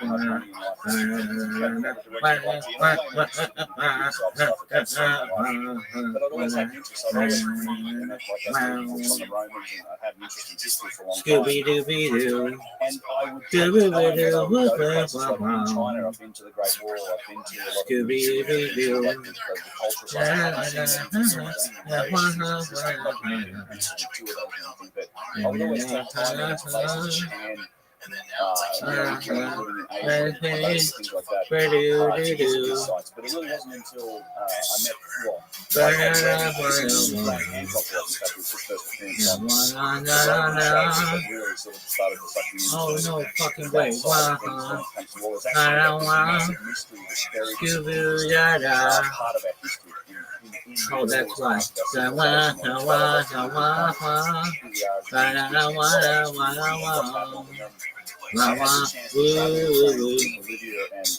Show me the way.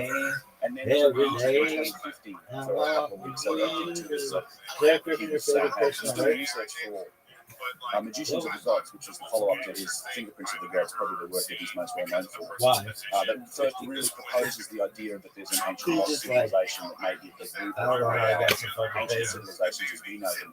So once I had that chance to really spend some time with him, and in particular in Egypt, I met a guy named Yusuf Ayman, who, if anyone who's seen my videos will be familiar with Yusuf. When he took a day off from one of the days on the tour, and we went out to a site called Abusir, and he showed me a lot of the technological and technical details within the stonework that just blew my mind. I knew nothing about this stuff before, and that was when I just decided, like, there's so much here, and trying to find information on this stuff is so difficult at that point, because you know, a lot of these days, Number one, baby girl, you and me. Smash hit, that's a hit to me.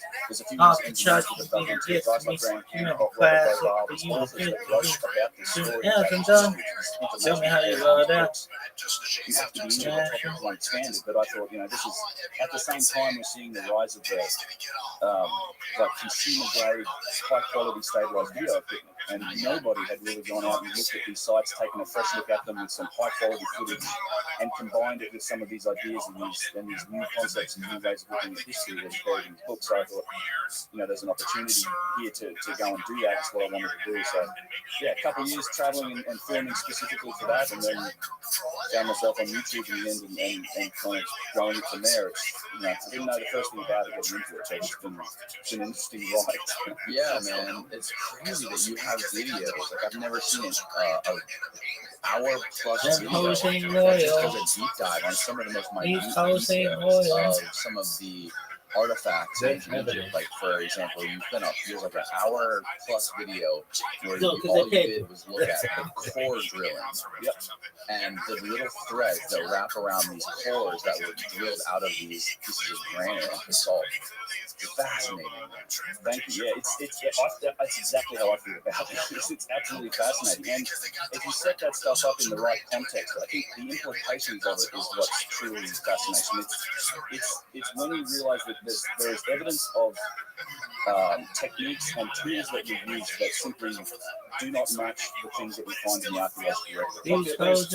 There's all sorts of evidence from all sorts of different angles that suggest that our concept of the earliest parts of our history are most likely incorrect. Our idea of what the history of human civilizations is most likely incorrect. There's lots of angles and vectors that come at this problem, and one of them happens to be the technical evidence and the engineering evidence that's on sites. The oldest that was sick when you were like, "Thank you," and then it was like, "Thank you," and everyone was like, I want to be clear that was when so I talk sick. about rewriting history. 2 hours, decoding very royal. origins of human civilization as we know it. We've got a pretty good grip on things from about the times of the Romans and the Greeks, and you know, from then on, right? We've got a good understanding of it.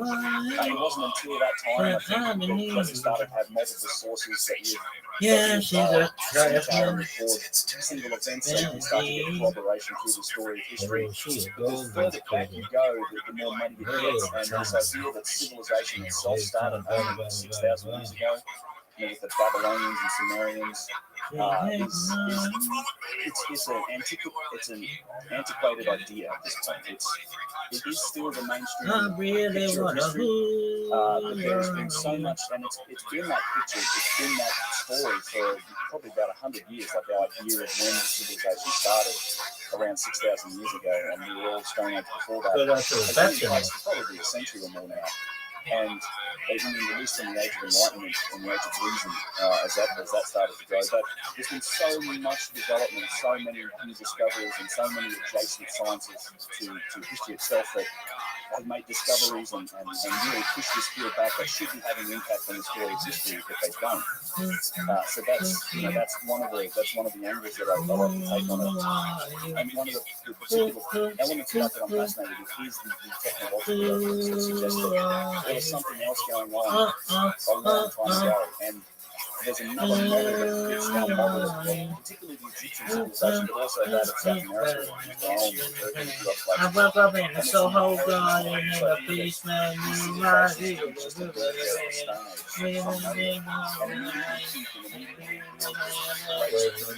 And things we've ever seen that's still standing is today the story, right? All of the greatest works of Egypt are the old kingdom works that happened in the various parts of their civilization, and they kind of declined for us since then. That doesn't make any sense from a technological perspective. So look at our civilization as a technological evolution. Like we have ramped up to space shuttles and space flight. It takes time to develop that capability. But when you look at places like Egypt, it's the inverse. It's like they hit early from out of nowhere apparently, and then dipped off. And there's another model that works really well to explain that, and it's an inheritance model. So maybe they didn't start with nothing. Maybe they inherited some of these concepts, some of their artwork, some of their objects, their architecture, their artifacts. For people who aren't familiar with your videos and your story and the overall scholarly timeline, that's basically the known narrative. I woke up in the Soho Garden in the basement. So according to executive history is that we have been in around 6,000 years. So call it 4,000, between 4,000 and 5,000 BC was when we started this, and this is the standard model. That's when we started to develop things like agriculture and organized society and civilization. So prior to that time, human beings were just hunter-gatherers, like Stone Age. And we weren't organized in any way. And so once this was like 200,000 years ago, no, there's Stone Age, yes. So the idea of civilization itself is only 6,000 or so years old. Tell me, who are you? As long as humans existed before that, the idea is that we were just Stone Age hunter-gatherers. Now that may have made sense when maybe 50,000 years old as a species.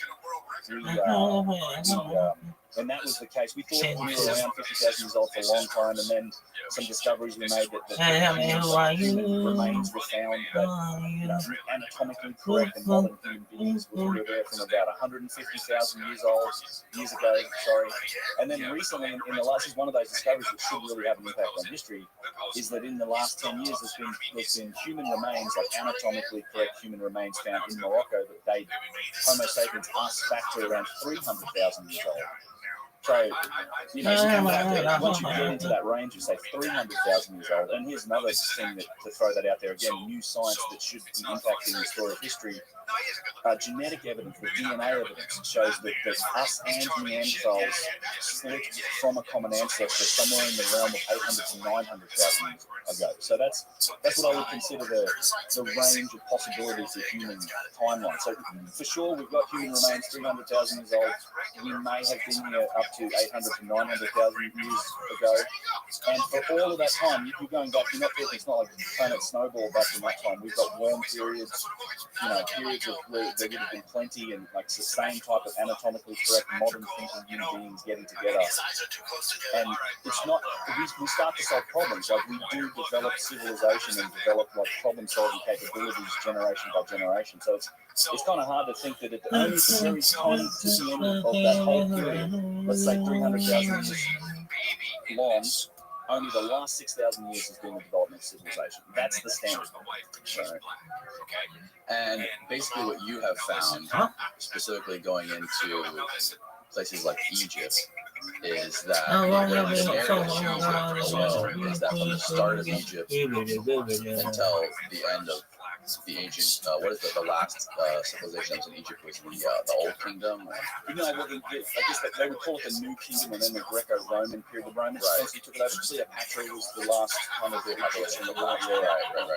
So essentially what you have discovered there is that some of the things when you look into engineering and the way that some of these stones were cut and moved don't fit the timeline with what is accepted to be their advancement technologically with tools, because they only had copper tools and chisels, and some of the stones that you found in videos that you show were clearly cut by like a very, very high precision blade or something like that. Because they produce perfectly smooth surfaces like you would see in somebody's kitchen on their granite countertop. Well, yeah, some surfaces are not that way. Yeah, so it's the technological evidence, and you can come back, there's lots of other sort of supporting evidence for this hypothesis. And I should say, too, it's not necessarily my discovery. A lot of people notice this, particularly engineers. Anyone like Chris Dunn is probably the most well known because he actually published on it. He's an engineer, but I've taken and been in Egypt with many engineers, and they just shake their heads and almost uniformly engineers, the people that know, stonemasons, stoneworkers, engineers, construction guys, will tell you that there's no way that these finishes and these the stones and the artifacts that you see could have been accomplished with the tools that we know the Egyptians used. So the real problem is it doesn't fit the tools and the techniques that are in the archaeological record. All the depictions that we have where the Egyptians show them working on certain things. So in the early days, yeah, all they had was copper and they had pounding stones. It's a misnomer. The copper chisels is kind of a bit of a joke at this point, because obviously copper and bronze itself won't do anything to granite, but they did have flint, they had pounding stone, so there are ways that you can use other stone material to shape harder stones like that. They even give you, if you go visit there, they'll even give you some of these pounding stones that you like practice. In the quarry at Aswan, where there's literally a 1,200 ton obelisk still in its bed that hasn't been detached from the bedrock, and it was supposed to have been lifted up and used as an obelisk, and supposedly it was shaped by pounding stones, which they. It's funny, when you visit the quarry, it's one of those places they indoctrinate you before you go in. You have to sit down in a room and watch like a 20-minute video about how it was done. Because when you get out there and you look at it, no one really ever believes like that's how it was done. I did a video recently on it, like a deep dive into that, like an hour-long video looking at the scoop marks and the pounding stone techniques, and it's just there's very little evidence that supports that could have been done that way. And in fact, there's been some experiments, and I like to look at all sides of the argument, and there have been experiments by mainstream Egyptologists like Mark Lane and Zahi Was that tried to show that was the technique that was used, but even in those experiments, they had to resort to using bulldozers and power tools and modern techniques to do anything. It's one of the things that I like to talk about that annoys me about this is that there's amongst all of the naysayers, the people that say, oh no, definitely the Egyptians could have done it this way. They could have just, instead of using like circular saws and some sort of form of power tool to cut the blocks of basalt and granite, which is what the evidence suggests, they'll say, no, it was just done with grinding. They would grind it with a copper bar and sand and water, and they would just sit there and grind through it. And there's been experiments done to see how long that would take. And amongst that, they'll cut like a couple of inches over a period of days and days and days of work. And as far as I know, this is the crazy thing, is that not a single block has been fully cut. Not a single box has ever been filled. There's not replicated a single object in its entirety. We're claiming that these are the tools and techniques that we use to make them. So even the people that are absolutely sure on the standard models say, no, these primitive tools we use, we've not made a single cut. Like we've not cut a single large block between. And you have to mention see Egypt if you go there. The scale of it boggles the mind. We're talking millions of tons of extremely hard stone. And this is back in the day. You've got to remember too, a lot of this granite that is used, particularly in the old kingdom, the earliest parts of the Egyptian civilization. This was supposedly before the Egyptians had the ability to quarry the granite from there. It's like a real contradiction in the story of history, of which there are many. But one of them is that they supposedly didn't have the ability to quarry granite until later times, because in later periods, the Middle Kingdom, New Kingdom, they did develop iron, they had access to iron, they could use steel, iron chisels and have the capability. They certainly developed that capability. They wrote hieroglyphs were amazing. I don't want to the ancient Egyptians, I think a lot of the artwork, and they did a lot of work on these temples and stuff. They were incredible civilization, but there are just a few things that are outside of their technological reach, and those are things like the precision that's evident in the Serapeum boxes, these giant 100-ton single-piece granite boxes that we find located underground. That's a good example of some of these artifacts that really aren't explainable by any primitive means.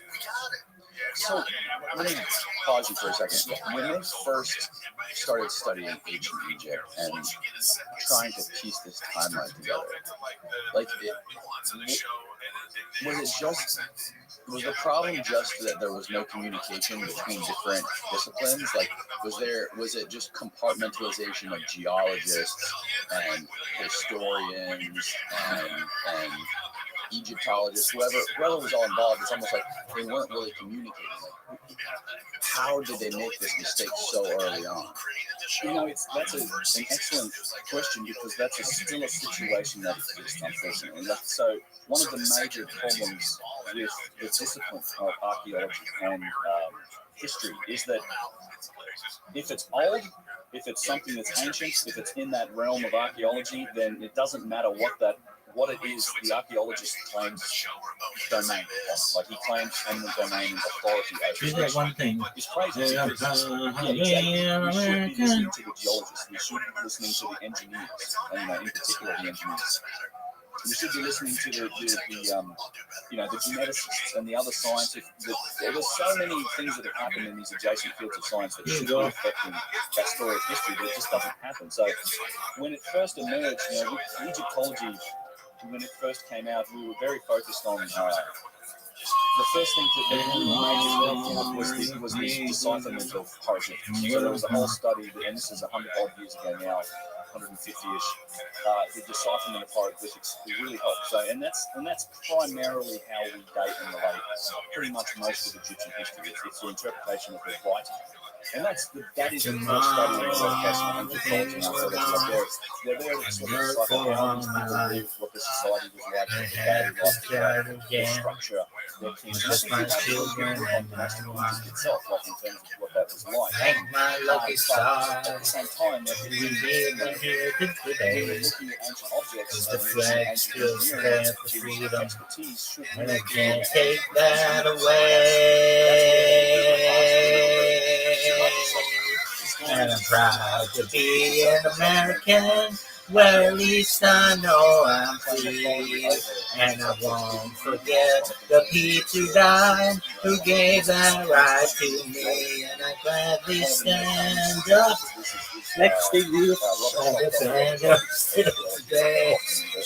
Because there ain't no doubt I love this land. God bless the USA.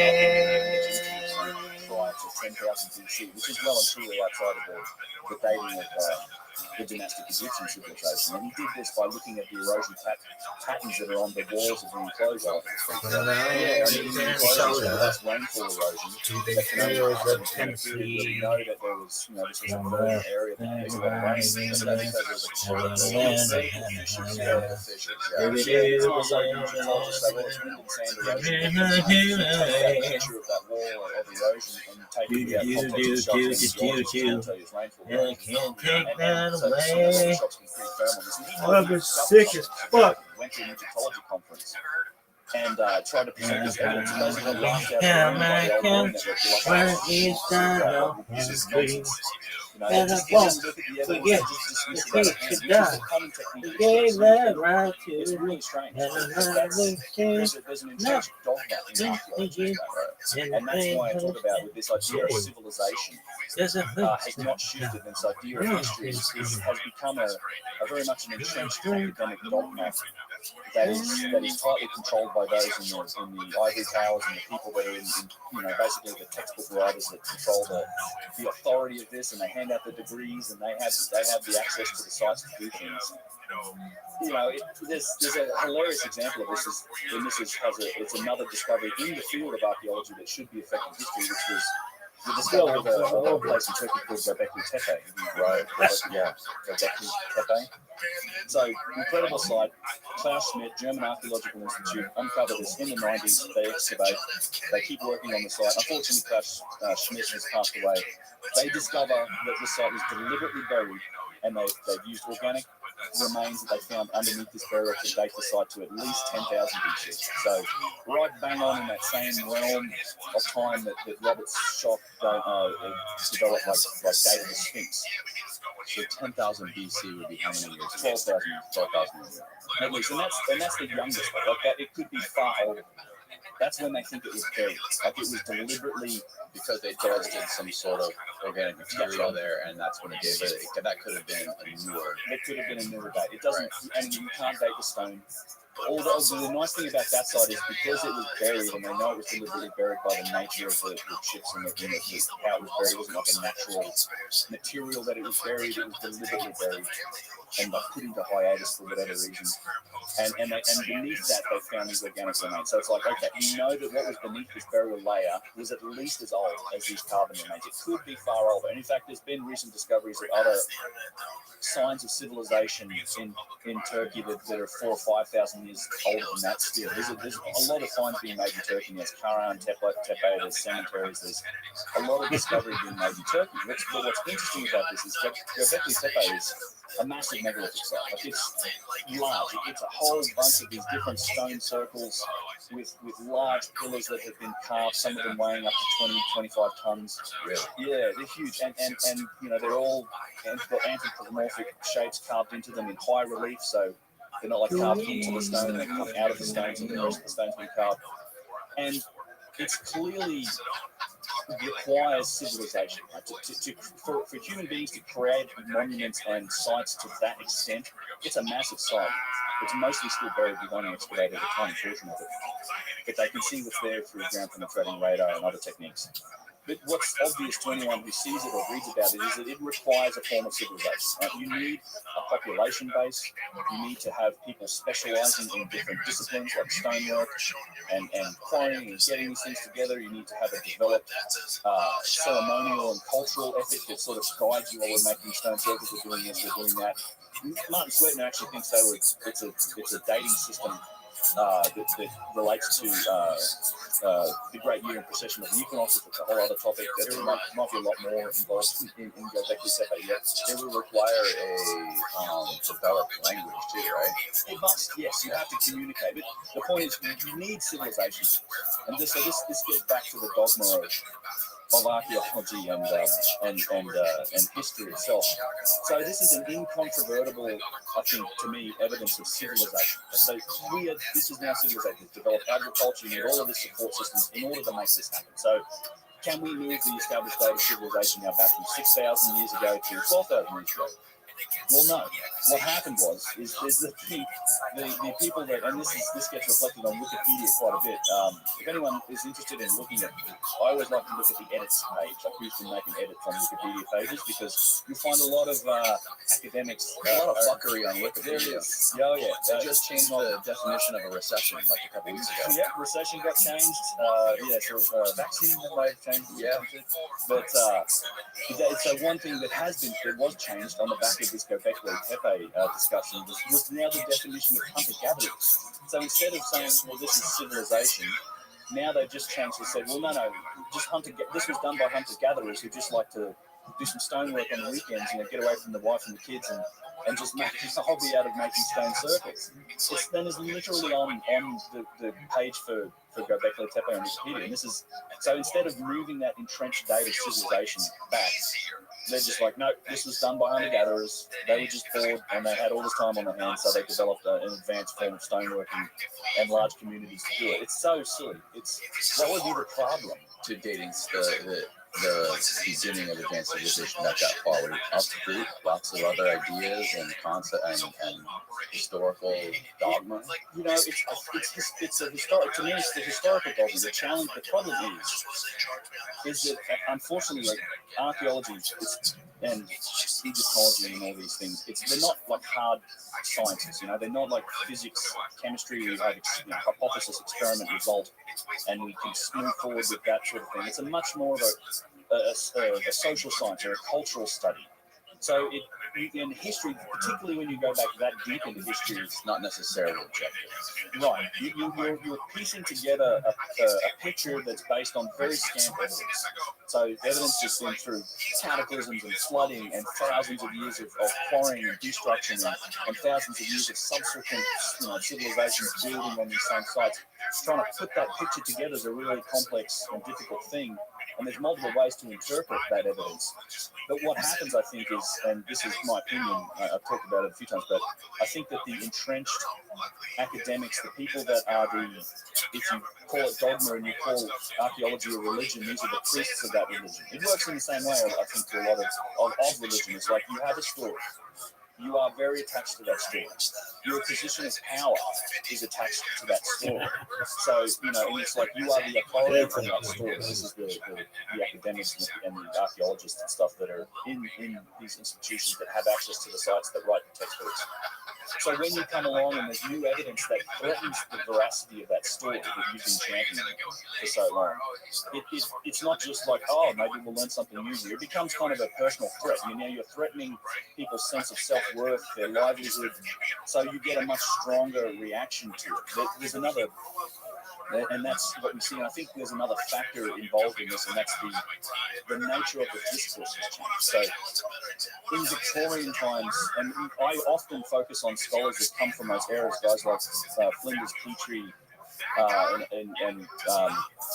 there's a whole number of them that I look at in my videos. But these guys that were in those, the 1800s, early 1900s, that are much more open-minded when you read their works. Like they understand when they're seeing history and they don't know what's going on. And I think in Victoria, they could do that because they were safe in their discussions because they only happened in the academic halls. That was their peers. That's where the discussion happened. It wasn't this open slather thing. And so what's happened with the development of the internet and the rise of popular authors and things is that discussion has moved out of the academic realm and into the public sphere to some extent. So you've got guys like Graham Hancock, Bovell, and the generation before them that started writing books on this topic, really challenging the mainstream story of history. And then with the internet, you've got punters like me who can come out and some, I think, make a convincing argument in a few different ways about it. And so your academic kind of mainstream orthodoxy are entrenched and they're being assaulted, I think, from all these new angles. So you end up with, instead of a lot of debates, you get a lot more of these angry responses. I think you get a lot more firm pushback. Like it's just like they just deny it, ignore it, change it, and there's a lack of real debate in this space. There's been famously a few occurrences where we've tried to have debate and stuff, and it hasn't happened. So yeah, unfortunately, I think that's the nature of it. But on the flip side, I have hope that the next generation of academia will be a bit more open-minded, because I think, and I've been contacted, I can't tell you how many archaeology students and Egyptology students have contacted me. Like my work's opened my mind, or they've read Graham Hancock and they say, you're onto something. So I think that's the thing, man. That's what I was telling you about last night. I'm like, what does, like, even if mainstream academia or scholars, the people that write the textbooks, don't want to take you seriously, like at what point through technological advancement and with finding information online through YouTube videos and stuff like that, at what point do you just leave them in the dust and they're not even relevant anymore? Because there's people like you and Graham and Randall and Jimmy, that anyone who's interested in this stuff, that's where they're going to go to find out information about it. To you guys, they're not going to go read through the textbooks. They already know what's in the textbooks. But so I have some hope that maybe that it's is it Planck's theorem or something? I can't remember the name of it, but it's like science advances one sooner at a time.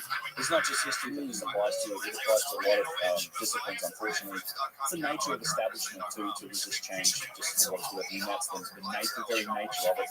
That's the thing about the internet is the best information rises to the top, or the best content rises to the top. Well, like before, with the way academia would work, is right, people would be commissioned to write these textbooks, and they're the people within the universities, they're in their own kind of little bubble, and their salaries are on the line, and there's different leverage here and there in the whole bureaucracy of the universities. But now it's splintered off into these these unregulated factions of the internet with people like you. And when you have an hour-long video that focuses on core drilling that has 2 million views, that says something about what you're talking about and how legitimate it is. Yeah, thank you. I agree. That's what's happening. And I think there's a new generation of academia. These people that are in school now are forced to deal with some of those perspectives. Like you can't just ignore them, which is the case for the old guard. They can just sort of dismiss it and say, "Oh, he's just writing a book for profit or whatever," which has been a common line that guys like Zahi will also trot out. But the next generation, I think, they're being forced to deal with some of these questions and perspectives and to open their mind to them. But I will say that it's one of the challenges with this is that and it's a frustration for me personally, is access to sites of research, in particular, and these sites being controlled by. So that's, so you have, the state Egypt as an example, but the department is previously called the Supreme humankind in charge of me. You've got the French running Sahara, and so it's all these institutions that then are allowed to go to access and to do actual research on the sites. And you're still in a position in academia today, if you propose something where you step too far out of the bounds of that standard model, then you're excommunicated. And this has happened to a number of people still in these days. It happened. I talk about an example of it at Tiwanaku in Bolivia that happened to a Bolivian researcher who dared to suggest that the celestial dating of that site was at like 9,000 BC or so, and he had to resign from his post. Now these things still happen, so there's still a control of it. But so what's frustrating is that there are so many things we could be doing with our technology today to explore a few of these things and do them without damaging anything. What is this? Exploring various passages. There's a passage in Seraphim, I don't know where it goes, that we could be exploring these issues and trying to answer some of these questions. But we don't do it because we just assume that those problems are solved. Like it's like nobody in that standard model world is going to admit that there's some advanced engineering going on in some of the artifacts. They're just like, nope, it was hard work. And this is Zahi's standard answer, it was a national project. They built the pyramids and they built all this stuff because they really wanted to, and there was a lot of people working really hard for a long time. And it's like, that's wonderful, but that doesn't explain the technological issues that we see. And there's some glaring examples that we can talk about. And one of my favorites is the stone base that we can get there. Yeah, so there was 3 main obvious examples of high technology in Egypt that does not line up with the earliest official civilization of Egypt had. What were those 3 examples of high technology that they had? The ones that I use in particular are I think when it comes to the engineering aspect, is the evidence for machining. So this is the cutting and polishing of stone, and a very, very hard types of stone in particular. You're talking about things like granite and basalt and diorite, which are, if anyone's familiar with the Mohs scale of hardness, can be anywhere from like 6 to 8 on the Mohs scale of hardness. This is the Mohs scale of hardness. MOHS, Mohs scale of hardness. So it's basically like, you take a harder material, and if it scratches the surface material, another material that's harder than that. So it starts at, your fingernail is like a 2 or a 3, and then diamond is the top of the scale out of 10. Okay. Yeah, so you get to 10, and that's the top scale. So, steel, iron is like a 5.5, 6. Steel is like a 6. Things like that. So you're talking about stone that's harder than steel. Okay. Granite. Basalt's a little bit harder. There's even examples in there. We get to it with the vases, but there's examples of stuff like corundum, which is a it's literally just about as hard as diamond, but there's vases made from this that display all these evidence machines. So it's not just the fact that these stones were used, but there's evidence in the stonework of frankly power tools. Something's been used to carve these stones at a very rapid rate. Yeah, so some examples. This is different. He's talking about some of the bigger stones with like the flat surfaces, right? There's a good saw cut. Yeah, there's a good one with an angle on a saw cut you can find, but that's not a bad example either. That's still that's part of the machining discussion, and that's a bigger tube. That's an even bigger tube drill. Michael, look at one of the pictures of the rock that looks like it was cut by a big circular saw. Yeah, go to it's in Turin.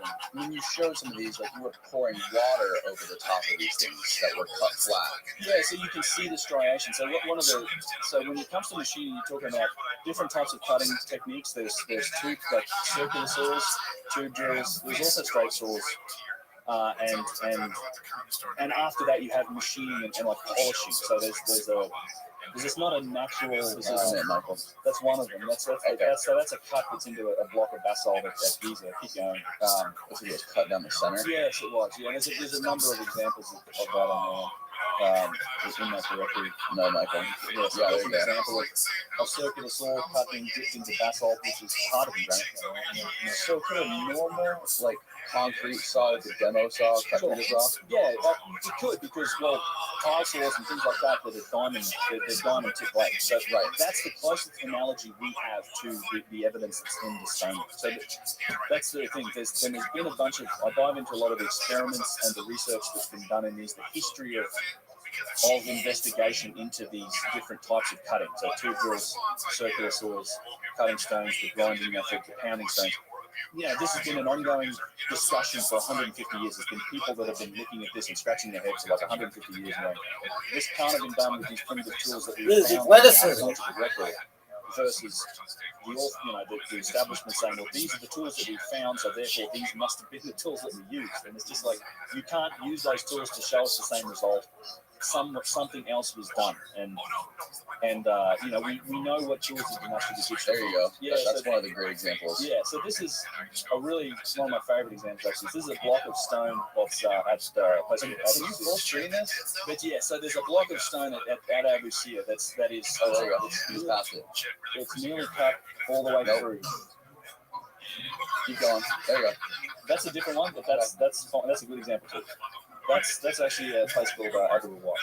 So you see the arc, right? There's a clear circular arc to this thing. Yeah. So it's either a drop, it's like what you would call a swing saw or a circular saw that has cut the stone, and the one that we saw earlier that's at Abu Sir actually has a little lip at the end of it. So it's like it hasn't quite cut all the way through the stone, but there's a little like over the lip that's still there from thousands of years of weathering, and through that little lip we can tell that the blade of this thing was very thin, a couple millimeters at best. And when you measure out the arc of it, you're talking like 30 feet diameter, like some huge processing plant cutting this. And then you also see striations on the stone itself that shows you how that saw progressed through the stone, which was quite rapidly. Now, this is amazing evidence because you can now sort of determine the rate at which the saw progressed through the stone, which turns out to be quite rapid. And you can compare that to the experiments that have been done in the orthodox model, which says that, well, what they did was they got a big copper bar and they just ground sand with water on it, back and forth for days and days, and there's been a bunch of experiments that look at how long that takes. And these are like a couple of the guys like Ben Stocks that are on the mainstream side that has done a little bit of work on this. And it's just the numbers are insane. And you don't get the same marks using that technique. And one of the major problems with it is that you wear away the copper bar at about the same rate that you're wearing away the stone. So, and when you start to extrapolate that, so for example, I think I calculated that there's a box that's in the second pyramid of Giza, that Khafre's pyramid. It's a granite box, it's like 10 feet long, 4 or 5 feet wide. And using the experiments and the rates that we've done to do the grinding method, just to make the 6 cuts that you need, so north, south, east, west, top and bottom, 6 cuts, we're talking a year of labour to cut that one box, to make those cuts using copper bars, a year of just grinding. And that doesn't include how they hollowed it out and everything, just the base cuts. And when you extrapolate that to the tens of thousands, if not hundreds of thousands of granite blocks, of blocks from other types of stone that have all had to be quarried out first from the quarry, which takes just as long, if not longer, with these primitive methods, shipped to the site, and then cut down to basically the dimensions. And then you've probably got years of work, this is with primitive methods, years of work on top of that, just finishing it and hollowing it out and doing all the other stuff. It just takes it from the realm of the improbable and to the impossible. Like they had to be working with the stone at a faster rate in the Old Kingdom. And you have big blocks like in the Great Pyramid that weigh up to 70, 80 tons. That big slab that we were just looking at a minute ago with the kind of like curvature where the end of the smooth part of it had the end of it with a smooth part and at the rough part is a large curve. Yeah. Like, are there any like circular saws that big today that could cut that? Yeah. So there are circular saws, not generally that big. And again, it could have been a swing saw, so it could have been a curved blade that was swinging back and forth. So we do. So if you look at modern stone processing videos, which I show a few of in my videos, that is how we do it. We use large circular saws, large swing saws, large like wire saws that are reciprocating, go back and forth, and it's just full of like water and it's noisy and it's dusty and it takes forever. Because cutting this type of stone from a kitchen counter or whatever is very, very difficult. And this is machining. You asked me what the three things were that I think are evidence of ancient high technology. One of them is machining. So that's the evidence for cutting, polishing, and all of that. The polishing is interesting too because, and this gets into some of the other discussions around the writing and the differences between the writing and not. But polishing a flat surface, so the way the mainstream talks about how they polished it, well, you get sand and rock and water, and you just grind away. You just sit there and polish it away. Slowly you get to this point where, in some of this granite still reflects light like a mirror. It's insane. The finish on some of it is incredible. Not a natural property of granite. You have to work at it really hard to get there. Right. And then in other areas, though, we see evidence for this type of same polishing in non-flat surfaces. So in really bumpy flat-side surfaces, like the features of statues, the fingernails, and this and that. So you see that polished on non-flat surfaces, and that blows this theory of like stone and sand and water, like out of the water. It blows it away. You can't polish surfaces like that with that method. But you see that polish on these dips and curves and all these other really strange surfaces all over the place. So the other category really is precision. So this is one that I focus a lot on as well with machining. But there's evidence for a tremendous degree of precision in a lot of these, particularly these ancient artifacts. And we see it in obelisks, we see it in boxes, slabs, and statues in some of the architecture. But in particular, you have there's a box. Some of the boxes are like the best example. It's easiest to understand because it's linear precision. It's like straightness, flatness, sharp corners, 90-degree bends, things like that. Yeah. And Flinders Petrie found a box is a place called Lahuni. It's a granite box. It's in a granite room. It's all been manufactured out of granite. And this box is perfectly square and straight and flat to within like 1/1000th of an inch. So you're talking like it's like 110th of the width of the human hand, within the limits of his tools. And he discovered one of those square tools. He went in there and he held it in the corner, and you couldn't even try to light it. Precision tools. So Petrie, this is what Petrie found, 150 years ago, and it's subsequently been backed up by other people using modern precision tools. And there's many examples of this type of thing. But the most precise object that we know of, I think, at least in these linear terms in Egypt, is this box in Lahuni. It's not a huge box. It weighs about 15 tons. But we see the same thing in the boxes in places like the Serapeum, which is probably my favorite site because I did a lot of videos early on the YouTube channel. I need to go back to the Serapeum and do some more work. Where is the Serapeum? That's Saqqara. So Saqqara is... Oh, okay, Saqqara. That's that pyramid? Yeah. Step Pyramid of Djoser, well known for that. It's part of I call it the Sun Belt. It's like the pyramid sites. It's like Giza, Saqqara, Dashur, Abu Sir, Abu Ghraib, even Madun down towards the south. So there's all these pyramids on the west side. Yeah, I just watched the documentary on Netflix about that pyramid last night. Cats and stuff. Yeah. Cats out of those pyramids. That's right. Well, Saqqara is a giant necropolis. So none of these places you got to remember too. Even if I think their origins may stretch back much further into time, than the dynastic Egyptians, but they were definitely used and built on by the dynastic Egyptians. So they used them for burial sites. And Saqqara in particular, like they're still digging stuff like bodies up out of the ground. I've been exploring in the catacombs there, and just bones and rooms full of human remains, and like just fingers up to your hip in one room, and, human skulls and all. And this is not tourist areas, but Perfect shot. There's literally miles of tunnels beneath Saqqara, so there's just like Try a to get giant this underground bitch. necropolis as well as having No way this stuff person on did top of it. this shot. Is that the Impossible. pyramid? Going to the middle of the you look down, it's just a giant pit. That's It's two, a massive baby. granite box. That's right. Yeah, it's one of my. In fact, they just opened this up for tourism. I think the really good thing is that the Egyptian authorities are opening up more things. They seem to be understanding that like people are interested in the mystery and they want to see stuff. So thankfully they did a good job renovating it and opened it up for tourism. But yeah, so that you have this step pyramid structure, allegedly the proto pyramid, I think was actually built by the dynastic Egyptians. But it's built over a massive pit in the ground. It's probably 100 feet deep, about 45 or so feet wide, square, and you look down onto this thing, and at the bottom there's a massive multi-piece granite box that's made up of like 32 pieces of granite weighing anywhere up to about 5 or 6 tons each. And I've been down there, and there's multiple levels that go down to that as well.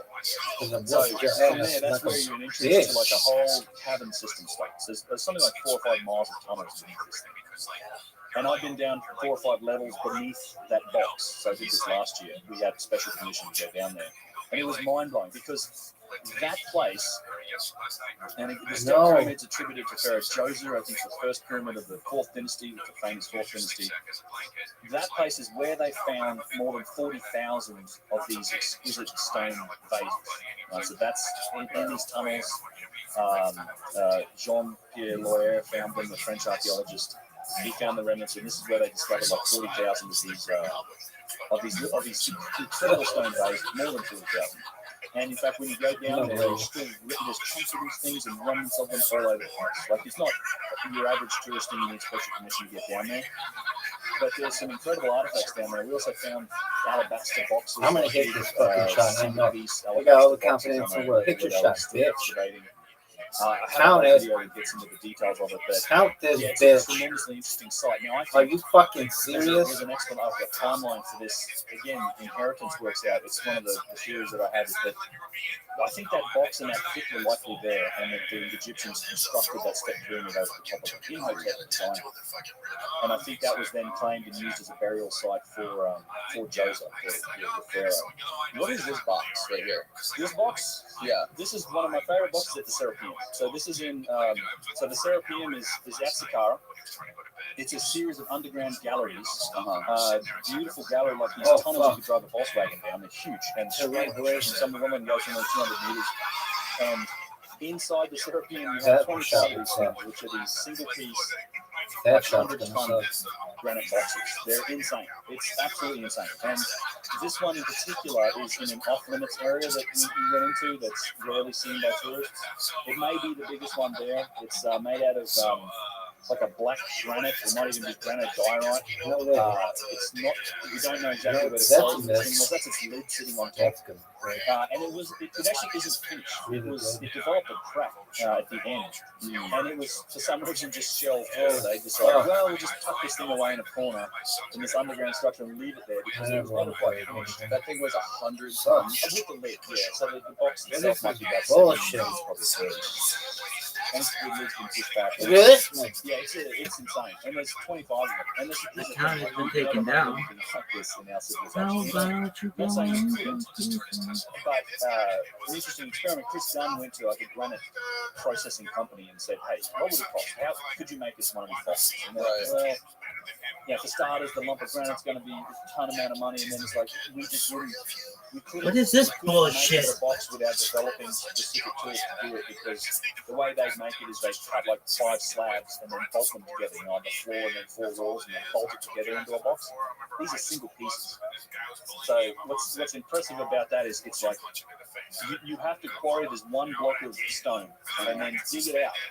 You have to dig all of the inside out, and some of the examples of precision in the Serapeum are absolutely remarkable. You have perfect 90-degree corners in some of the boxes, perfect 90-degree interfaces with the lids, and some of these walls maintain that geometry from like the 11 feet apart. Like, that's insane. Like that's one of the major challenges of this is in designing and maintaining that type of relative geometry in a space where you can't afford to make any mistakes.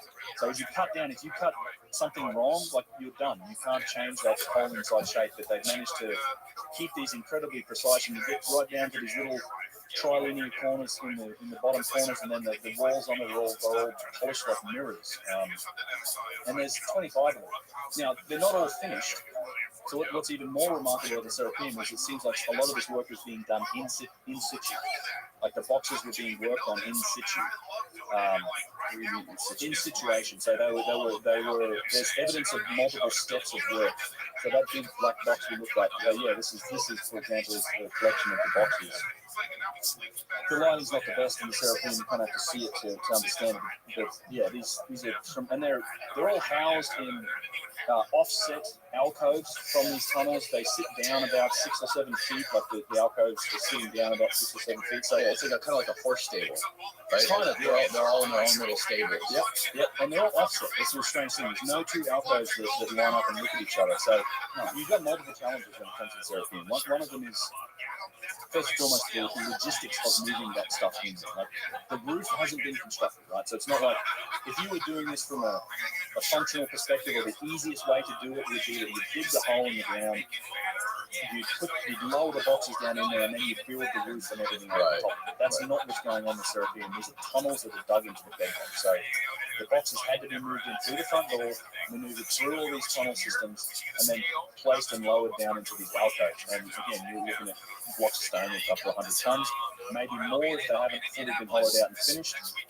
And one of the crazy things is the biggest boxes in here, you're talking about a push of clearance difference in the width of the box to the width of the tunnel. So you have 1 foot. It's like, I like to use that the Friends episode where they're trying to move a couch up a staircase. Like, imagine trying to move a 100-ton object in that tight space into an alcove like that. And again, we don't know how they lit it. We don't know how it's pitch.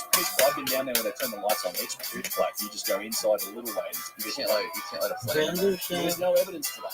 There's no.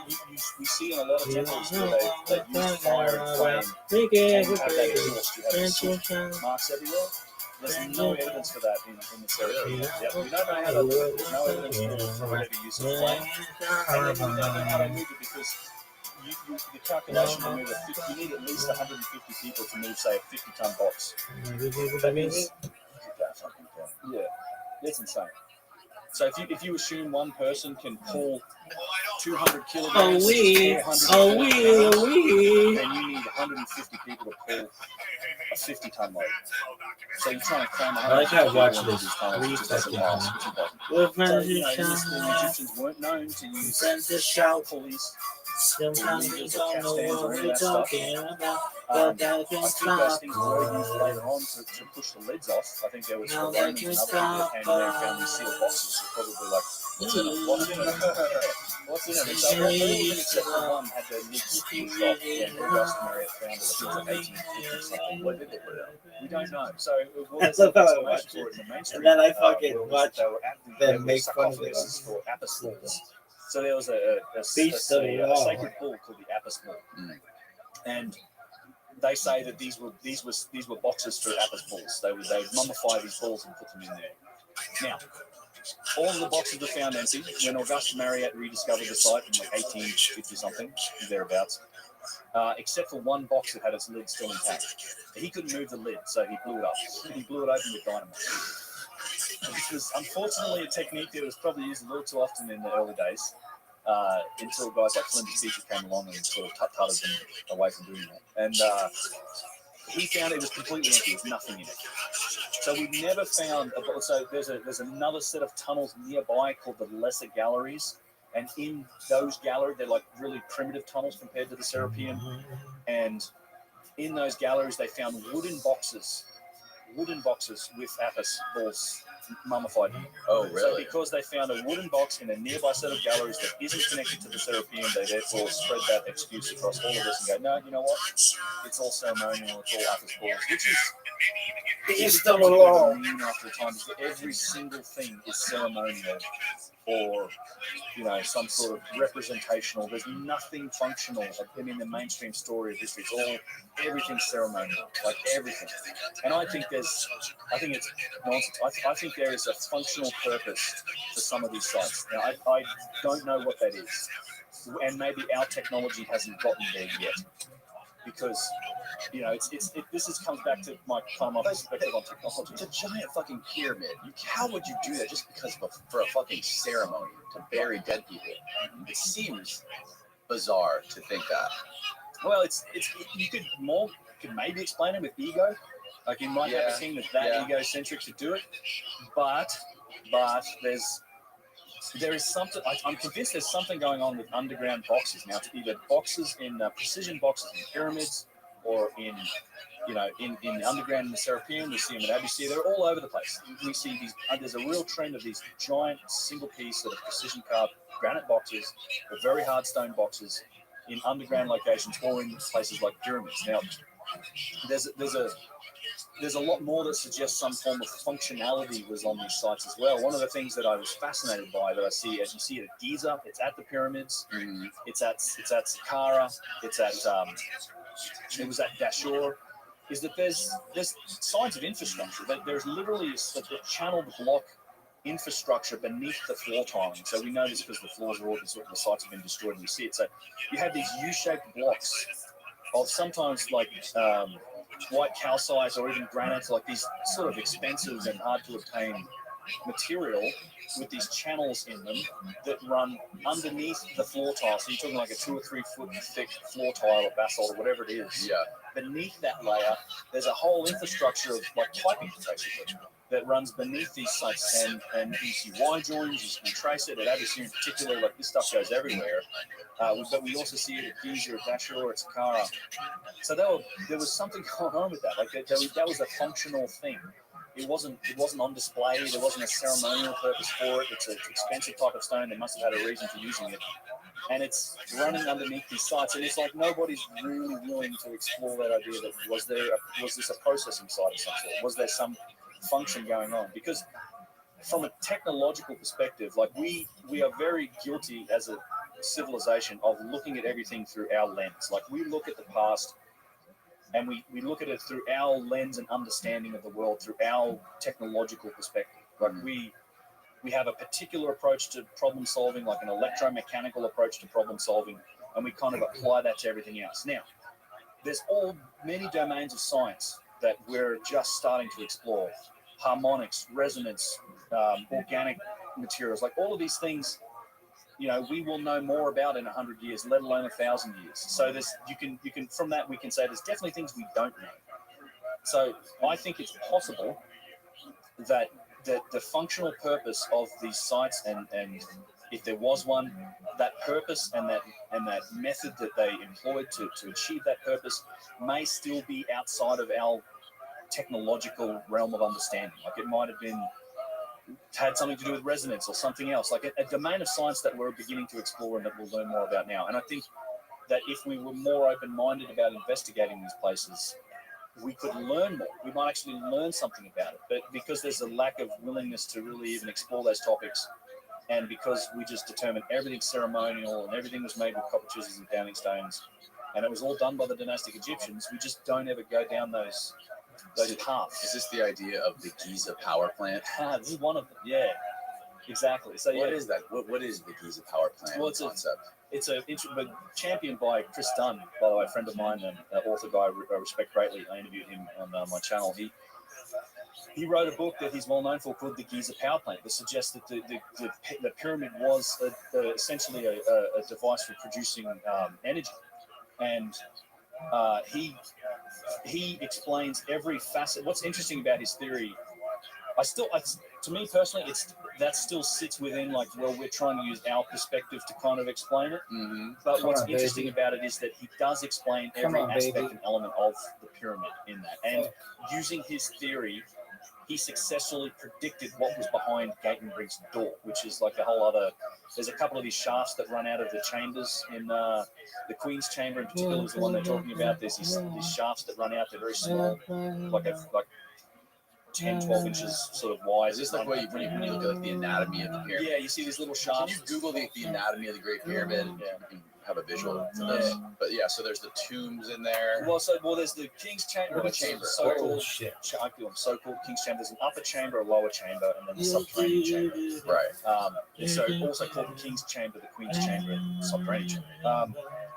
Now, there are shafts that lead out from the king's chamber that eventually reach the outside of the pyramid. The queen's chamber ones terminate somewhere inside the pyramid. And when they finally sent some robots up there to look at it, they found, well, there's a door here. Like this little shaft eventually terminates with a little limestone door and what looks like copper handles in it. So they eventually said, we'll get another robot, get a drill, and we'll stick a camera in there and have a look. And so Chris Dunn, using his theory, successfully said, well, under this theory, what you should find after that door is a space and another door. And that's exactly what they found. So yeah, there you go. That's this image here shows you the upper chamber. The red there is the what you would call the king's chamber. With it has a series of chambers above it that are essentially 70-ton granite blocks that are all stacked up in this internal structure. And it has these shafts labeled as 10 on this diagram that reach the outside. So the shaft, what's the shaft to put the camera down where you saw the door? Not like 7. Is the 7 the queen's chamber shafts?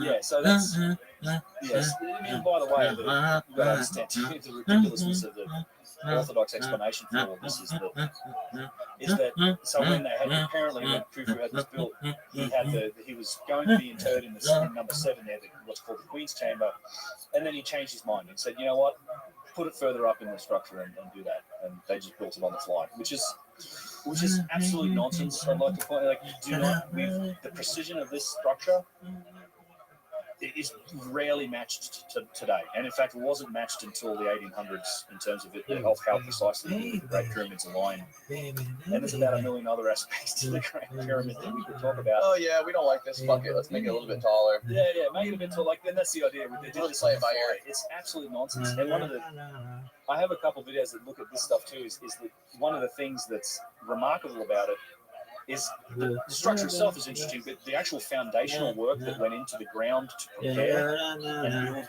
on top of is just as interesting, like an engineering challenge and puzzle, because they must have spent years and years preparing the site to basically take this object. And this is the case both with this pyramid and in particular the middle pyramid. Because it's not on flat ground. They had to prepare the ground. Like they literally, the whole thing's locked into the ground with these foundational tiles of limestone that some of them weigh like 150, 200, 300 tons. And it's dug down, and that's they created a foundation layer for the pyramids. And in particular on the middle pyramid, it's actually built into the sliding, like a sloped hill on the I think it's the it's the western side of the pyramid is like it's cut down about 30 feet. So you can actually go around, if you go around the western side of the pyramid, it's like this 30-foot wall where they've cut down into the bedrock, and they've leveled that out, and then they've built up the eastern side with these huge tiles, and then they've built this like millions of tons structure on top of it. And some of they've actually used the bedrock to lock it in too. So instead of like taking all the bedrock out, they actually like on the western, southwestern corner, the top 5 courses of that pyramid are actually bedrock. So it's not tile, it's not like blocks. They shape the bedrock and then it just integrates slow. It's the slope of the hill into the rest of the structure to where all the way on that eastern side they built it up with foundation tiles and locked it in. So that whole thing is just locked into the bedrock. Like it's that's one of the reasons it's still standing and they resist earthquakes so much, is that they are so well designed, and there's been so much engineering about how these things are locked into the bedrock that they put up with all these earthquakes and they're still standing, versus so many of the other structures from ancient Egypt that were done later that have all fallen down. So going back to what we were talking about with Chris Dunn, when they were sending the cameras up, down those pathways to go into those chambers, he predicted what was going to be on the other side of that door accurately. Yeah. So what was on there? It was a space and another door. Okay. Yeah, and so the little copper things that look like door handles, they could have been electrodes. So that's how they fit into this theory. I'm not 100% up to date on that book. I haven't read it in a while. But what's interesting to me is that using his theory, he accurately predicted what they would find, and that's what they found. So Chris is writing a follow-up to it. He's got some updating now. There's been more research done on the Great Pyramid.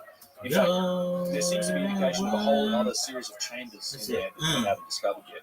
There was something called muon detection. There's I forget, the Scan Pyramids Project was the name. So that they've been doing this. Is actually a great experiment. I hope they do more of it. But they've been doing this for years. They put these cosmic ray detectors inside the structure. In fact, the last couple of times we've been down into both the Queen's Chamber and the subterranean chamber, which are normally off limits to tourists until you get a special permission to go in there. They have racks of equipment, and they've been doing these muon detection experiments for a couple of years now. So you're looking at cosmic ray particles, and there's a slight difference when they go through a material versus through a void. Look at this move. So by detecting this and analyzing and compiling this data over years, they've kind of determined that there are a couple of large voids still inside that structure that we haven't discovered yet, or not publicly discovered yet, I'd say. So we'll see what happens. And of course, this announcement caused some angst with the Egyptologists who came out and said, "Well, there is no such thing." Went between, well, there is no other chambers, and if there are other chambers, we already knew they were there. It's a crazy response to it. So I don't know. Hopefully whatever they discover will be public, but. I wouldn't be surprised if there are things like that have already been discovered and kept on the down low because they don't really match the regular story. What if they just wanted to see secrets they could sell it to another country for like some sort of like weaponry? Or if they found out what it does, or something like, we turn this one back on. I don't know. Can you imagine? Yeah, I'd bring it on. Why not? What is the story there? Now, isn't a part of it underwater? How does water relevant to some of the chambers underneath? And isn't water used somehow? Yeah, so this is an interesting dynamic that you see both at Giza, Saqqara, you see it in Peru, that there seems to be a correlation to like underground water. There's definitely water. So there is groundwater. So there's a shaft at Giza that's halfway down the causeway of the middle pyramid. It's called the Osiris shaft. It runs like 120 feet or something down into the bedrock of the plateau. There's three levels, and they have these chambers and, funnily enough, boxes and things down there. But at the bottom level, like, there's only a couple of feet of clearance because the rest of it's in water. Like, it's just all the groundwater is sifting and it's risen up. So yeah, there's definitely water involved, and there's certainly a lot of theories about normally I would fucking watch it. That it was hydrodynamic, or that some water was part of its the mechanism that operated it or something. There's lots of different theories out there about it. I'm not particularly well versed in many of them. I think there may be something to the harmonics of having water that may have activated some of these structures in the past. I don't know if that's a pure speculation, but there is a correlation between like underground rivers, underground water sources that we see in Peru, we see in Egypt. There always seems to be some sort of water involved. So yeah, I don't know. It doesn't seem like they were made for humans to be in. Yeah, that's for sure. You feel, honestly, when you go into the Great Pyramid, it feels like a machine. Like it doesn't feel like a tomb. No. And it's not a tomb. The idea that it's a tomb is really silly. We know what Old Kingdom tombs look like. We have lots of Old Kingdom tombs, and the decoration, the writing. There was a very consistent pattern to how they buried their nobles and their kings. And we've got lots of examples, and these things aren't tombs. There's no hieroglyphs on the inside. We've never found bodies in them, etc. We've never found bodies in them? No. Oh, wow. Well, not in the Great Pyramids. Okay. I mean, there's certainly, we found bodies in boxes, but there's always these anomalies with them. It's like, well, it was a later burial. Like, I think a lot of them may have been reused for burial later. Look at this. Every time you investigate into like the human remains that have been found in places, there's always some anomaly. Make sure you always sign. I have to watch your fucking shit. For example, there were bones, a hip bone of a woman found inside the pit of the Saqqara, the step pyramid, that they dated to be far older than they said was supposedly the date for the step pyramid. This better be the fucking best stuff that's way younger. fucking podcast. Shane Gill, shit dog. In there and it's been used. Shit It's dog, hard shit to bag. really correlate it. But certainly no bodies, no mummies. This better be like, I better be shit. And it feels like a machine. Like it feels industrial. It certainly doesn't feel like it was. Joe Diaz doesn't even make you fucking sign in. It'd be almost impossible to maneuver around in those things without the addition of the wooden steps and the handrails and the stuff that Are you fucking serious? This video is age restricted, only available on YouTube. It's like 3.5 feet square. And it's an excruciating kind of angle that it runs for like 300 I might feet. not even watch your You've got to shit. try and Now, go how down bad and is it? squeeze Are they these things. assassinating people? And This without fucking the handrails or the stairs they put in there, it'd be virtually impossible for most people. So it feels functional. And there's signs of I love your something shirt, happening though. too. There's a great turning to real mystery. Like the granite's been deformed. Like in the king's chamber, the upper chamber, the granite has been What is this? discolored and deformed, and there's evidence that the entire thing is shifted out like This an inch. sucks. Like it's almost like an overpressurization. This is the worst Push podcast. all of those blocks out around an inch, which is insane. How much pressure that would take. But that's, there's How do they know that? well, they're just looking at the architecture and analysing it. They've looked at the gaps in the in all of the masonry and things. I mean, it's just it's one of the I don't know exactly how they figured it out. They have to stand? Something's happened there.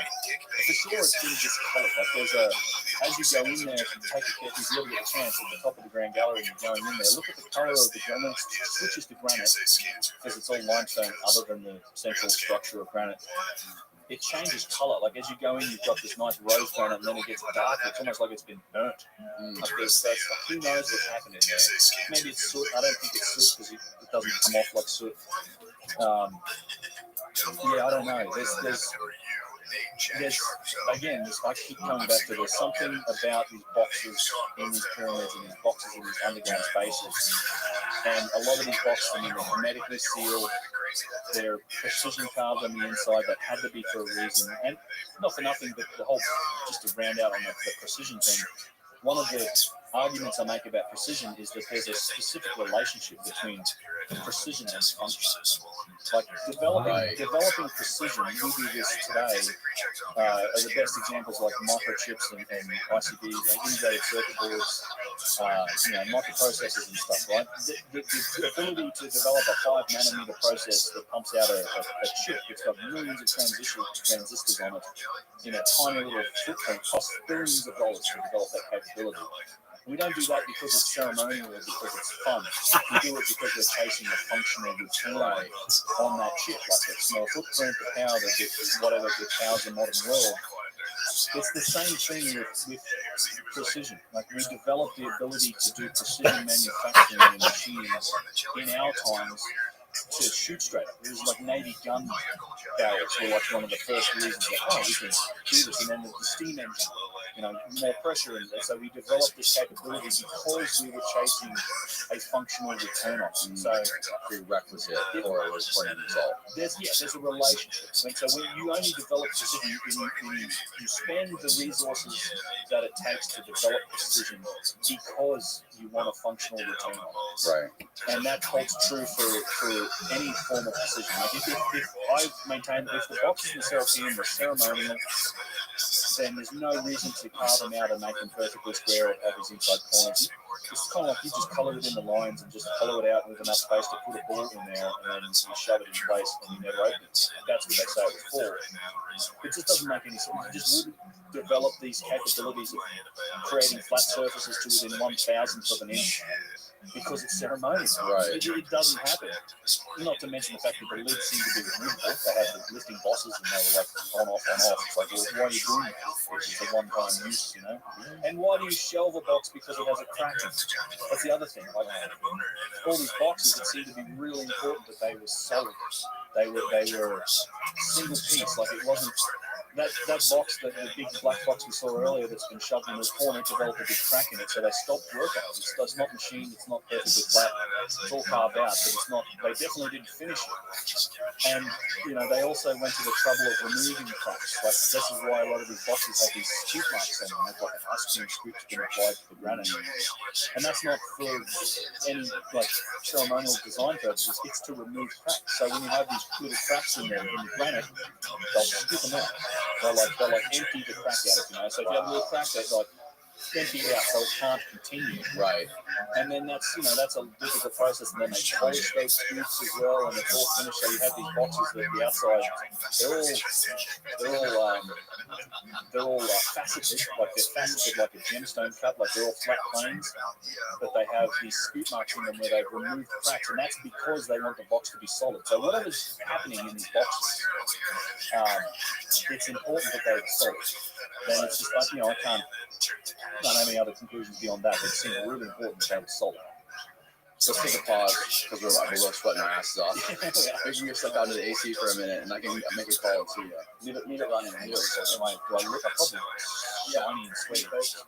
Sorry for people who are watching us. We have literally zero AC in the studio, which is why we're both listening. Just a little bit. Yeah, what we're talking about? We're talking about the Giza power plant and the water powering. We were getting into that. Yeah. Power plant. So what could they have been powering? What could they have been doing? Well, it's the idea. I think was mainly that it was some form of energy generator. Like it was creating a form of energy, like a microwave.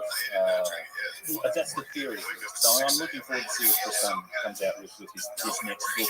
It's been a while since I've read that book, but I think it's, like I said, there seems to have been some functional purpose for some of these sites. I think that's the takeaway for me, and that's certainly what it feels like when you're in that pyramid.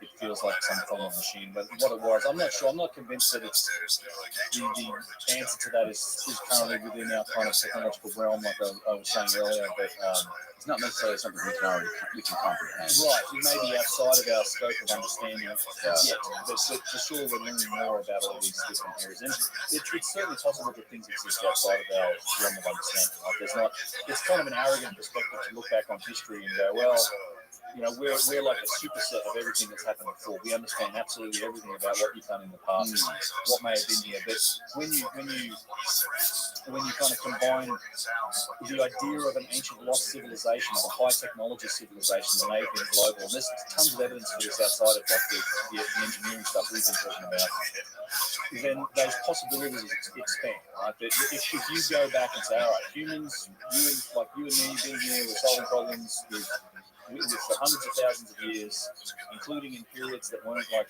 freezing cold, and we had some warm periods where we had plenty of food and time and space to solve some problems. They may have evolved down a different technological route. Like they may have been more organic. They might have had more. Just like why are they working in stone rather than working in metals and composite materials like we do? So the way we would solve the problems that some of these structures solve today, we wouldn't do it in stone, we do it in steel and concrete. 2x4s and drywall. Yeah, maybe. It's not going to last very long, but because it's cheap. We're so focused on money. Like everything's profit for our civilization. Pretty much. It is. But one of the other reasons is maybe it was just easier for them. Maybe they had we have to go with composite lightweight materials because it's difficult for us to work in things like stone. Maybe they had techniques that maybe it was easier for them to use that material. I don't know. I think there's some of those avenues of work as well. I think there were, because there is a tremendous amount of evidence that suggests there were certainly a high degree of knowledge and some system of understanding that existed well and truly before our current definition of history was ever there. Like we just have these echoes of the past of these things that come down through all these cultures around the world.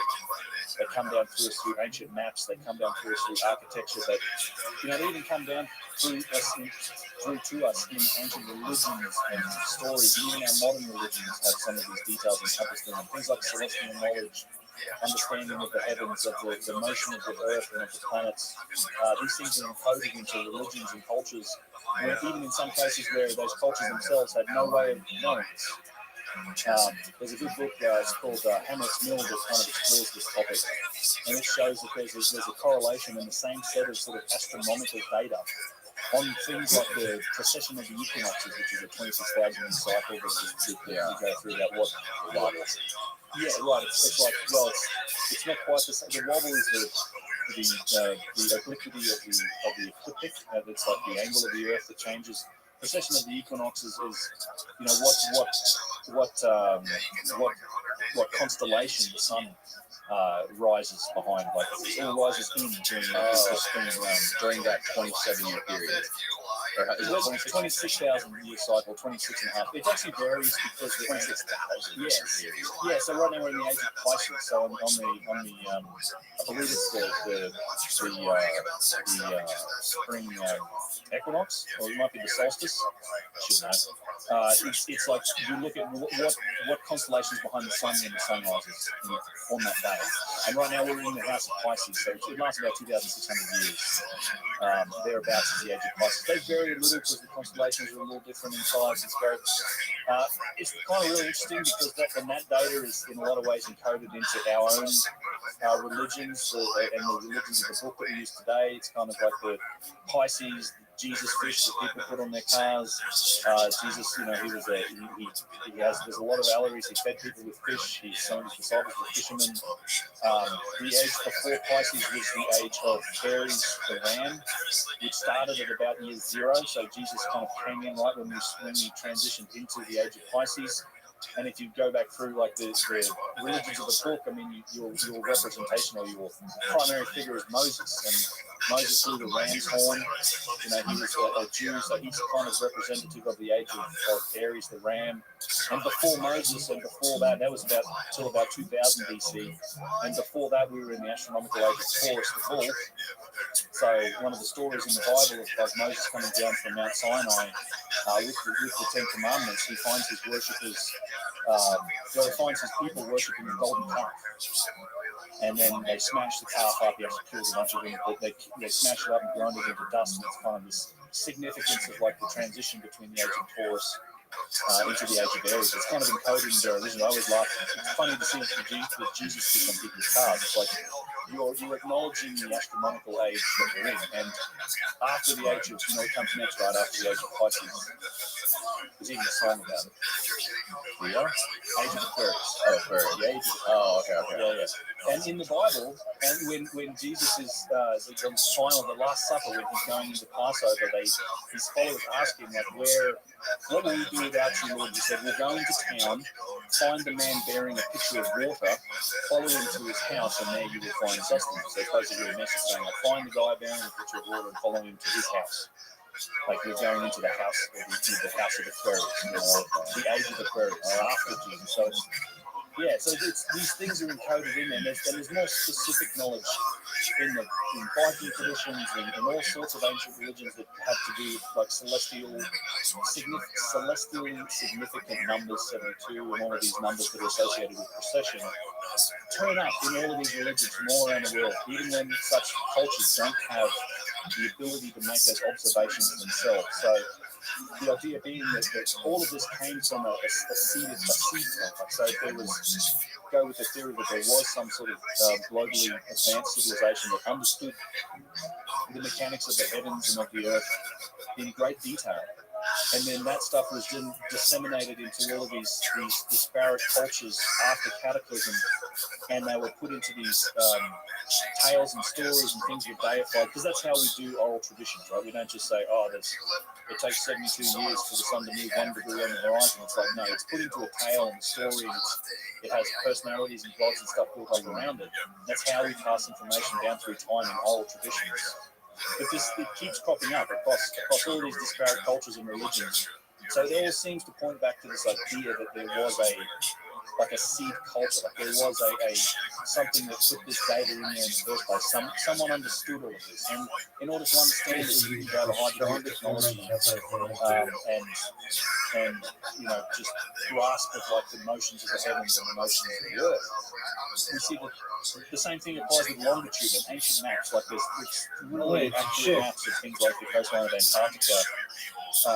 Before there was ice on top of it that shows up in ancient maps that have been cobbled together from even more ancient maps that have been lost to us because of all these fires in like the Library of Alexandria and other places.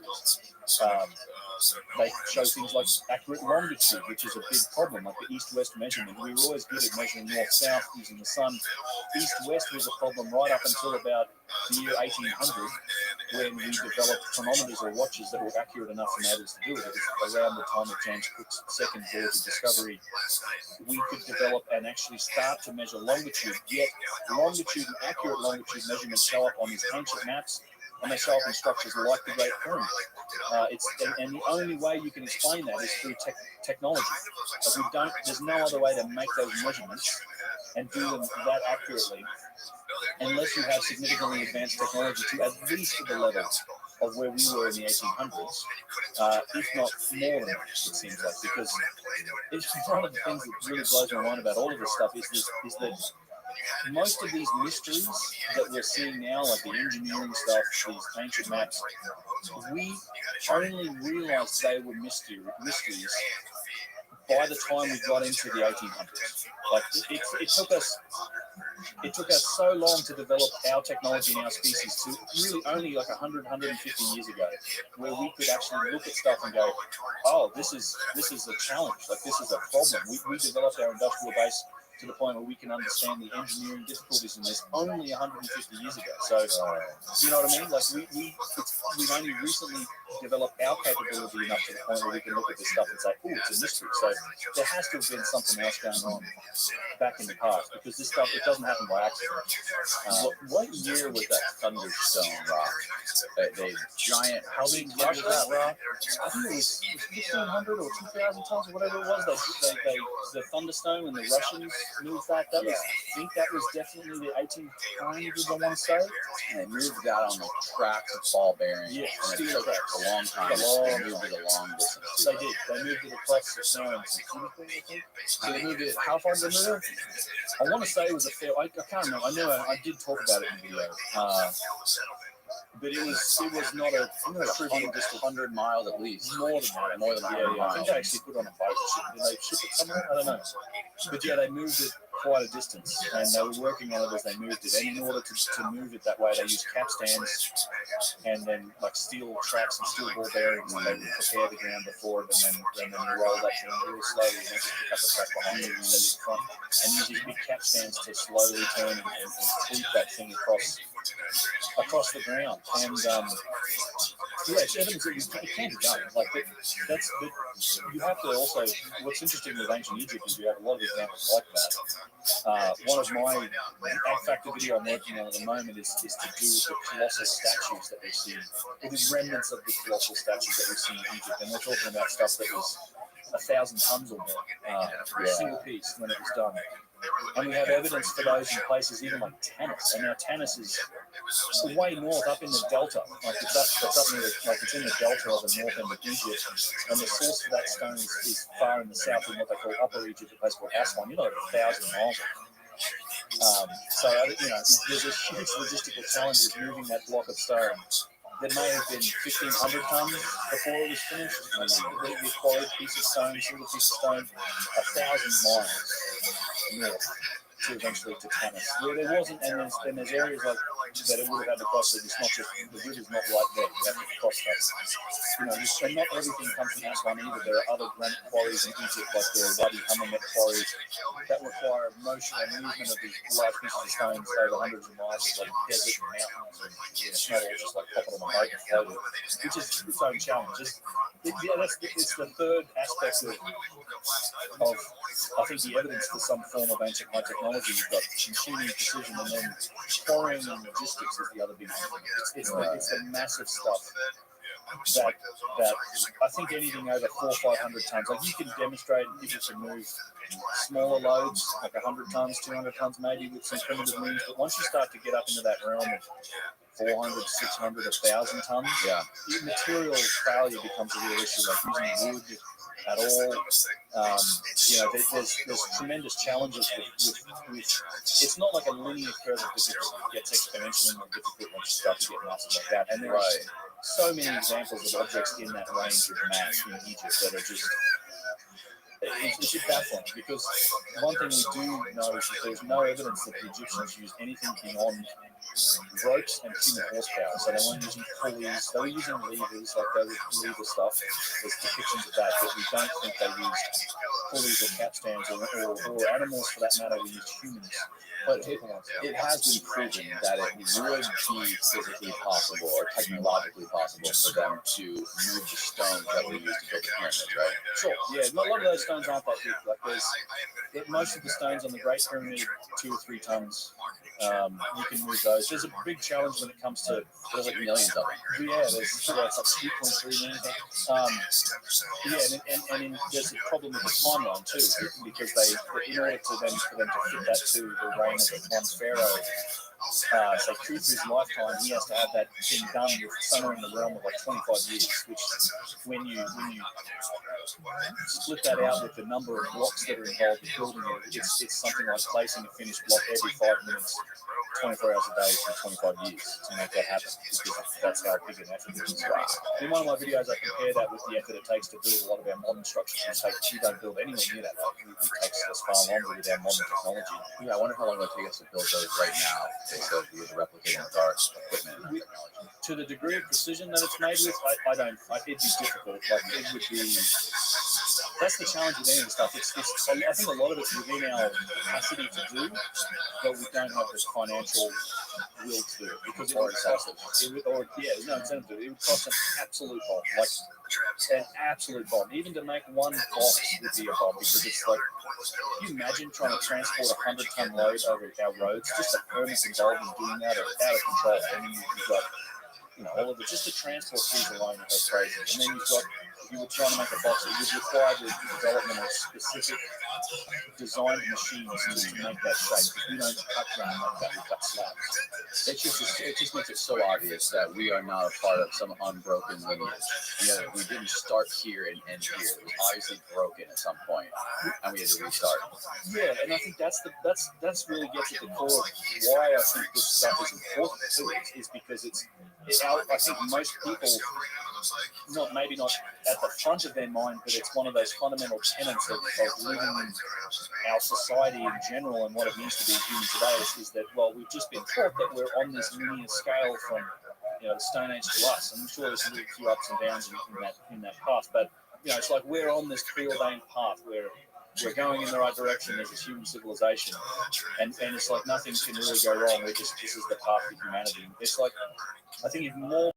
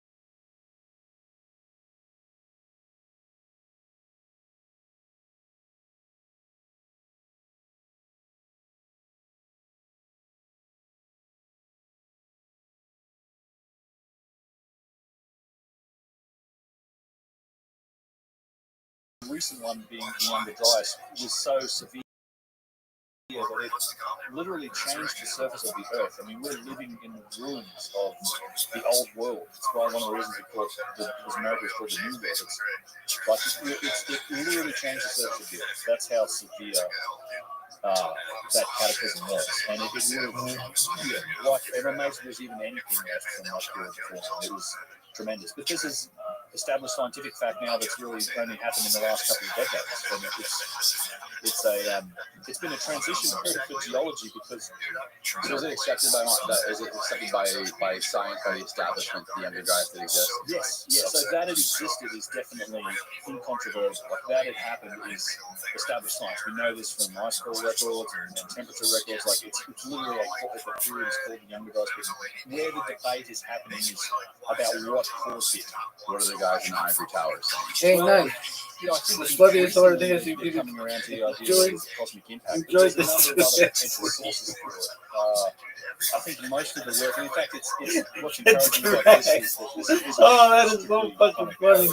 Rubus start. Rubus start. There is a lot of work now, 150 plus theories and papers Nice. that are supporting the concept that this What the period was brought on by a series of The history of movie. other people suggested volcanism, other people suggested This the sun, book, Randall talks too, it about the seems. sun being involved. I think Sluttiest there's for absolutely links to that as well. We're learning far more about the sun, that sun rays and comets, and the effect that large solar flares and things can have on it. There's not the only cataclysm that's happening. There's tremendous evidence at this point that there's more than 50 or 60 sites across North America, Europe, South America, South Africa that show the same consistent impact proxies in the strata layer. Sluttiest whore in the history of humankind. Plus the love of gravel. Platinum iridium layers, black matte layer. This is a consistent finding across the world. Hey, nice. The sluttiest whore in the history of Hey, nice. That's right. The sluttiest whore. Is dated. And what's funny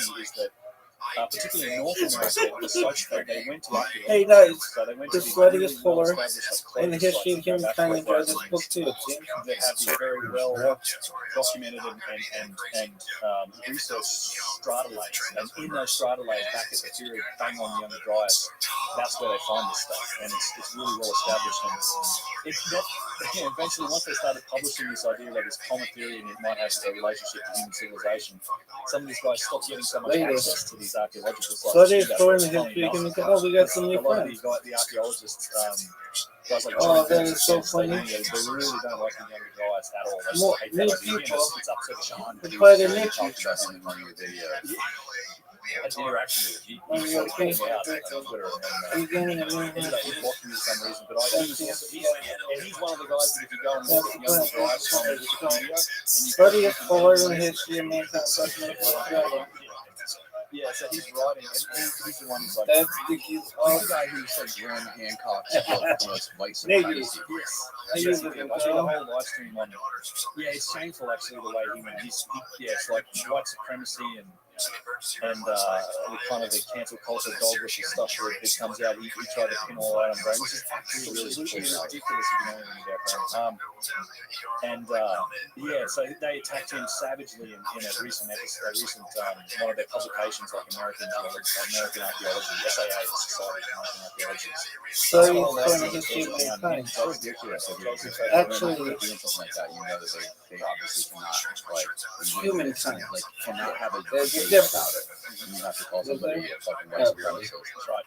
Attacking the man and not the message, which is what they really do a lot of. And he was always the guy like, oh, there's none of this Younger Dry stuff is nonsense. It's just recycled Donnelly comet myths. Of course, there's a place for comet myths that's been a part of it, and that makes a lot of sense. I wouldn't do this podcast because I had to stand the whole time. That sucks. Standing sucks. I'm going to do all podcasts from the bed. Like, the fifth angel blew his trumpet, and a mountain burning of fire hit the ground, and it's in the Mahabharata and the Indian traditions. They literally talk about swarms of meteors coming from the sky. So I think there's some first-hand knowledge that's maybe being encoded into some of these myths and religions. But Pooch is like, there's nothing to this. All of this cosmic these papers, hey, nice. Research group, which is The history of humankind. Enjoyed this book too. That is well funny. Oh, nice. The sluttiest whore. Who is this woman? This woman. Who is the, I wonder who it is. I'm sure she's like her. Maybe I'm not sure. But seriously, how funny is that? Oh, sluttiest whore. Are those two people? Or are they? It's so funny because I don't even know. I don't even know. Maybe there's some bitch out there that Chana. Hey, Chana. She's just like. She's like a bunny. Like a house. I don't know. Her pussy just shoots shit. from all of these Cray, different cray. places all around the world and had predicted that there must have been some cataclysm that happened around that 12,000-year-old period that caused the end of this, and that's where he termed the whole we're a species with amnesia. But he didn't have a source for it. Like there wasn't any established, oh, it was this or that. There wasn't any scientific work for it. He was exploring things like first crust displacement and a few other theories, possibilities that were, popular in the 50s, 60s, 70s that were could possibly explain some of the evidence that we see from massive floods and all this sort of stuff.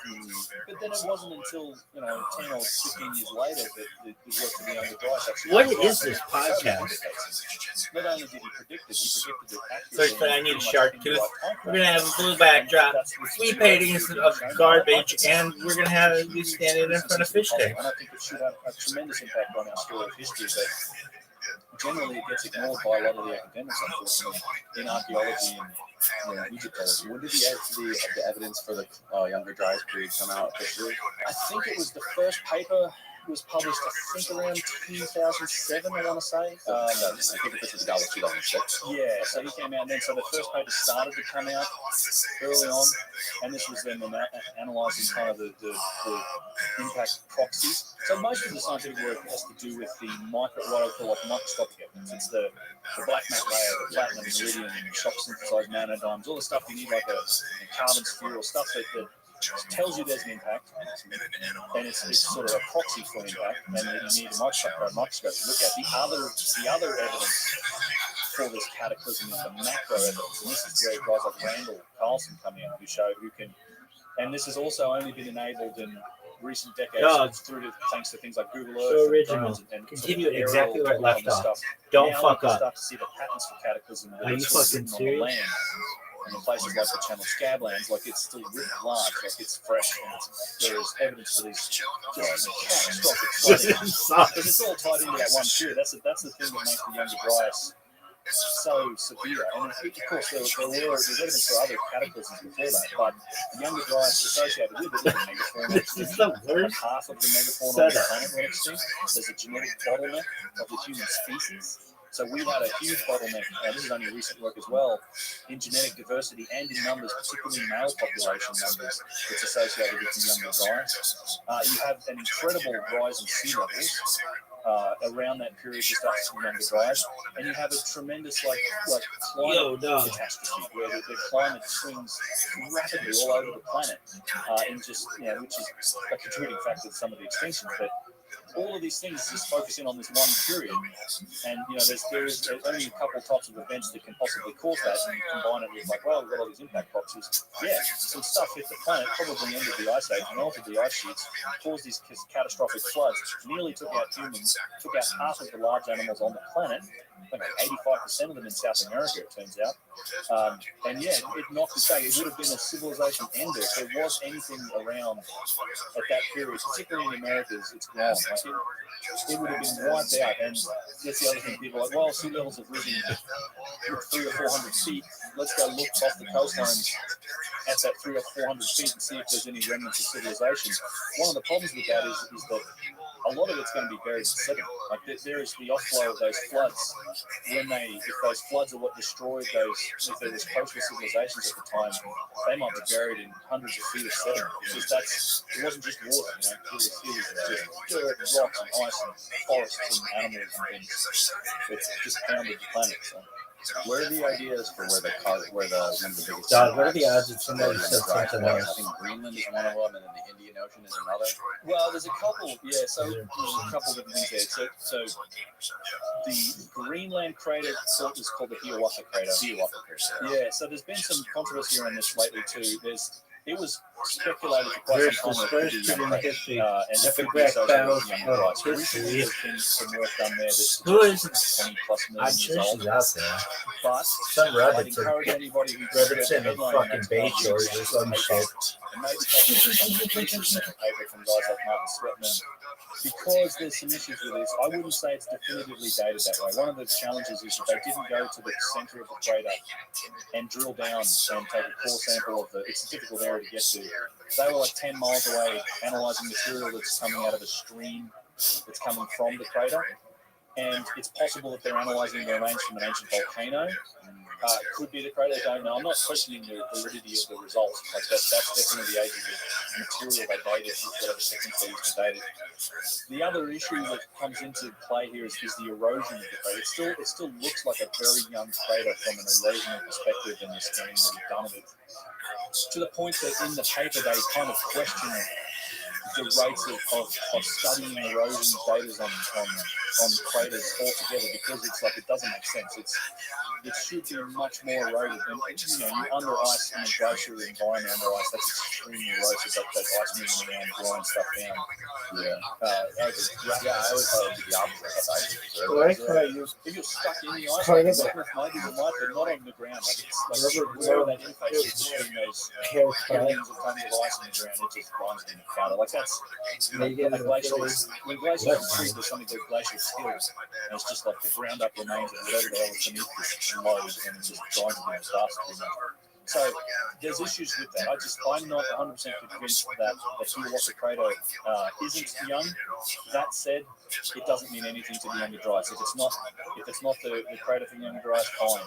I think where the likely, and this is an area that Randall Carlson is working quite a bit on, and I've seen some of his work about the idea that a lot of these impact sites for the Younger Dryas may well have been across the North American ice sheets. In areas like the Great Lakes region, and there may still be some indicators of craters. You've got to imagine and remember that those craters are hitting on top of miles of ice, those objects.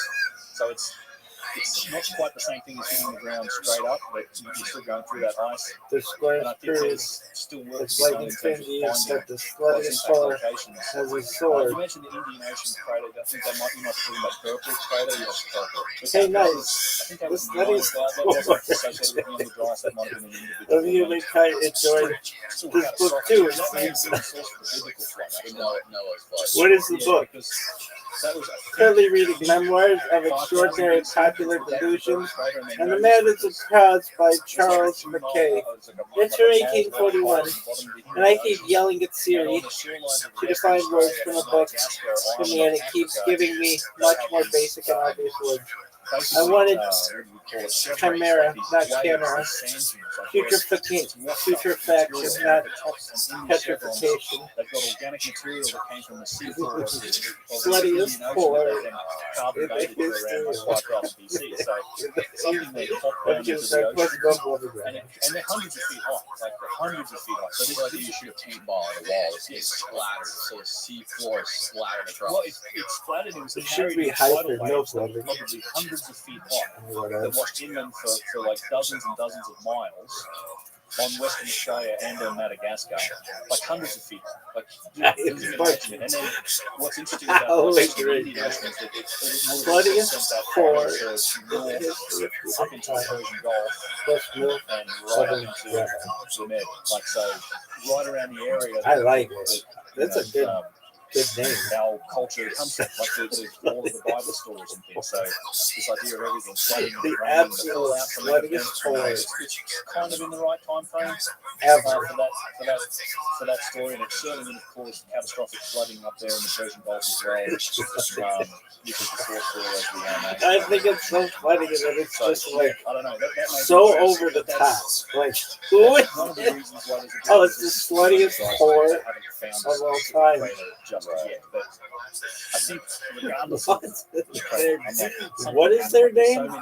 So many, you don't just get this extinction event. It's the sluttiest core in the history of humankind.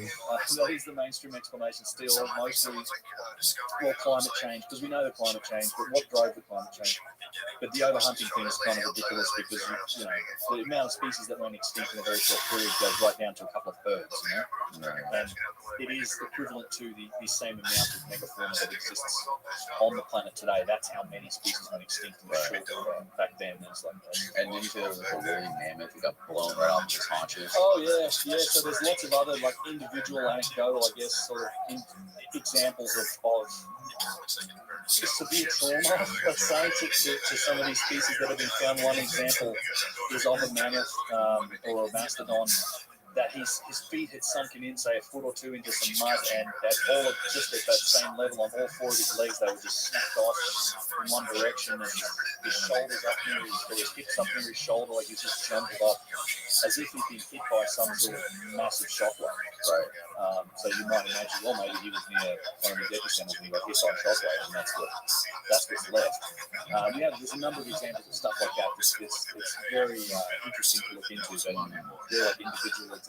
Okay, something might have happened in this area that caused this to happen. I mean, it would take tremendous effort to break it, like an elephant femur, for example. It's not an easy task. Right. But we see that. We see it in some caves with jumbled up bones of different species of extinct megafauna that are mixed up with smashed up trees and things, like this huge mess of bones of these ancient megafauna that's like something smashed them all up and put them in there. So there's lots of examples of things like that. So I want to go back real quick to some of the work that you did with the machining. One of the things that we glossed over was the drill cores and the pottery.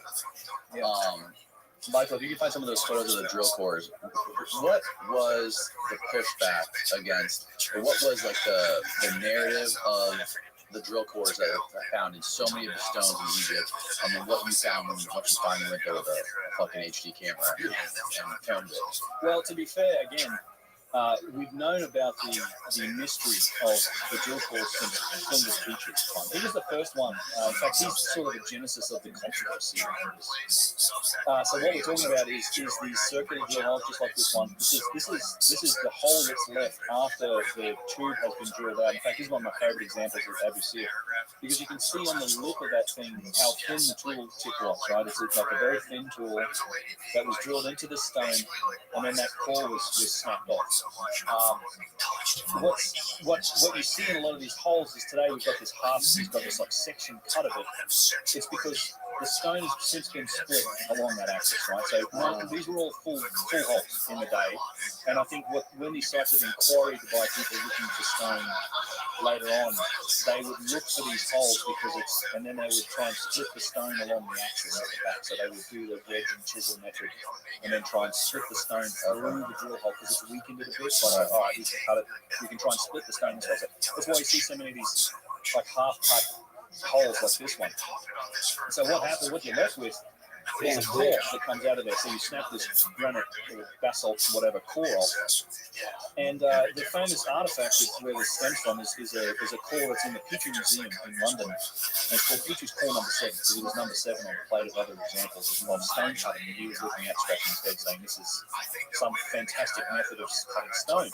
And it gets to the jars too. But this was what he found on that stone, and he documents quite extensively, is that it has a continuous spiral groove. Yeah, that's Petrie's core number 7. Still today, you can kind of see the groove on it. There's a groove layer, like it goes around it. And what Petrie found was that it was a spiral. It was a continuous spiral. So it wasn't like just circular lines. This was a continuing spiral, slight angle to it. And so he published this, and he got a bunch of pushback on it. And then finally, Chris Dunn, who I consider like his modern successor on these engineering topics, I think that's his photo actually. He was allowed to go in and actually examine the core. So him and a bunch of other guys that went in and they tested it. They looked at the spiral. They confirmed, yes, this is spiral. It's a continuous groove that runs around it. Chris made a latex mold of it. So he molded this thing in latex and then cut it, laid it out, and geometrically proved that it's a spiral. Didn't they wrap a string around the They whole did thing? a cotton wool test where they just finally sort of under magnifying glass followed the groove and wrapped it, and that showed you that it's a spiral. I mean, it's got some wear on it. There's sections of it that show you it's more spiral. So the mainstream explanation is, so from Petrie's day, like 150 years ago, it's always been denied that it's a spiral groove. They just flat out nope, it's concentric rings. They say it's just like rings on it. So because the way we explain this in the mainstream model is the same. It's the grinding method. It's like you've got a copper tube, and we put some sand and water down on a big bow drill, and we just ground away. We grind back and forth, and eventually you can go down. And so they did an experiment. They cut out a little 3 or 4 inch drill hole. Mark Lehner snaps it off and goes, oh, that's the before dynasty. They don't actually look at the markings, they don't compare them. Right. but they did a study at Penn State, I think it was in the 80s even, that they, and I had this study, I referenced it in the video, so they did a study where they took different, grinding compounds and different techniques, and they looked at it under the electron microscope, and they all said, yep, look, this is all concentric rings, because it's like high-speed drills with different material and very fine concentric rings around these little pores. But from the very first part of that study, that not once did they mention that Petrie said it was a spiral groove. They just call it circular, it's like concentric circles. They just don't even admit that there's a spiral groove here, to the point that in the textbook where the stuff is taught, and this is what Chris Dunn showed in his book, and I point out in this documentary, is that when they show this picture of Petrie's core number 7 in the textbook, they literally tilt the photo just a little bit. They tilt it so that when you're looking at it, the lines look horizontal. Like if they, it's like deliberate manipulation of the photo just to make it look like it's horizontal. And Dunn shows, like, so if you actually look at this thing in the correct frame of reference, you stand it up straight, you can kind of see that there's a spiral groove on this thing. So the implications of this is the problem, is that when you have a spiral groove on a core, we can now use that to determine how fast did this core get cut. Like, what if you assume that groove is part of the cutting process?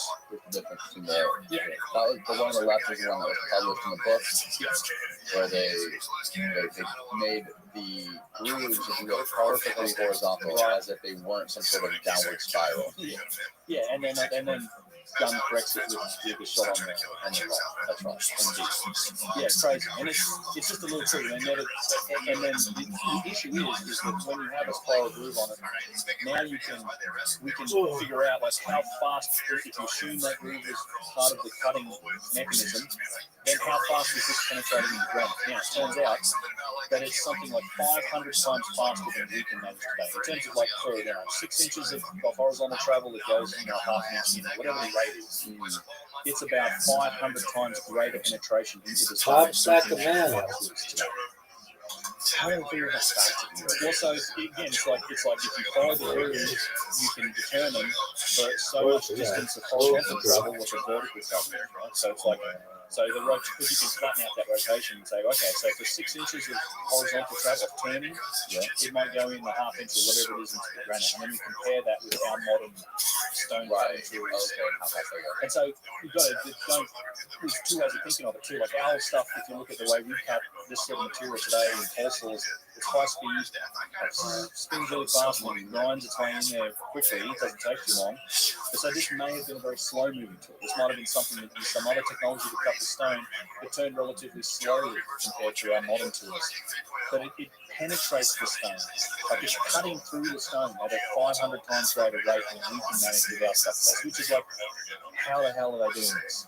And you see the same thing in some of the other cutting signs. Now, it's at least a lot of speculation around there. Was it a thermal tool? Was it ultrasonic? Was there something? And so all of this stuff, the implications for it are astonishing, because it's for damn sure it wasn't some copper tube, which we've never found, by the way. We've never found any of these grinding tubes that they said they used. We've not found a single one.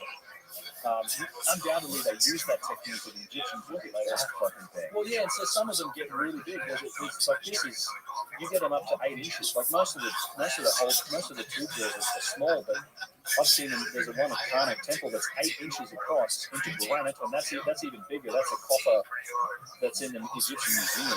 They may have moved to the new museum, but it wasn't there last time I checked. But that's like 4 massive tube drills into a big block of what looks like basalt. And you see them all over the place. So it has all these implications for the technology that's used to make the tools. And that's what the devil's in the detail on these things. And so the argument's always been about it's not a spiral groove. It's never a spiral groove. Because if it is a spiral groove, the implications are earth-shattering for Egyptian history. Yeah. That's why I don't understand why they try so hard to hide all this stuff, like the stuff that you're finding. And all this evidence, why they're trying to basically straw man all these findings that you have and all this evidence of technology. Like, what's the purpose? I don't see any other purpose other than like money. Like we're getting paid too much to reveal this stuff. There's gotta be an incentive. Yeah, and again, we talked about it earlier, but I think it's Yeah, on a break. well, we talked a little bit about the insanity, but yeah, earlier we were talking about establishment and just like this, you're protecting this story, like it's like the dogma of the story. Anything that goes against that, it gets a strong resistance. Now I don't know if there's other motives behind some of it. Well, tourism might be part of it. But Welcome. tourism, you think, well, How you living, pimp? you think, okay, wow, there's some lost civilizations Yo, baby. that have higher technology, All right, well, whatever you want to be. How you living, baby? You have any extras to your pimp, you know? All right, how'd you find out about me? My friend Robbie told me about you, and he said it'd be funny to talk to you sometime. Okay. How did Robbie find out about me? I believe through your own social representation. Was it on Discord or was it on Blue Sky? One person I know knows you from Rumble, actually. Oh, tight. Excellent. And then I actually use Rumble, but I only know you through Discord. That's okay. Do you mind if I tell you about myself? Are you a real rabbi? I am. Got my kip on. I'm gonna stand to fill in a couple hours. I made smicha during the pandemic, which is rabbinical ordination. I say blessings on food. We light candles. We do everything that an Orthodox person can do while still live streaming their life. It's funny. There's this guy named Bubba Boy who did that at Burning Man, and everyone just threw things at him and treated him like he's a monkey. Because he was an Orthodox Jew? Basically. Okay. Huh? Because of his Orthodox Judaism? No, he was a performance art piece. He put himself in like a room to be viewed by everyone as he lived his life, and everyone started treating him like he's a monkey. Oh, Because okay. it was funny. Because he was like putting himself in a zoo. Very well. Did they have a room there? I don't believe in it. I know I am also Jewish. Unfortunately. Why unfortunately? My family's from a more heretical sect, basically. Why unfortunately? Which isn't heretical. Heretical is such a bad term anyway. Why? Because it did matter like that. Why unfortunately? You should be proud of being Jewish. Oh, I am. Excellent. A Jewish ritual is a very complicated thing. It's very stupid and retarded. Okay. Very well. You mind if I tell you about myself? Are you an Orthodox Jew? I am. Are you a Messianic Jew? No, that's like Christianity. Are you Messianic Jew? No, that's Christianity. I mean, it is both. I'm sorry. It's not seen as a. It is not seen as a denomination of Judaism. I don't think Judaism is Judaism. It's just like historically misrepresented. Okay. I mean, you've got your Hasidic world, your Orthodox world, your modern Orthodox world. That's really... No, not Orthodox. No, way before this. Way before that. Orthodox Jews are things they created in the medieval period. Trying to revive things. You know what I mean? Arguably. I understand what you're saying. The traditions were lost. Yeah, I mean, following the fall of the temple. Messiah. When I say Messiah, like, you're not Messianic. And, like, you don't believe in a current Messiah. But do you believe that Judaism was about the Messiah at any point? Absolutely. It still is. Mashiach. Mm-hmm. And who was it? This is just a test. I'm sorry to do this work to you. Mashiach hasn't come yet. We want Mashiach now. Who was which king was the Messiah in the Old Testament? Well, it's arguable that there were Mashiachs of... It's not arguable. Yes, it absolutely is. Of every generation. As a role of Mashiach. I mean, what is the king's name? This is like a quizmaster question. I'm not here to be It's just a quizzed. formality. I'm not here to be quizzed. There are Mashiachs of every generation. Some consider the Lubavitcher Rebbe to have been a Mashiach. Some consider King David to have been a Mashiach. Some consider King Solomon to be a Mashiach.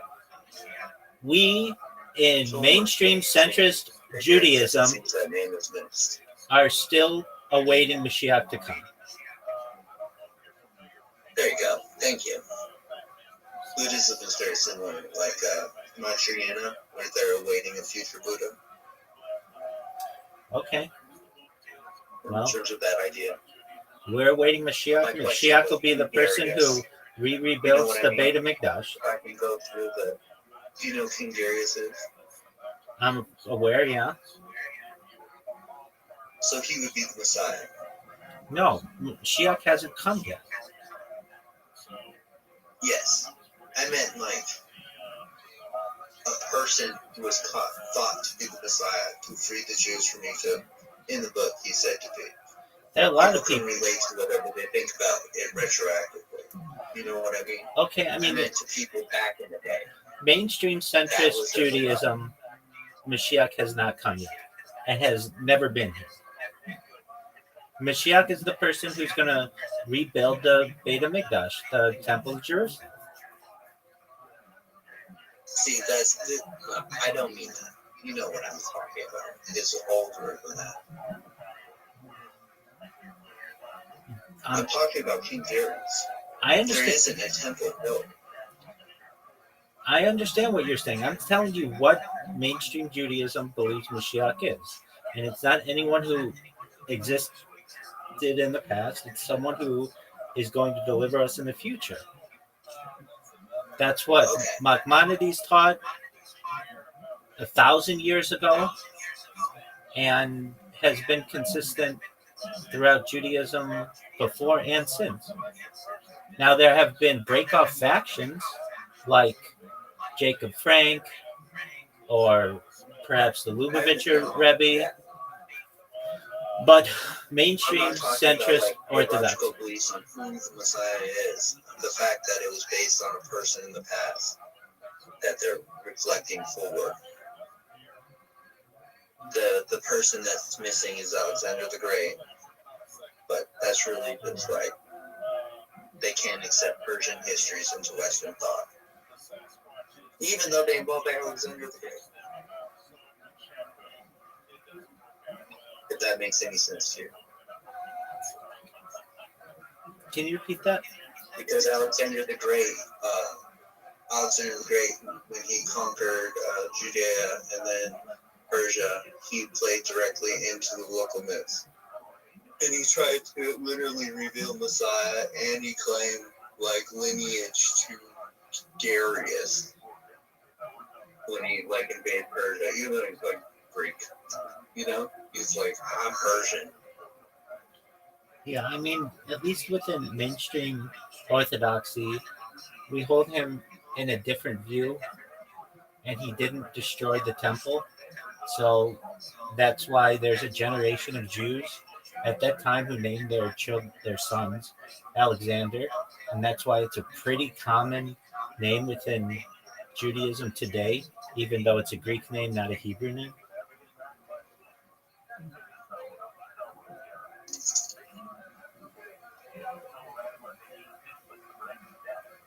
Anyway, that's enough halakha, or well, just Jewish history discussion. How are you? What are your hobbies? What do you like to do?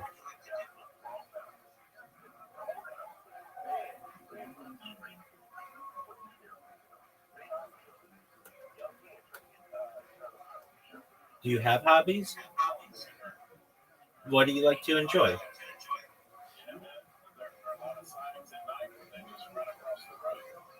Can you hear me? All right, well, if you can't hear me, that's okay. It was a pleasure to meet you. Just watching some podcasts. I'm happy that you found out about me from Rumble. That's phenomenal. And feel free to enjoy. technological capabilities than we have today, but definitely did this stuff. I think people are going to come there in hordes compared to what they're doing now. I agree. No, I agree. I think emphasizing the mystery can only be good for tourism. Like I don't think saying that there's no mystery here, we've got all the answers, is going to attract people as much as like, hey, there's some significant mystery here that when you go there and look at it for yourself, it'll blow your mind. That'll bring more people, I think. It's certainly more interesting that way. But what annoys me is that the only core that we've been able to look at and do this experiment on is Petrie's core number 7 because it's in the Petrie Museum and they have actually allowed some researchers to play with it. Can you hear me? So massive course. We've got lots of drill holes. That's okay. That's okay. No issue at all. So that's enough discussion of Jewish history. Hold on. I do my best. I'm asking you I want to talk to you because you are Jewish and I am Jewish about Jesus. If that's okay. Yeah, I mean, generally, I don't like to talk about religion or politics just because it can be so divisive. But sure, tell me, what do you want to talk about the next? No, we're not trying to be divisive. I want to see if you can provide information that's useful for my own thinking. If that makes sense. Okay. You're not trying to break this. Go for it. I'm not trying to be controversial. That's okay. Go for it. So what religion was Jesus? I mean, for our best understanding, he was Jewish. He wasn't. Okay. Was he Christian? Absolutely not. It didn't even exist. Exactly. You understand that, which I appreciate. Because a lot of people confuse that. It's like saying Marx was Marxist type shit. Right. It's like, how can you be a thing that doesn't exist yet? Do you believe that? So, like, I was pushed, probably like you maybe as a child, to basically read classics and theology. Much more liberal than a lot of, like, Orthodox Jews I had to be. But my sect was never like that in the first place. What sect of Judaism, of what sect were you a part? The problem is a goddamn Gnostic sect in which you're supposed to look up the book and find out your own beliefs about it based on like the understanding of how much you can get from theology. So it's exactly the same as Robbie. Rabbinical thing is that the ones that rejected rabbinical teachings because they were historically false. Hold on. What? And this is more of what? So many just answer my question. But just answer my question before you move on, just so I have an understanding of your background. Yeah, the Greek translation of Torah. Yes, it's the actual original. That's where all my research is, like, over and over led, despite me arguing against it over and over. It's not like it's like an academic position to say, but it's pretty obvious. What sect of Judaism did you grow up in? What sect? A Gnostic sect. That's not Jewish. Yes, it is. Okay. Because it's about the book. Okay. You know what I mean? That's fine. Again. Because the people of the book is supposed to be understand the book. Did you attend synagogue? Did you attend? It's actually older than the thing. Did you attend synagogue? No, they do not attend synagogue because it's considered like how Baptists view the church, churches and cathedrals. Okay. It's unnecessary iconography. Okay. Do you have a rabbi? No, you're not supposed to have a rabbi. Your rabbi is to help you when you're a child. You're supposed to be able to be a rabbi to yourself through your own study of religion. Okay, that's just not Judaism. It's something else. So what do you call it? You call it Gnosticism? This is my point. No, you think Judaism is one thing, but it's not defined like that. Christians also find this in the paradigm, but there's no true Scotsman. But I know the book. I'm not denying that you do. I'm not denying that you do. Just generally when you talk to Jews, they say, "Oh yeah, I grew up in the conservative movement. I grew up as a Reformed Jew. I grew up as a humanist Jew. I grew up as a Reconstructionist Jew." Or the ones of which I'm more affiliated, modern Orthodox, Orthodoxy, or the Hasidic world. So you're saying you didn't grow up in any of those, right? I would literally explain that the sect I'm from is like considered heretical. It was like targeted by the Inquisition, and you say it doesn't exist when yet the same people you retract from claim it as Judaism. Anyway, it's because they interpreted the book their own way, which is the point of the book. That you're going for the knowledge of the light, not what a rabbi says, but the knowledge of the light through the philology of the study. Which is my major point, and this has nothing to do with Judaism. They spoke Greek, but it's not a translation. That the translations sound like they're read by second graders in Hebrew is because they spoke Greek. Hebrew was a liturgical language. No one spoke it. They wrote it. That's true, but they didn't speak Greek. They spoke Aramaic. No, Aramaic was also a court language. Hilariously, they spoke Greek. Who's they? You can find Aramaic court records complaining, like ancient Aramaic court records complaining about the local populace speaking Greek so much that they're confusing Bela, which is a term for a husband, with Baal. Okay. For the highest of high. And that's why they have to rename Baal into Ish. Because the Greeks are confusing it as a homophone, and they think it has to do with husbands, when it's supposed to be like the highest seed of the world. Okay.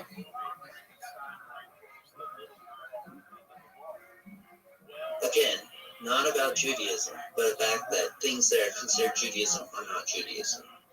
You know what I mean? No. What religion was Jesus? I answered your question. Do you know what he was? Do you think he was actually Jewish? Like, have you read Jewish records about him? There is an entire lineage, arguably, between him and King David. His mother, yes, arguably, was denounced because she had a child out of wedlock. And the Sanhedrin had to make rulings. I mean, these are general understandings. The argument is whether the Nazarene was a rabbi. Now, that's another question. But generally, he's considered a Jew.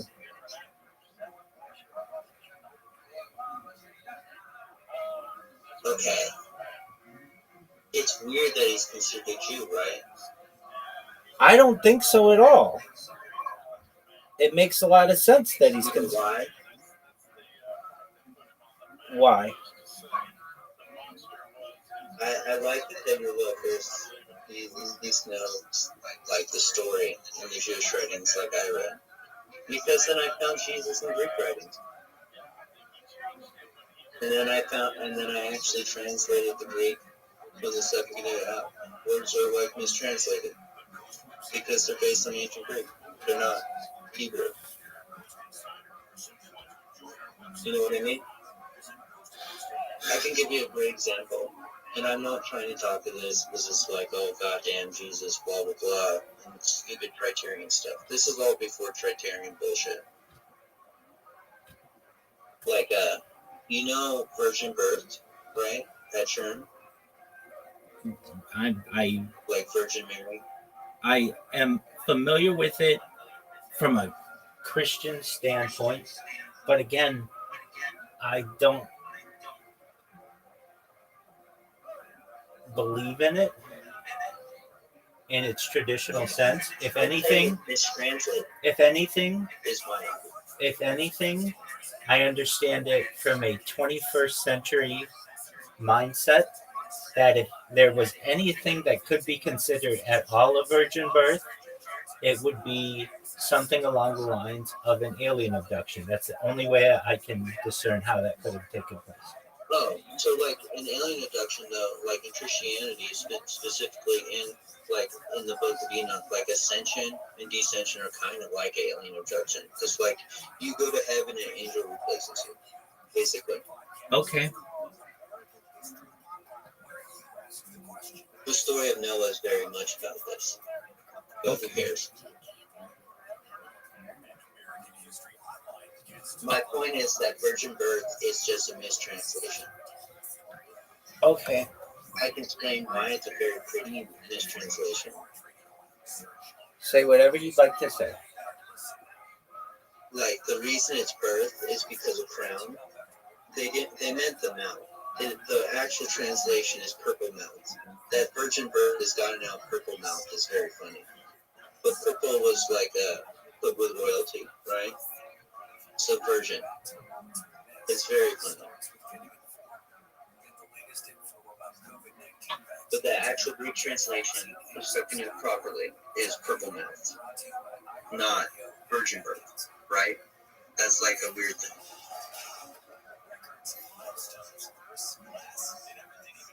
And then in ancient Greek writings, the people of women of the Bacchic religion would have purple mouths because of the drugs they did, which stained their mouths purple.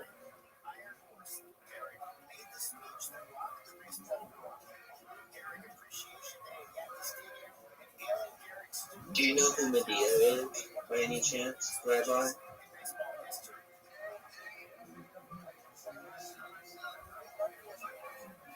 Do I know who Medea is? Yes. Yes. She was like one of the first icons in ancient Greek world, as like a person who became a religion herself. She's based in the Argonaut's tale. She was the queen of Babylon for marrying through the seizing king Clew because she was the queen of Scythia. That's how. So it's like a political marriage. Who That- never actually the That's how I'm familiar. king, queen of Babylon when Babylon was lost. That's You know how. what I mean? That's how I'm familiar with her.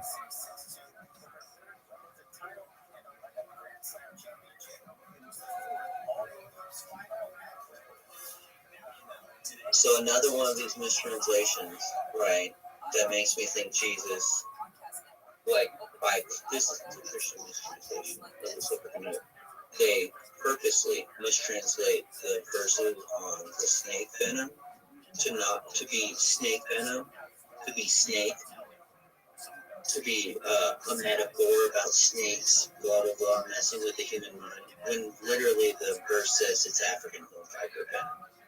It's a very specific snake. You know what I mean? I understand what you're saying. Again, You're going to and you find when you translate back, they become less defined because they have less words. It makes it seem like that is the translation, not the original. You know what I mean? Because the words become less sophisticated because they cannot properly translate, oh, African horn viper venom, like we can now. okay. So Jesus, right? Do you know why Jesus was arrested? Do you know those verses? Do you know any of the New Testament? Just from theological classes, to my knowledge, Why did the Romans arrest? Do you know why the Romans arrested Jesus? wasn't it like practicing magic or some type of understanding like that? Yes, he was, but they're actually like, so he's naked, he can't move, and when they find him, there's naked boys running from him, and they think he's a pimp, but he's not actually a pimp.